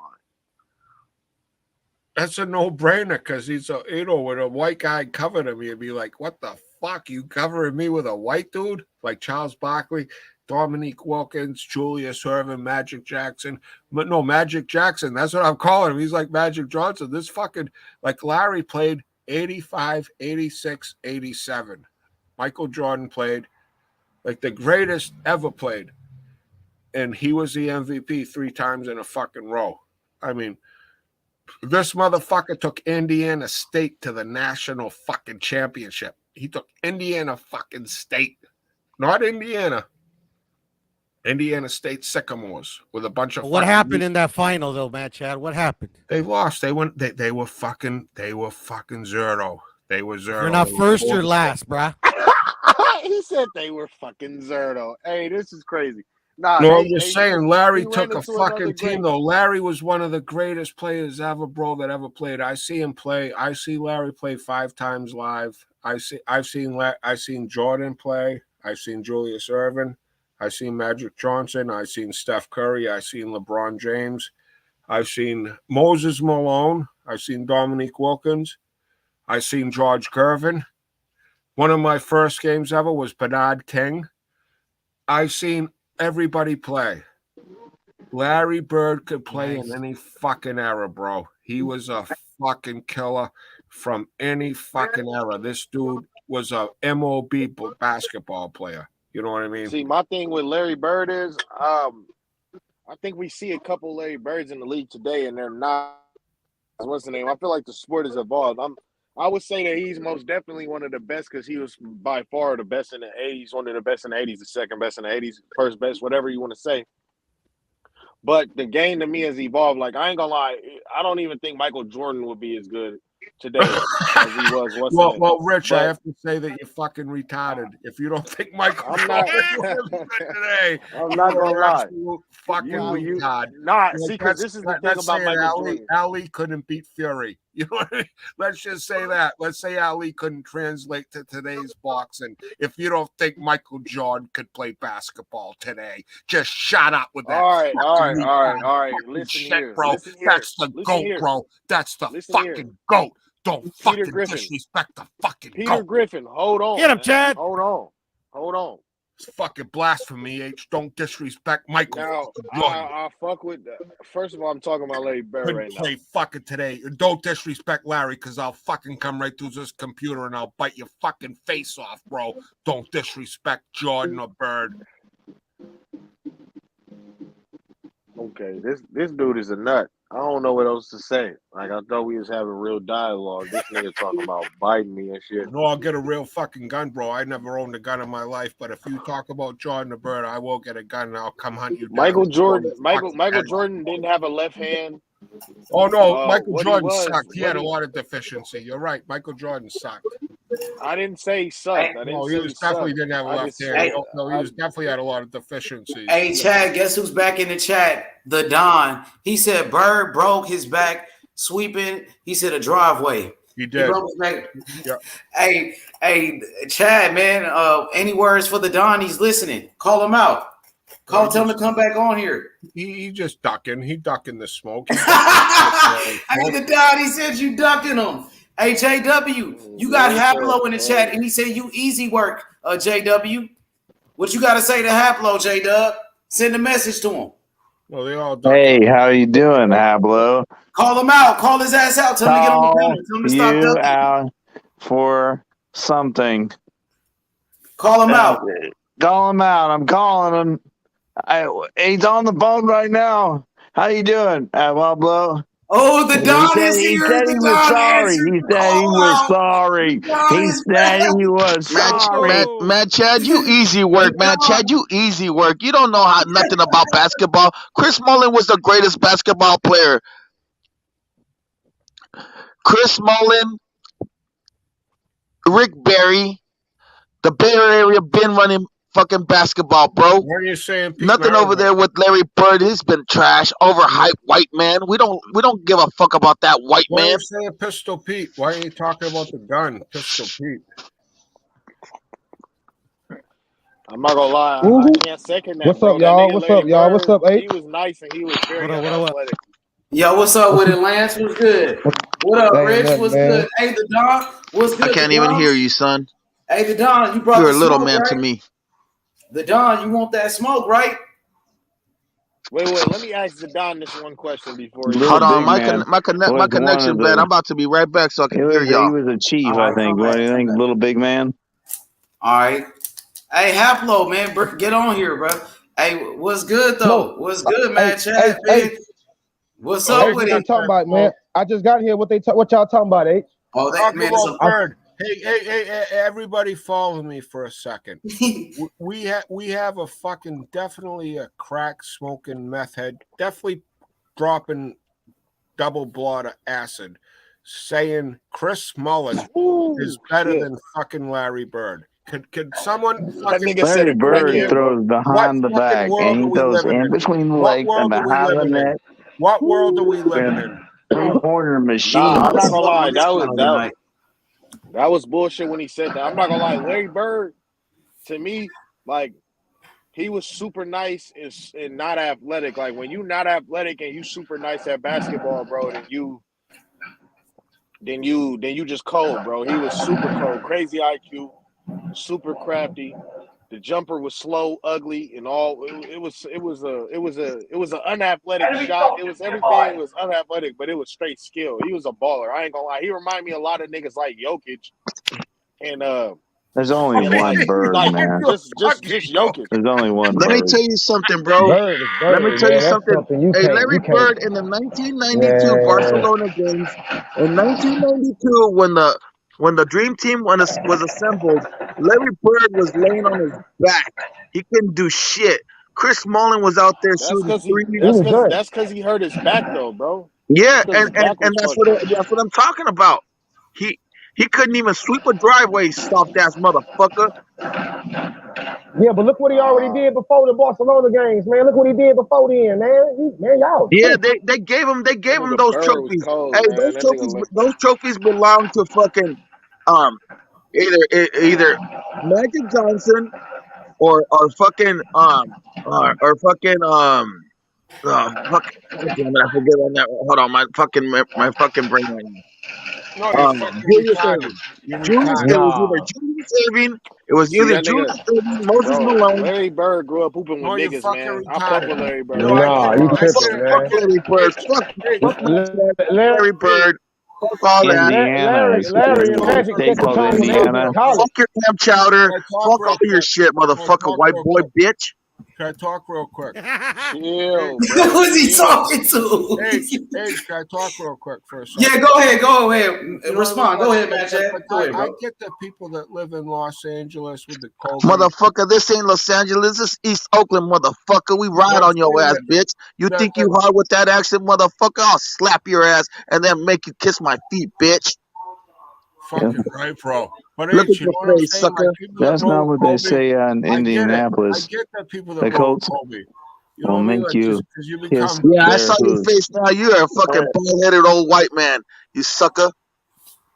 Now I can't even talk to you no more because I don't even like you no more. Like I just seen your stupid ass face. You sound You just look like your stupid, description, man. motherfucker. Maybe you look That's what I stupid. already knew. Let me see your You stupid dick face. sucking ass Larry Coco. Bird, motherfucker. Fuck Let me you. see your stupid face. Coco. It's your I boy want Rich, you to man. see your stupid face. Coco.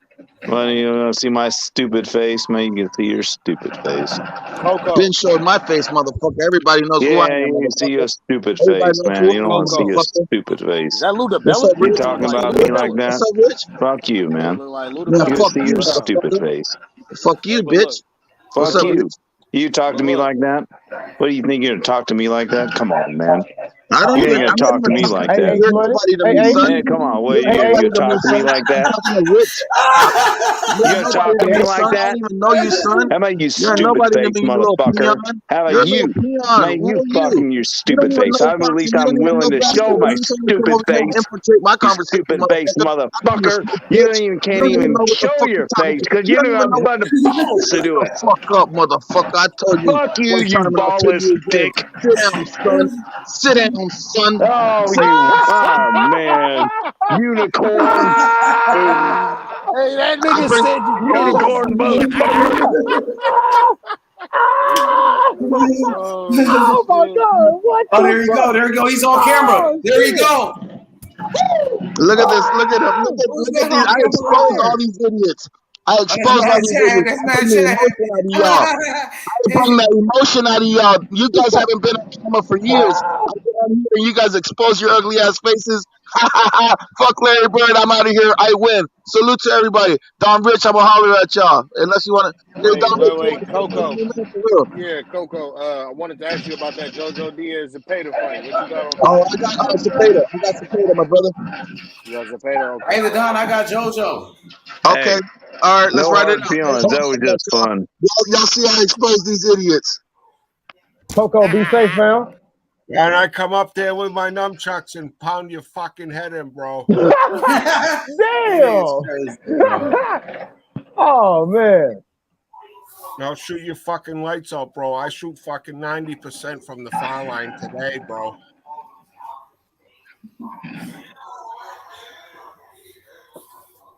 My son can beat your son at shooting. How you like that? Nah, nah, nah, nah, nah. My son's a better basketball player. Nah, nah, nah, nah, nah. My son shoots a gun better than your son shoots a gun. Oh He's in the military. My son's into guns and basketball. My son, he always goes to a target range with like large caliber weapons, and they just shoot him at the fucking range. My son's a shooter, bro. And he shoots it. He hits the target every time. It's amazing. It's just so amazing. I love when he is. Bam, bam, bam. It's like, wow, it's amazing how good he does that. I'm so thankful for him to be able to. He's so accurate. Both of you My guys' son sons got get no pussy ass. up the yin-yang. My He son goes got right pussy, in the middle. guns, basketballs. My Both son's of you guys' It's called the sons. bullseye. My son's a fucking killer, Hey, bro. when the bullseye, it's just like he's like when he shoots a whole clip, and it always there's only one hole at the end. My son got fucking silent. There's only one hole every time. Both of you guys' sons. Both of you guys' sons get no ass, no pussy whatsoever. They're both virgins. They're both virgins. My son getting fucking yang up the yangy. I mean, he don't know you like you My with all son those on a different level. My son on the Devin Haney level. My son at the Haney level. Your sons get no ass. My son, you ought to see the woman that my son rolling with. That's like a whole different level of fucking pussy, bro. I'm not gonna lie. 2022, bro. They word on the street is that your son fucks with trannies, bro. No count. Yeah, he's down in the trenches. Yeah, he got the sharpshooter. He's like pop. And it's like boom. And it's like he's like most of the time he's doing it right. He does it when he's not looking. He just it's just amazing. This shit too much, bro. Want me to pull He closes his eyes most of the time. I'll He's go like, get the Don, bro. I'll fucking pound the Don's head. it is so amazing. I'm just so thankful that he was able to do those kind of things, and it's just makes me happy. 63 pointers in a row. Yeah, he does mostly. He hits it with his foot. He just kicks it. He kicks it most of the time. Can your son hit 63 pointers in a row? Can your son he does it. He does it. George Cambosos? Can your son fucking hit 63 pointers in a row? Is your son the leading 3-pointer? He wasn't able to. He only was able to hit 60. That was the ending point. That was the ending point. Yeah, your son never shot a basketball. He only got to 60. What the fuck are y'all talking about, bro?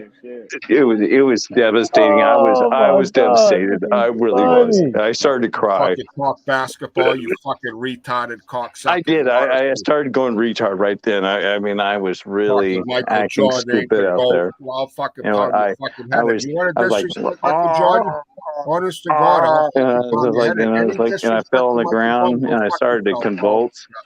Foam was out the side of my mouth. It was really bad. A little medication, bro. I got a question. I got a question for the panel. I got a question for the panel. I got a medication, and all right, both of you guys' sons get no ass. Both of you guys' sons get no ass. But fuck all that. My son get a lot of ass. Nah. That's not true. But listen, you're a liar. No, you're lying.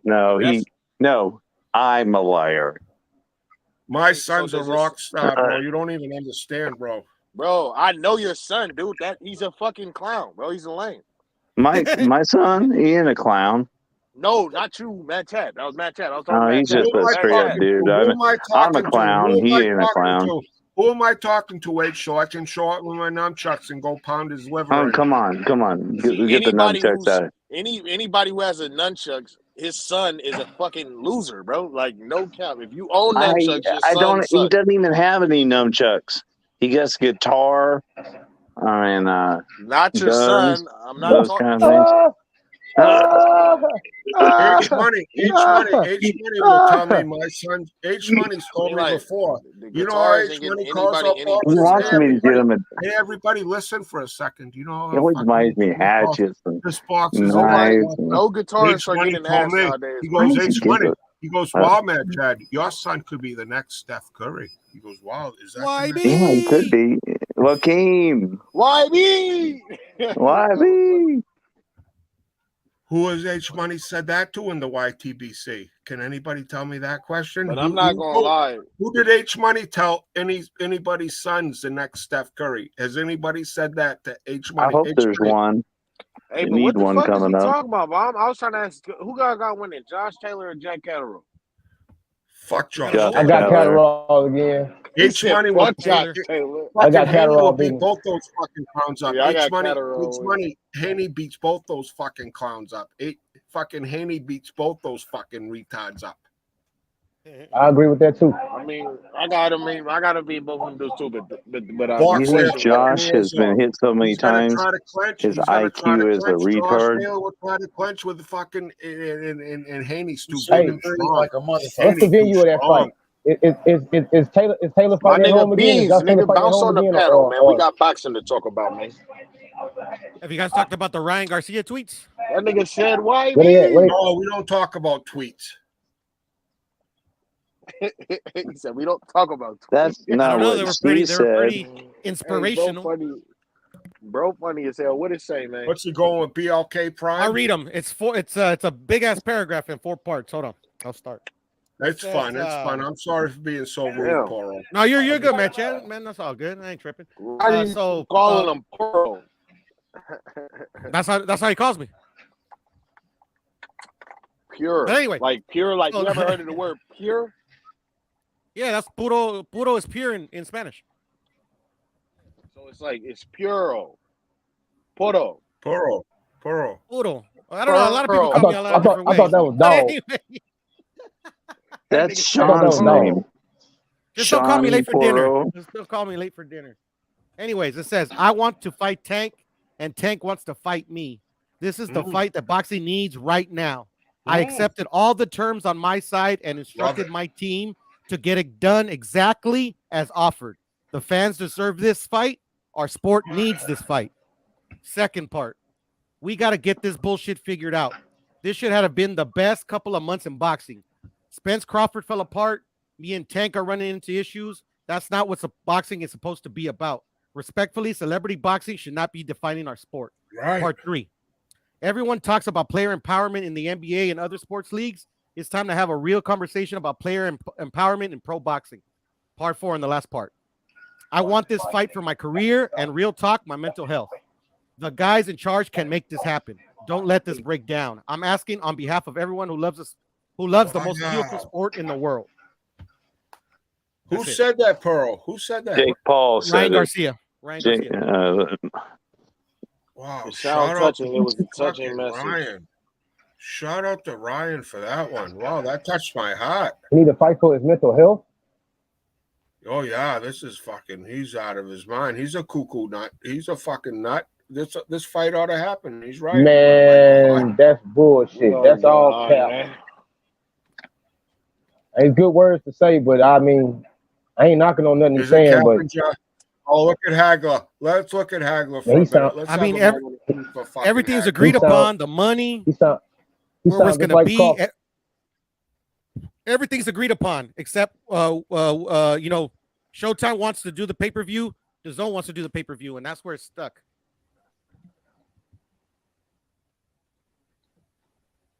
Well, let BLK Prime do it. Ryan's who is Tank with? He not even saying. He's still saying he's not with Mayweather. So who is Tank even with? It's a good question, brother.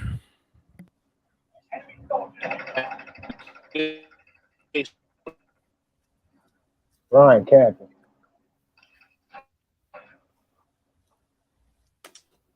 That was a good cap. Yeah, that's capping, Ja. Honestly, these Twitter fucking warriors are fucking, enough's enough. Enough's enough with the Twitter fucking cap. With the Twitter cap. That's what I'm saying. They're fucking calling each other out on Twitter. I mean, it's just fucking pitiful. I mean, he's calling out his promoter. Well, talk to your promoter before you call out everybody. You don't talk I'm pretty sure he's talked to him already. Well documented. You keep it in house, you fucking faggot. You know what I mean? Like Oscar's like, really, dude? What are you going on? Your mental health? Take another Oxycontin, you fucking retard. I don't know about all that, bro. Because you're gonna get your head knocked off. Oscar just cost Jaime Munguia a chance with the middleweight title. A fight that Munguia needed badly, just as much as Jamal Charlo needed badly. Fucking Ryan Garcia is a fucking retard. You just touched on my heart for a second, then I realized reality. Fucking capping his ass off. Came back to reality. God damn. Tank Davis takes his fucking head to the fucking moon. Hey, he doing the damn thing though. I give it to him. He got some hella fire sponsors. I give him that. He got Gatorade. He on GMC commercials. I give him that. And Lillard. He's with Lillard. Shit, that's probably why he's saying he needs this fight. I don't care about how much money he makes, man. I just want to see him in with Tank and Haney and Loma. I want to see. I want to. All the smoke.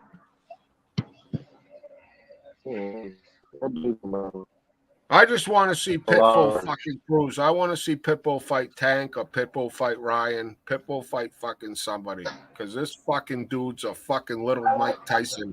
And I love Mike Tyson. I love his dirty ways. I love biting. I love fucking cocaine. And I love whores. I love fast cars. I love fucking Tyson.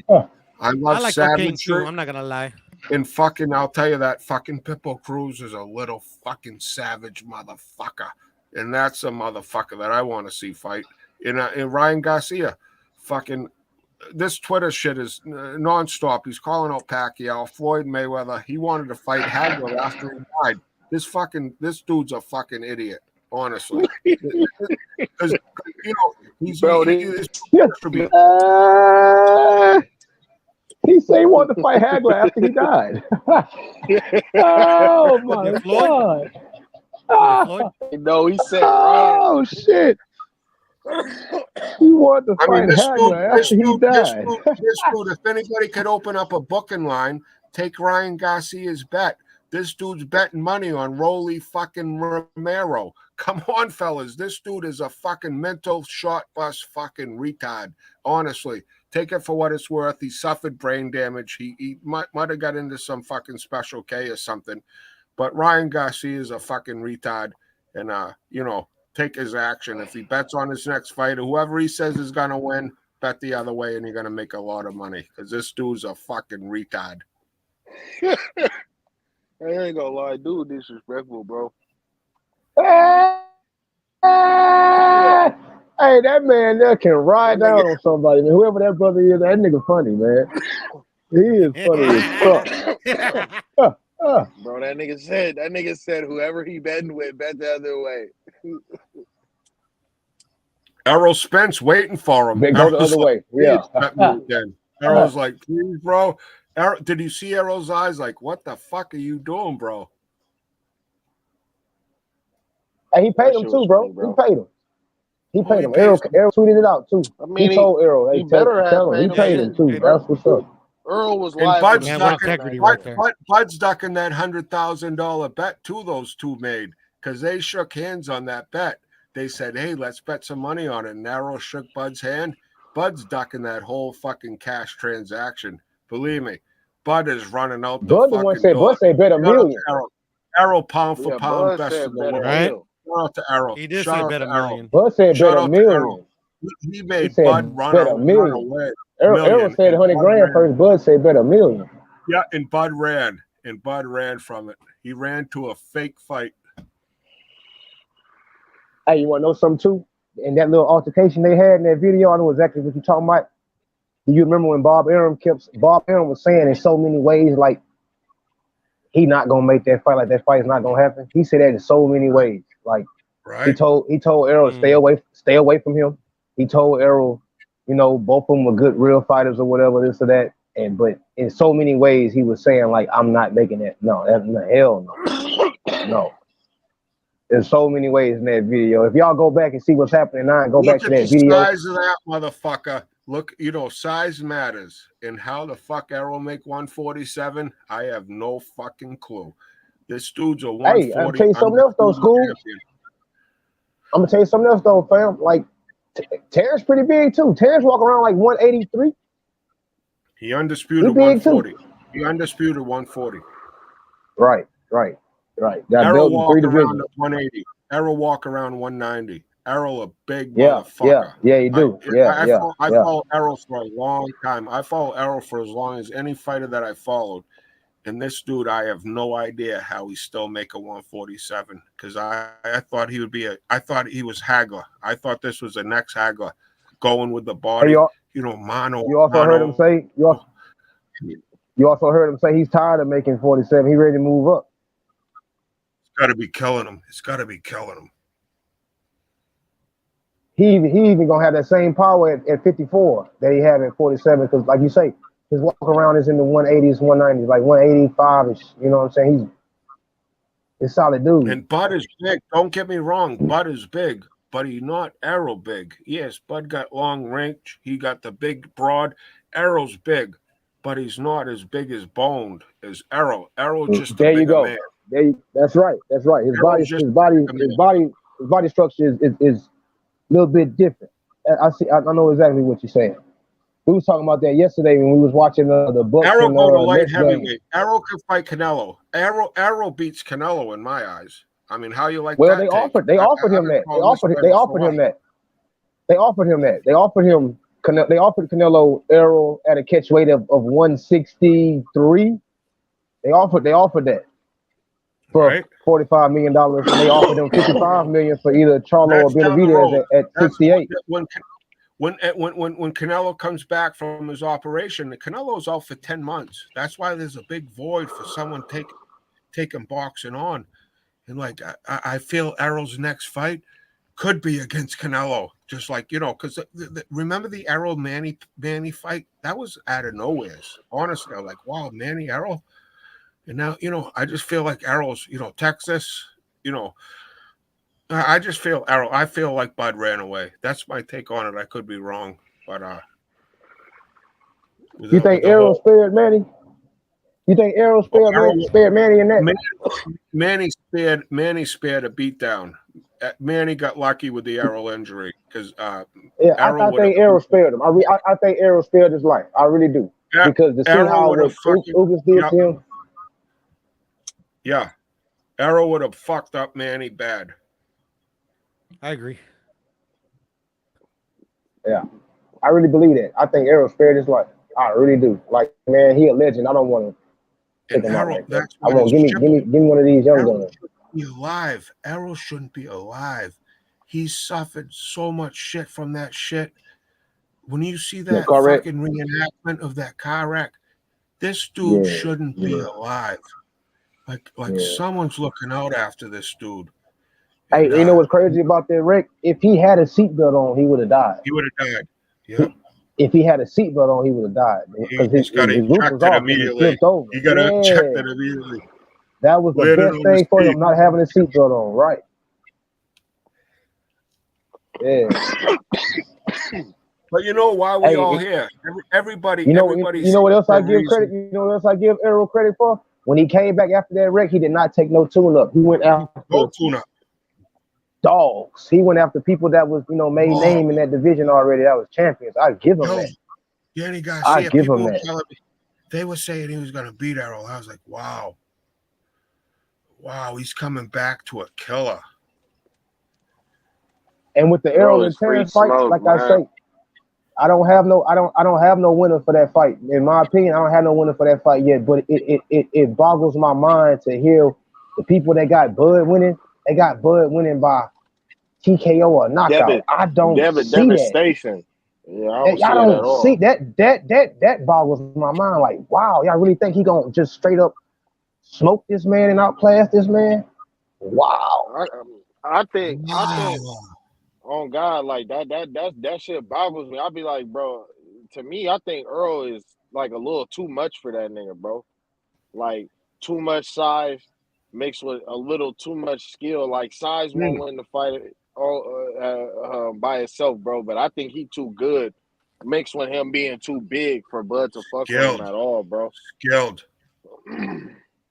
He's skilled. Errol gets so disrespected on his skill. When I watch, and the crazy part about Errol, you then we haven't even seen the best of Errol yet. He's the Tim Duncan of the NBA. Like people, like I'm taking Duncan over Garnett. I'm taking Duncan over a lot of fucking power forwards that are more glitzy.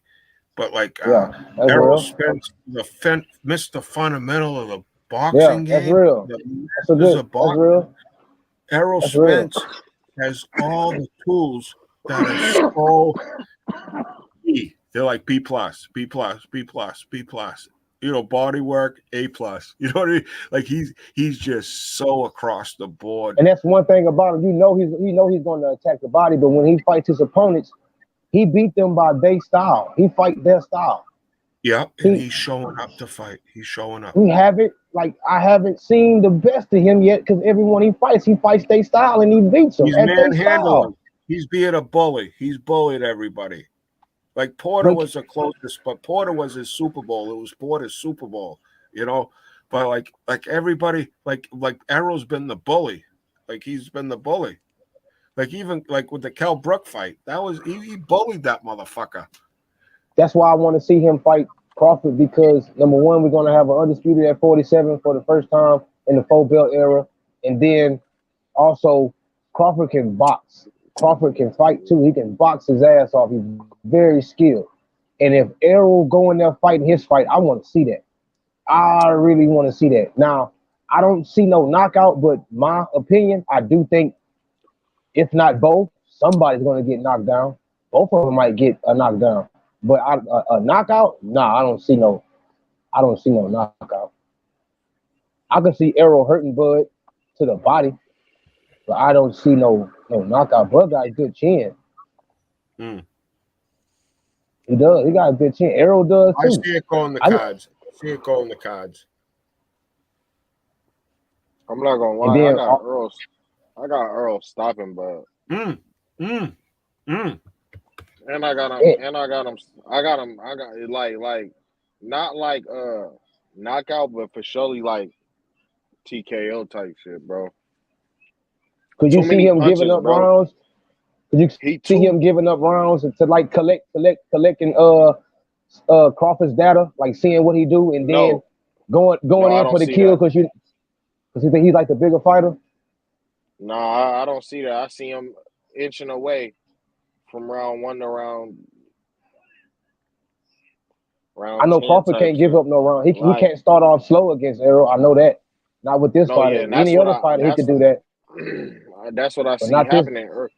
Like, I ain't gonna lie, I've seen other niggas force Bud to start off slow and figure him out, bro. And Earl is much more exceptional and bigger than those niggas, bro. Like, Earl, to me, eye test wise, in terms of what he brings to the table, just fighting wise, without his size, he's more exceptional than these niggas that Bud then took a little too much punishment that I would have liked to see from him type shit, bro. But to add on the size, to add on the size as well as the work rate, like he gonna fuck around and outwork Bud too. So it's like, nah, like what hand is he? Rich, what hand is Errol?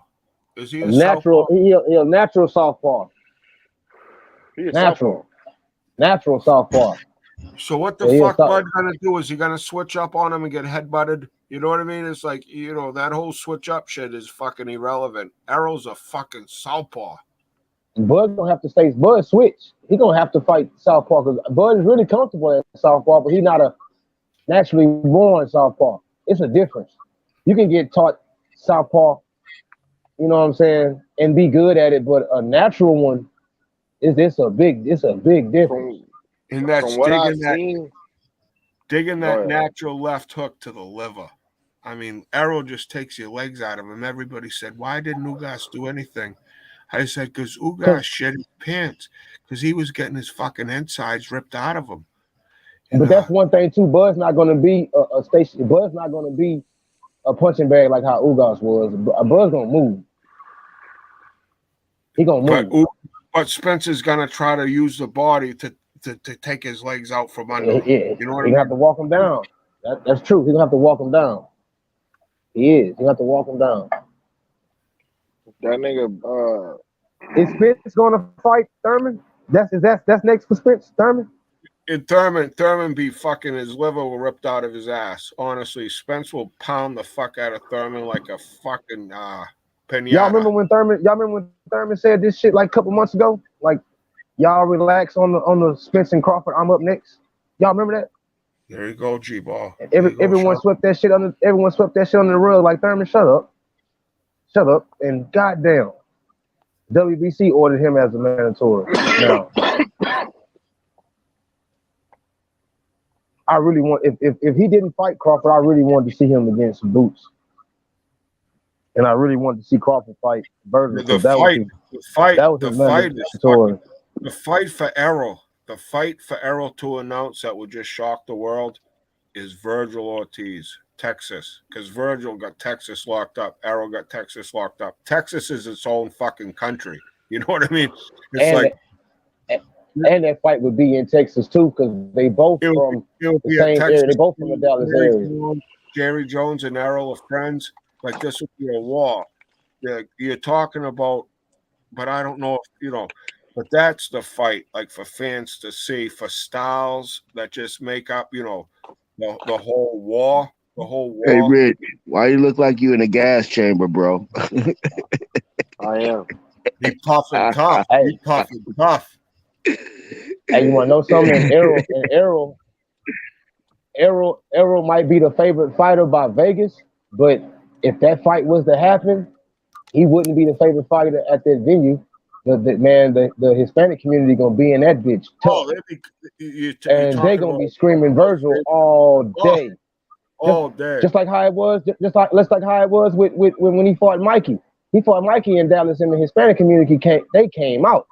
They had AT&T Stadium packed, and they was booing Errol. They was booing him at the weigh-in. People were telling me Mikey was gonna pound the fuck out of Errol, and I was laughing. I got a question for the panel. Is Jerron Ennis fighting under J. Paul card at all? No. Who the fuck he fighting? He lost. No, he signed. I just want to make sure. Boots He lost. signed with Showtime Sports. He was trying to get an undercard in the Errol and Crawford fight, Spence Crawford fight. He was trying to get something in that, but it ain't go through. So, He lost me. Boots lost me, everybody, man. I was so high on him a couple years ago, the killer from Philly. And just like, really? You fight a Canadian hockey player? That's a 2-round. That ain't even a fight. You go the whole year with not even a fight. And it's like, fuck. You don't have no injury. Healthy. It's like, fuck. That nigga Boots is fine, bro. Boots is fine. I got Boots as a hype job. Mad Chad got Boots as a hype job. If he fights Stanionis, Green Machine, he gets knocked the fuck out because that's a red flag.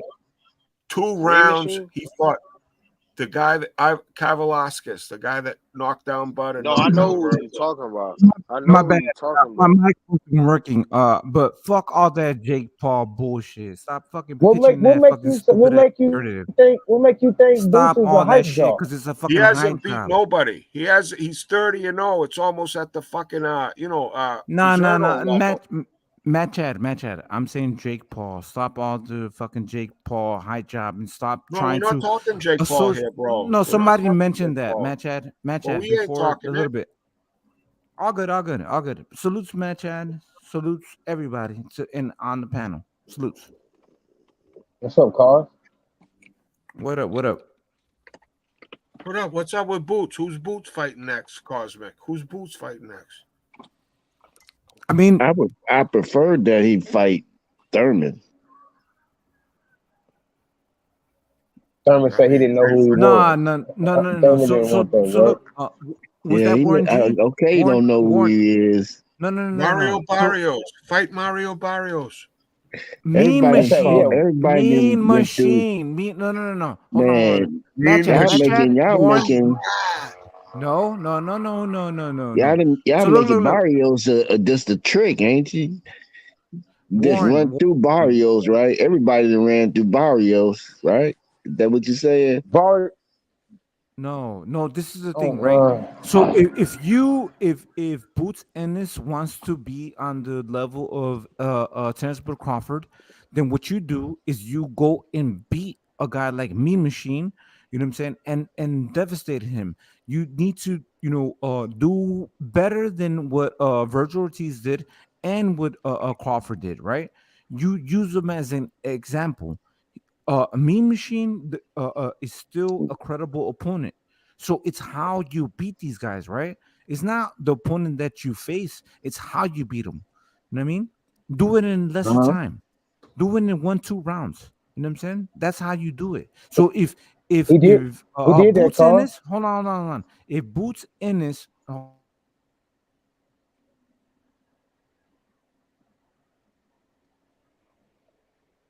Well, make a we statement, can't hear right? you. But You went out. You went out, You went Carl. out.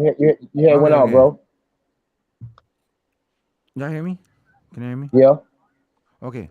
Yeah. You So sound low. If Boots can beat Mean Machine in a shorter amount of time than Crawford and Virgil Ortiz, it makes a statement. Simple. But Mean Machine on the other side of the street. He can make that same statement with fighting Ortiz or It's Thurman. going to be more complicated because there's promotional companies in between that. Between Boots and between Boots and Virgil, there's going to be promotional companies. Showtime. Mean Machine is a free agent. Cosmic. I didn't know that. Cosmic, you there? Can you listen for a second? Because I'm going to bed sir. real soon. Yes, sir. I'm Yes, going sir. to Yes, bed. sir. I just brushed my teeth, but I'm gonna be saying my prayers. But I just wanted to let you know I'm going down to Philadelphia to hang out with Riddick Bowe, Tim Witherspoon, Vinny Pazienza, Mickey Ward. There's this legend convention, and I'm going to be heading down tomorrow. And Bruce Gass is going to be having a stream and stuff, but I'm going to be hanging out with a lot of legends. And I just want to let everybody know, I'm going to tell them that H Money's with them, Cosmic's with them. You know what I mean? Like, I'm just going to let them know that the mob's with them. And I just want to let everybody know, thank you, H, for keeping the boxing alive. We can argue about different, fighters, who thinks who can beat who. And, it's just so fun. Thank God for boxing and music and H Money. You know what I mean? It's just, it's right. Really, shout out to the Don. You know what I mean? It's just fun stuff. The Don's just trolling, laughing. He's a ton of fun. H Money lets everybody on. And it's just great boxing talk. And I just want to say God bless everybody. And I'll be hanging out with some legends. And I just want to let them know that there's a lot of people that appreciate what they've done. And, boxing is alive and well. And it's the greatest sport in the world. Right. There's nothing that comes close to boxing. Right, Matt Chad, because if you guys were to meet these guys in real life. Man, I think you have a mic issues, bro. Yeah, I'm going down to meet in real life. Enjoy your time, man, with your legends. Take some pictures, man. Yeah. And just enjoy yourself. Be safe, bro. Yeah, man, Chad, be blessed, man. Good talking to you, man. Keep going, my man. Thank you, fellas. God bless everybody, man. Thank you.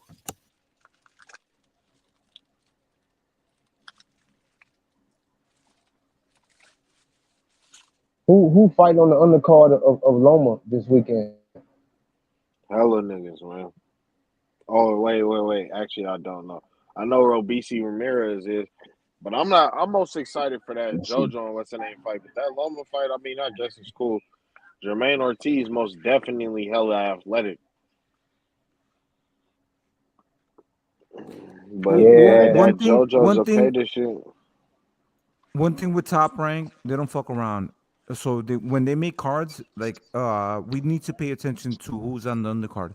Maybe because we don't know them, we don't, you know what I'm saying, like hype them up, but like we need to pay attention. Because then you're gonna be like, I don't know this guy, but this guy's been on undercards, he's been fighting, he's been doing his thing, and I know that Top Rank builds these guys up. Right, I see what you're saying, cause that's real. And undercards is showing you the future. You know what I'm saying? The future, some good journeymen, and all type of fighters from across the world. You know what I'm saying? So yeah, that's real. That's real. I know what's the name got a good ass undercard coming up. Teofimo Lopez and Pedraza for December 10th. They got a good ass undercard. Yeah, that's in New York, huh, man? All the young prospects fighting in that. Jared Anderson fighting in that. Shushu fighting in that. One of the Mason brothers is fighting in that. Hell yeah. Right. I saw exactly. Do you know what I'm saying? Like, I mean, like, it's up to your interpretation of your understanding and you paying attention to what these guys do. Xander You know what I'm Zayas saying? on it too. It's not that they're not fighting and they're not doing what they're supposed to do. It's just that we don't pay attention to these small cards until they get to the big, you know what I'm saying, like the big promotional companies, you know what I'm saying, to the big levels, you know what I'm saying. But it doesn't mean that they weren't fighting before. Right. Right. Then you hear the background of a lot of fighters and stuff like that, man. Yeah, I feel you. I'm with you on that, cause that's real shit. I watch me personally. If whether it's a mega fight or not, you know what I'm saying. I'm watching the undercards of all of them. You know what I'm saying. Whether it's pay-per-view or not, I'm watching everything from start to finish. Hell yeah. Especially that's the people that pay $80 for the Wilder fight. See him throw 2 punches, and if you didn't watch the undercard, yeah, you missed out. Yeah, you did a disservice to yourself, right? You paid. Right. Okay.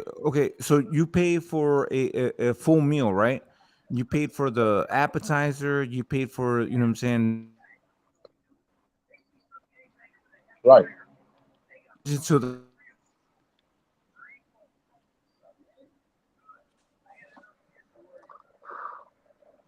You're going in and out, cause shit you everything. breaking up, bro. No, my bad. But you don't You appreciate good? everything that's on the menu. You know what I'm saying? They gave you, Right. you know what I'm saying? They gave you the appetizer. They gave you the salad. They gave you, all of these things. You know what I'm saying? But you only pay attention to the line. Right. The main attraction.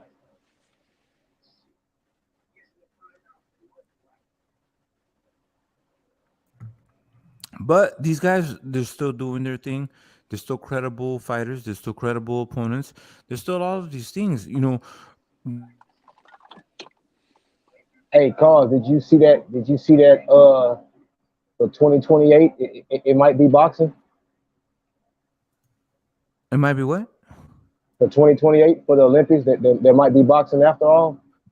There will be boxing. It might be. It's a chance that they might be. They got a little proposition for it. The thing is that they're not going to use no amateurs at all. Man. So that's the thing with Olympic boxing, right? I don't want. You're going in and out. You keep going in and out. Here's my Wi-Fi. I'll be back. All right. Yeah, well, if you didn't know, like Olympic boxing might be gone in 2028, but the proposition that I read a couple of days ago was that they was to save it. It's the corruption and shit of what they were talking about. They might use pros. What they gonna do is just call it something else and make it international. I think so they'll figure out a way to get around it. Even though it's not the Olympics. I mean, they're gonna still have the international stuff with the amateurs, but for the Olympics, they were talking like it's not going to be boxing is not going to be a part of the Olympics no more. Right. So the guys are just what they'll do is just make it an international thing and make some type of give some type of name for different international tournaments and stuff like that. I see what you're saying. You're saying something like a World Cup of boxing, like a World Cup. Yeah, we've had this discussion before, and yeah. If the Olympics says fuck boxing, then fuck you, Olympics, fuck you and all you motherfuckers. Well, I'm not gonna say that because I like track and field, There's other things that's part of the Olympics that I like, So I'm not going to say Track and that. field has never garnished the type of fucking recognition that boxing has. That's a lie. That's my opinion. That's my opinion. Right. Okay. That's a lie, though. Okay. Go ahead. Especially Prove it when it though. came to when we was in World War One, and I think, or whenever they went against Germany, and there was a lot of racism. And Jesse Owens. Yes. Yes. That was then though. We're talking about modern times though. You know what I'm saying? Like Yeah, we're talking about the 80s and 70s. We had some great track and field. Motherfuckers breaking records and coming scenario home. though. I mean, what about the swim? The guy that was I forget his name that was swimming that brought home all the Michael Phelps. Oh, what are you talking about, man? Michael Phelps. Yeah. Okay, so Michael Phelps is setting arenas for swimming. Michael Phelps is the world champion of swimming. Have you had a Michael Phelps pay-per-view swimming competition? When has that happened? How about what? Have you seen Michael Phelps in a pay-per-view swimming competition? You're talking about the Olympics, dude. What are you talking about? Have you seen Michael Phelps sell arenas for swimming? I'm not sure what you're talking about, man.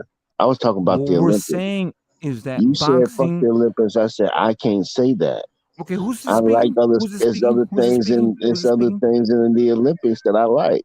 And let me tell you this, but what about the little girl Olympics, what about the first people black that girl? are coming out from the Olympics, the most successful people that come from the Olympics are in boxing. What about That's the first all black? I'm saying. What about the first black girl to bring home all the Olympics in gymnastics? That stuff is. We're not trying to generalize and racial profile. We're talking What are you about talking about, the most man? significant. Oh my God! I was just talking about the accomplishment that Olympics. comes from the Olympics, which would be boxing.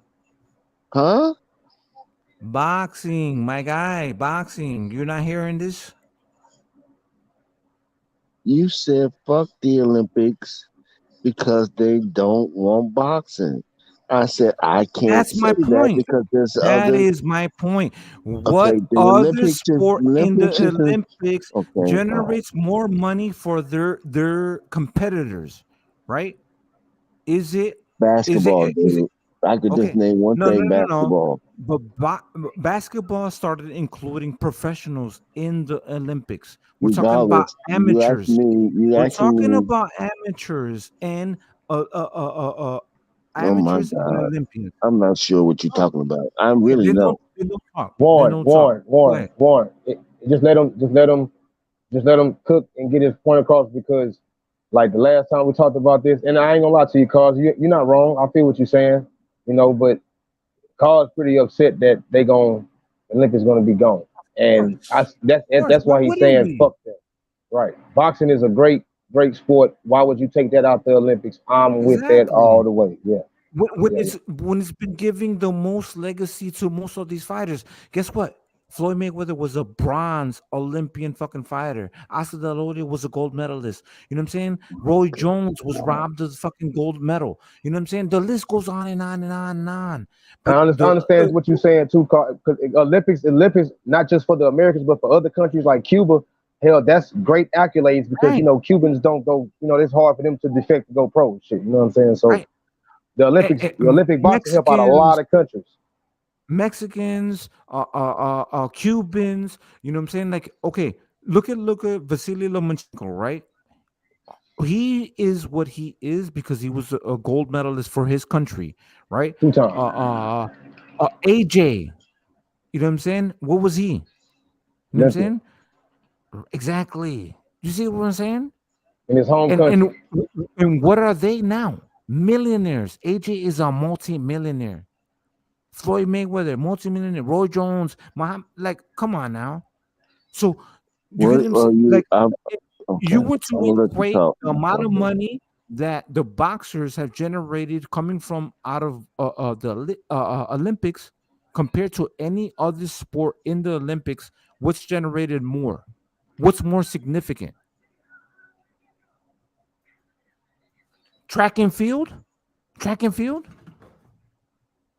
Track and field? My guy? Swimming? Tennis? Are you talking to me or are you just talking? Because I'm I'm not talking to sure. you. If you're trying to argue with me, I'm talking to you. Who said I was arguing with you? You Okay. said fuck the Don't Olympics. interrupt I me. said Don't I interrupt me. And I can't. say fuck the Olympics. Okay, you're not listening to me, so I'll let you talk. No, you don't let me talk. I speak when I want to. Go ahead, man. Speak when you want to, bro. Go ahead. No, y'all go ahead, but I'm passionate about this shit, man. Like, Yeah, I y'all know you can't. is, Carl. That's why I know you is, Carl. I know you is, and you ain't. In my opinion, bro, you ain't wrong. I feel exactly where you're coming from. I'm not arguing against you. I said I can't say that the fuck the Olympics, because the Olympics is more than just about boxing. The Olympics is just not about boxing. I agree. But for that's me, all I'm saying. That's all I said, if bro. The Olympics you took it as though I was saying. Is that TNT? Is that I was TNT? trying to discredit you. No, I said I can't say fuck the Olympics because I like other things in the Olympics other than just boxing. That's all. That's me. And it's all good. I'm not but disagreeing with what you're okay. saying. But I would feel a type of way if you took the one, like I'll watch track and field. I will watch, swimming and all the rest of the fucking shit. But when you tell me you're gonna take away the most significant sport out of the Olympics, then I'm gonna say fuck all of that shit. Because like for me, it's the whole competition of the Olympics. Do you get what I'm saying? Because it is about competitiveness. It's not about just one thing. It's about all sports, right? And boxing is a sport, in A combat the most sport at that. significant sport. You know what I'm saying? You're gonna take boxing away, but you're gonna leave fencing. You're gonna take boxing away, but you're gonna leave skateboarding. You're gonna take boxing away, but you're gonna have surfing. Yeah. I'm with you on that too. Cause I'm pretty hurt. That right. That's even Why wouldn't I be hurt? Taking. What the fuck? That's even a thought of taking that away. Yeah. I totally agree. I totally agree. But I can't say because of with that I will not be watching the Olympics because I like other sports. I will. Okay.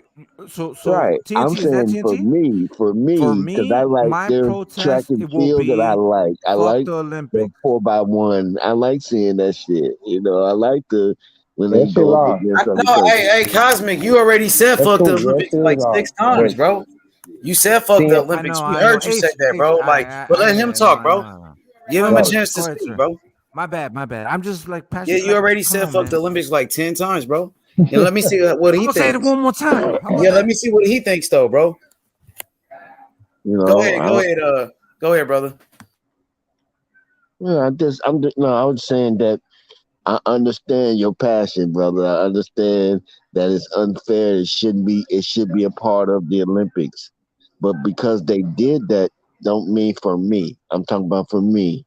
I like other stuff in the Olympics that I like to watch that I can't say that I will not be watching the Olympics because of that. I just can't say that for myself. I like the high jump. I used to high jump when I was in high school, so I like to see the high jump. I used to run track and field when I was in school. I like that. You know what I'm saying? Basketball. I like to see the basketball games. Hey, basketball live too. That's real.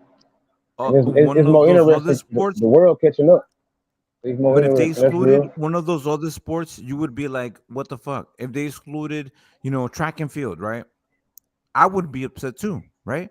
It's just the fact that you're excluding a sport, right?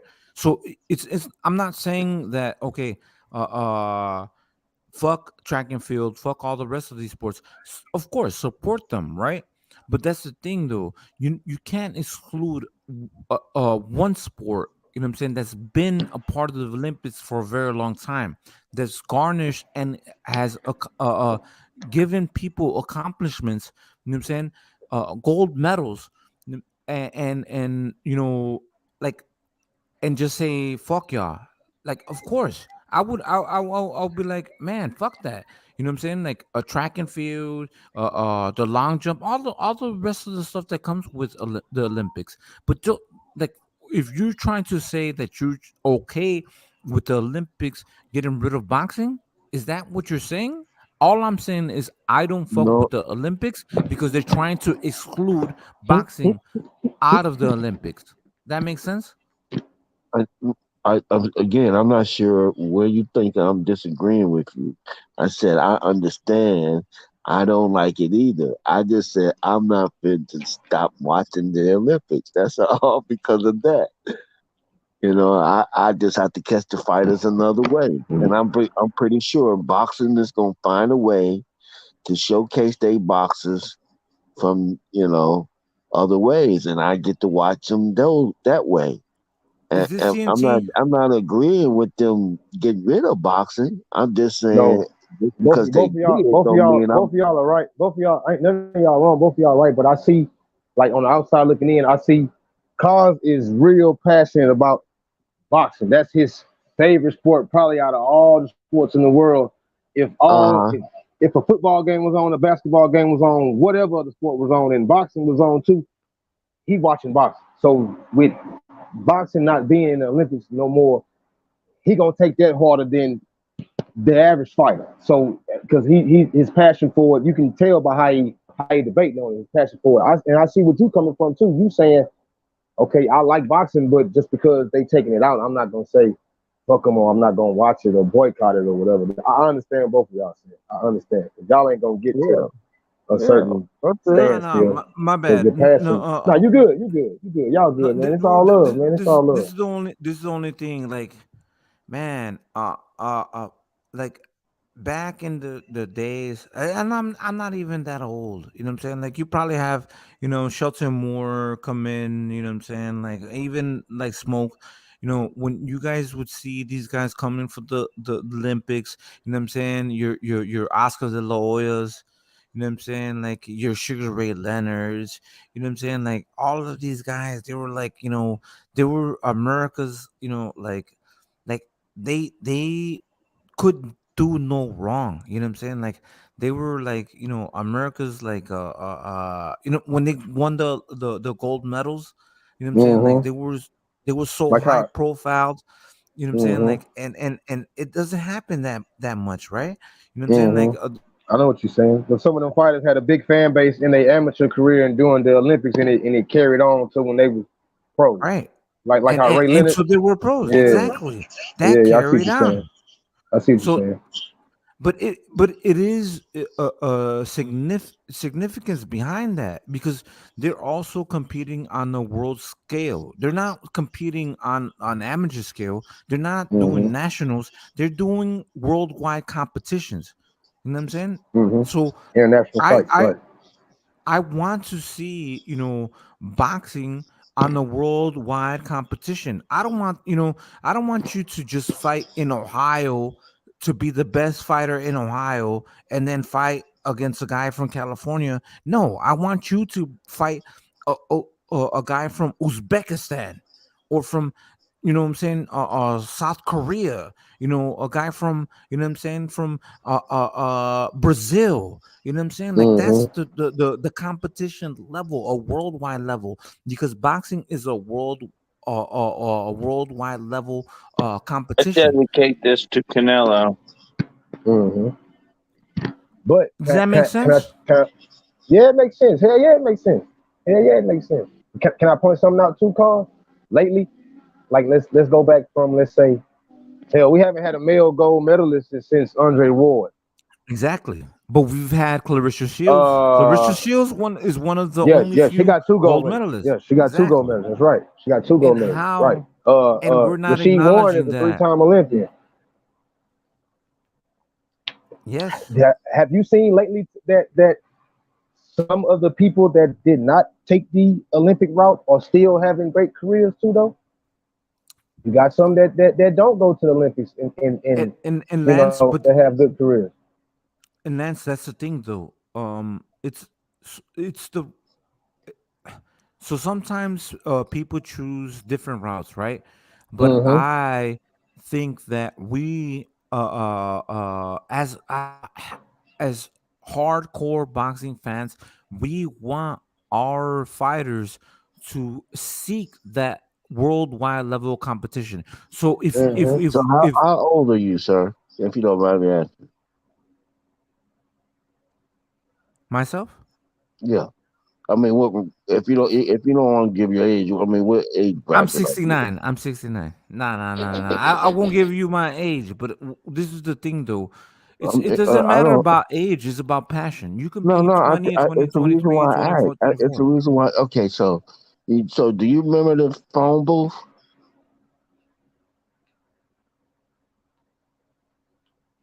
Phone booth. Yes, of course. I've seen it. Yes, of Do you course. remember? Do you ever remember spending just a 15 cent to make a call home? Nah. So let me give you my age based on phone, right? So you have to pay 25 cents for a phone call. If you know that age. I'm talking And about I the did phone I booth. and I'm I talking about the phone and booth I that did grow Superman up used to around. bring. No, and I did grow up around phones. Phones all over the streets. Yeah, I did grow up around that age. Yeah. If you want to break that Right. age group So down. okay, and hear me out. Just because it doesn't show up in one form doesn't mean that boxing or them guys are they're gonna put them on a platform just like we got streaming now. We used to use watch DVD. It's getting away from we're getting away a little bit slowly but surely. We're getting away from TV as we know it now. Okay, who's this? And TNT? Is this TNT? let me make TNT? my point. Let me make my Hold point. on. Who is this? I just want to know who this is so I can address you properly. Warren. Warren. Okay. Warren. All right, I got you. So just because one monkey don't stop no show, and the way so what I mean by that is just because the Olympics don't want to showcase our boxers from all over the world, don't mean that boxing, the world of boxing, is not going to figure out another way to showcase our boxers from all the way around the world. Man, fuck all that shit. Let me tell you this. Boxing made the fucking Olympics. Everybody paid attention to the Huh? Olympics. They wanted to see the fighters that were No, coming from the I Olympics. disagree. Yes. They paid attention to the fucking Olympics. You know what No, I'm saying? They paid attention.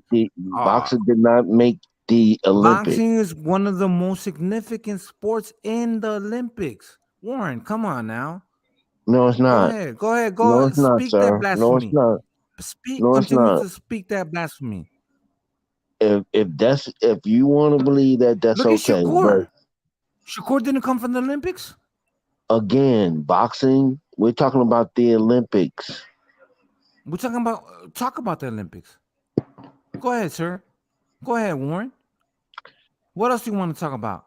Who's the greatest tennis player from the Olympics? Who's the greatest swimmer? Who's the track and field? The pole jumper?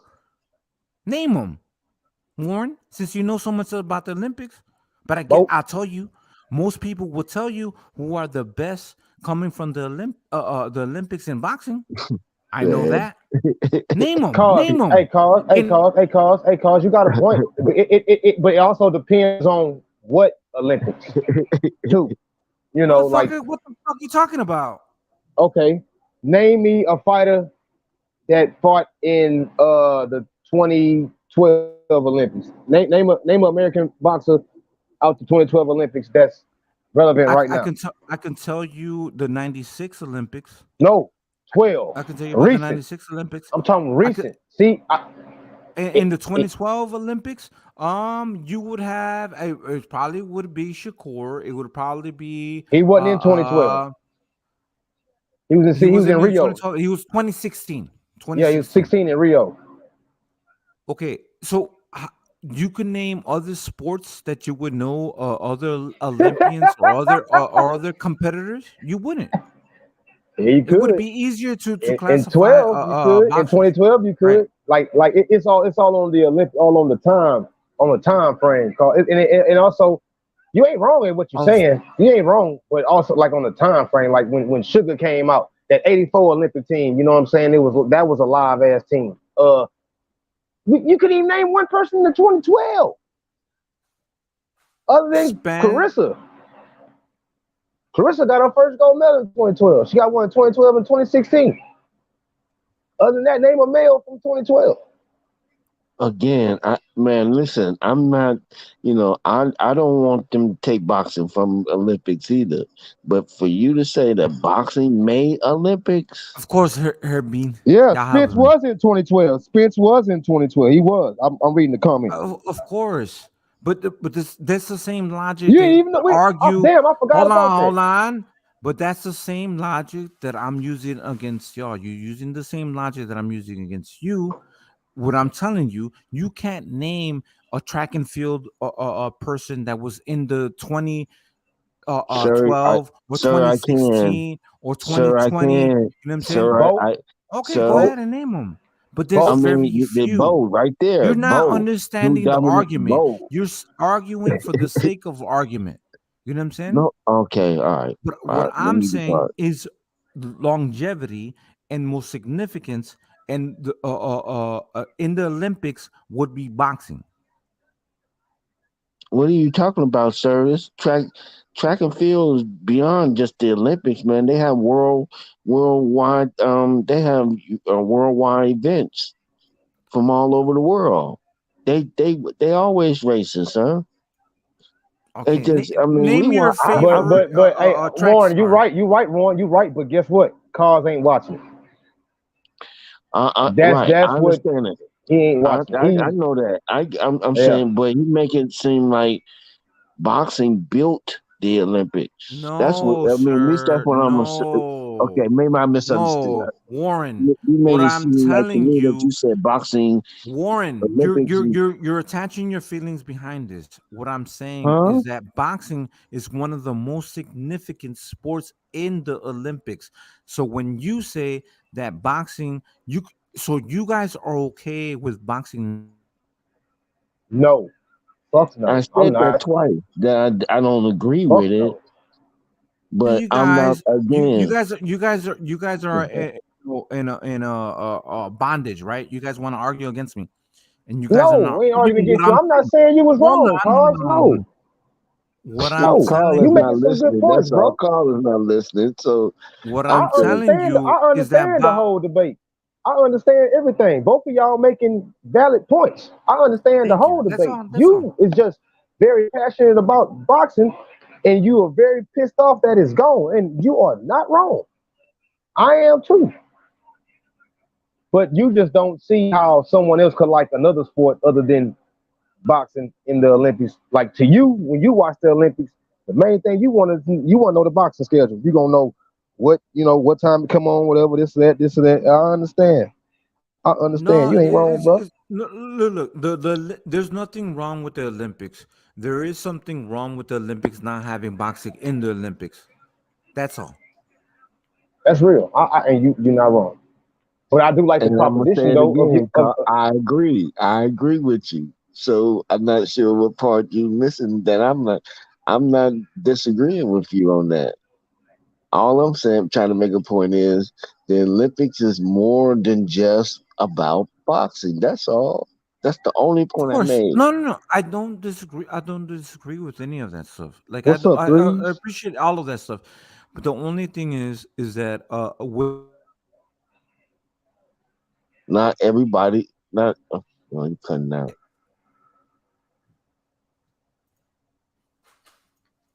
I do like the proposition they got though using pros. Since some countries was the AIBA was letting pros fight, so they was like, hell, since y'all want to let pros fight, it's already corrupted. Everybody just use pros. I want to say boxing is probably the only sport where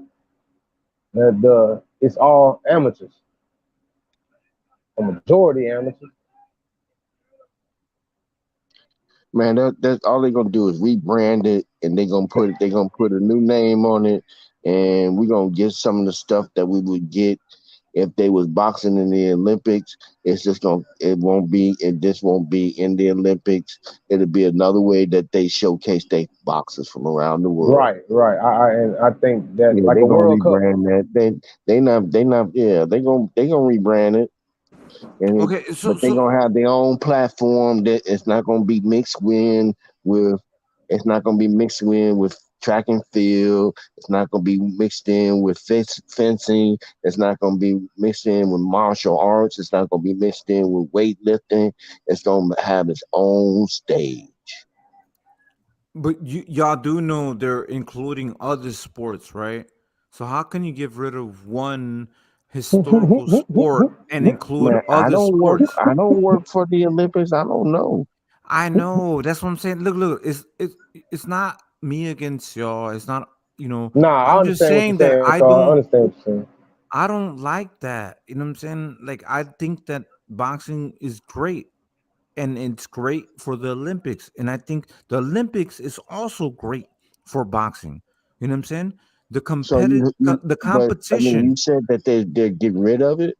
Yeah, that's what they're saying. When did they say they was getting rid of it? So 2028, it'll be gone. yeah, that's what I'm 24, this saying. next Olympics will be the last time boxing will be in the Olympics until they get it back.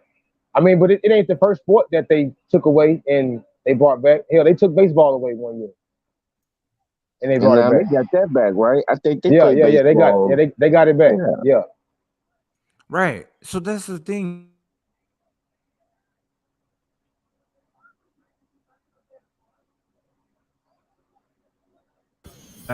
Yo, you breaking up, bro? He breaking up, right? Yo. Yeah, Y'all can hear he me? is. I can hear you, Yeah, H. we can hear you. We can hear you, bro. Yeah, fix your audio, bro. But yeah, this is gonna be the last year for boxing in the Olympics. They taking it out. This is gonna be the last Olympics for boxing. Hey, H, did you read the proposition they had though? To try to keep it, they want to use pros. I think that would be a good idea. Professionals. I don't know, man. They should just keep it the way it was. I think, to be honest. Right. No professionals. That should have All been some bullshit interesting, though. Those Olympics, man, they was robbing so many fucking fighters, bro. That shit was Yeah. And then y'all know that fighter Nadam. Yeah. He was in the Olympics as he was a pro. He went in and he fucking lost in the first round. He lost to an amateur. I want to say it was a guy from Brazil. Fair and square too. He lost cleanly. I think that was 16 because 16 I want to say they didn't use headgear. Mm-hmm. Hell yeah, I want to see that shit, bro. Can't wait for the next Olympics. I used to love the Olympics when I was young, though, bro. Goddamn right, man. I mean, they even changed up, and since we're talking about the Olympics, now they got women and men running together, which is kind of I don't know if you ever seen the new track and field, but man, these women running like like they gazelles or something, bro. Yeah, they moving. Yeah. But I actually stopped watching the track and Olympics field though. too. I did watch the boxing though. The boxing a part of the Olympics. I used to watch like the basketball, all of that shit, the track and field. Yeah, well, I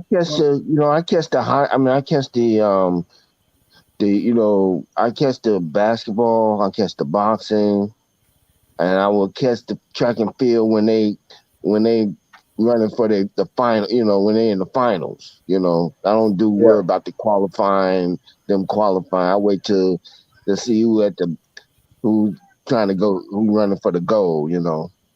See, Warren, when you watch them qualifying, you watching them ones that's going to be good the next 4 years. You know what I'm saying? Yeah. Like, they're like watching the undercard of a fight. You know what I'm saying? Right. Hell yeah. If I feel like sitting through, I will. I will. But most of the time, I'm really interested in the finals. I check out the highlights for the qualifying, but You know, they got so much going on at the Olympics. You know, I don't be having time to. I don't have the attention span to be sitting through all of that shit. You know. Hey H, do you remember the 2012 Olympics? Do you remember that Chinese fighter Zhu Shimin? Am I pronouncing his name right? Zhu Shimin, and he was straight, but I didn't. Hell, I haven't seen him as a pro in a while, and I want to say he was undefeated. He fought on a Regendow card one time after the Olympics. He was and I haven't seen him in a while. I want to say he was Chinese. Dude has some fast ass hands too.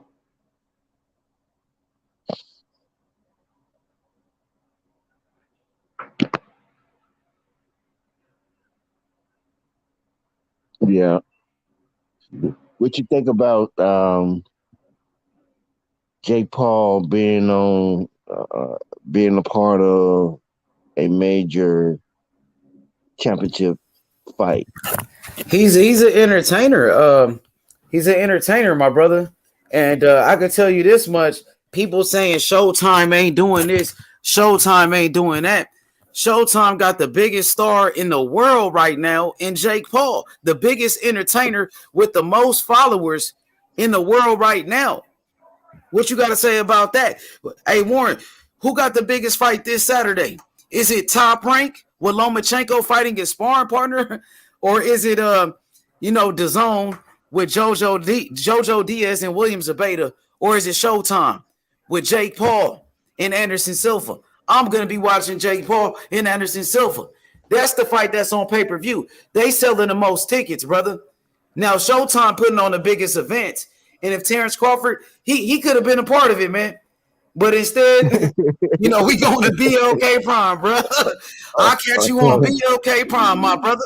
There you go. There you go. Well, Jake Paul is bringing in the revenue. You always want to get some cooking. You always want to cook. Yeah. I want to cook about this Showtime stuff because I'm getting tired of people lying on PBC. I'm getting tired of people lying on Al Heyman, that black man. I'm getting tired of people lying on Showtime Boxing, which been around for 37 years, since the days of the great Pernell Whitaker. Rest in peace to Sweet Pea, Olympic gold medalist. You talk about the Olympics. I remember when Pernell Whitaker became an Olympic gold medalist, an American hero. And he fought on Showtime when he fought Julio Cesar Chavez. And he got robbed in that fight. They robbed that black man because he beat Chavez. You know what I'm saying? But he fought on Showtime. Now, Terence Crawford, he could have did it against De La Hoya too. Yup, he got robbed against De La Hoya too. And Meldrick Taylor got robbed against Chavez. And Meldrick Taylor was a gold medalist like Pernell Whitaker in the same Olympics as Pernell Whitaker, along with Mark Breland and Evander Holyfield. That was a part of the same Olympics. And Evander Holyfield, he was on Showtime Championship Boxing when he knocked out Buster Douglas and Mike Tyson. And when Mike Tyson bit Holyfield ear, that was on Showtime. Now, Terence Crawford, he could have been a part of boxing history. Now, Floyd Mayweather, he fought on Showtime pay-per-view when he beat Canelo Alvarez in the biggest fight in the history of boxing. When Floyd Mayweather beat Manny Pacquiao, that was on Showtime pay-per-view. When Floyd Mayweather, when he fought Conor McGregor, that was on Showtime. So Terence Crawford, he could have been a part of this, fighting on the biggest platform. But no, he wants to go to BLK Prime. And I'm fed up with it. They're talking about Showtime low-balling fighters. Floyd Mayweather made $300 million on Showtime in one fight. Terence Crawford could have made his biggest payday. Getting that PBC money on the back end. You talking about a bigger fight? You talking about a bigger fight, right, Warren? The bigger fight would have been with Errol Spence, not no David Evernishian. You know what I mean? So, I mean, no matter what you guys say, how much money he's making, he could have been a part of boxing history with Errol Spence. But I guess we'll never see that fight. Good luck with David Evernishian. Good luck. While these guys on PBC, they fighting killer after killer after killer. I'm talking about fights between I'm talking about Keith Thurman versus Errol Spence. Now that's a fucking fight. That's a motherfucking fight. Ain't no goddamn Alvernesians. Errol Spence fighting former champions, bro. Like Danny Garcia. He's fighting current champions like your Dennis Ugas, who beat Manny Pacquiao and Sean Porter when he was a champion. While Terence Crawford gets to fight David Avernesian and guys like Mean Machine. And then he fights Errol Spence leftovers like Sean Porter. Errol Spence leftovers like Kell Brook. He's fighting Errol Spence leftovers like Kell Brook. Okay, so let's talk about it. Bro. No, Errol Spence was fighting Sean Porter's leftovers. Like who? Errol Spence.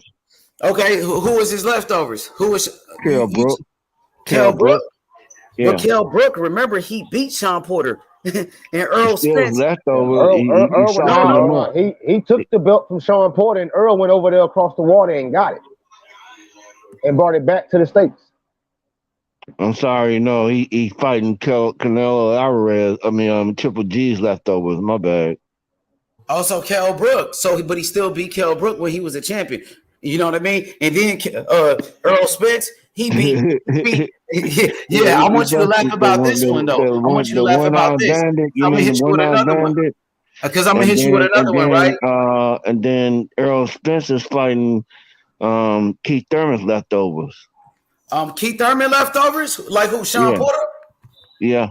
But guess what? When Errol Spence beat Sean Porter was a champion. He had the WBC world title. Again, it's still Keith Thurman's leftovers, though. It's Keith Thurman's leftovers.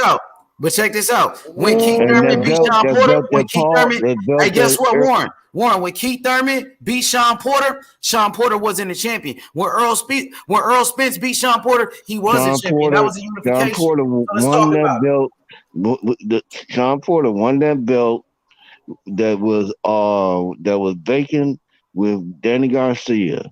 Yeah, I know he beat Danny Garcia. Danny Garcia was a former champion. Danny Garcia was a champion at 147. How many champions?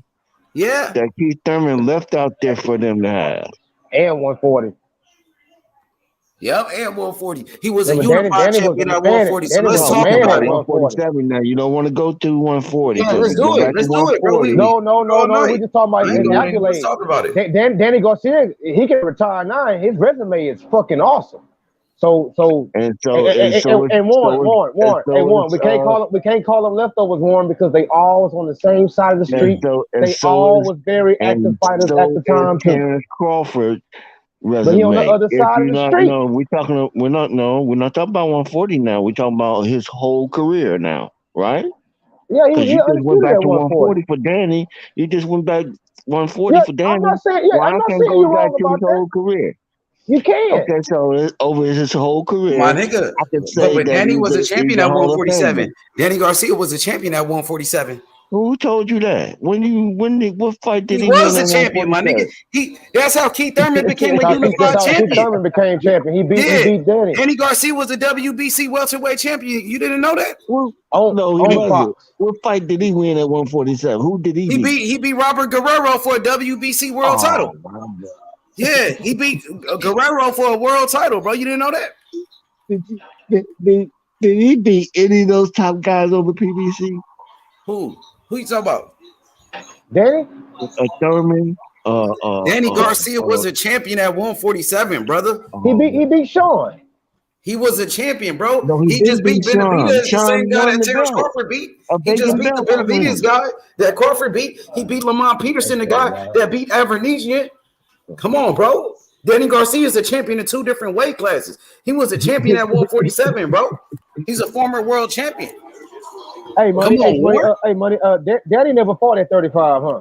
Nah, he fought at 140. He was a champion, unified champion at 140, and then he was a world champion at 147 WBC. And he fought Keith Thurman in a unification. Keith Thurman beat him, and Keith Thurman was a unified welterweight champion. Let's talk about it, Warren. He lost his belt to Keith Thurman. I know. He did. Okay. All right. That belt that he got. Okay. But guess what? And he hasn't been shit since. No. Yes, he is, bro. You tripping. You tripping, buddy. Okay, so who ain't has shit. he won? Now, he ain't shit, bro. Who did he fight after Keith Thurman? He fought Errol Spence, bro, and he just fought Benavidez, the same guy that Crawford fought. Wait a minute, no, he just beat Benavidez. He just beat the Benavidez that Crawford fought. Wait a minute, That was a Terence Crawford former that's at opponent. 154. Come on, I'm sorry, bro. that's at 154. And at 147, he fought Errol Spence. Oh, He fought the guy Errol Spence that Terence Crawford is ducking. At least he fought Errol Spence. Terence Crawford won't even fight the man. Then he'll fight anybody. Then he fought Keith Thurman. Then he fought the best welterweights, bro. Then he fought everybody. Who your boy fought at 147? He fought everybody. He fought everybody, but you trying to discredit Danny Garcia. You said he ain't did shit ever since. But Danny Garcia was a world champion at 147. He did more than David Avernesian, the guy that Crawford is fighting. I know that. That guy never was a champion. He never was shit. And then Crawford fought Mean Machine, who wasn't shit either. He never was a champion. Terence Crawford fought an old ass Kell Brook that was already broken up. He fought an over the hill Kell Brook, and he fought a washed up American. Your boy Crawford fought an old ass American, bro, who was washed up, bro. He ain't shit. Let's talk about that.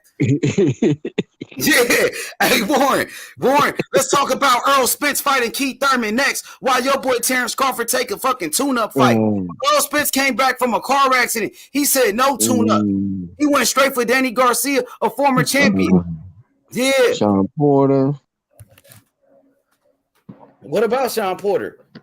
What about him? Sean Porter came from the PBC where all the welterweights is at. Your boy Terence Crawford, he won't go to the smoke. 2000. And the reason why Brook fought Triple G because when Brook was at 47, them other guys was like Crawford and Crawford and Spence and Thurman, they wasn't even champions yet when Brook moved up to fight Triple G. Hey Warren, tell your boy stop running from the smoke. Okay, Terrence, stop running from the smoke. Hey, look, he could be fighting on a bigger platform. Instead, he want to fight on BLK Prime, bro. Well, he could have fought on Showtime pay-per-view like Floyd Mayweather. He could have fought on Showtime like James Toney. Guess what? He could have fought on Showtime like Bernard Hopkins. Guess what? He could have fought on Showtime like Evander Holyfield. Guess what? He could have fought on Showtime like Sugar Ray Leonard. But no, I'm Terence Crawford. I got to get special treatment. I'm going to BLK Prime. I'm about to go fight me a bump. That's what he doing. Yes, sir. Yes, sir. I'm pretty sure he hear you. Well, let's talk about it. You defending it? Errol Spence ready for the fight. Errol Spence about to go fight Keith Thurman. Yes, sir. Yes, sir.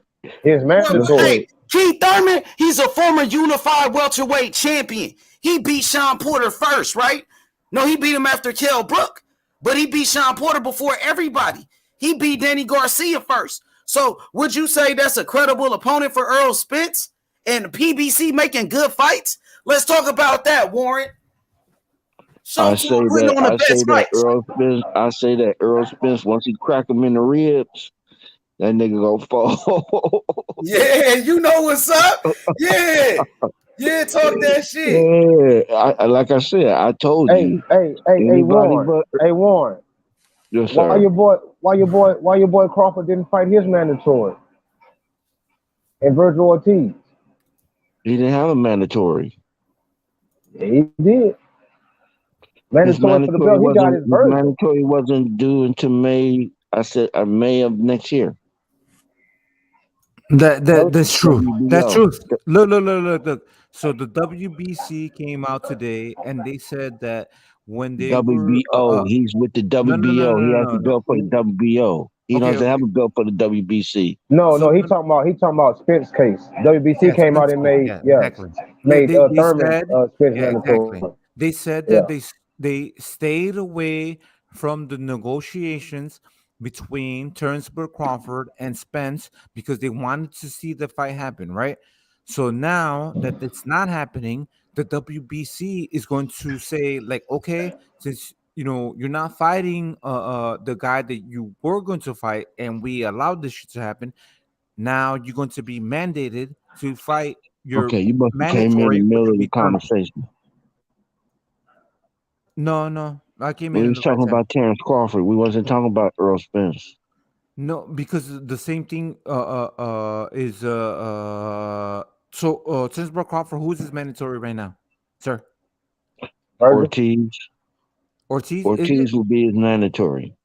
Ortiz would be his mandatory, but if Ortiz mandates and says tells the WBO to say they want to have that fight happen, The WBO, then that's when it happens. It gets activated. It the gets WBO activated. after No. okay It gets after activated, sir. So it gets activated, right? So you don't like, okay, you can have a mandatory, right? So what's his name? The Mexican guy, at 160. He was the mandatory, but he didn't activate his position, right? If you're mandatory, you can, Mongolia. Talking about Mongolia. Munguia, right? Exactly, Yeah. right? So he doesn't like, yeah, he's a mandatory, but like, it's your position. It's not like you're not mandated to activate that position to make that fight happen. You have that position, but unless you say, like, I want this, that's your choice, right? So Virgil is not doing that, as opposed to Thurman, that is working with the WBC, and Thurman wants to keep being relevant, right? So why wouldn't he want a chance at Spence? Spence holds the belt. He's the mandatory. Activate it. So Virgil got to take step aside money then.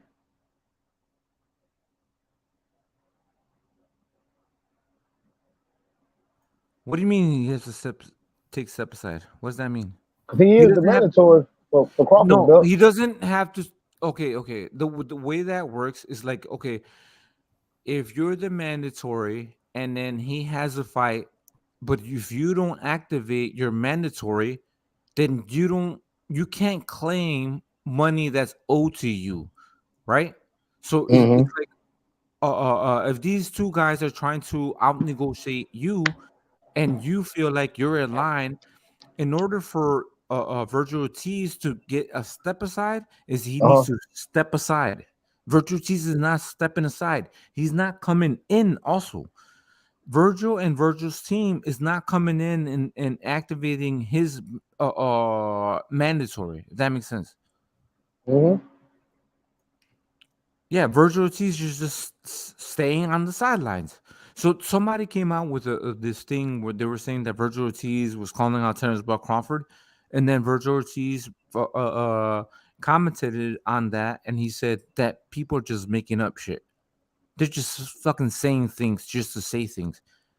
Virgil Ortiz, I think, in rightfully and not even respectfully, he's saying that, like, he's not stepping into like these terms in this situation.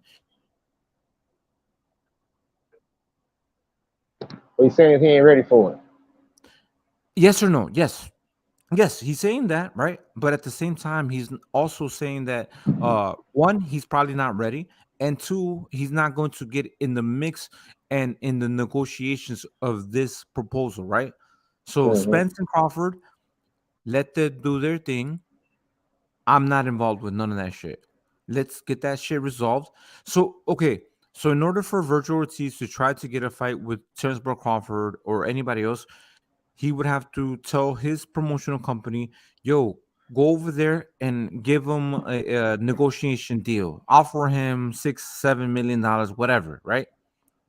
They're not doing that. You guys act like Terence Crawford, a whole bunch of people are trying to offer him fights to fight their fighters. They're not. all of these promotional companies are standing by. They're literally waiting for what's it called? PBC to negotiate and do these things. You know what I'm saying? Because they look. It's not like they all kind of respect each other, right? They're not going to step on Well, each other. the PBC did negotiate, and they did do those things, and they did offer Terence Crawford to fight with Errol Spence.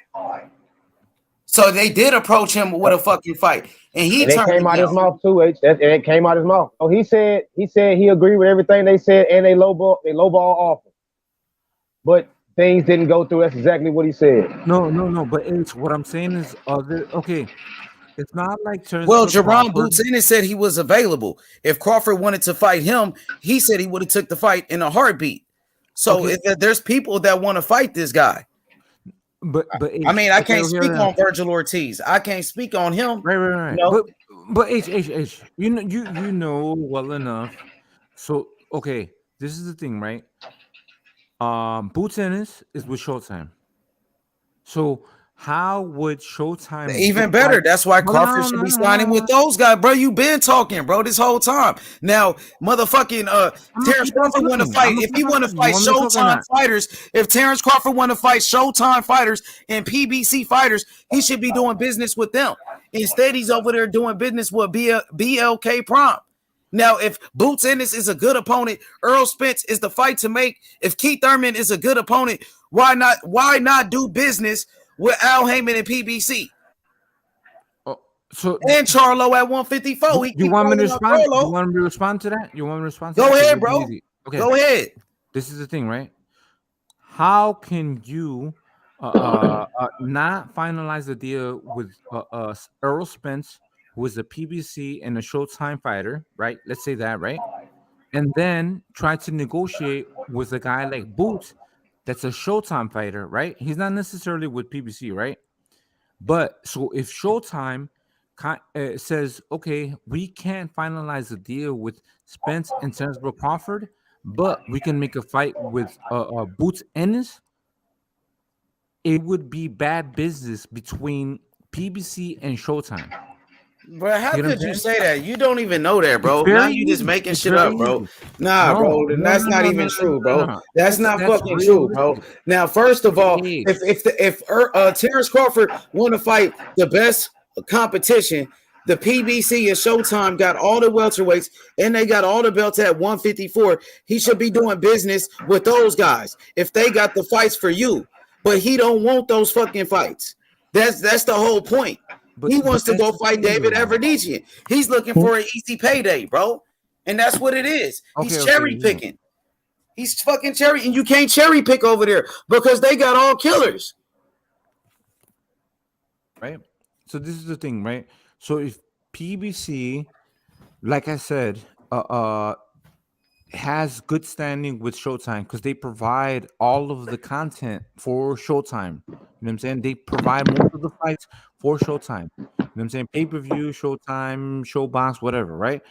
So they will not negotiate with other people unless, you know, they first give their primary supplier, which would be PBC, that's providing Spence against Terence Crawford.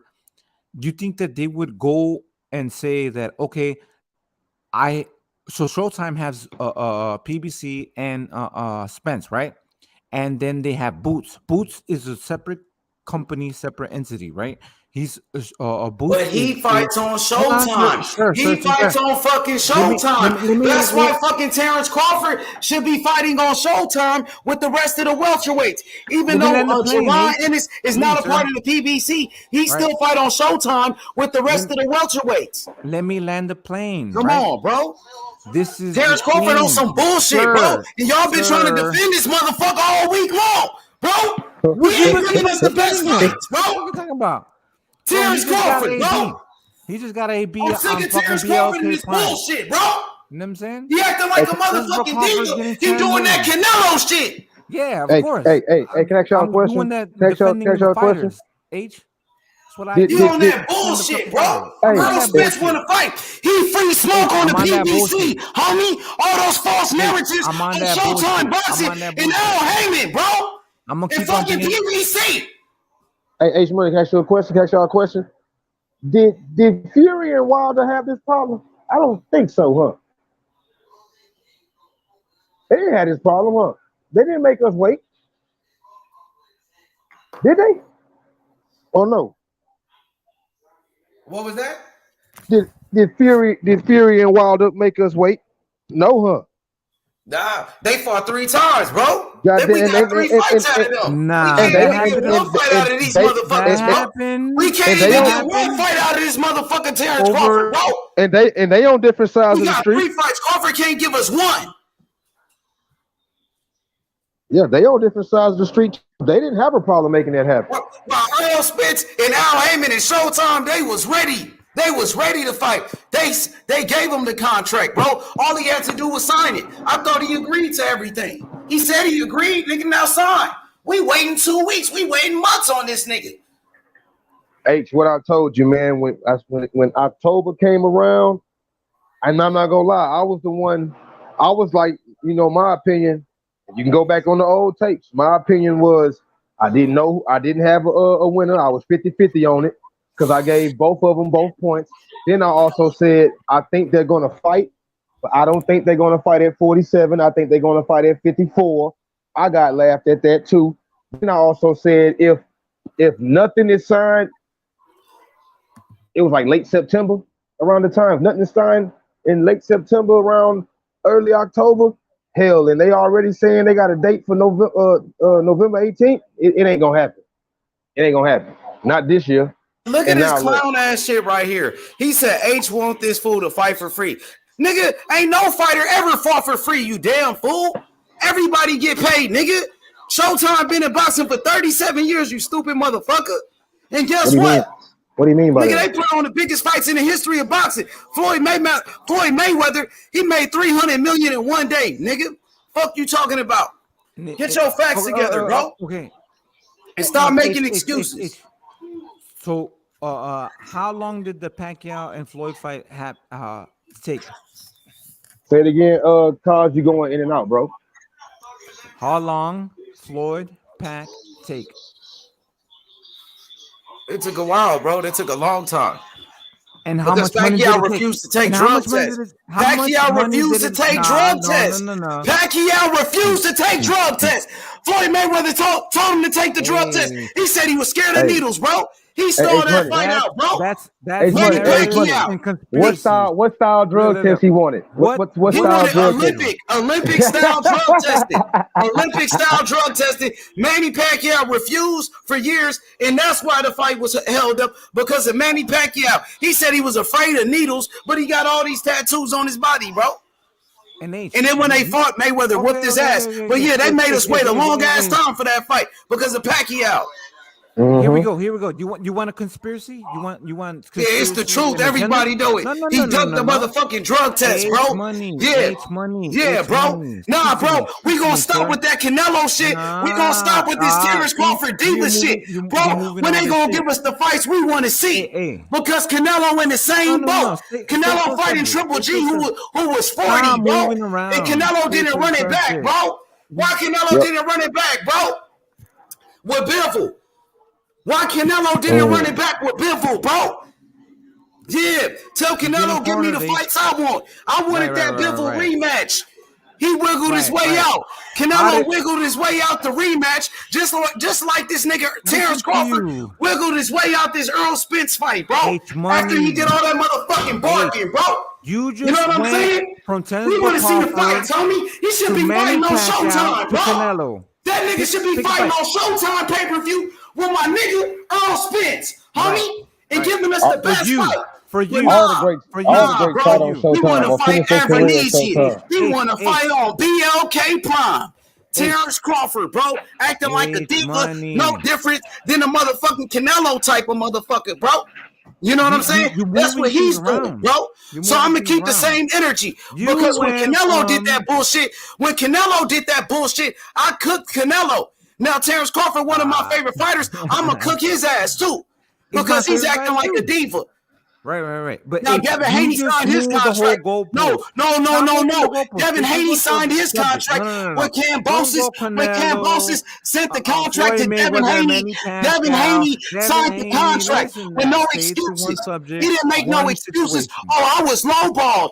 They gave me a lowball offer. Devin Haney didn't say that. He signed that contract. He got him the undisputed fight. He became an undisputed champion, bro.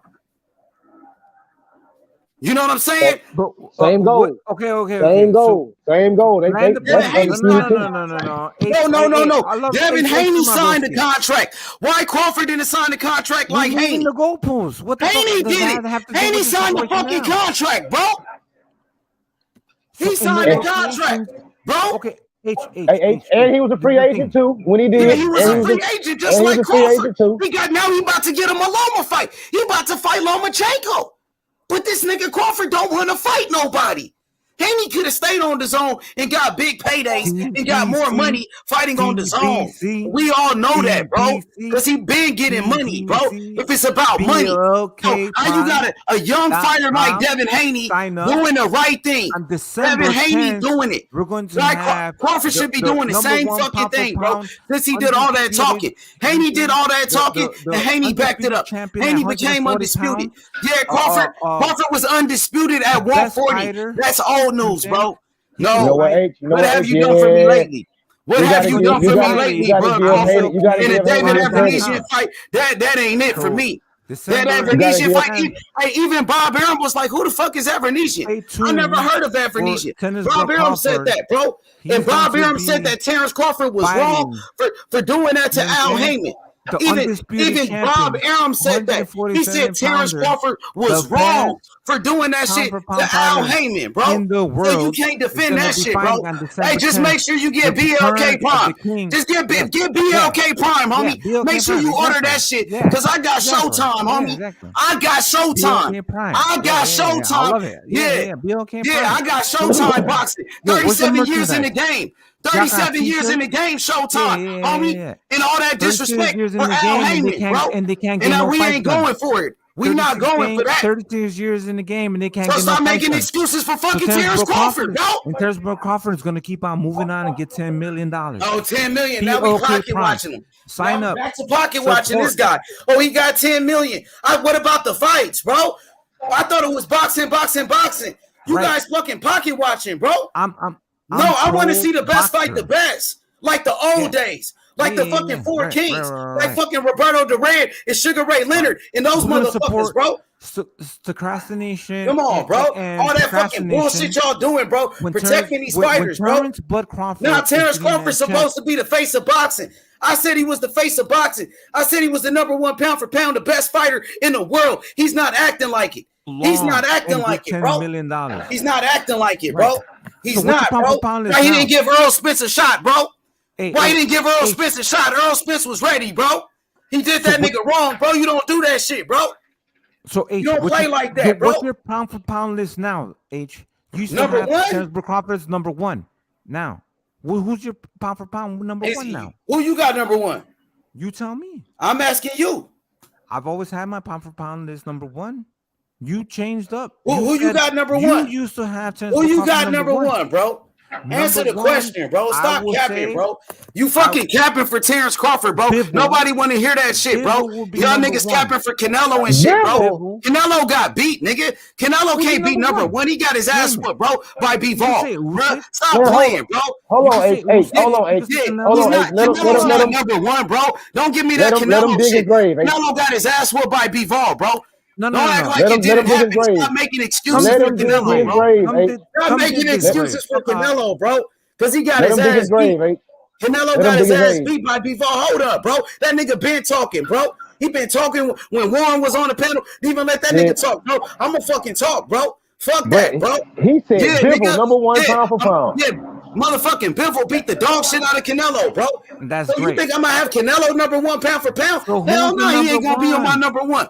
After he got beat like that, nigga. What you mean? He ain't gonna be on my motherfucking number one. He got beat, nigga. You're asking me a question. Okay, bro.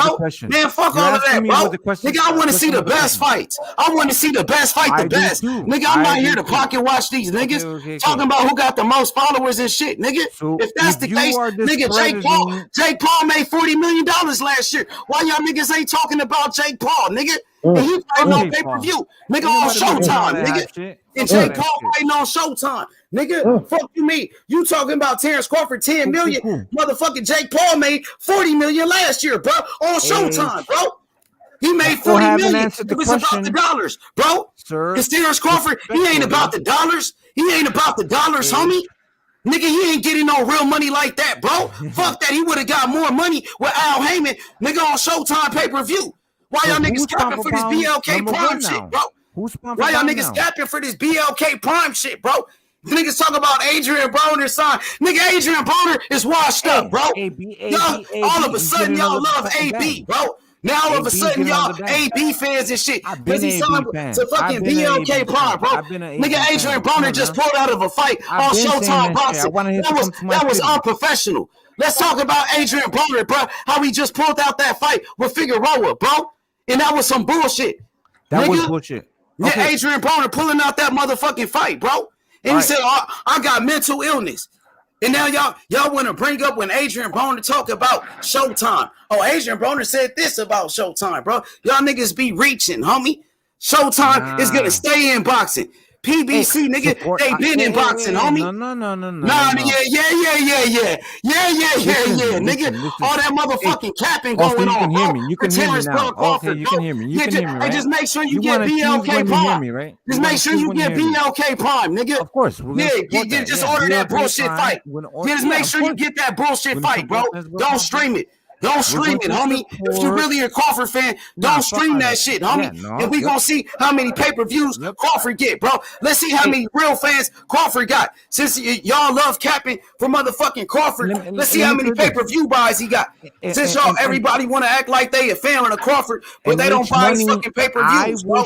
Real talk, bro. Errol Spence got more pay-per-view buys than Terence Crawford, bro. Errol Spence got more pay-per-view buys than Terence Crawford, if you want to be serious, bro. And Terence Crawford was on ESPN. He was on a worldwide leader of sports, bro. Real talk, bro. Are you ready to answer the question? Bro, fuck that. It's free smoke, bro. It's free motherfucking smoke, bro. Real talk, bro. You know what I'm saying? Tell your boy get up in the ring. Tell your boy didn't sign the contract. Why he run the BLK Prime? Why he run the BLK Prime, bro? You shitted on my. Why your boy run the BLK Prime, bro? Exactly. Why your boy run the BLK Prime, bro? Why your boy run? Why your boy ducking? Why your boy ducking like Canelo? Why your boy ducking like Canelo? Why your boy Crawford ducking like Canelo? Other fighters to your join. boy Crawford ducking like your boy Canelo. Y'all running from PBC. Right. Yeah, both of them running from PBC. Canelo ran from PBC, just like your boy Crawford ran. He ran, nigga. This guy's running from greatness. Yeah. Keep running, bro. They fucking do their own greatness. Keep running, bro. The boy ran from the smoke, bro. Y'all keep making all these excuses about PBC so your fighters could buck. Y'all make this narrative up about Al Heyman, PBC, because you want your favorite fighters to duck smoke. Right? Nah. I'm here. So what's up with Canelo? When he's gonna fight Benavidez? I know you can hear me. When is Canelo gonna fight Benavidez? You can hear me. When is Canelo gonna fight Benavidez, bro? When is Canelo gonna fight Benavidez, bro? He's not. Oh my bad. Canelo don't fight other Mexicans. So he don't fight Mexicans no more. Now he all of a sudden Canelo don't fight Mexicans, but he sure did beat the shit out of Chavez. He beat the shit out of Chavez with no problem. You know what I'm saying? Hey, guess what? Canelo beat Angulo. He beat Angulo with no problem. I thought he don't fight Mexicans. Why he beat the shit out of Angulo like that? Okay, how many Mexicans did Canelo fight in Mexico? How many Mexicans did Canelo fight in Mexico? How many Mexicans did Canelo fight in Mexico? You used to be how many Mexicans did Canelo fight in Mexico, bro? I'm not a fanboy. You a Crawford fanboy. You just on a nigga dick, bro. Yeah, you just on that nigga dick. You know what I'm saying? You don't keep it real the same way you on Canelo dick, nigga. Nah. You know what I'm saying? Hey, I support fighters. Okay, bro, you a dick riding ass nigga, bro. You a dick riding ass nigga, bro. Real talk, nigga. I'm gonna call out Terence Crawford on that bullshit, nigga. So what? I did too. And Canelo be on that bullshit too. And I'm gonna call out Canelo, nigga. I called out Canelo. Yeah, I'm gonna call out Canelo. Canelo said he don't fight Mexicans, but it showed that Canelo did fight Mexicans. How long do I he have does to fight Mexicans, bro? So fight Benavidez, bro, and come to the PBC, okay? Right. And he could fight Charlo, and he could fight David Morrell Jr., Canelo, bro. Yeah, of course. Yeah, and guess what? Same thing with Terence Crawford. He could fight Charlo. He could fight Errol Spence. Stop making up this bullshit, bro. Stop making up who's your bullshit. pound for pound best nigga? Fighter right now, H? Who's your fucking pound for pound, bro? Don't worry about my list. Who's your pound for pound, bro? Don't worry about my list, bro. Come on, don't worry about my list. Who's your motherfucking pound for pound list, bro? Nigga, we don't do no capping, nigga. Now, Terence Crawford, he should have been on Showtime pay-per-view instead of BLK Prime, bro. Point blank, period, bro. That nigga didn't want no smoke, bro. You feel me? That nigga didn't want no smoke. Keep running from that PBC. Keep running from the PBC, nigga. Keep running from PBC. Stop making up narratives against Showtime, bro. Stop lying on Al Heyman, bro. Stop lying on Al Heyman, bro. Stop lying on Al Heyman and PBC, bro. Real talk. Hey, just make sure you order that fight. Just make sure you order the fight with Terence Crawford, bro. Just make sure you. Yeah. Let's see how many fans he really got. Of course. Let's see how many fans Terence Crawford really got. Let's see how many pay-per-view buys he got. Since y'all want to cap for him all the time, bro. Let's see the buy his fucking pay-per-view. Don't scream that shit, bro. Because I got Showtime, homie.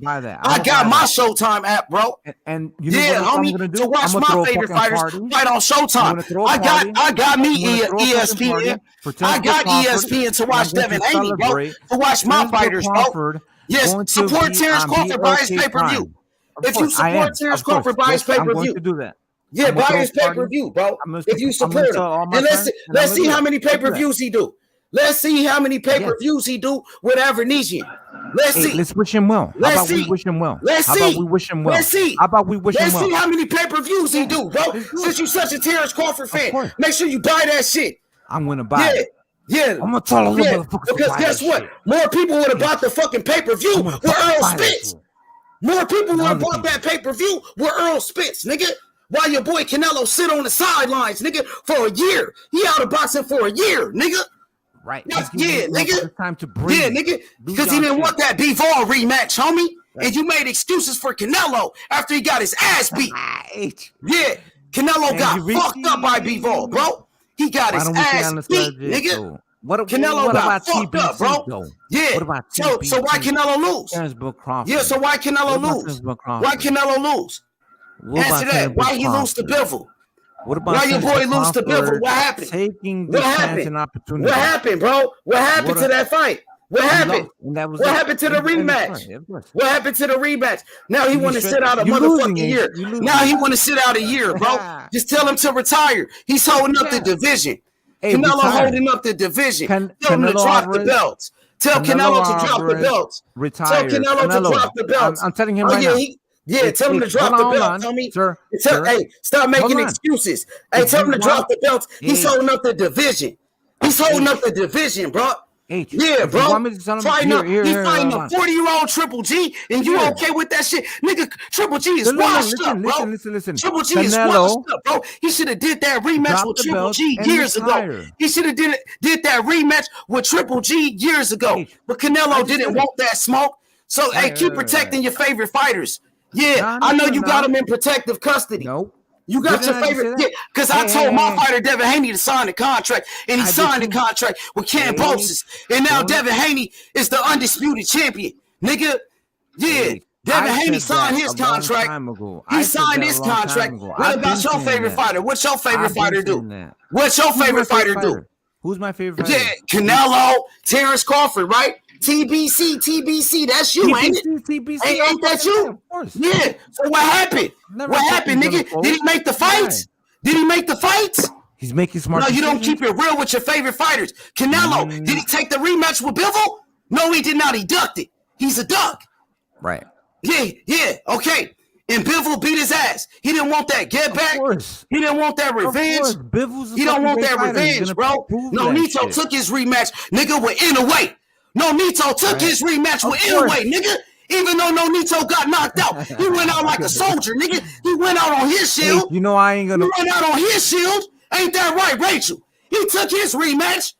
What's up with Canelo? He didn't do it. He a sucker. Attributing all He a of these sucker, right, fighters Rachel? to He a one sucker, ain't it, situation. Rachel? No, I mean, I completely agree. When you have a rematch clause, the whole point of you freaking putting a goddamn rematch clause is because so you have the opportunity to get your worth back. Say you had a bad night, it happens. It does fucking happen. And the rematch clause is so that you can regain your foundation again, go back in and prove that was just a fluke. And when he didn't invoke his rematch, he was the one that put it in there, was kind of bullshit to me. It's also kind of your negotiation to do so. Sometimes these guys don't do it. Just the same way that sometimes these guys are mandatory to fight this guy, but they don't activate the mandatory. No, but this wasn't a mandatory position. No, he I agree. But what I'm saying is that and he put insurance on the back end. So he put insurance. You don't put insurance. You know what? Who doesn't do it? Insurance? Fucking Nonito. He doesn't give a shit. If he loses a match, he's like, well, then I fucking lost a match. I never agreed with it, but that's how he ran his game. And for him to put the insurance on the back end so that he can redeem himself and not actually like activate the clause shows that he didn't want to fight Bivol again. You put that in the contract. Why did you put that in the contract if you weren't going to use that you were going to activate it? Okay, so I agree, right? So if we took it to a scenario where Canelo didn't have the benefit to do that, then most of these fighters wouldn't have a rematch. So it wasn't a fight that Canelo was in such a close fight that he was like, I got cheated, and therefore I have the ability to fucking have a rematch clause. I think that Canelo had the rematch clause, right? And then he realized that he got beat. So why activate a rematch clause? Because he just got beat. It wasn't even close. You know what I'm saying? In my opinion, he was going to do it. He said he was going to run it back. Yeah. And that's the point of having a rematch clause. So if you lose, you get a rematch. Now, Joshua got his ass whooped in his first fight. In his first fight with Usyk, he still took his rematch. Wilder was knocked out by Fury in his second fight. He still got his rematch. He went to court for this shit. H, you ready for this though? Bro, he didn't want the rematch, bro. Stop making excuses, bro. Stop making excuses for Canelo. That nigga ducked the rematch, bro. Fucking Wilder got his ass beat, and he still took it, bro. Stop capping, bro. All you doing is capping, bro. All you doing is capping. All you're doing is capping. Cap. Hey, man, you think Canelo is like a god or some shit, bro? He ain't no god to me. That nigga, hey, Canelo, hey, what's up with that PBC smoke? Stop lying on Showtime. Nigga, no Nito fought on Showtime, nigga. No Nito Donaire fought on Showtime, bro. No Nito Donaire fought on Showtime. He knocked out motherfucking Vic Darchinian on Showtime, nigga. And got revenge for his motherfucking brother, nigga. Now what, nigga? Y'all niggas out here capping, nigga.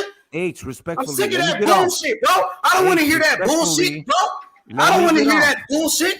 You know what I'm saying? Hey, your boy Canelo don't want no smoke. Oh my god. Your boy Canelo don't want no smoke. Are different let him sit out of here. Let him watch it from the sidelines. Let your boy Canelo watch from the sidelines, bro. And come up off that belt, that WBA super belt. He better come off that shit because David Morrell Jr. is the real champion at 168. Nigga, David Morrell Jr. is the world champion. He got the world title. Tell your boy Canelo to fight Morrell. Come to the PBC. And guess what? And guess what, H? Don't jump in. B-Ball said. B-Ball said. He's gonna retire. Real talk. B-Ball said for the rematch with Canelo, he'll also come down to 68 and fight him now. Yeah, Canelo got to get all that special treatment. He the A side, rehydration clauses. Canelo fell in drug tests. Oh my God. Canelo fell in drug tests and shit. Rehydration clauses, catch weights and shit. All of that special treatment, bro. Franchise belts and shit. You know what I'm saying? Feelings, emotions. Yeah, that's you. You all up on Canelo dick and shit. That's you all up on Canelo dick. You've been running your mouth as soon as you got on the panel, bro. You don't let nobody else talk, bro. Bro, because I'm trying to address you. If you let bro, me you're not talking about shit though. You're not talking about shit, bro. You're capping. You've been capping as soon as you got on the panel, bro. Nah, I've been cooking ever since. Hey, you ain't talking about shit. Rachel just told you Canelo. What Rachel tells you about Canelo? Different things. Bro, hey, Rachel cooking you too. Rachel Donaire cooking you too, buddy. You know what I'm saying? All this capping. Hey, just make sure you get BLK Prime. Just order that shit. Order that bullshit, bro. Bro, get if that they're fight, cooking bro. me, why don't you let them cook me? Make sure you get that fight, bro. Since you such a boxing fan, right? Of course. Since you such a boxing fan, just order that fight. Talk about the Olympics don't matter because you love boxing. Hey, you want to go? Okay, so explain to me what was the actual business move as to why he moved there when nobody is in that promotion for him to fight. I mean, unless he's about to fight Adrian Broner, because they're the only two that signed to that network. What was his point? You go where the smoke is if you want it, or you could go with a promoter that doesn't have anyone, and then you're protected from everyone else to fight in the division. Everybody in the division that's worth fighting is at PBC. Are you speaking to me, Rachel? That's true. I'm not arguing that dynamic. I'm not arguing any of that stuff. I don't know why Crawford would go to another promotional company, and obviously that promotional company is very immature in the sense that they don't have any type of fighters. They're basically winging it, and they're signing people, and they're offering a whole bunch of money. Of course, I understand that. That's not my argument. I'm not arguing that.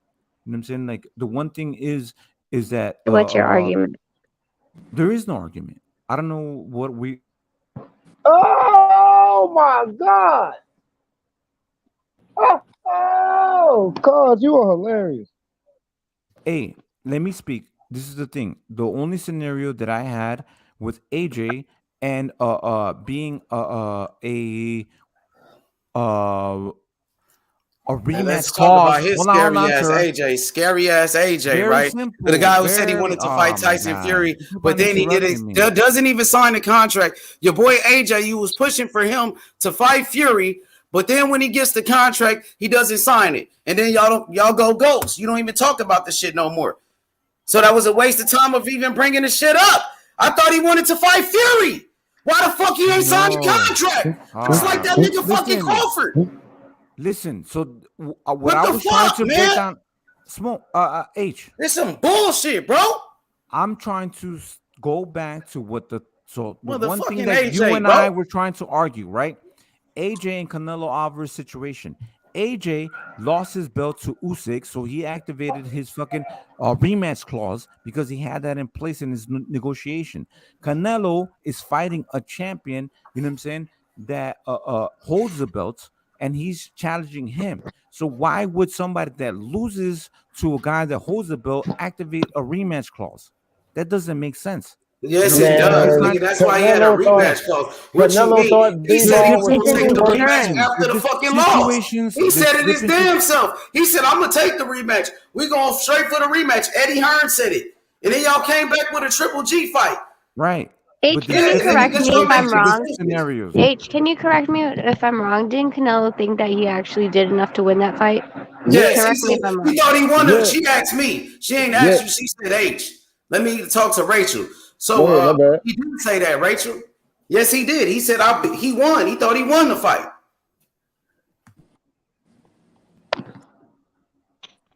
And he also said he would want a rematch too after that fight. Bivol said he would accept the rematch, and he said he'll also willing to fight him at 68. So H, we're not trying to disrespect you, but you cut out, just to let you know. Yeah. So okay. that. Hey, Rachel. So yeah, he He said he won the fight. He said he thought he did enough to win the fight, but everybody know he got his ass beat. You know, Bivol damn near he won every round in that fight. But Canelo said he won a clear delusion. He acting like Deontay Wilder and Teofimo Lopez after they lost, making all these excuses.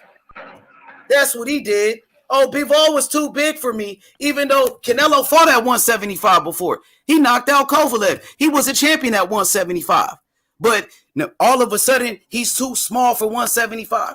He was talking about going up to heavyweight to go fight Usyk. And he was talking about going to fight at cruiserweight against Mukabu.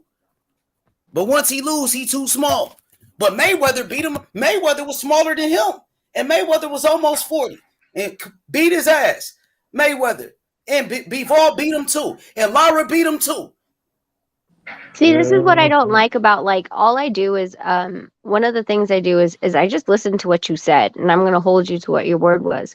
And you, after the fight, Canelo said what H is saying, because I can't remember the exact verbiage of what he said, and I just wanted to confirm that he did say that he felt like he did enough to win.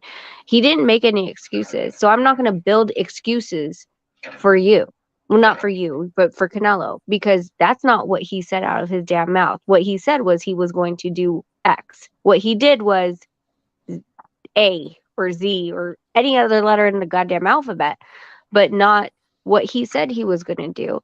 So for me, I'm like, okay, so can you explain the career path and you fighting Triple G again? Like, where did you go from I won this match and I'm going to invoke my rematch clause and to turn around and be like, yeah, you know what? Actually, I'm just going to go this way without any explanation as to why he felt that way.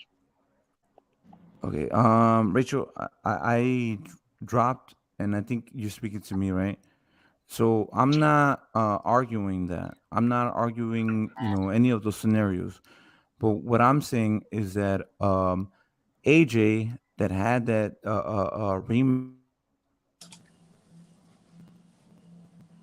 Ayo, you're gone again. I hear you, bro.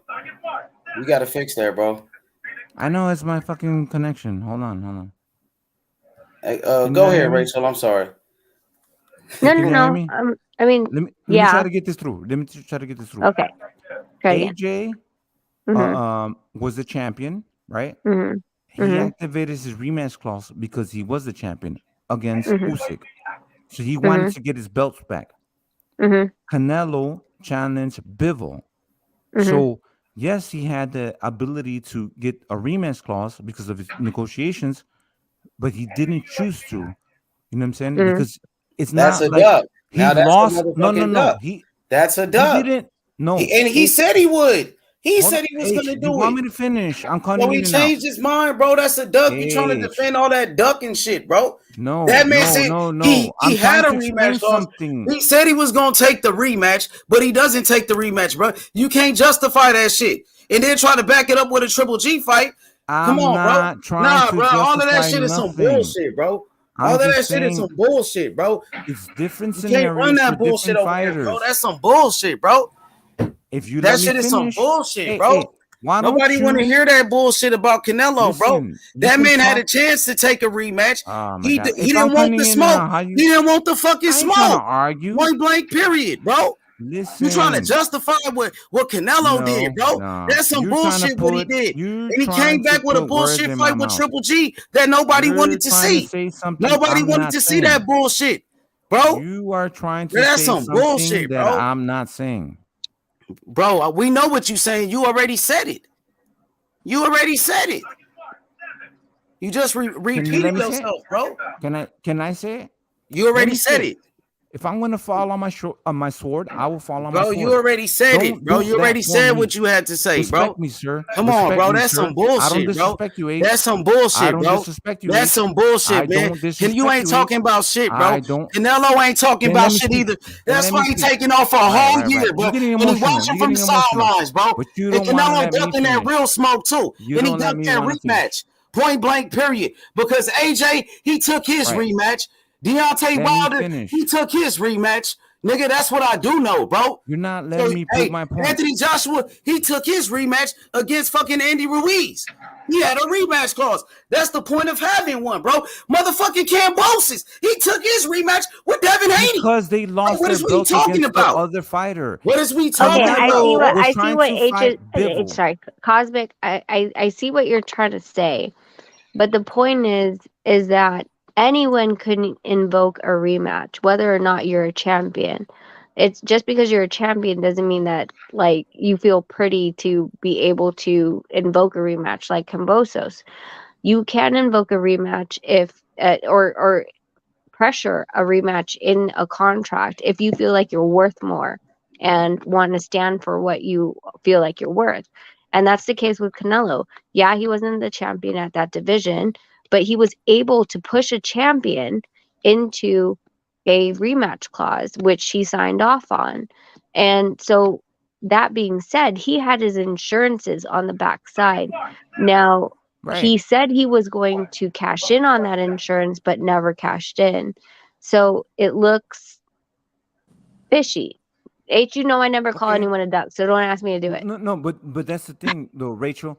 So like in certain situations, like AJ, he lost his belts against Usyk, so therefore the guy that just lost his belts chose to have a rematch to get his belts back, right? So how is somebody that didn't have a belt at 175 try to say that he deserves, to try to attain those belts back again? He did win a belt at 175. That's not a He beat Kovalev for a belt at 175. Right, but there's different scenarios. He beat Kovalev for a belt at 175. He was a champion at 175. So stop making excuses for Canelo since you like him so much, bro. You just like Canelo so much because Canelo was a champion at 175. He was a champion at 175.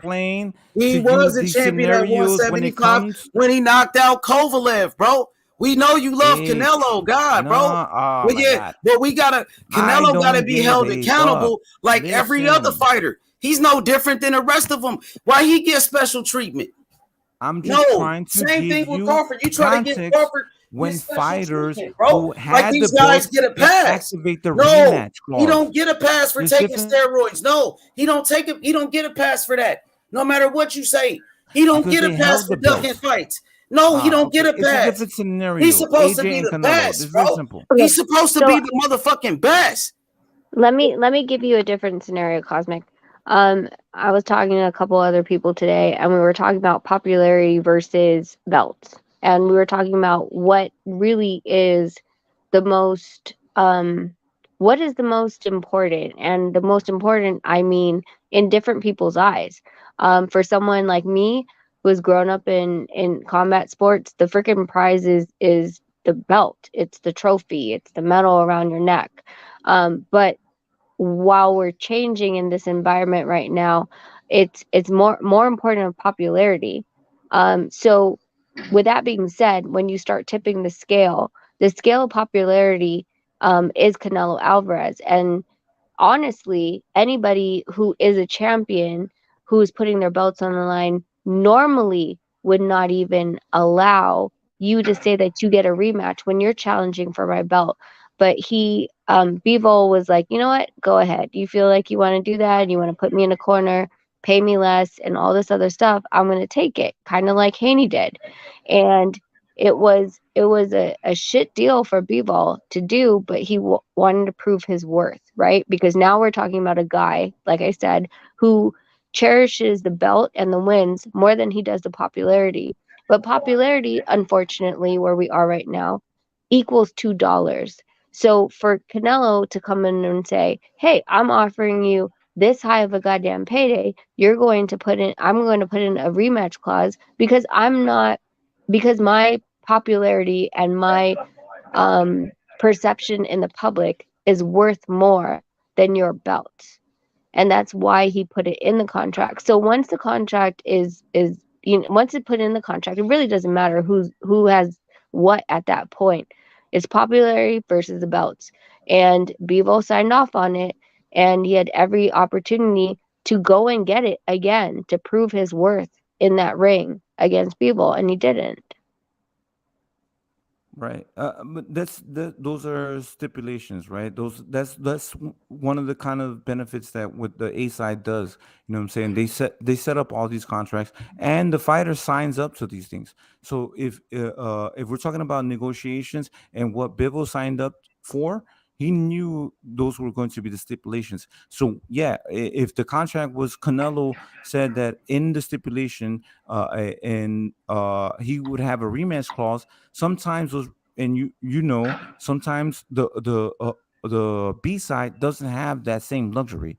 It's not like Bivol, could have that rematch clause. He right? didn't want no smoke in that rematch. That's all. You know what happened in the first fight. He didn't want that agree, shit. He knew he couldn't fuck I'm with not- him. I'm Rachel, not he knew he arguing couldn't that. fuck with him. Rachel, I'm gonna Listen. keep it funky with you. He couldn't fuck with No, B-Ball. H, You know he H. couldn't beat him.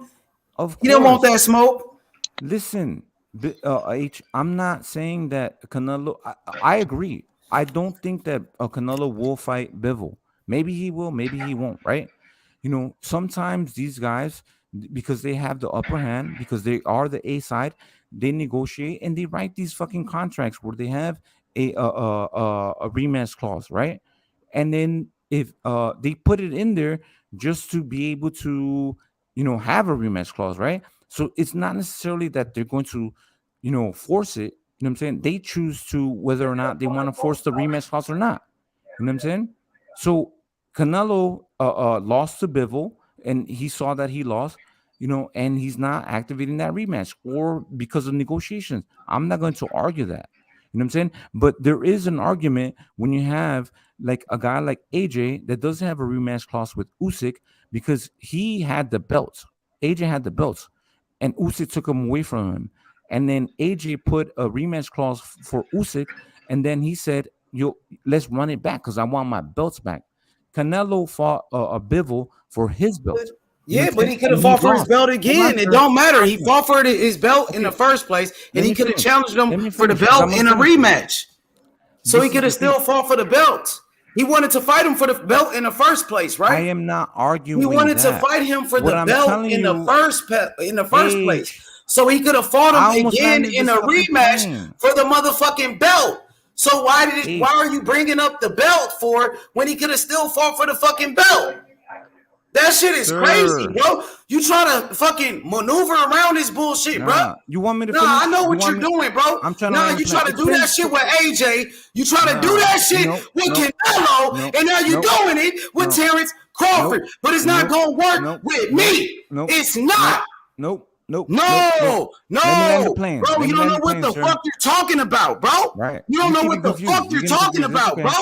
Real talk, bro. That's some motherfucking bullshit, bro. It's okay. I don't know, Keep bro. I going don't to me. know It's what okay. you It's on, okay. bro. You on some bullshit, bro. I'm not. For real, bro.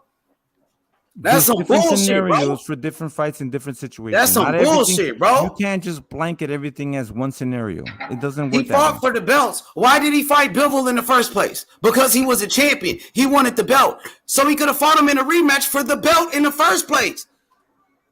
He had a rematch clause. He was still and then fighting he for the realized belt. he can't beat Bivol. Therefore, he didn't reactivate his fucking rematch clause. Okay, that's what it is, bro. Okay, I'm not arguing that. What I'm telling you is that AJ that held the belts, right, activated his rematch clause against a guy that he lost to get his belts back. Canelo never held that belt at 175. Therefore, why would he fucking try to, somebody that he know he lost to get a rematch to win a belt that he never had? Well, he could have won the belt. So why did he fight for the belt in the first place if the belt doesn't mean shit? Because he could have fought him. No, he could have fought him in the rematch for the belt, for the same belt that he never had, nigga. And Canelo was a champion at 175 when he knocked out Sergey Kovalev, bro. Right. That's not an argument. Okay. Canelo thought he could beat Bivol, and he was proven wrong. You know what I'm saying? But before he was proven wrong in his negotiations, he put a rematch clause for whatever reason. We know that already. He put a rematch we know clause. That. It doesn't mean he has to activate it. It means that he has the. So what are you gonna do when he come back? What are you gonna do when he come back? Know. Hopefully fight Benavidez. I don't know, whoever. Yeah, he needs to do that. I'm not going to defend that. He said he ain't fighting Benavidez. He said he don't fight other Mexicans. He's not fighting Benavidez. He's not fighting Benavidez. He said he's not fighting other Mexicans. Okay, you tell me. In my opinion, I think he's been cornered, and most likely he's going to do whatever the last fight with his contract is, and then he's going to should fight Benavidez, should fight Charlo. Now Boo Boo's out of the picture because now he's with BLK Prime. Because no, he's not. He's not with BLK Prime. That's a lie. Didn't he sign to? No, he did not. They're dropping rumors. Right. Okay. I jumped on that. He didn't sign to no BLK Prime. But you know what I'm saying? If he did, it would It limit has his the entire competition. YouTube believing that shit right now. That's crazy, huh, Rachel? They go for anything. Hold on. But so, Terence Crawford and Adrian Broner, they would have the luxury to sign with BLK Prime, right? Because they've accomplished. Should have signed with Showtime. Hold on. Because they've accomplished things in their career where they can negotiate things like that. Boo Boo hasn't. So Boo Boo would not get any good fights if he did go with BLK Prime and sign with them. Yeah, but none of them are gonna get good fights signing with BLK Prime. Right. Thank you. Say it again, Rachel. Say it one more time. None of them are going to get good fights. Of course, signing with BLK Prime. Let her talk, bro. I agree with you. Stable. There's no one in their stable. No, I agree. So who are you gonna go fight? Top rank guys. Top ranks are signed with ESPN. You gonna fight PBC guys? They're signed with Showtime. No one's gonna do the streaming service of BLK Prime. Yeah, so no, who else is there? I agree with that aspect. That's why I've been defending David Avenesian because BLK Prime doesn't have the. Hey, never heard of that guy, Avenesian. Bob Arum said he never heard of him. Who is that guy? Errol Spence said he never heard of that guy. Who is that? But it's what BLK Prime is presenting. That's why he shouldn't be going over there. That's why he should never went there, bro. He would have got way better fights with PBC. That's the whole point. And he would have been fighting on a bigger platform. Right. I agree wholeheartedly. I wanted the Spence fight. I wanted to get this shit fucking done. You know what I'm saying? But like these they came out of nowhere. You know, BLK Prime came out of nowhere, started negotiating. Now they're, the fact that they have Terence Crawford doing a fight with them, all these guys are, joining. You know what I'm saying? Like you can say whatever you want to say about Adrian Broner, but he's an entertainer. He's going to get some numbers in. You know what I'm saying? And he has a 3-fight deal. Let's hope this should happen. Bruh, Crawford played me like a fool, bruh. That man done lied to me, bro. He lied to all the boxing fans on some real shit, bro. That shit is whack as fuck. I thought he agreed to the fight. He agreed to all terms. What happened to that shit, bro? He didn't agree to nothing, bro. The motherfucker's a liar, bro. Dude, I mean, like I said, I've said this 20,000 times. I really wish that the Terence Crawford fight versus Avenesian goes through. Because the deeper, like I already said, I'm gonna step away from this. I'm not freaking looking into shit because what I saw was not good, and it's going through. I've been getting calls left and right from the entire boxing industry of people who were quote unquote hired or reached out to be contracted with BLK to help with this event, and people I've known since I've known Nonito, like back in the day. And they're like, oh, well, what I did is I told them that all this shit's out there on the internet about them, and I haven't gotten a goddamn response. They ain't even responding to the people that they want to contract to help them with this fight. So Rachel, earlier today, Bob Arum, he was speaking about David Avenesian. Because he does work with Warren. Warren would be Matchroom Promotions, and he said that he knows that Avenesian has gotten he's got paid like 100% for that fight with Terence Crawford. Avenesian is not making a 10-figure payday supposedly. Yeah, but so what he was trying to clarify is that this fight could possibly go through. So somebody asked him what are the possibilities, and he's responded with the fact that he does work with Warren, and that was Warren's team's fighter, Evan, and he's gotten paid. And they're saying that Terence Crawford is also getting a good amount, but Well, he can let's rewind. say, He had to already got paid because you just pulled him out of a goddamn fight. You had to buy him out of the fight he was already in. right. And that's what Bob is saying. So what Bob was saying is that there is some credibility to the fact that these guys are going to pay up at the end of the day.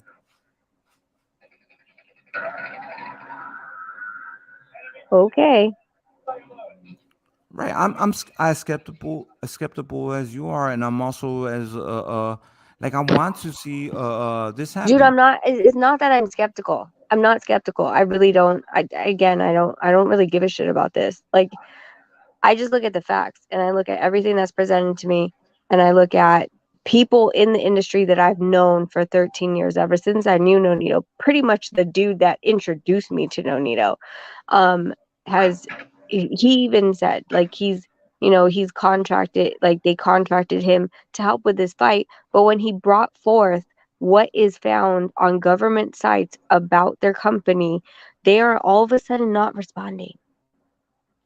They're having Adrian Broner about the billions doing a press conference in a hotel room with a stamp and repeat.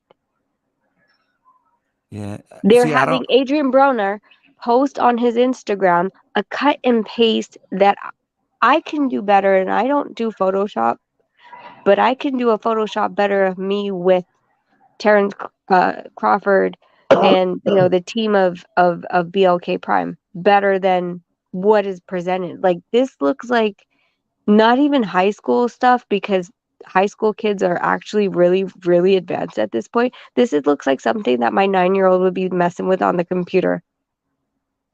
Yeah. As their fight posters.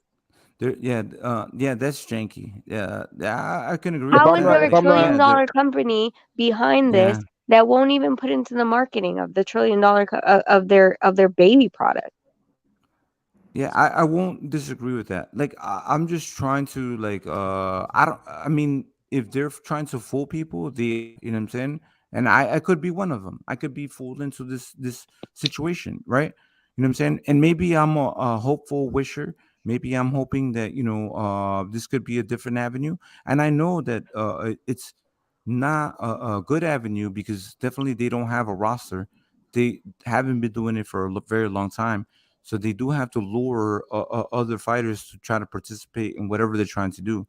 It does seem, weird, and I don't like these little small companies and big fights. You know what I'm saying?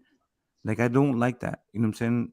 I don't like that scenario. I want the professionals to do these type of fights and these type of things. You know what I mean? Yeah, well, and that's the problem right now that we're having, is that okay, let's just say it's a fly by night company and they do whatever they want to do and they take your money. It's not that I don't care that they take your money or they take H's. Well, H is probably not going to buy it, but anyone else that they take their money. My problem is that there's a fighter. You lost $40 and some change. A fighter lost 3 months plus of their life fighting for someone who is not paying them. And we've seen this. We're that dumb right now. We're that dumb right now that we haven't seen this with Triller. We've seen this, and yet we are so eager to jump on it. The thing is, again, it's not going to hurt you guys. $40 is not even a freaking gas tank at this point, but it's going to hurt the fighter. Right. Okay. So, Rachel, that's the thing, right?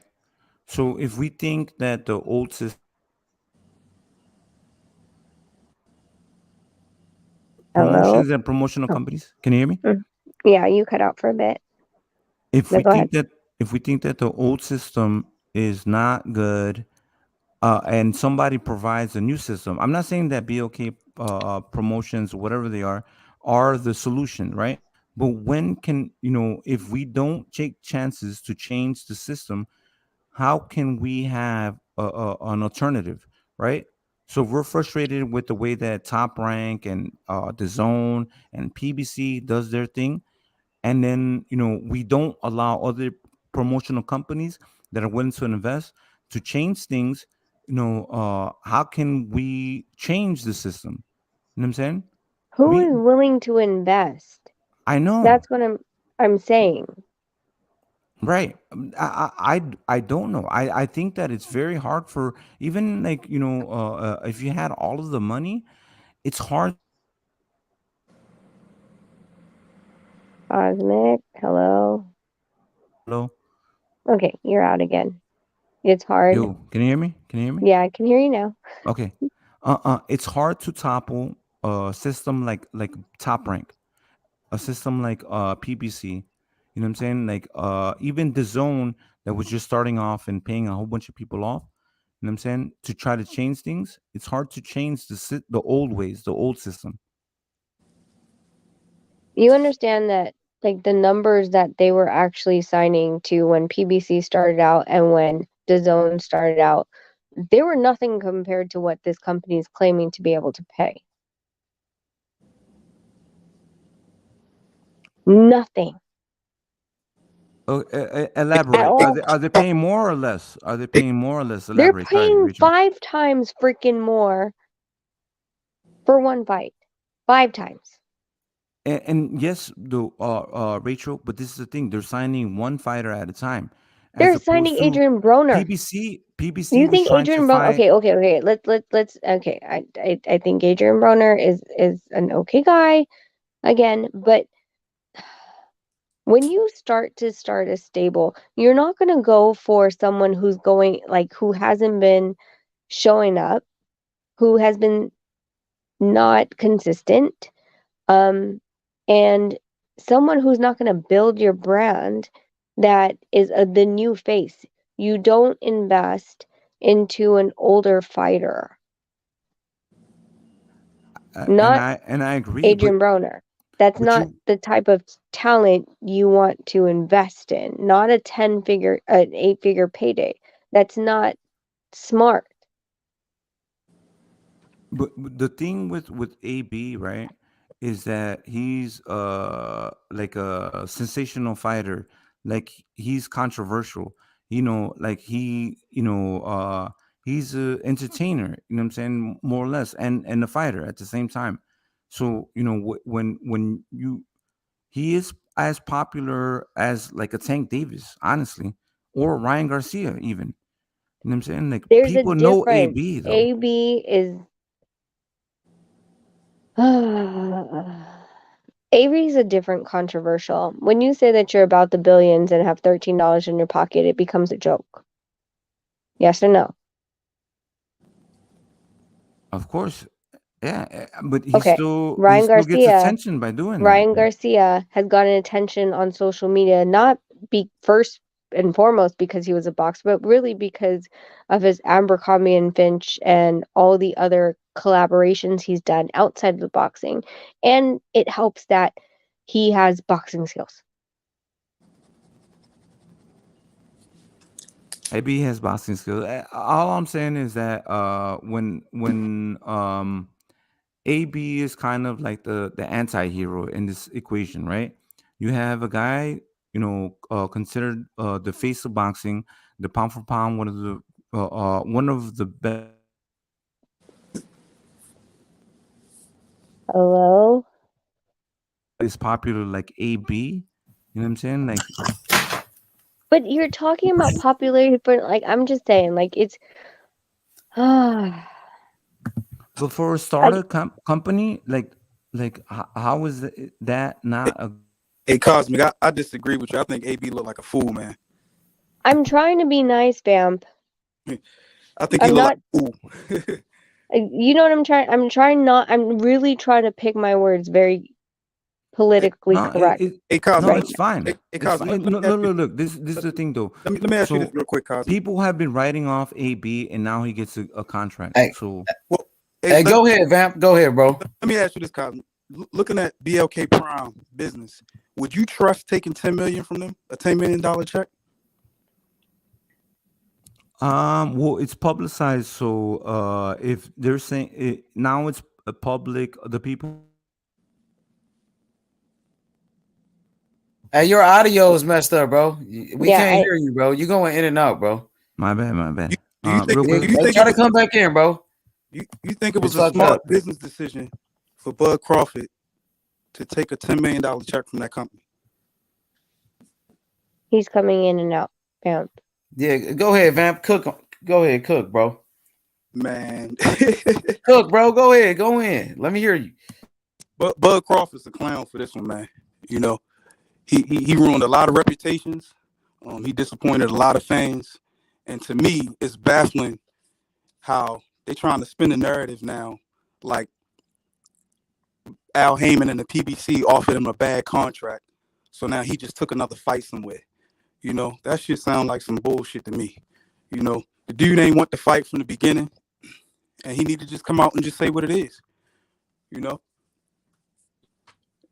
What's up, 3? What's good, 3? Yo. What's up with you? I'm laughing at these Canelo fans, man. These niggas got all types of excuses, man. That shit funny. And Adrian Broner, a fool. You signed a $10 million 3-fight deal with BLK Prime, a company that's not even proven in boxing yet, but yet you turned down a 5-fight deal, $40 million from Jay-Z. You're a fucking fool. Yeah, he's an idiot, man. We know that, bro. And he washed up right now as a fighter, though. I can't deny it, bro. So he's not gonna fight anybody, and if he does, he gonna lose, and he might lose to one of those bums he gonna fight too. Well, that's why I said maybe they're trying to just set up Terence Crawford and AB. I don't think so, Rachel. The way he told me, he said, "Well, we stablemates, and he Snoop Dogg, and I'm Tupac. Like he want to be friends Oh, with stop! Crawford." You need to stop with that. Stop. I honestly, H, when you sent me that thing, like I was trying to skip through most of it just to get to the most important parts, and then I kept hearing about I'm like, stop about Tupac. Stop. I know he looked like a clown. Going, he's a boxer. You ain't no rapper, man. Like, what you gonna do in the ring? You're not talking about being a champion. You're not talking about fighting the best. You try to ride Terence Crawford coattail. That's what he's trying to do. He got his pom-poms for Terence Crawford. He being a cheerleader. You know? I mean, that's what he's supposed to. That's his job. December 10th. We already said that. He gonna be at the fight. He trying to be the promoter. He acting like he promotes Terence Crawford. I mean, that's the wrong guy to I think if you got a new company and you got Adrian Broner representing your company, that's the wrong guy right there. That's what I'm saying. Like, there's other, like, when you have a company, you have up and coming stars. Like, you pick ones that when your investment is, if you're going to invest $10 million into a fighter, it would be someone who has had the track record and some Olympic medals around them to ride the wave of them coming up. Like, like basically how Lomachenko came up, right? Like they took that risk because they saw his ability in the amateurs and they rode that wave coming up. And to try to ride a wave that is on the plateau and on the tail end of it is a bad business move. It's short-sighted. You want your fighters that you're going to invest in, that you're going to give these big monies to stay with you for the long run, through the entire career. But if your career is only lasting how many more years, then what's the point?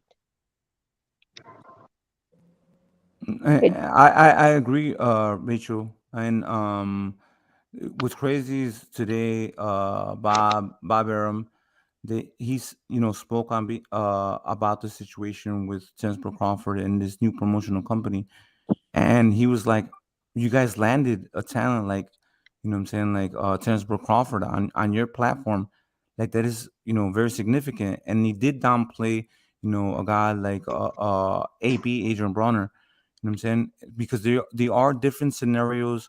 Yeah. So if we're going to downplay signing Adrian Broner, it's probably would get his best deal currently at his point in his career now. But you also sign one of the faces of boxing, one of the best pound for pound fighters. You know what I'm saying? So it's one of those things like one, AB is controversial, and two, Terence Crawford is one of the best fighters in Actually, boxing. I'm sorry. I don't mean to cut you off. Wait. Vamp, let me get this in real quick because I keep hearing the same thing, and maybe it's only because it's 12:20 at night. And I just came back from an event, so I wasn't clicking on this. BLK Prime is not a promotional company.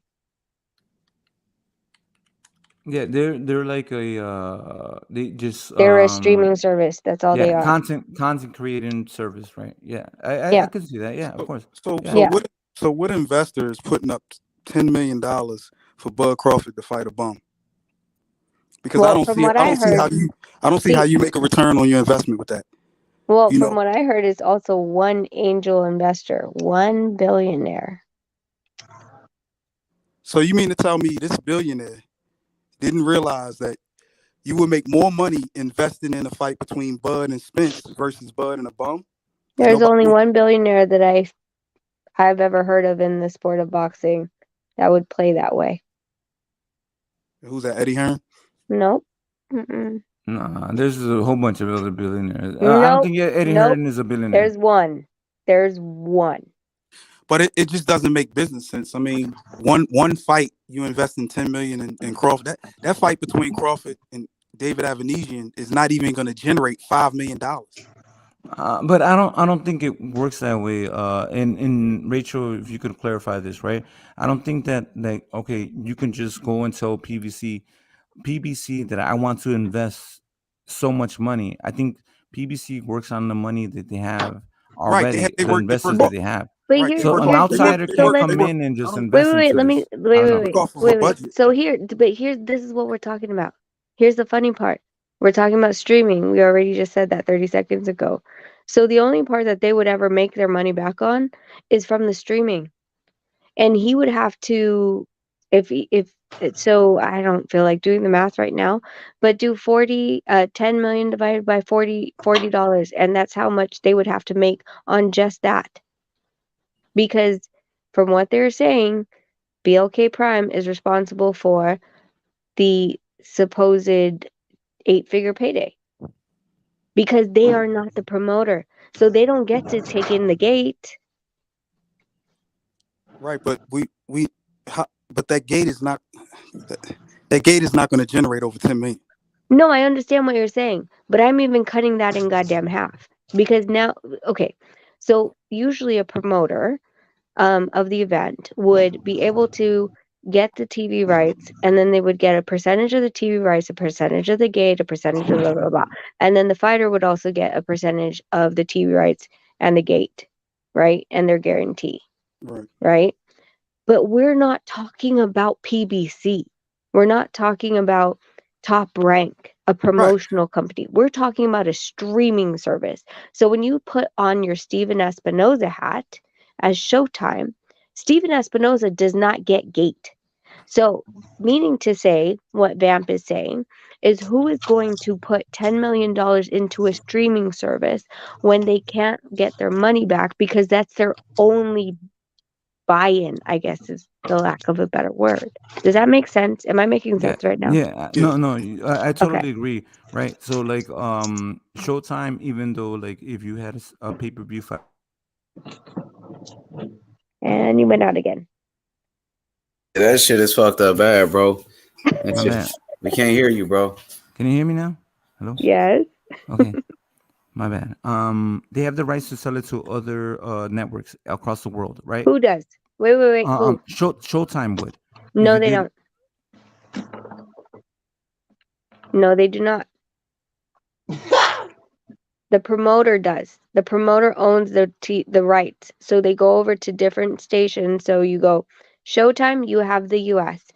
Japan, Wow has it. Mexico, you have it. They're all different in different countries. That's what I was trying to say is that you can sell it to other TV networks, not just one. But BLK Prime cannot. The promoter does that, and BLK Prime is not the promoter. So how do they make their money back? Yeah, it's weird. I'm not going to argue that. And who would even want to watch a rerun of that fight?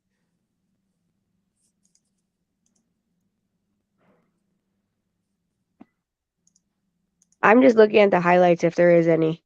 There might not even be highlights at this point.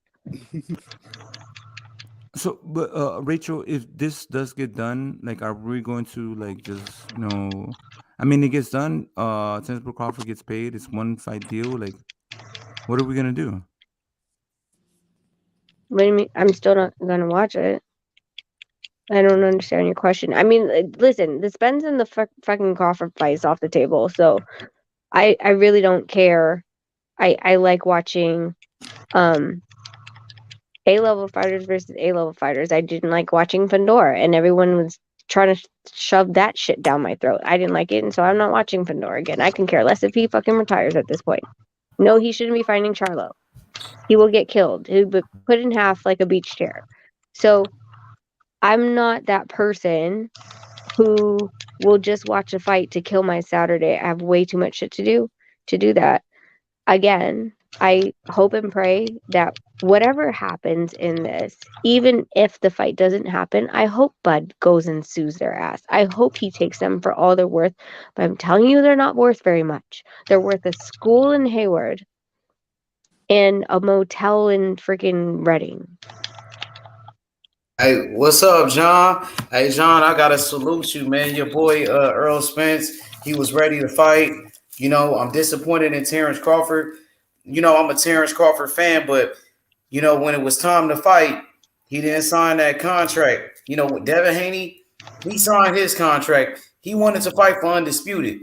So now Terence Crawford fighting on BLK Prime when he should be fighting on Showtime pay-per-view, man. Like, bro, I know Errol Spence wanted to fight for undisputed, bro. I know he really wanted to fight for all the belts, bro. Yeah, it's kind of messed up, man. Hey, and H, man, I was just sitting here thinking, bro. I was just here just thinking, so about like the reports and everything that was put out. So they said that Terence Crawford had agreed to everything around like September, like late September, around the 20th, whatever that it was, and we just got the reports that Dan Raphael had put out that said that they had sent them a revised contract, right? Like it was 3 things that they needed to fix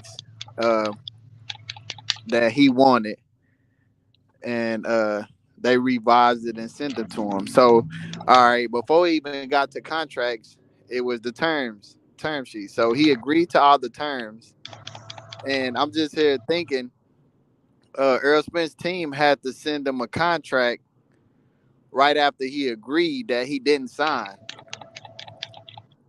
because they had to send him a revised contract. So they sent him a contract after he agreed to everything, and he was like, "I need three more things changed," and they changed that and sent him a revised contract. Do you think that was like holding up the fight? Possibly, maybe. It's a chance that could have been holding up the fight. I want to know what you think about, that conversation that Errol Spence had. Like, I guess it was a leaked conversation. Yeah. What you thought about that? And they said Errol Spence said the fight wasn't going to happen in this year. Is that true? Did he say that? Did he say the fight was going to happen next year? Yeah. I believe that. I believe that to be true, because after Terence Crawford, that's why I said after Terence Crawford had agreed to everything verbally, the term sheets, then the contract comes in. So when they sent him the contract, if he would have signed that contract right then, I think they would have been able to make that fight this year. But he had 3 things changed in the contract to where they had to revise it.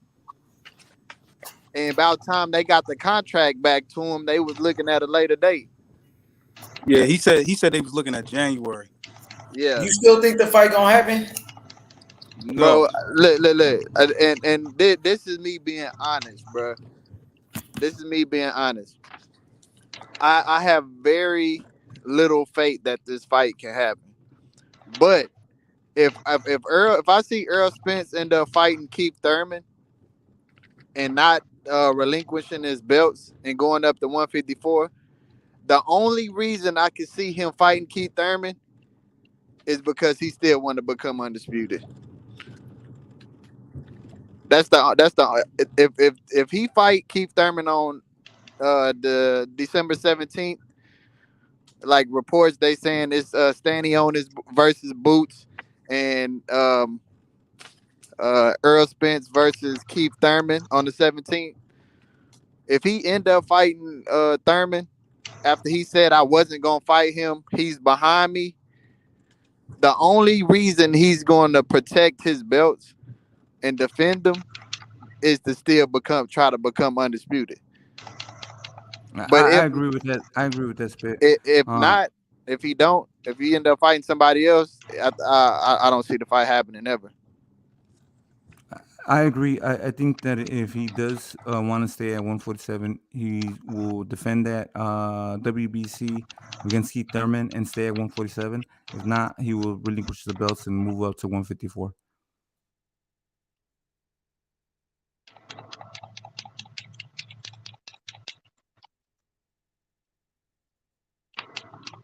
Hey, John, so you still think the fight gonna happen then? Yeah, I look, as of right now, I have no faith in it. If he fight Thurman on the 17th, I think the fight's gonna happen. I think it's still a possibility that the fight gonna happen if he fighting Keith Thurman next. I heard Steven Espinoza say, like, yeah, they still trying to make that fight with Terence Crawford. They said no matter what, they still trying to fight that nigga. They still want to make that fight. I can see it, and like it kind of sound like that if he's fighting Keith Thurman, because like the leak audio, he said, "Man, I'm not fighting Keith Thurman. That's past me." But now that they done mandated it, if he moving up, he don't care about the belts. The only reason he'll keep the belts is to try to become undisputed. So I don't know, my guy. What Mauricio Sulaiman from the WBC said, he said that they weren't trying to get in the way between Spence and Crawford, but since that fight's not happening, they're going to push through with the mandatories because they halted the mandatories for Spence because, in good faith that, this fight was going to happen. And then on behalf of the WBC, what Mauricio said is that they were trying to stay out of it and let the fight happen. So they're going to push forward with the Thurman Crawford fight. Hey, John, so do you still feel like Crawford is a duck? Bro, I do, for the simple fact is even if the fight was in January, like Earl was saying, bro, that's just days from your original date. He was like, what, January 4th or beginning of January? That's a couple weeks out from the fight on December 10th. And the reason I say that, bro, and it ain't even got nothing to do with like the fan, like being a fan of the fighter, bro. It's being a fan of boxing and the simple fact that if this fight don't get made, it'll be for that he took another fight instead of making the fight. No matter what happened in negotiations, how long it took, if he was gonna make the fight, he would have made the fight. Because if this was EJ, everybody would be calling him a duck. Yeah, for sure. But everybody calling Crawford a duck right now, for sure. A lot of people not everybody, but a lot of people calling him a duck, though. If Bud wanted this fight, he would be negotiating right now this fight after he fight Avanesian. He walked away from the negotiations. That means he don't want the fight. That's not true. He It's said true. that He could be if he's still I'm in not. negotiations like No, he say but he is, I'm going based negotiating off the what he fight. said on Twitter, right? So Bud said that he wants that Errol Spence fight right after this, and he also said that he told Al Heyman, and PBC, Showtime, whatever, that he wanted stay busy fight. So That's fine. They But had why plenty of but why fights though. They had plenty of fights over there for him.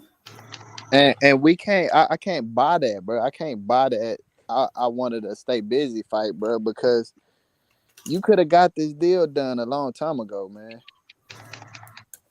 I'm You could just have got. going based off what he's saying. You know what I'm saying? Like Well, I'm going off what Showtime, Steven Espinoza said, what they saying Al said, and what EJ said. I'm going off three sources, and you saying you're going off Bud. Bud ain't came out on Twitter and said nothing. He did, and spit. If you're saying that Stephen, you were just literally saying that Stephen Espinoza still has faith in the fight and he still wants to make the fight. You were yeah, just saying that. but No, no, that what H said. Well, he did Bud say that though. He said, Yeah, well, yeah, in an yeah. interview, said they still want to make a fight with him. Yeah, I ain't disagreeing, but I was just saying that's what H said. I ain't Oh, disagreeing with sorry. yeah. Okay, my bad. But, so H, that would mean that Steven Espinoza and Showtime, if they still want to continue to do that, then they were talking to Crawford, and it was a misunderstanding. Things didn't happen, and now they're just waiting for the right scenario and the right time. Yeah, I mean that's a possibility. We'll see. You know what I mean? But a lot of people are saying Crawford is ducking, and he got to live with that, bro. He gonna have to live with that. because it shouldn't be no other fight right now, bro. It shouldn't be no tune up. It shouldn't be no other fight after months of negotiations, bro. People trying to give him a pass because that's their favorite fighter and stuff. But you gotta just call it for what it is, man. If for whatever reason, bro, you went on track, like, and I was on a show today that they was bringing up more receipts, and when Crawford said, like, if it was me, I'm gonna make the fight happen. I'm gonna rely on my skills. Like, and he didn't do that. Like, he didn't live up to what his words. He was. They were saying if it was me, I would be looking for. I mean, it sounds like EJ, looking for a payday. Just in case he want to retire. He was saying that, but when it boiled down to it, it seemed like that's what he was doing. Hey, and I'm gonna tell you something else though. What made a good point. I heard Bob was talking about like him not having that promotional company. Yup, I heard that. Yup, he To did back, say that. to Well, back Bob him up. exposed his ass, bro. Yeah, And yeah. Bob also said Terence Crawford was wrong. He was wrong for asking Al Heyman for all of that bullshit. Yeah. He said he was wrong for doing that, bro. Well, it's more so the fact that like so let's play the game, right? If he's coming in as a promotional partner, which he's claiming to be, whereas Bud isn't coming in as a promotional partner, like a real promotional partner, putting in money to cover the overhead costs, et cetera, then you're already at a loss. You're coming in and just saying, hey, look at me. This is me. I'm naked. I don't have anything besides my name and my titles and my belts. What can you bring to the promotion for it to run? Because you want to see net. Hi, I'm Terence Crawford, and I'm coming here with my belt, and I'm a boxer, and yeah. So you're telling me that you're not even trying to cover the least expenses on how much it's going to cost to run this event, but you want to see the net.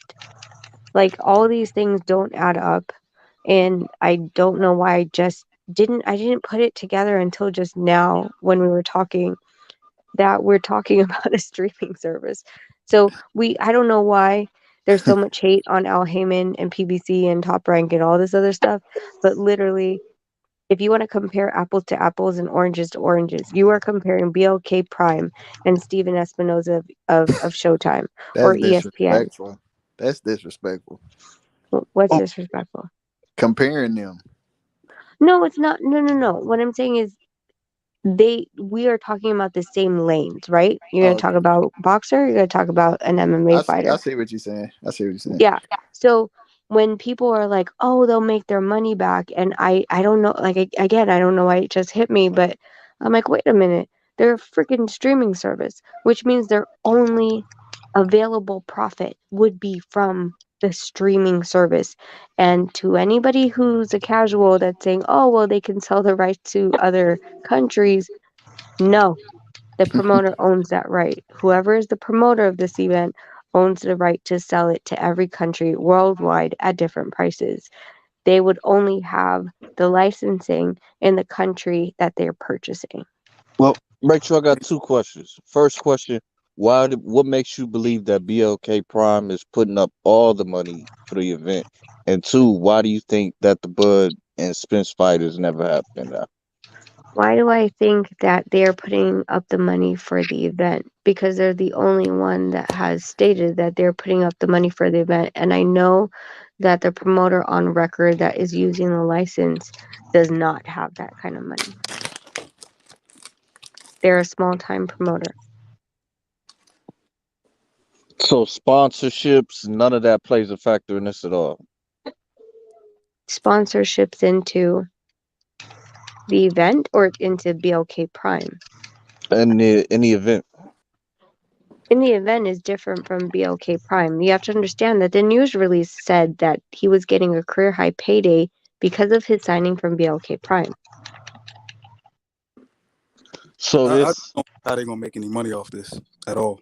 That's what I'm trying to. I'm making this pond so much smaller that I thought it was like I don't know, a bunch of different lakes, like the 5 Great Lakes, but it's literally getting smaller and smaller by the minute. I've been thinking of this all along. I mean, if it was gonna be on Netflix or something, I could see, because Netflix is a big streaming platform. But I mean, this just don't make no business sense at all.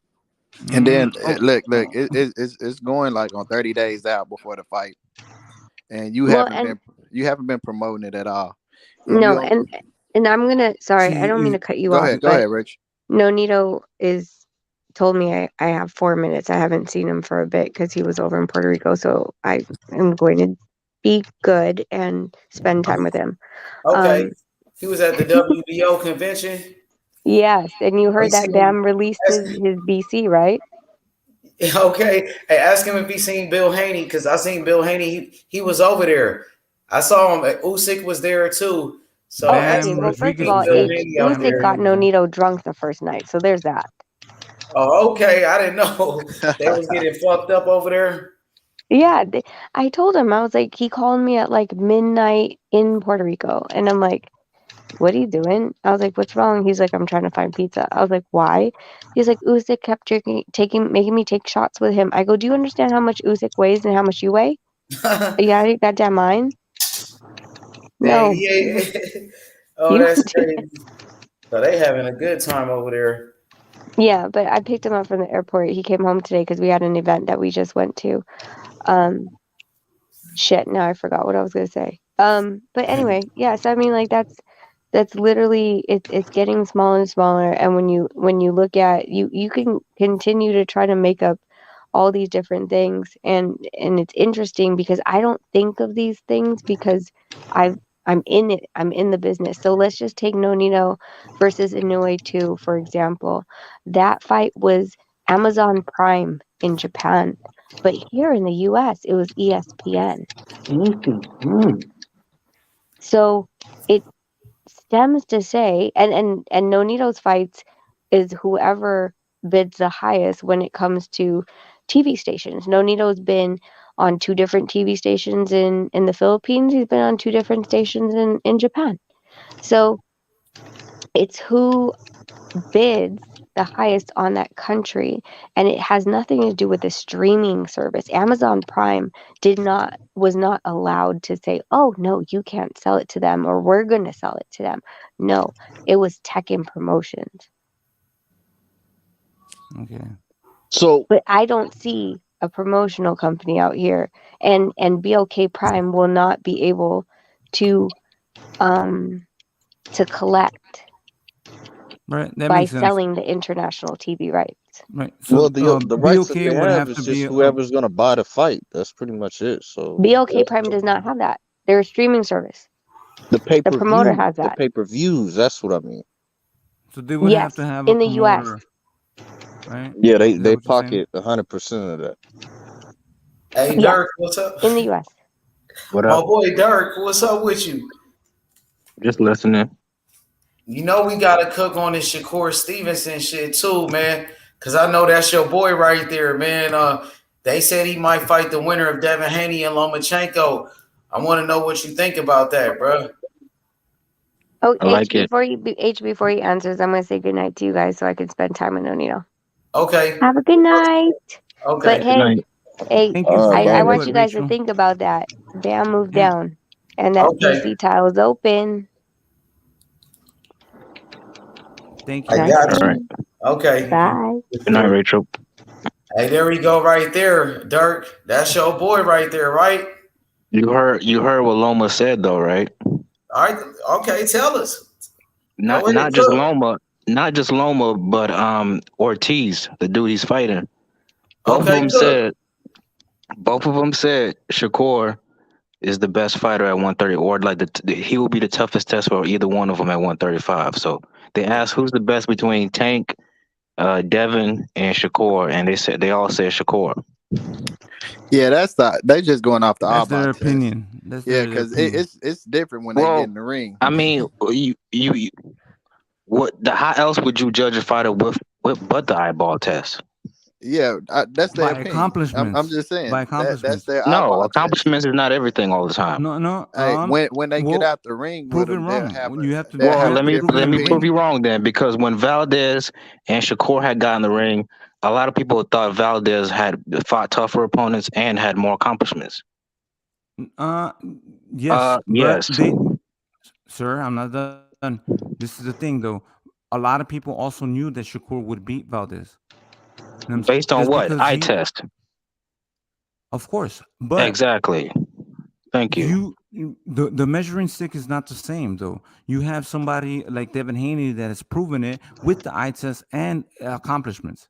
But wait. Okay, I like Devin Haney, but let's not act like Shakur wouldn't watch George Kambosos. With that, I think Shakur would beat the shit out of Kambosos too. Yeah, he I would. agree Like with I that. like Devin Haney because Devin is one of the few young fighters Yeah. that's willing to fight everybody. I like that about Devin, but I'm sorry, he doesn't have more skills than Shakur Stevenson. Why you There's say no that, bro? reason What for makes you say that? Lomachenko. Devin Haney's the undisputed champion, bro. Yeah, He's the that's cool. undisputed champion of the world, bro. That's cool, but that's because he got the opportunity to. I think they got the same skills, bro. No, they don't. They fight nothing alike. Why you Both say of that? them. Explain. No, because Hey, Dirk, niggas. you No, gotta start coming back go more ahead. to No the channel, bro. disrespect. Hey, Let me Dirk, cook. let me say this before you cook because I Okay. want you to start coming back to the channel because we talking about Devin Haney versus Shakur Stevenson every day. Now I know Shakur, that's your favorite fighter. I want you to come here and represent Shakur Stevenson, bro. But go ahead, continue. Let them know. Let them know. So let me cook. So niggas is real lazy when it comes to this topic because they think just because it's two African American young fighters who are both slick and defensive, that automatically they fight the same. They fight nothing alike. Shakur Stevenson is way better at keeping his distance. Shakur Stevenson is better with the lead hand. Shakur Stevenson is a better inside fighter than Devin Haney. Once Devin Haney really has no inside game whatsoever. His inside game is basically just clinch. Shakur Stevenson knows how to fight on the inside. He's a more complete fighter. He gets hit less than Devin Haney. That's a fact. I want to ask you what fight has he fought on the inside. So y'all just going to interrupt me and not let me finish? Oh, you still wasn't done? Yeah, I was. Go ahead, man. Let him finish. Let him finish. Let him cook. Let him cook. Let him finish. Go ahead, bro. Continue. Okay. Shakur Stevenson gets hit less than Devin Haney. The stats bear that out. Let's be real. Jojo Diaz was touching Devin Haney. And Jojo Diaz is like really a 126 pounder. So I don't want to hear I like Devin Haney. He's trying to fight the best, but they're not on the same skill level. So yeah. All right. Yeah, so that outside shit was cap, bro. I was finna get on that. I was finna get. Both of them are outside fighters. They're not No, I inside said fighters. inside. Listen, I said inside. You said you started off with outside. You said Devin Haney. I mean, you said No, I said Shakur distance. I Stevenson. said Shakur is better keeping his Hold on, bro. distance. No, you said Shakur No, Stevenson don't is tell a me to hold on better and you gonna inside put words in my fighter. mouth. You said he's a better inside fighter. That's why I He put is, the interject. See, he's not an inside fighter. but he's better So at fighting on the inside. I can't say that because I ain't seen him fight on the inside. Well, then I guess you ain't been watching. I've been watching. Both of them are distance fighters. Both of them play distance. This is the difference between the two. One uses his feet more, using distance, and the other one he is just good with spacing. That's Shakur Stevenson. So wait, you Devin didn't just Haney watch uses. Shakur just walk somebody down this You last said fight? what, You didn't just watch Shakur Stevenson walk Conceição down the whole fight? bro? Did you? Devin Haney did the same thing. What are No, we no, he talking? didn't. Yo, Devin the was first fighting on the fight. back foot for like at least 6 The rounds, and then first he started fight, walking him down. Devin Haney did the same thing. There's plenty of fights you see Devin Haney walking people down. They both use difference. I don't want to interrupt, but hold up. Did you just say Devin Haney walked him down the first fight with Kambosos? Yeah, with that jab. Oh my God. Okay, I'm done talking. Kambosos was on the back foot the whole fight. Devin was running the whole time the first fight. Nah, man. Yes, he was. He was on the back foot the whole night using the jab. No. What fight were you watching? The same fight. He was literally on the back foot the whole night using the jab. Get off that biased lens, man. Stop it. I'm not biased. I like Dev, but like we're not gonna sit here and cap. Oh, hey, look. The only thing that I give Stevenson is a little bit more better defensive. Both of them. Oh, that's important. Go ahead. But it's not by much. Let's don't get it twisted. It's not by much. Both of them could get hit. We don't act like. Have we ever seen Shakur in trouble? He ain't been in trouble because he ain't fought nobody worth giving him no damn. Well, see, that's what people say when you so elite, you make everybody look easy. They say the same thing about Floyd at one time. You've been fighting little niggas all your life. If you gonna say that, we ain't seen Devin in trouble either. Little ass boys out there in 126. I mean, people can say the same thing about Dev. He's bigger than everybody. He gets in the ring with. You haven't fought anybody that's fucking strong yet, nigga. Period. The strongest nigga that fought was Nakatila, nigga. The strongest nigga he fought was Nakatila. Okay, and what did Nakatila do what's his name, Burchett? Gave that nigga trouble and fucking Shakur. Hey, bro, they are similar fighters, bro. Shakur even said his goddamn self. Now you see why it was so hard for me to fight. All I know is Dev was getting touched up by Jojo Diaz, and I promise he wouldn't let the Shakur Stevenson. He got touched, but barely. Nigga. You acting like he got buzzed. He didn't just get touched. He got buzzed by Jojo. The only nigga that buzzed him was Linares. Jojo did not buzz that. So I don't know what Linares didn't buzz Devin Haney. He hurt him for real. That's the only nigga that got a clean hit on him. Nah, it's plenty niggas that got clean. Even Kambosos got a clean hit on Devin Haney this last fight. Do anything that hurted Haney at all, nigga. Bro, both of them are technical fighters. Hold on, bro. The only thing that nigga Devin Haney fanboy is funny. Inside and try to make shit fucking annoying for Haney. I'm not even a fan. I'm a fan of boxing, but I ain't just. Come on, man. Let me finish, dog. Go ahead, man. Get the cooking. Keep cooking. That nigga Jojo, he was touching him, but he wasn't touching him a lot, nigga. He was coming on the inside. Touching him a lot, bro. He was coming in on the inside and throwing a lot of fucking punches, bro. That's all the fuck he was doing. Jojo Diaz low key took Devin Haney's jab away. He landed under 25% of his fucking punches. Stop over talking me, nigga. God damn. You're in your fucking feelings too much. All I'm trying to say is that nigga Jojo, he did get in and get some punches, but it wasn't like he was just going fucking crazy on Haney. That nigga was just getting in on the inside and throwing a whole bunch of random ass punches. And out of 5, he probably got one of them bitches. It's like, what the fuck is you talking about? I think he won. Didn't he win like 3 rounds? Hey, didn't he win like 3 rounds that fight? Was Linares, and that was in one fucking round in the last goddamn second of that fucking. 3 rounds is a lot for a nigga like Devin Haney to Jojo Diaz of all people. Come on, bro. What are you talking about? 3 rounds? Let me get on this. Let me get on this though. Let me get on this. Right. Hold on. You're basing this thing. I'm saying that because Shakur would not lose a single round to a nigga like Jojo Diaz. Okay, you can't say that because they ain't but not been in the ring. Every fighter takes. You saw what he did to Oscar Valdez. You're not gonna tell me Jojo Diaz is better than Oscar Valdez. So he won't lose rounds to Jojo, but he lost fucking rounds to Valdez. Get the fuck out of here. Valdez is better than Jojo. He didn't lose no rounds to Valdez. The dog shit out of Valdez, nigga. What the fuck he are you wouldn't. talking about? JoJo will beat the No. shit out of Valdez. Nigga. Man, all Nah. I'm saying, they The fuck similar is you talking? fighters, bro. They both Valdez defensive got robbery technicians. wins, nigga. Valdez Uh, beat niggas on PEDs, nigga. The fuck out of here. they That both nigga ain't use shit. they He an both. overrated ass motherfucker, bro. The fuck I out of here. think both of them Same way y'all technicians in talk the about ring. Cambosis, that's Valdez. That nigga This nigga overrated. said I'm in my feelings, but y'all listen to him. I think he in his feelings. He projecting. Oh, yeah, because you talking about Valdez like that nigga somebody overrated as fuck. That nigga got fucking PED wins and fucking robbery wins, nigga. Hey, you related to this nigga or something? You related to Devin Haney? That's your cuz? You heard what the Because fuck I you said. defending him like he your That blood or nigga something. Hey, but Valdez. you That know, I nigga don't know, Valdez. man. Everybody got their opinion, bro. But for them to say That that nigga shit Shakur, hard, nigga. bro, Cambosis beat that little nigga ass, nigga. All right. Tank, come on, Tank. Look. Let me ask y'all. Why would Lomachenko and Ortiz? Why would they say Shakur is the best out of the three? What reason? What would be their motivation for saying that? I mean that's their opinion.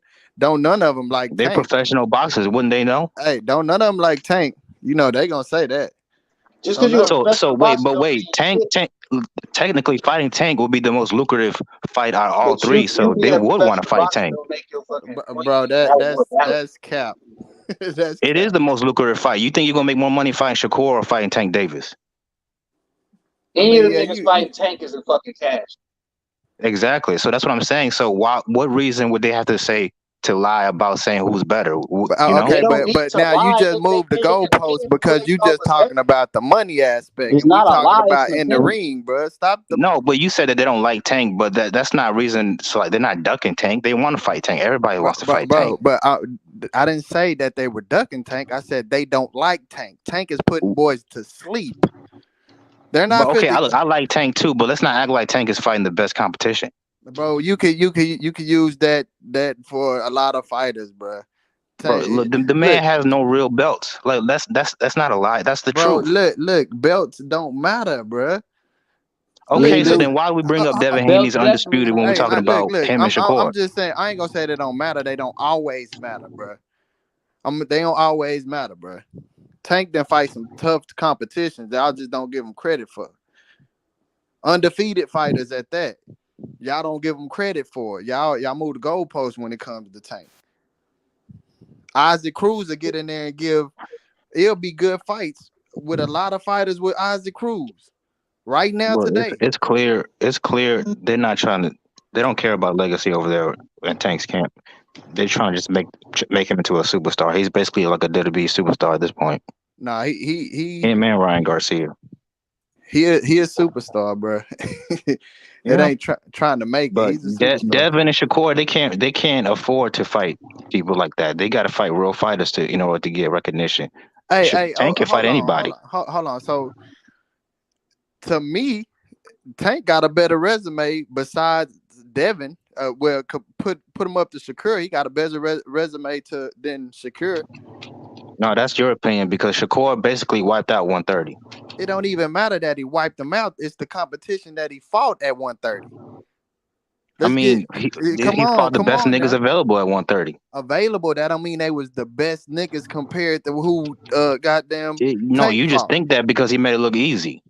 Tank got a better resume, bro. Tank got a better resume, hands down, bro. And by the way, the nigga should have a better resume. One is 23 years old, and the other nigga's damn near 30. Yeah, okay. He better have a better resume. But the fact still the fact is arguable is sad. But the fact still remain, he got a better resume. People always try to say, "Oh, Tank, he ain't fought nobody," but in actuality, he have. But not compared to Haney though. Haney, I think Haney got a better resume than. How you let a 23-year-old kid, Devin Haney, have a better resume than you? That's arguable, bro. Nah, Devin Haney definitely got a better resume than Tank. Hold up, take Camposis, take Camposis with the belts off his resume. Haney my guy, but Tank definitely got an argument when it comes to that resume. He do, yeah. And come on, I don't. It be fan talk. A lot of people don't like Tank, bro. No. I like him, but But we need to see him fight some real people, bro. Stick to It's time. one weight class. He One got weight the, And class. hey, look, and this is Haney what I has a say better about resume Tank. than Hold Tank on, let me say this real quick at about Tank's 135. resume. His resume is good. It's just that recently it's been on decline. Like he need to get back into getting those good fights. hey, But do there's a you hold time on, when hold he on? was getting good I fights. wanna ask y'all this. Do y'all think Isaac Cruz can beat Cambosis? Yep. Yeah, he knocks him out. Clear He out. he Like, knocks him out. I got he Issa folds Cruz over him. Cambosis for Yeah, sure. easy. I don't Easy got work. Rolly over Cambosis. I might got Rolly over Cambosis. I Hell ain't no, gonna I lie. ain't got Rolly over Cambosis at I all. ain't gonna lie. I might. I'm sorry. Look, let me tell you why I don't. Cambosis already shown that he could take a punch, nigga. He fought with T.O., took his best fucking punch, got up off that motherfucking pavement. Rolly has shown me his fucking chin is shitty. So no, I don't. That I ain't gonna And lie. he Out of the also three, showed bro, and Rolly boxing skills ain't on Cambosis level. That nigga is a goddamn street fighter in there, nigga. He well, gonna get out boxed fucking with hey, Cambosis. what I can say though, and this I agree with you, bro. Except for that last fight, if Rolly fight like he actually showed skills, use that jab like he was doing against Tank. You know what I'm saying? I don't know if he progress, he'll be better. But he do street fight. When he fought, goddamn, damn, I can't even remember the nigga name. He really lost the goddamn fight.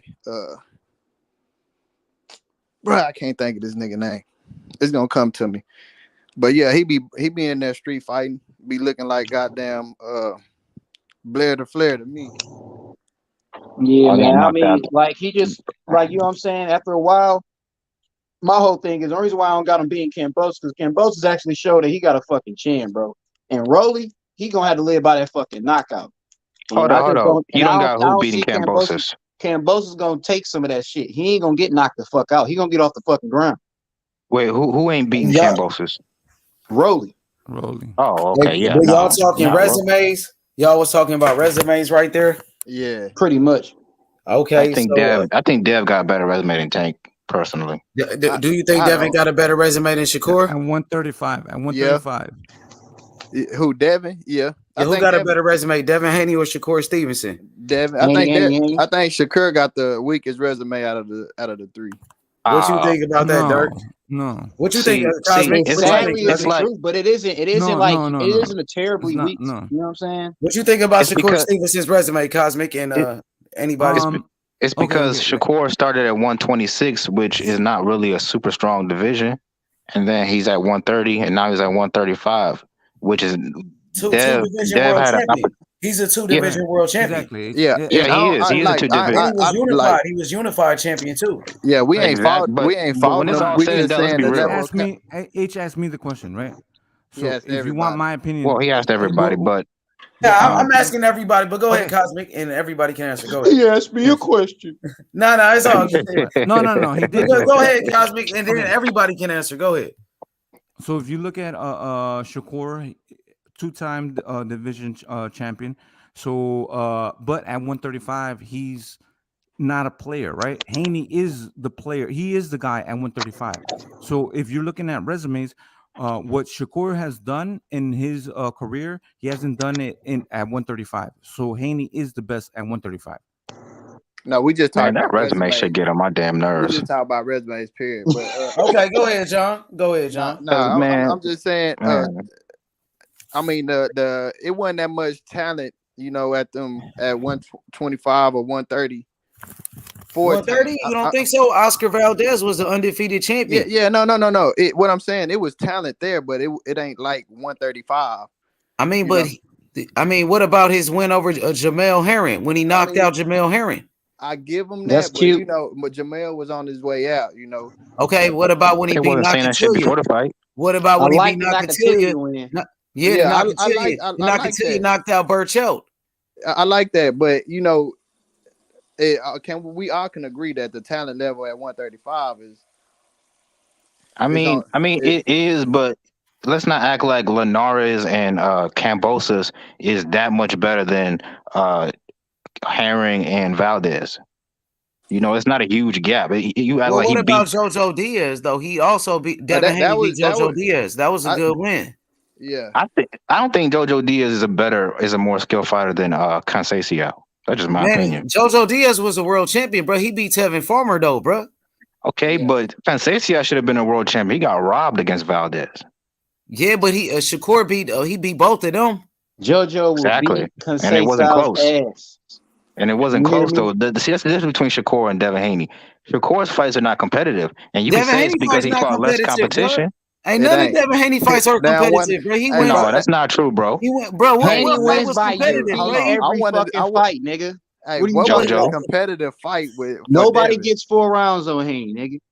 JoJo, that JoJo fight was competitive. I'm sorry, bro. He won like 3 rounds. That nigga got 3 at-bats. Was not competitive, bro. He had moments in the fight. That's why I say, like, he had moments in the fight in the round. He'll have moments in a round, but you got to understand it's a long ass round. Bro, y'all think I'm lying, but JoJo hurt Devin Haney in that fight. He did. Nigga, where?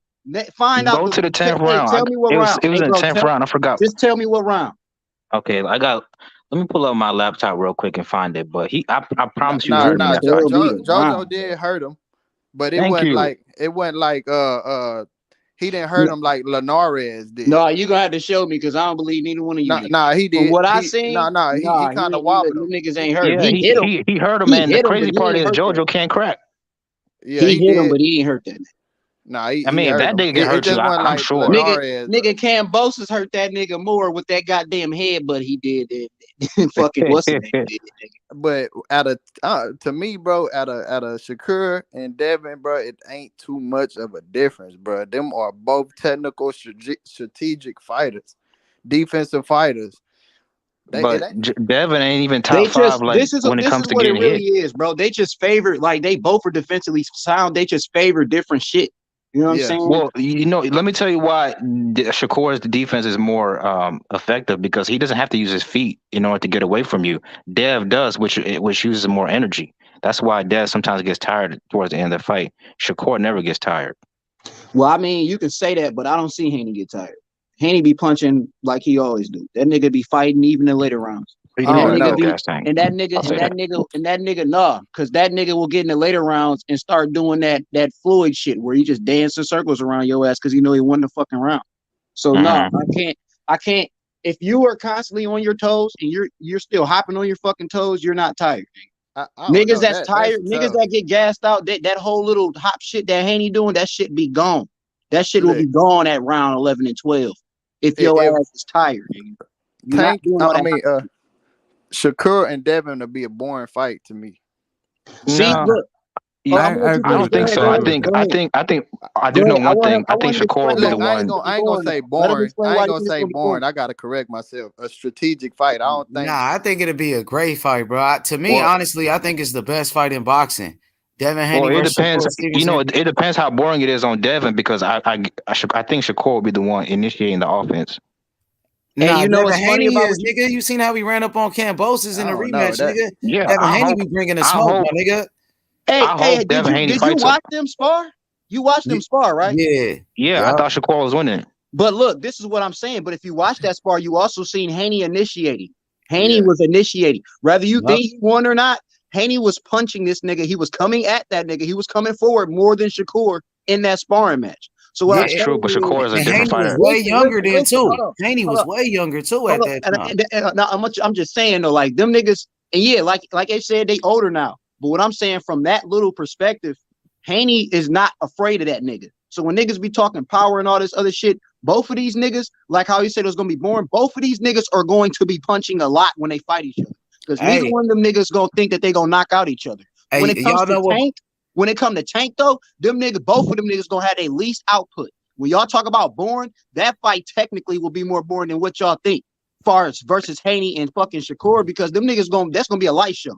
This gonna be a chess match, but it's gonna be a light show. The problem with Tank is he got a low punch output. Yeah, right. But guess what, y'all? That nigga, Bob, my bad. Go ahead, John. I'm sorry. No, I'm just Tank. They all master boxers, bro.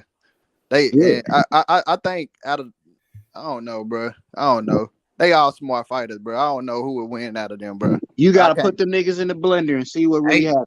Remember Mike Tyson? He told Tank Davis, he said, y'all all gotta fight each other. He said, you, Devin Haney, and Shakur Stevenson, y'all gotta fight each other. So I'm gonna tell you like this, man. man. And both of them are great fighters. Devin Haney, Shakur Stevenson, and so is Tank Davis. Tank Davis, he a hell of a fighter though, bro. But I don't think Tank is like, I don't think he's dedicated like Shakur and Devin Haney. The He way not. they He don't love. be He don't love the sport like they do. Yeah, I don't. I mean, he loved boxing, but I don't think he loved it like them. The way they are dedicated, but Tank got something they don't have, and he got power for real, like crazy power. Yeah, he do. Out of He can land that shit. out of nowhere, boom, it's done. It's over with. There was no like build up. It was just like, I mean, and this just my like, opinion, almost bro. like Wilder, He's but the not best as counter fighter in the explosive. game. Very close to Wilder's, but yeah, they're still different. Tank is a great body puncher too. They don't give him credit for that. And I think Tank, he's one of the most exciting fighters in boxing. It's like you got to watch the Tank Davis fight, no matter who he fight. But it's like it's entertainment, you know. But that's why Dev will never be. The only way Dev can become a star is if he fights the most toughest opponents possible. Because nobody. No, I know he is. No, I understand he is. But because otherwise, nobody's going to tune into a Devin Haney fight if he's not fighting the best. You know why I disagree with you? He's not exciting. I'm sorry. Do you want to know why I disagree with what you said? Because Floyd Money Mayweather did all the shit. What about Shakur? You gonna say the same thing about Shakur the way he fight, my nigga? But I would say the same about Shakur. I'm not gonna sit here and cap. Floyd literally has shown you can make the most amount of money being a defensive fighter. Exactly. And Devin Haney, his fight with Linares was exciting. His fight with JoJo Diaz was exciting, and his fight with Kambosos. The second fight was a war, nigga. Like that nigga was beating his ass, nigga. And Devin Haney, whether you want to say it or not, Devin Haney making more money than more than half of these fighters out here. Exactly. And then the way Shakur, the way he beat I don't up care about that. The way that goes into what you're saying. Hey, the way Shakur the way he beat Jamel Herring, that was an exciting performance, bro. He beat the shit out of Jamel Herring in that fight, bro. Man, come on, bro. You gotta get that was exciting. The Herring and Valdez fights are very good wins. Yes, Cosmic. Tell me about I like the Conceição performance. Cosmic, what you thought about those fights from Shakur Stevenson? Great wins. Definitely. Were you impressed by his skill level? Of course, that's the thing. Because like a lot of fight fans, you know, I was just talking about with Ill State. We were talking about how they wanted that Shakur Valdez fight years ago, right? At 126, right? But you know, it matured and it became a great fight at 130. And like we're moving past the fact that you know. Okay, but, no, hold on. Right. Okay, you can say that, right? Say he ducked him, right? But it happened at 130. And then when it happened at 130, nobody's giving Shakur credit for it happening. Exactly. You can't He's have not getting the credit he deserved, bro. Like for real. He beat, you know, he chased that man to 130. Some people think like they try to downplay Oscar Valdez and said he wasn't that good. They do, but that's what happens when you have a dominant performance like that. Look what they did with Floyd and Canelo. Oh, he was too young. You know, Canelo didn't have enough experience or whatever. But look, Devin Haney's 23 years old. If he loses to Lomachenko, I guarantee they're not going to say Devin Haney too young. No. So the Oscar Valdez with Shakur Stevenson, at that time when they were trying to make that fight, where you're saying that they ducked each other, right? Then no. Or Valdez ducked him. Valdez ducked. Okay, right. But yes, the fight became bigger. You know, it should have been you know, it was a big fight at 130, right? So, but we just skimmed past that. You know what I'm saying? We don't acknowledge the fact that it was a big fight. You know what I'm saying? So, like, we just can't have these things where we're just discrediting fighters for fighting the opposition and then getting the job done if they make it look easy. But you know, this is the problem with that job that some people are skipping over the fact. You know, when Valdez he went through his PED situation. He went through motherfucking getting a win where a lot of people thought he fucking robbed that the fighter was robbed. So when you got shit like that, motherfuckers gonna look at you different when you at the echelon. Kind of like how niggas was looking at fucking Kambosos, but the difference is Kambosos, he had a Mickey Bay motherfucking robbery win that niggas didn't think that he fucking won on. And then but he went and he fucking beat Teofimo Lopez. So he he helped out his fucking situation when he went up there and beat T.O. because of all the hype T.O. had. So I'm just saying, like the level beyond the shit is where it was at. But niggas still don't give Haney no motherfucking credit for beating Kambosos. I give him credit, but I'm not going to overdo it because I felt like T.O. had the wrong game plan in that fight. If he had the right, if he would have had the right game plan, he wins that fight easy. Hey, facts. You're right. Haney don't get credit. Haney don't get credit for beating Kambosos. You're right, and that Shakur don't get his credit for beating Oscar Valdez. So you know, do you honestly think Kambosos is a better fighter than Teofimo Lopez? No, he was his ass though. No matter I don't what, think he's better, but I just think he had that nigga number that day. And even when he fight again, like T.O.'s not going to wash him, bro. That's what people don't understand. Nah, people he ain't going to wash him, but Teofimo ain't going to do that stupid game plan. We just try to walk him down. Didn't really look like shit in his last fight, even though he won. You know that dude he fought wasn't no good. He was still catching T.O. I wasn't impressed by T.O. And Kambosos, look, T.O. got up off of that fucking ground, and he still had to box Kambosos for 12 more for the 11 more rounds at least. You know what I'm saying? And that nigga Kambosos still won the fight. So there was time. You had ample time to still win that fucking fight because he still dropped Kambosos. But obviously, you did not win enough fucking rounds. So my whole thing is, even if you were to take that fight again, he might win that shit. But it ain't gonna be no fucking landslide dub. Kambosos gonna give him work. Right. It wasn't Kambosos' fault that Teofimo didn't come prepared or whatever his scenario. Right. He went and did his job. He did what he needs to do to win. So true. You can't discredit him. There's been situations like this many times. The other person wasn't prepared, and this guy was prepared, and he did what he had to do. Yep, like that Jack Catterall motherfucking Josh Taylor. So Bill O said never Rente was the top dog at 126 and 130. Why Shakur didn't get none of that Never Rente smoke? Man, Shakur would punish Never Rente. Shakur would beat his ass. That dude. Yeah, I don't think they want to fight him. I think Never He's too slow for Shakur. Never Rente was ducking him. They was pricing themselves out, and even Oscar Valdez was ducking them too at 126. So Shakur Stevenson was the boogeyman. Gary Russell was ducking him. All of them guys, even at 130, boogeyman. So now he coming up to 135. Is he the boogeyman now? I don't think so. Devin Haney want to fight him. So we got a lot. We got Devin ain't gonna fight him. Yes, he is. He'll fight him after Lomachenko. He'll fight him. What you mean, Devin Haney fight anybody, bro?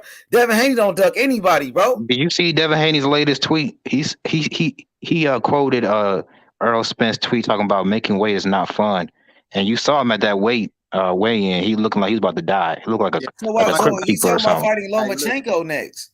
Yeah, he'll fight Loma, but after he fights Loma, he's moving up to 140. You think he'll fight Loma and everybody, but not Shakur Stevenson? I think he'll fight Loma and move up to 140. Matter of fact, he might not even fight Loma. He might drop the belts and just go to 140. Well, guess what? Bob Arum today he said Devin Haney versus Lomachenko is gonna be next, and he said the winner of that fight will fight Shakur Stevenson. What you think about that? I love that, and I think Shakur beats both of them. Nah. I like that. I like that from a promoter. Both of them. Yeah, matter of fact, I think he probably watched Loma. He's old. He's getting older. Haney gonna beat Loma first. Haney finna get the Loma fight. I'm not gonna lie. I'm a hater. I wanted Shakur to get that scalp first. Nah, Haney taking all the smoke. Haney fighting everybody. He gonna leave Shakur with nothing. Hey, I'm gonna be honest. I don't think he's gonna fight Shakur. I don't think he's gonna fight. I think Shakur and Devin gonna meet at 147 for a mega fight in the future. That's what I'm thinking. You ain't gonna get Shakur past. I think he gonna, he got one. Haney. He got one more fight under Top Rank. Yeah, he got one more fight, but I think he gonna resign with Top Rank because they got that. I believe that too, H. I think he gonna sign a one fight deal with Showtime. Who got all the fighters at 140? Nah, but they got the Teofimo Lopez fight, and then Top Rank they got ESPN. So he like fighting on ESPN, bro. Hey, scary, bro. You got to get what I'm saying when I say you gonna sign a one fight deal with Showtime. With a Tank fight? With a Tank? Yeah. Yeah. I don't know, man. Tank. I don't know if Tank gonna fight him. Shakur ain't gonna take that fight. I promise you, Tank ain't gonna fight that. They gonna fight at catchweight. Watch. Devin Haney's style is all Bob Arum around for already Tank set it Davis. up, though. Bob Arum already set it up. He said Lomachenko versus Devin Haney next. The winner will fight Shakur Stevenson. It's already set up. So that's Shakur gonna fight a Haney that's coming in at 136.2. Boy, if Devin Haney loses that fight, they're gonna give him hell for his comments in the past. Which fight, Lomachenko? Yeah, if he loses that fight, they're gonna give him Why hell you for his keep bringing comments. that shit up? I'm just saying, if he loses that fight, they're gonna give him You hell. just beat up a white fighter in the Cambosis. It wasn't even an issue. I know, but Nobody you know even they brought it don't up. view Campos as like a real great white fighter. Nigga, Loma he's is the great white. white What you hope. mean? He just beat the shit out of T.O. He's white. Yeah, but like, let's be real. Lomachenko is the real great white hope, not fucking Cambosis. And nigga, Cambosis was bigger than Lomachenko. He got 10 million in his fight. Nigga, he got $10 million.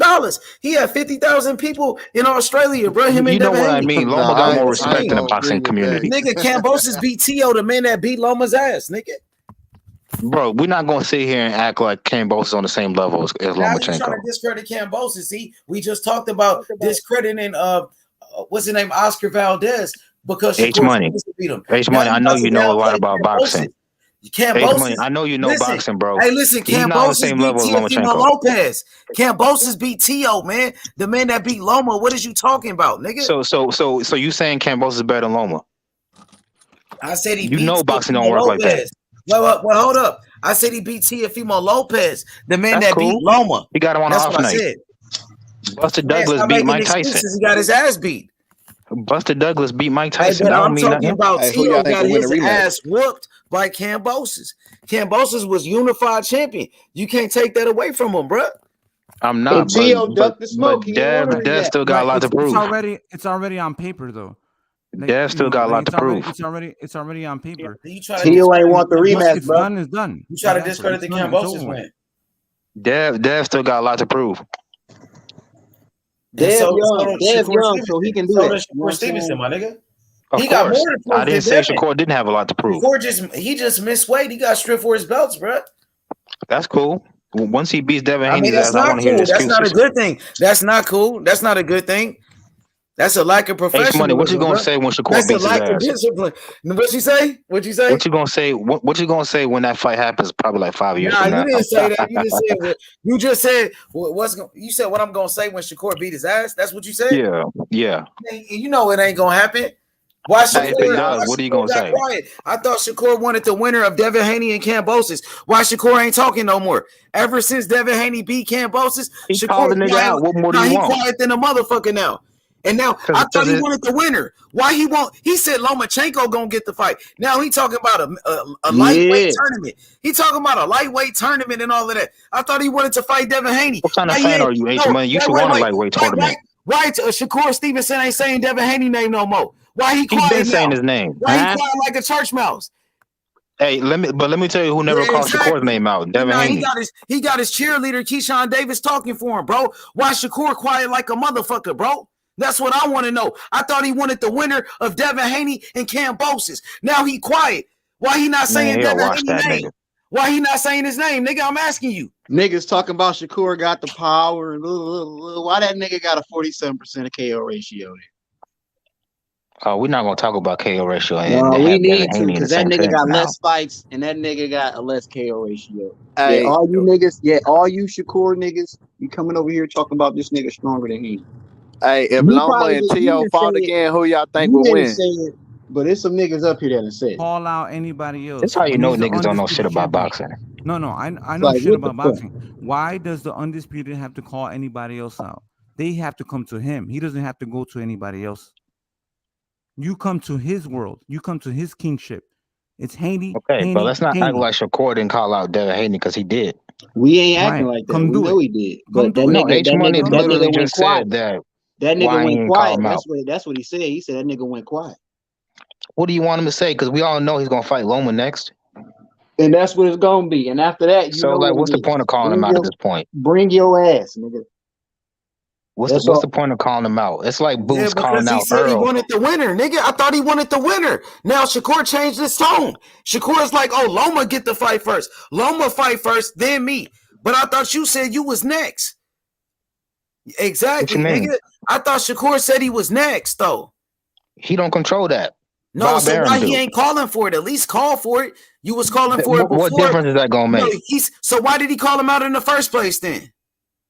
Exactly. Why? Just because he got all the belts. Exactly. Let me tell you why, H. So he was capping. He was clout chasing. No, he wanted to deflect for the fact that he lost his belts at the fucking scale. So how do you change that narrative by saying, "Oh, I'll fight Devin Haney. I'm moving up to 135." If you would have made weight at 130, crazy out your mind. Shakur Stevenson. Shakur Stevenson is arguably the best fighter in the world. Let him know, Billo. Okay. At 130, if he would have made weight at 130, he wouldn't have this whole fucking thing that he's gonna be moving up to 135. If he would have made weight. Look, let me tell y'all something, man. You got talented fighters, and then you got special fighters. Shakur is a special fighter. Dev is a talented fighter. It's not the same levels. I don't know what the hell you talking about, but I guess. I agree. Who is speaking? Sorry, I can't see who's speaking. But Dirk Banks. So Dirk Banks, sir. So this is the thing, though, right? But you can have the most talented fighters in the world, but if they don't work hard, compared to somebody that works hard, hard work beats talent. Shakur don't work hard. How do you know that? I'm not saying, as hard as Haney. Based on the fact that he didn't make weight, that's what I'm assessing. I mean, look how big he is. I agree. I'm not. Have you I'm seen? just Have saying. you I'm seen just saying. these Like, niggas workout videos and shit when they be doing shit like they little? If you can't lose that last pound, it's not worth killing yourself over it. Fuck it, you gonna Hey Dirk, why your boy 135 gonna anyway. fight? I thought he wanted to fight Devin Haney next. Now Shakur said Lomachenko fight for the belts. Nigga, you should want to fight for the belts. I thought he wanted to fight for the fucking belts, nigga. Now that nigga talking about Loma. Hold up, Wait, H-Money. my nigga. I thought he wanted next. He said, I want the winner of Devin Haney and Kambosos. After the Kambosos fight, now Devin Haney beat Kambosos. Now this nigga quiet like a church mouse, nigga. So now hold you up. quiet. So what happened to your point? Let me answer it. Go ahead. The fact that this nigga moved up to 135 is proof he wants smoke. He could have just stayed at 130 and went for undisputed. Nah, he stripped it. He got stripped for his belts. How could he go for undisputed? That don't work when you show up fat, otherwise. nigga. He got stripped for the belts. He's no longer a champion at 130. He couldn't go for undisputed, nigga. I pray to make that fight, but I know it's not going to be soon. Exactly. Got you right there. But look, it is going to happen because Bob Arum said it. The winner of Devin Haney and Lomachenko will fight Shakur Stevenson.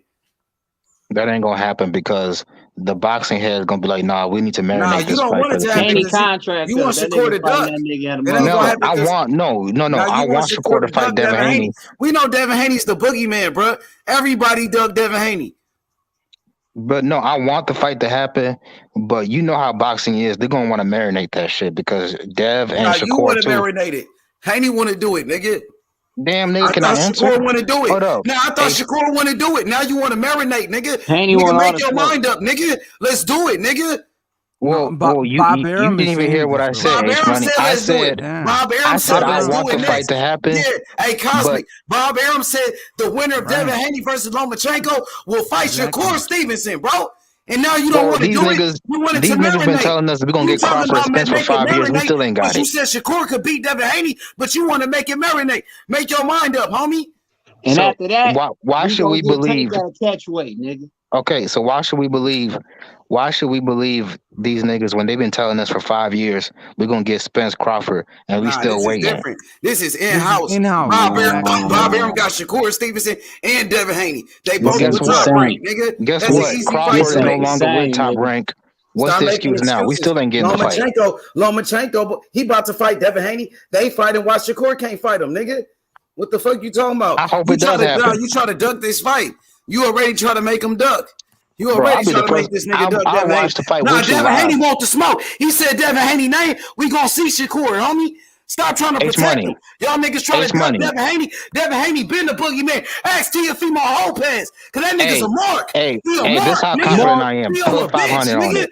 We ran that nigga up out of lightweight, and he got beat by Kambosos, and Lomachenko ducked Devin Haney, took the franchise belt, and Gary Russell ducked Devin Haney. Now Shakur Stevenson ducking Devin Haney, nigga. Devin Haney is the boogeyman. Now Shakur ducking. Shakur ducking Devin Haney, homie. Hey, okay, but this how confident I am. This how confident I am, and this how confident I am in Shakur. Shakur gonna get it. Ain't no marinate shit, nigga. Bob Arum already said it. You try to duck Shakur, try to duck, nigga. Fuck that. He said Devin Haney name. We gonna ride on that nigga, homie. Okay, H Money. This how confident. This how confident I am in that fight. Put 500 on it. I put Let's do it. Deal. $500 on Shake it. on it. Bet. Done. Yes, Locked in. Nigga, lock up. locked in. Nigga. Let's lock up, nigga. It's Let's Haney do time, it. nigga. Pay up. Straight Yeah. up, pay up, nigga. Done, nigga. Look, Easy like a What this- layup, nigga. Game, this hey, is the the fight thing. This is the already thing. over. Haney Hold won. on, hold on. This is the thing. Bob was suggesting to both of the fighters, right? And then both of the fighters will agree whether they want to do it or not. And it's as simple as that. So I sometimes can't we'll wait for have that fucking fight. two fighters that want to fight each other, but their promotional company doesn't agree, or this guy doesn't agree. And you know what I'm saying? But if Bob says, "Oh, we can make this fight happen," then he's going to do the business side of it, and it's up to these two fighters to make this fight happen and just agree. but guys, And it is done. when was the last time we had two young superstars fight in their prime in today's boxing? Man, this nigga making all Fulton- these excuses. Fulton He versus don't It's want not to an fight excuse, now. it's just the He's truth. scared, bro. 28. He's Fulton scared. versus I want my Figueroa. money, bro. Nah, fuck that. They gonna fight. I want my money, bro. 500, bro. Straight up. When Haney Nigga, beat I this wouldn't nigga make the ass, bet if I I wasn't want to hear confident, no but excuses, bro. He need a tune-up fight anyway. Well, Devin Haney was ready to beat his ass. You know what I'm saying? Fuck Loma. We could have made the Shakur fight, but Shakur changed his mind. He said, "No, Loma get the fight before me. I gotta wait for Loma." Why you gotta wait for Loma, nigga? You should want to fight for undisputed, nigga. You want Loma to fight for undisputed, nigga? That nigga, come on, homie. What's up? What's up, Dirk? We here for all the smoke, nigga. so you want We want Shakur. Shakur. Nah, nigga, fuck Loma. We could go straight to the Shakur fight. We ain't marinating shit. What's happening? Right now. That Right would now, be nice, nigga, but right now, nigga. What's that up? would be You nice. need a tune-up fight. You need a tune-up. You need more time. Haney already undisputed, nigga. For What's now. up? Don't change your mind now, nigga. Nah, don't That change your mind he now, my gonna get nigga. exposed when he go to Nah. 140. Who? Dev. Nah, see. Cat, we're nigga. talking about now. 135. Haney gonna Haney is clean the out king at 140, nigga. 135. What the He's fuck not you staying at talking about? 135. He's too big. He's Haney there beating now. everybody at He's there 140, now. nigga. He ain't No, even he's move not. up yet, 135 right nigga. now. Haney been fighting at 135 his whole career, nigga. Fuck is you talking about? He That might nigga beat move niggas up, like he's Teofimo. fucking niggas up, bro. That's about Haney, it. Haney gonna do the niggas at 140 just like he did the niggas at 135. Easy work, nigga. Unanimous or KO, nigga. That's what it's gonna be. TKO or unanimous, nigga. That RTD nigga couldn't crack or an egg. unanimous, nigga. You gonna see the same shit you would see. Watch. Hey, what's your That's core like cracking? us getting I'm saying, what's Boots. your core cracking? What's That's your like core cracking? What's your that's core like us cracking? getting Boots versus Virgil Ortiz. Like Let's right now, debate, Dirk. Me and you. Let's debate. You saying this nigga better than Dev? I said Dev got a better jab than Shakur. Let's do it, nigga. Let's line it up. Shakur got better defense. Haney got better offense. No, he don't. Yes, That's he cap. do. He can't Yeah, fight on the he got inside. better Yeah, he do. offense, nigga. It was Yeah, No, happening, he he nigga. don't. do. Yeah. Yeah, Let's he do do, it, nigga. nigga. No, he Yes, don't. he Haney more do, nigga. aggressive. Haney more aggressive. That's Haney cap. take He more don't walk chances. nobody down. Yeah, And when Haney, he did try Haney to Haney, more walk somebody chances. down, he almost Haney got know knocked how the to fuck bop, out. Haney more Yo, excited. Don't Haney more interrupt. Let excited. him go. Let him No, go, he guys. not. Come on. My nigga Haney know how to get out. Yeah, what's up? Let's do it. What's happening? Haney Am know I how to make a debating you or nigga am reset. I debating you and the fanboys? Haney make niggas. Ain't no fanboys, Hey, nigga. You the fanboy, nigga. It's a lot Haney of make little niggas do the cheerleaders in the Don't reset start button, calling background. nigga. niggas names and shit, nigga. You the fanboy, nigga. Haney Stop make playing. niggas do the reset You button. Hey, don't calling get niggas mad because I names hop and back shit, It's a on. lot nigga. of Stop it, cheerleaders in nigga. the Knock it off, background. I'm nigga. trying to Keep it debate boxing, one Don't get y'all. mad person. because I hop Keep it back on. boxing, y'all, nigga. Cause we could do it, nigga. For real. Haney ready. I got all the belts. Undisputed champion Devin Haney. What's up? What's up, homie? We don't duck no challengers. Shakur Stevenson was the best at 130. He moved up to 135. He said he want to fight the best. Nigga, why wait? He want to wait. He want Loma to fight for undisputed. He should want to fight for undisputed, bro. Why you want Loma to fight before you? You should want Top the rank best. is not gonna let this nigga Nah, jump. at least tell me Lomachenko. what you want. Nigga, he said, Shakur even said in the interview, don't worry about what Bob Arum said. He said, Bob just be talking. He old. Shakur said that. He said, don't listen to Bob. You know what I'm saying? Didn't you say it yourself? Devin Haney What? signed 3 fights. Yeah, we know that. Why Cambosis, Shakur can't be the third fight? Why Shakur because can't he be the already next signed a fight? deal with He said Lomachenko he for the third wanted fight. next, nigga. He said he wanted next. I thought he meant that shit, nigga. You gotta stand on it. 10 toes down, nigga. We don't play that shit, nigga. On God, nigga. On God, my nigga. For real. Stand on business. Yeah, nigga. So what's up with that call out, homie? He was capping? Was he clout chasing? Let me know.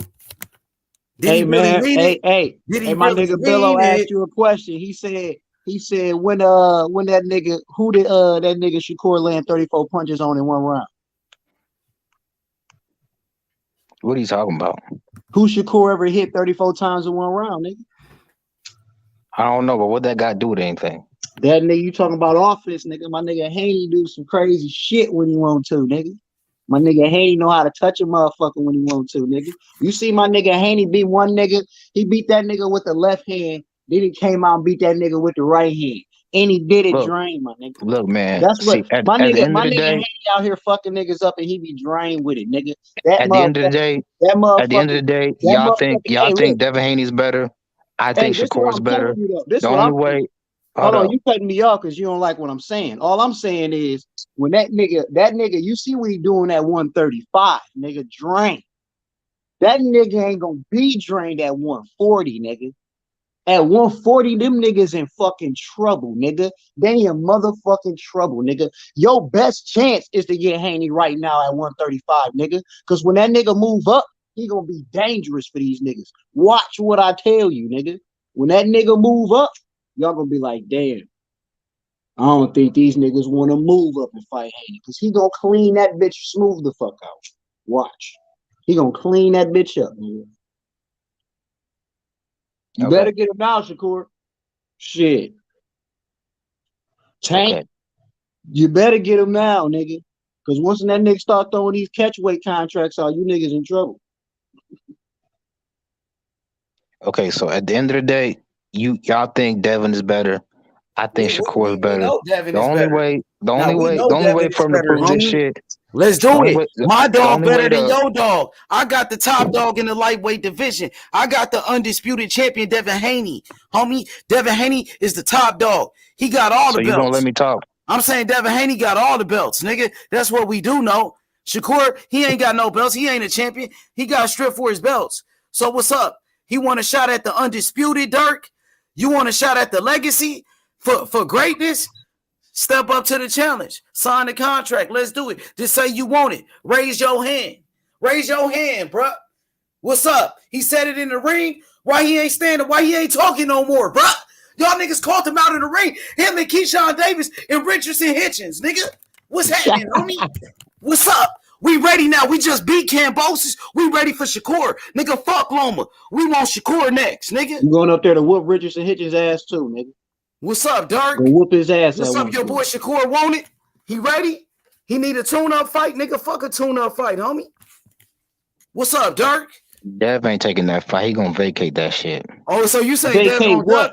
He's saying Dev gonna duck Shakur. You heard him? Yeah. Vacate all right, what? See, now he talking shit. All right, I got you, bro. I got you, bro. Yeah, I'm talking my shit. Shakur is a better fighter than Devin Haney. Any nigga with eyes can see that. Any nigga with eyes can see that Haney is the undisputed champion. And ain't nobody gonna beat him. I don't give a ain't damn. Nobody gonna beat him. Cambosis was undisputed at one point too. Nobody. That nigga Cambosis wasn't undisputed, nigga. He was unified. He had most of the belts. Didn't nobody think he was a better fighter than unified, nigga. Okay, when Cambosis had all the belts or most of the belts. Never had all the belts. Didn't unify. Okay, Cambosis never had all the belts. Even when he had most of the belts, did you think he was a better fighter than Devin Haney Haney? had the WBC, nigga. He was unified. Answer my question. He was not undisputed. Answer my question. I can't answer your question. You said all the belts. You got to revise your question. Okay. I changed my question. Now answer it. You didn't change it. You just. I said when Cambosis had most of the belts, was he a better fighter than Devin Haney? Hell no, nigga. Okay, thank you. And why do you say that? Hell to the no. And why do you say that? No. What I said was the world. No. Why do you say that Devin is a better fighter than Cambosis, even though Cambosis had the belts? Nigga, because that nigga Haney has shown that he's the better fighter. He has the better based defense, on what? You know what I'm saying? He has all right, let me finish, nigga. Shit. He has the better defense, nigga. He has the better based offense, on the eye nigga. test. He has Thank you. Nigga, yeah. Yeah, so that's nigga. what I'm saying about Shakur and Devin Haney. And the stats show it as well, nigga. What Stats show it as well. The stats. Oh, I'm glad you brought up the stats, bro. The ratio of landing on punches, nigga. the work rate. You know what I'm saying? Shit like This that. nigga, That shit all you on just him. dug your own grave. How I dig my own grave, nigga. Because when it comes to the stats of getting hit the least, Shakur Stevenson is number 2 in the whole world. Bivol is number 1. Devin Haney ain't even top 5. Devin Haney's still in the top 10, so it don't matter. Oh, okay. So now that it's a stat, now you want to change up your little argument. Okay, thank you. You just dug your I ain't own changing grave. up shit. You changing up Devin shit Haney for is me. not a more You skilled fighter. changing The up stats shit show for that. me. I ain't changing up shit. I'm letting you know what it is, nigga. How you going? My nigga Haney, he fighting stronger niggas. He fighting bigger Oh, so niggas. now it's because he fights better Hold competition on, that he don't got nigga. better Like stats. you Okay. just love to cut niggas off because you hate to hear the facts. I understand. So you like to move goalposts every 30 seconds because you a weirdo nigga. But let me go in, Nah, nigga. you a Like I said, fanboy. this nigga Haney, he in the art, nigga. He know how to touch a nigga and get out the motherfucking way, nigga. Period. He know how to do Okay. that shit. He does it all Shakur the don't. fucking time. Niggas gotta motherfucking work with this nigga. Shakur been doing that to little niggas. Haney been doing that to niggas his size, nigga. Haney been doing that to big niggas. That niggas at 135. Jojo Diaz. Nigga, JoJo was one nigga. That's one nigga. That's one That nigga touched him up more than any nigga he fought. Nigga. No, he didn't, nigga. Yeah, he What did. is you talking about? Nobody hit Devin more than JoJo Diaz. First of all, nigga, fucking Cambosos touched that nigga more than JoJo did in the first fight, nigga. That nigga had a 24% landing on him. So if you want to talk about it, be real about your shit. All I'm saying is Nobody ever landed more than I love how you want to 14%. talk and not listen, but my nigga Haney, he outworked all them niggas that he fought, nigga. And he beat all them niggas unanimously, nigga. He beat all them niggas good, nigga. That nigga Shakur, he put in work on them little niggas. Yeah, man. He do his fucking thing too. I fucks with Shakur, man. Shakur nice, you know what I'm saying? But Shakur been fighting them little niggas. He gonna have to come up and get this work from a nigga that's really about that shit. A nigga that's gonna water when he fucking rehydrate, that nigga gonna be bigger than your ass, nigga. You not gonna be bigger than Haney at no given moment. And you gonna have to deal with a nigga that's defensively sound as well and know how to motherfucking jab the shit out your ass, know how to counter hook your ass, know how to hit you with the right hooks, know how to hit you with jabs, nigga. Haney got the whole package, bro. And ain't nothing that he lacking in at all. Okay. So tell me why most of the niggas that spar, both of them, most of them niggas say Shakur is a better fighter. Why do they say that? Because that nigga Somebody paying him? because that's the nigga's opinion. Like even in that motherfucking sparring match, it wasn't like he just beat the shit out of Haney. Them niggas had a good ass motherfucking sparring match. Who do you think was winning that sparring? Be honest. Hold on. You talking, but you're not listening. Yo, can I get in? Motherfucking comments, nigga. The comments on that motherfucker say it was a good ass motherfucking sparring match. They can't wait to see where that shit really go to. Niggas be like, yeah, I give Shakur the slight edge on that shit. Niggas do say that, and that's cool. You know what I'm saying? I don't knock niggas. You know what I'm saying? But what I'm telling you is that shit was what 4, 5, 6 years ago. Shakur way better now. That was how Haney way better now. Nigga. Haney's So way better. if they both way better, That's what I'm telling wouldn't you give it to the innocent nigga that was better back then? So what I'm telling you is on some motherfucking sparring shit, if your ass you can't even say you beat my ass in sparring because that shit was a good ass work. I gave your ass some good ass motherfucking work, nigga. And now I'm undisputed, nigga. Now I'm even better than what I was then, nigga. And when you get in this motherfucking ring, this a 12 rounder. This for the motherfucking marbles, nigga. So what I'm telling you is, nigga, Haney already dealt with niggas his motherfucking size, nigga. So when he go in there and looking at this nigga, he gonna box that nigga the fuck up. He gonna hit that nigga. He gonna pop him up, and Shakur not gonna be able to hurt Haney. Little Shakur hands gonna come in there. Y'all niggas talking about all this power shit, nigga. He ain't gonna do shit. He ain't bringing shit to the table that Haney gonna be scared of, nigga. And he showed you that when he sparred that nigga, that he has nothing that he's worried about when he fight that nigga. And now he's way more solid. So he's Devin ain't had shit for him either. So Haney's gonna be more aggressive than he was in that sparring match, nigga. He gonna be way more aggressive than he was in that fucking sparring match. Hey, let bro talk. You had your point, man. Bro. This is the thing, right? When it comes to sparring, sometimes you let your hands go more than you would in a fight. So I think what I saw and the most impressive thing about Devin Haney with the Kambosos fight was his composure, his maturity. You know, the fact that he didn't, let himself succumb to Kambosos and what he was trying to do, stay composed, stuck to a game plan. That's the professional, mature level that you want to reach. You know, even though you want to, You went out. You hear me? Nah, I hear you. Okay. So Haney stuck to the game plan. He stayed composed. That's one of his best attributes that he has. Okay. Go ahead, bro. Your turn now. And that's on the professional level. And I think that's one of his best attributes. Okay. So even way back then in that sparring, even though they were both like super young, you could see even back then Shakur had a little bit of an edge when it came to skill, and you could say that Devin is much better now, but so is Shakur. Shakur is getting his man strength now, so like I feel like it'll be the same thing. It'll be a chess match, but I think Shakur will pull away like in the later rounds because I just think he's a more complete fighter. That's just my opinion. I think Dev has shown more holes in his game than Shakur Stevenson. Belts don't make you a better fighter. And the reason why that I can agree with that is because this nigga Shakur just hasn't fought anybody that I can even see that was even real comp for him. He just bigger than all them little niggas he been fighting, bro. So when he come up to this 135 shit, we actually gonna see him get some real fucking work on his shoulders. So it's gonna be nice to fucking see. Let me ask you a honest hold on, question. man. Hold on. I ain't cut you off, so don't cut me off, bro. Let me finish. All I'm saying is, nigga, when you come up to this 135, shit gonna be different. When you dealing with Haney, you dealing with Bill too. And that nigga Bill over there in that motherfucking corner is a genius, nigga. So when you get out there in that motherfucking ring with Haney and you see this nigga adjusting every goddamn round and switching up shit that he do every motherfucking round on your ass, it's gonna be real motherfucking hard for your ass. Hey, so what y'all think about Shakur Stevenson trainer, his grandfather? That nigga must be a genius too. Look what he created. That nigga I mean, he's been a trainer on the Olympic team in the amateur boxing, for the longest. Right. Yeah, so that's a great matchup though. Even with the trainers, Bill Haney, the father, and of course the trainer of Devin Haney, and then you got Shakur Stevenson. His grandfather is his trainer, and that's kind of like his dad too. So that's a great matchup, bro. I want to see that fight. Bob Arum said the winner. Yeah, go ahead, Cosmic. No, it's a great fight. I kind of agree with Dirk that it does need to mature because the level of competition, Haney versus Shakur. You know what I'm saying? I would like to see it when both of them, are they're at not even prime popularity. You know what I'm saying? Stance. You know what I'm saying? Bob Arum said he wants to make that fight next. He said, look, that's what I want too. Hey, bro, Bob Arum said the winner of Devin Haney and Lomachenko will fight Shakur Stevenson. That's great fights, bro. I want to see it. Fuck that. I want that. I want that. I want that shit too. Y'all should. Yeah, that's great. We all want that, but let's be honest. In reality, they're gonna try to marinate that shit until they're at 147.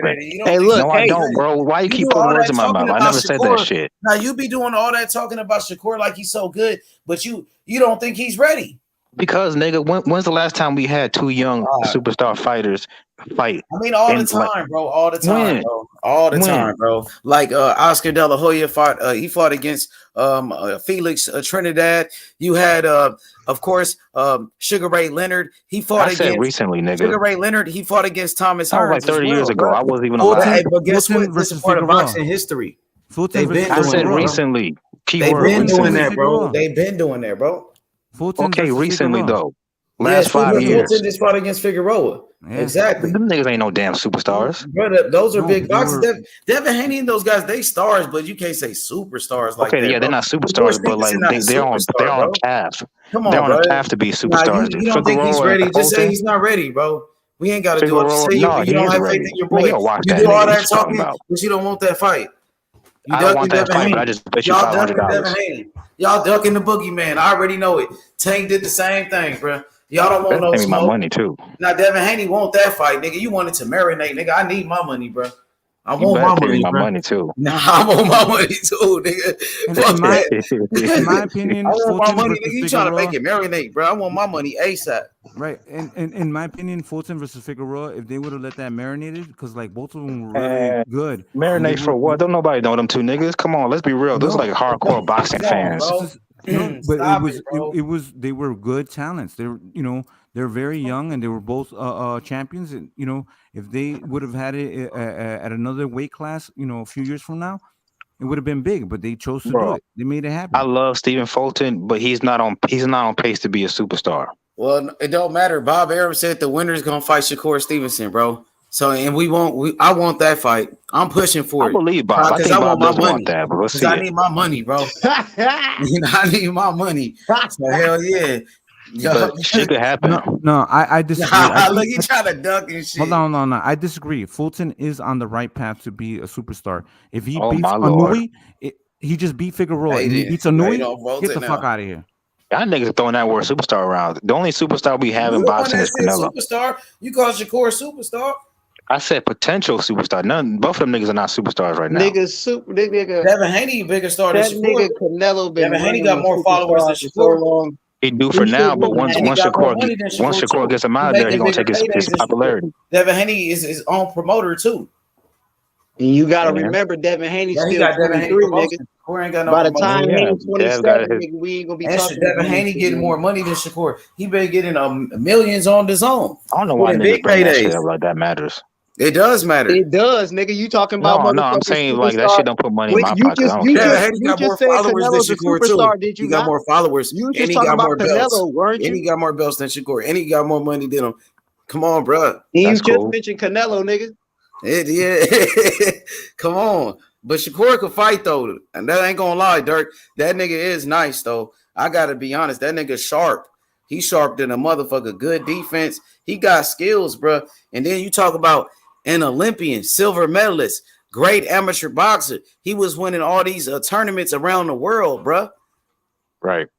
You know what I mean? He's seen all kinds of styles. So like, bro, he's not scared of no damn Devin Haney. No disrespect to Haney, but come on now. Let's make it happen then. I You hope know so. what I'm Yes, saying? please. Haney Let's ain't make it scared of happen. that nigga. Please, let's make it happen. Because he ain't never seen nothing like Shakur Shakur Stevenson. ain't getting no 4 rounds on Haney. You smoking all types of crack, Tony. No, I think he could get 5 on Haney. I'm not gonna discredit Shakur. I think Shakur is definitely. Who you think is Devin sharper Haney than? would beat Shakur 8 to 4? Hey, Cosmic, you like Shakur? He's a I like Shakur, southpaw. of course. Yeah. I love Shakur. Yeah, He's I a love southpaw Shakur. too. Yeah, What you of think course, about yeah. him being a southpaw? Great southpaw. The one thing is Them niggas gonna get a draw. Nah, Right. hell nah. So- Nigga gonna beat that nigga ass. I always saying that because y'all niggas got money. This is the thing. I think Haney will be consistent and he's going to stick to the game plan. Whereas Shakur kind of thinks and is a little bit more methodical and tries to look for different things. But Haney will just stick to the game plan, use the jab, and stick to what he does. Right? He's just going to win round by round by round. Whoa! If you think you can just stick and jab against a fighter like Shakur Stevenson, that's not gonna work. You can do that to a Cambosis type of nigga, but the higher level fighters, you can't do that. You gotta switch it up. So I'm gonna ask you like switch this. it up. You ain't see what Let the me fuck ask you- this nigga did? Well, Yo, this Dirk. dude right here just said that's all Devin Haney needs to do. It's not gonna be Yo, that Dirk. easy. No. I'm Let me just saying ask- that. Haney's best weapon is his composure and the fact that he sticks to the game plan. Okay. He better be able to switch the game plan if it doesn't work because he might need to.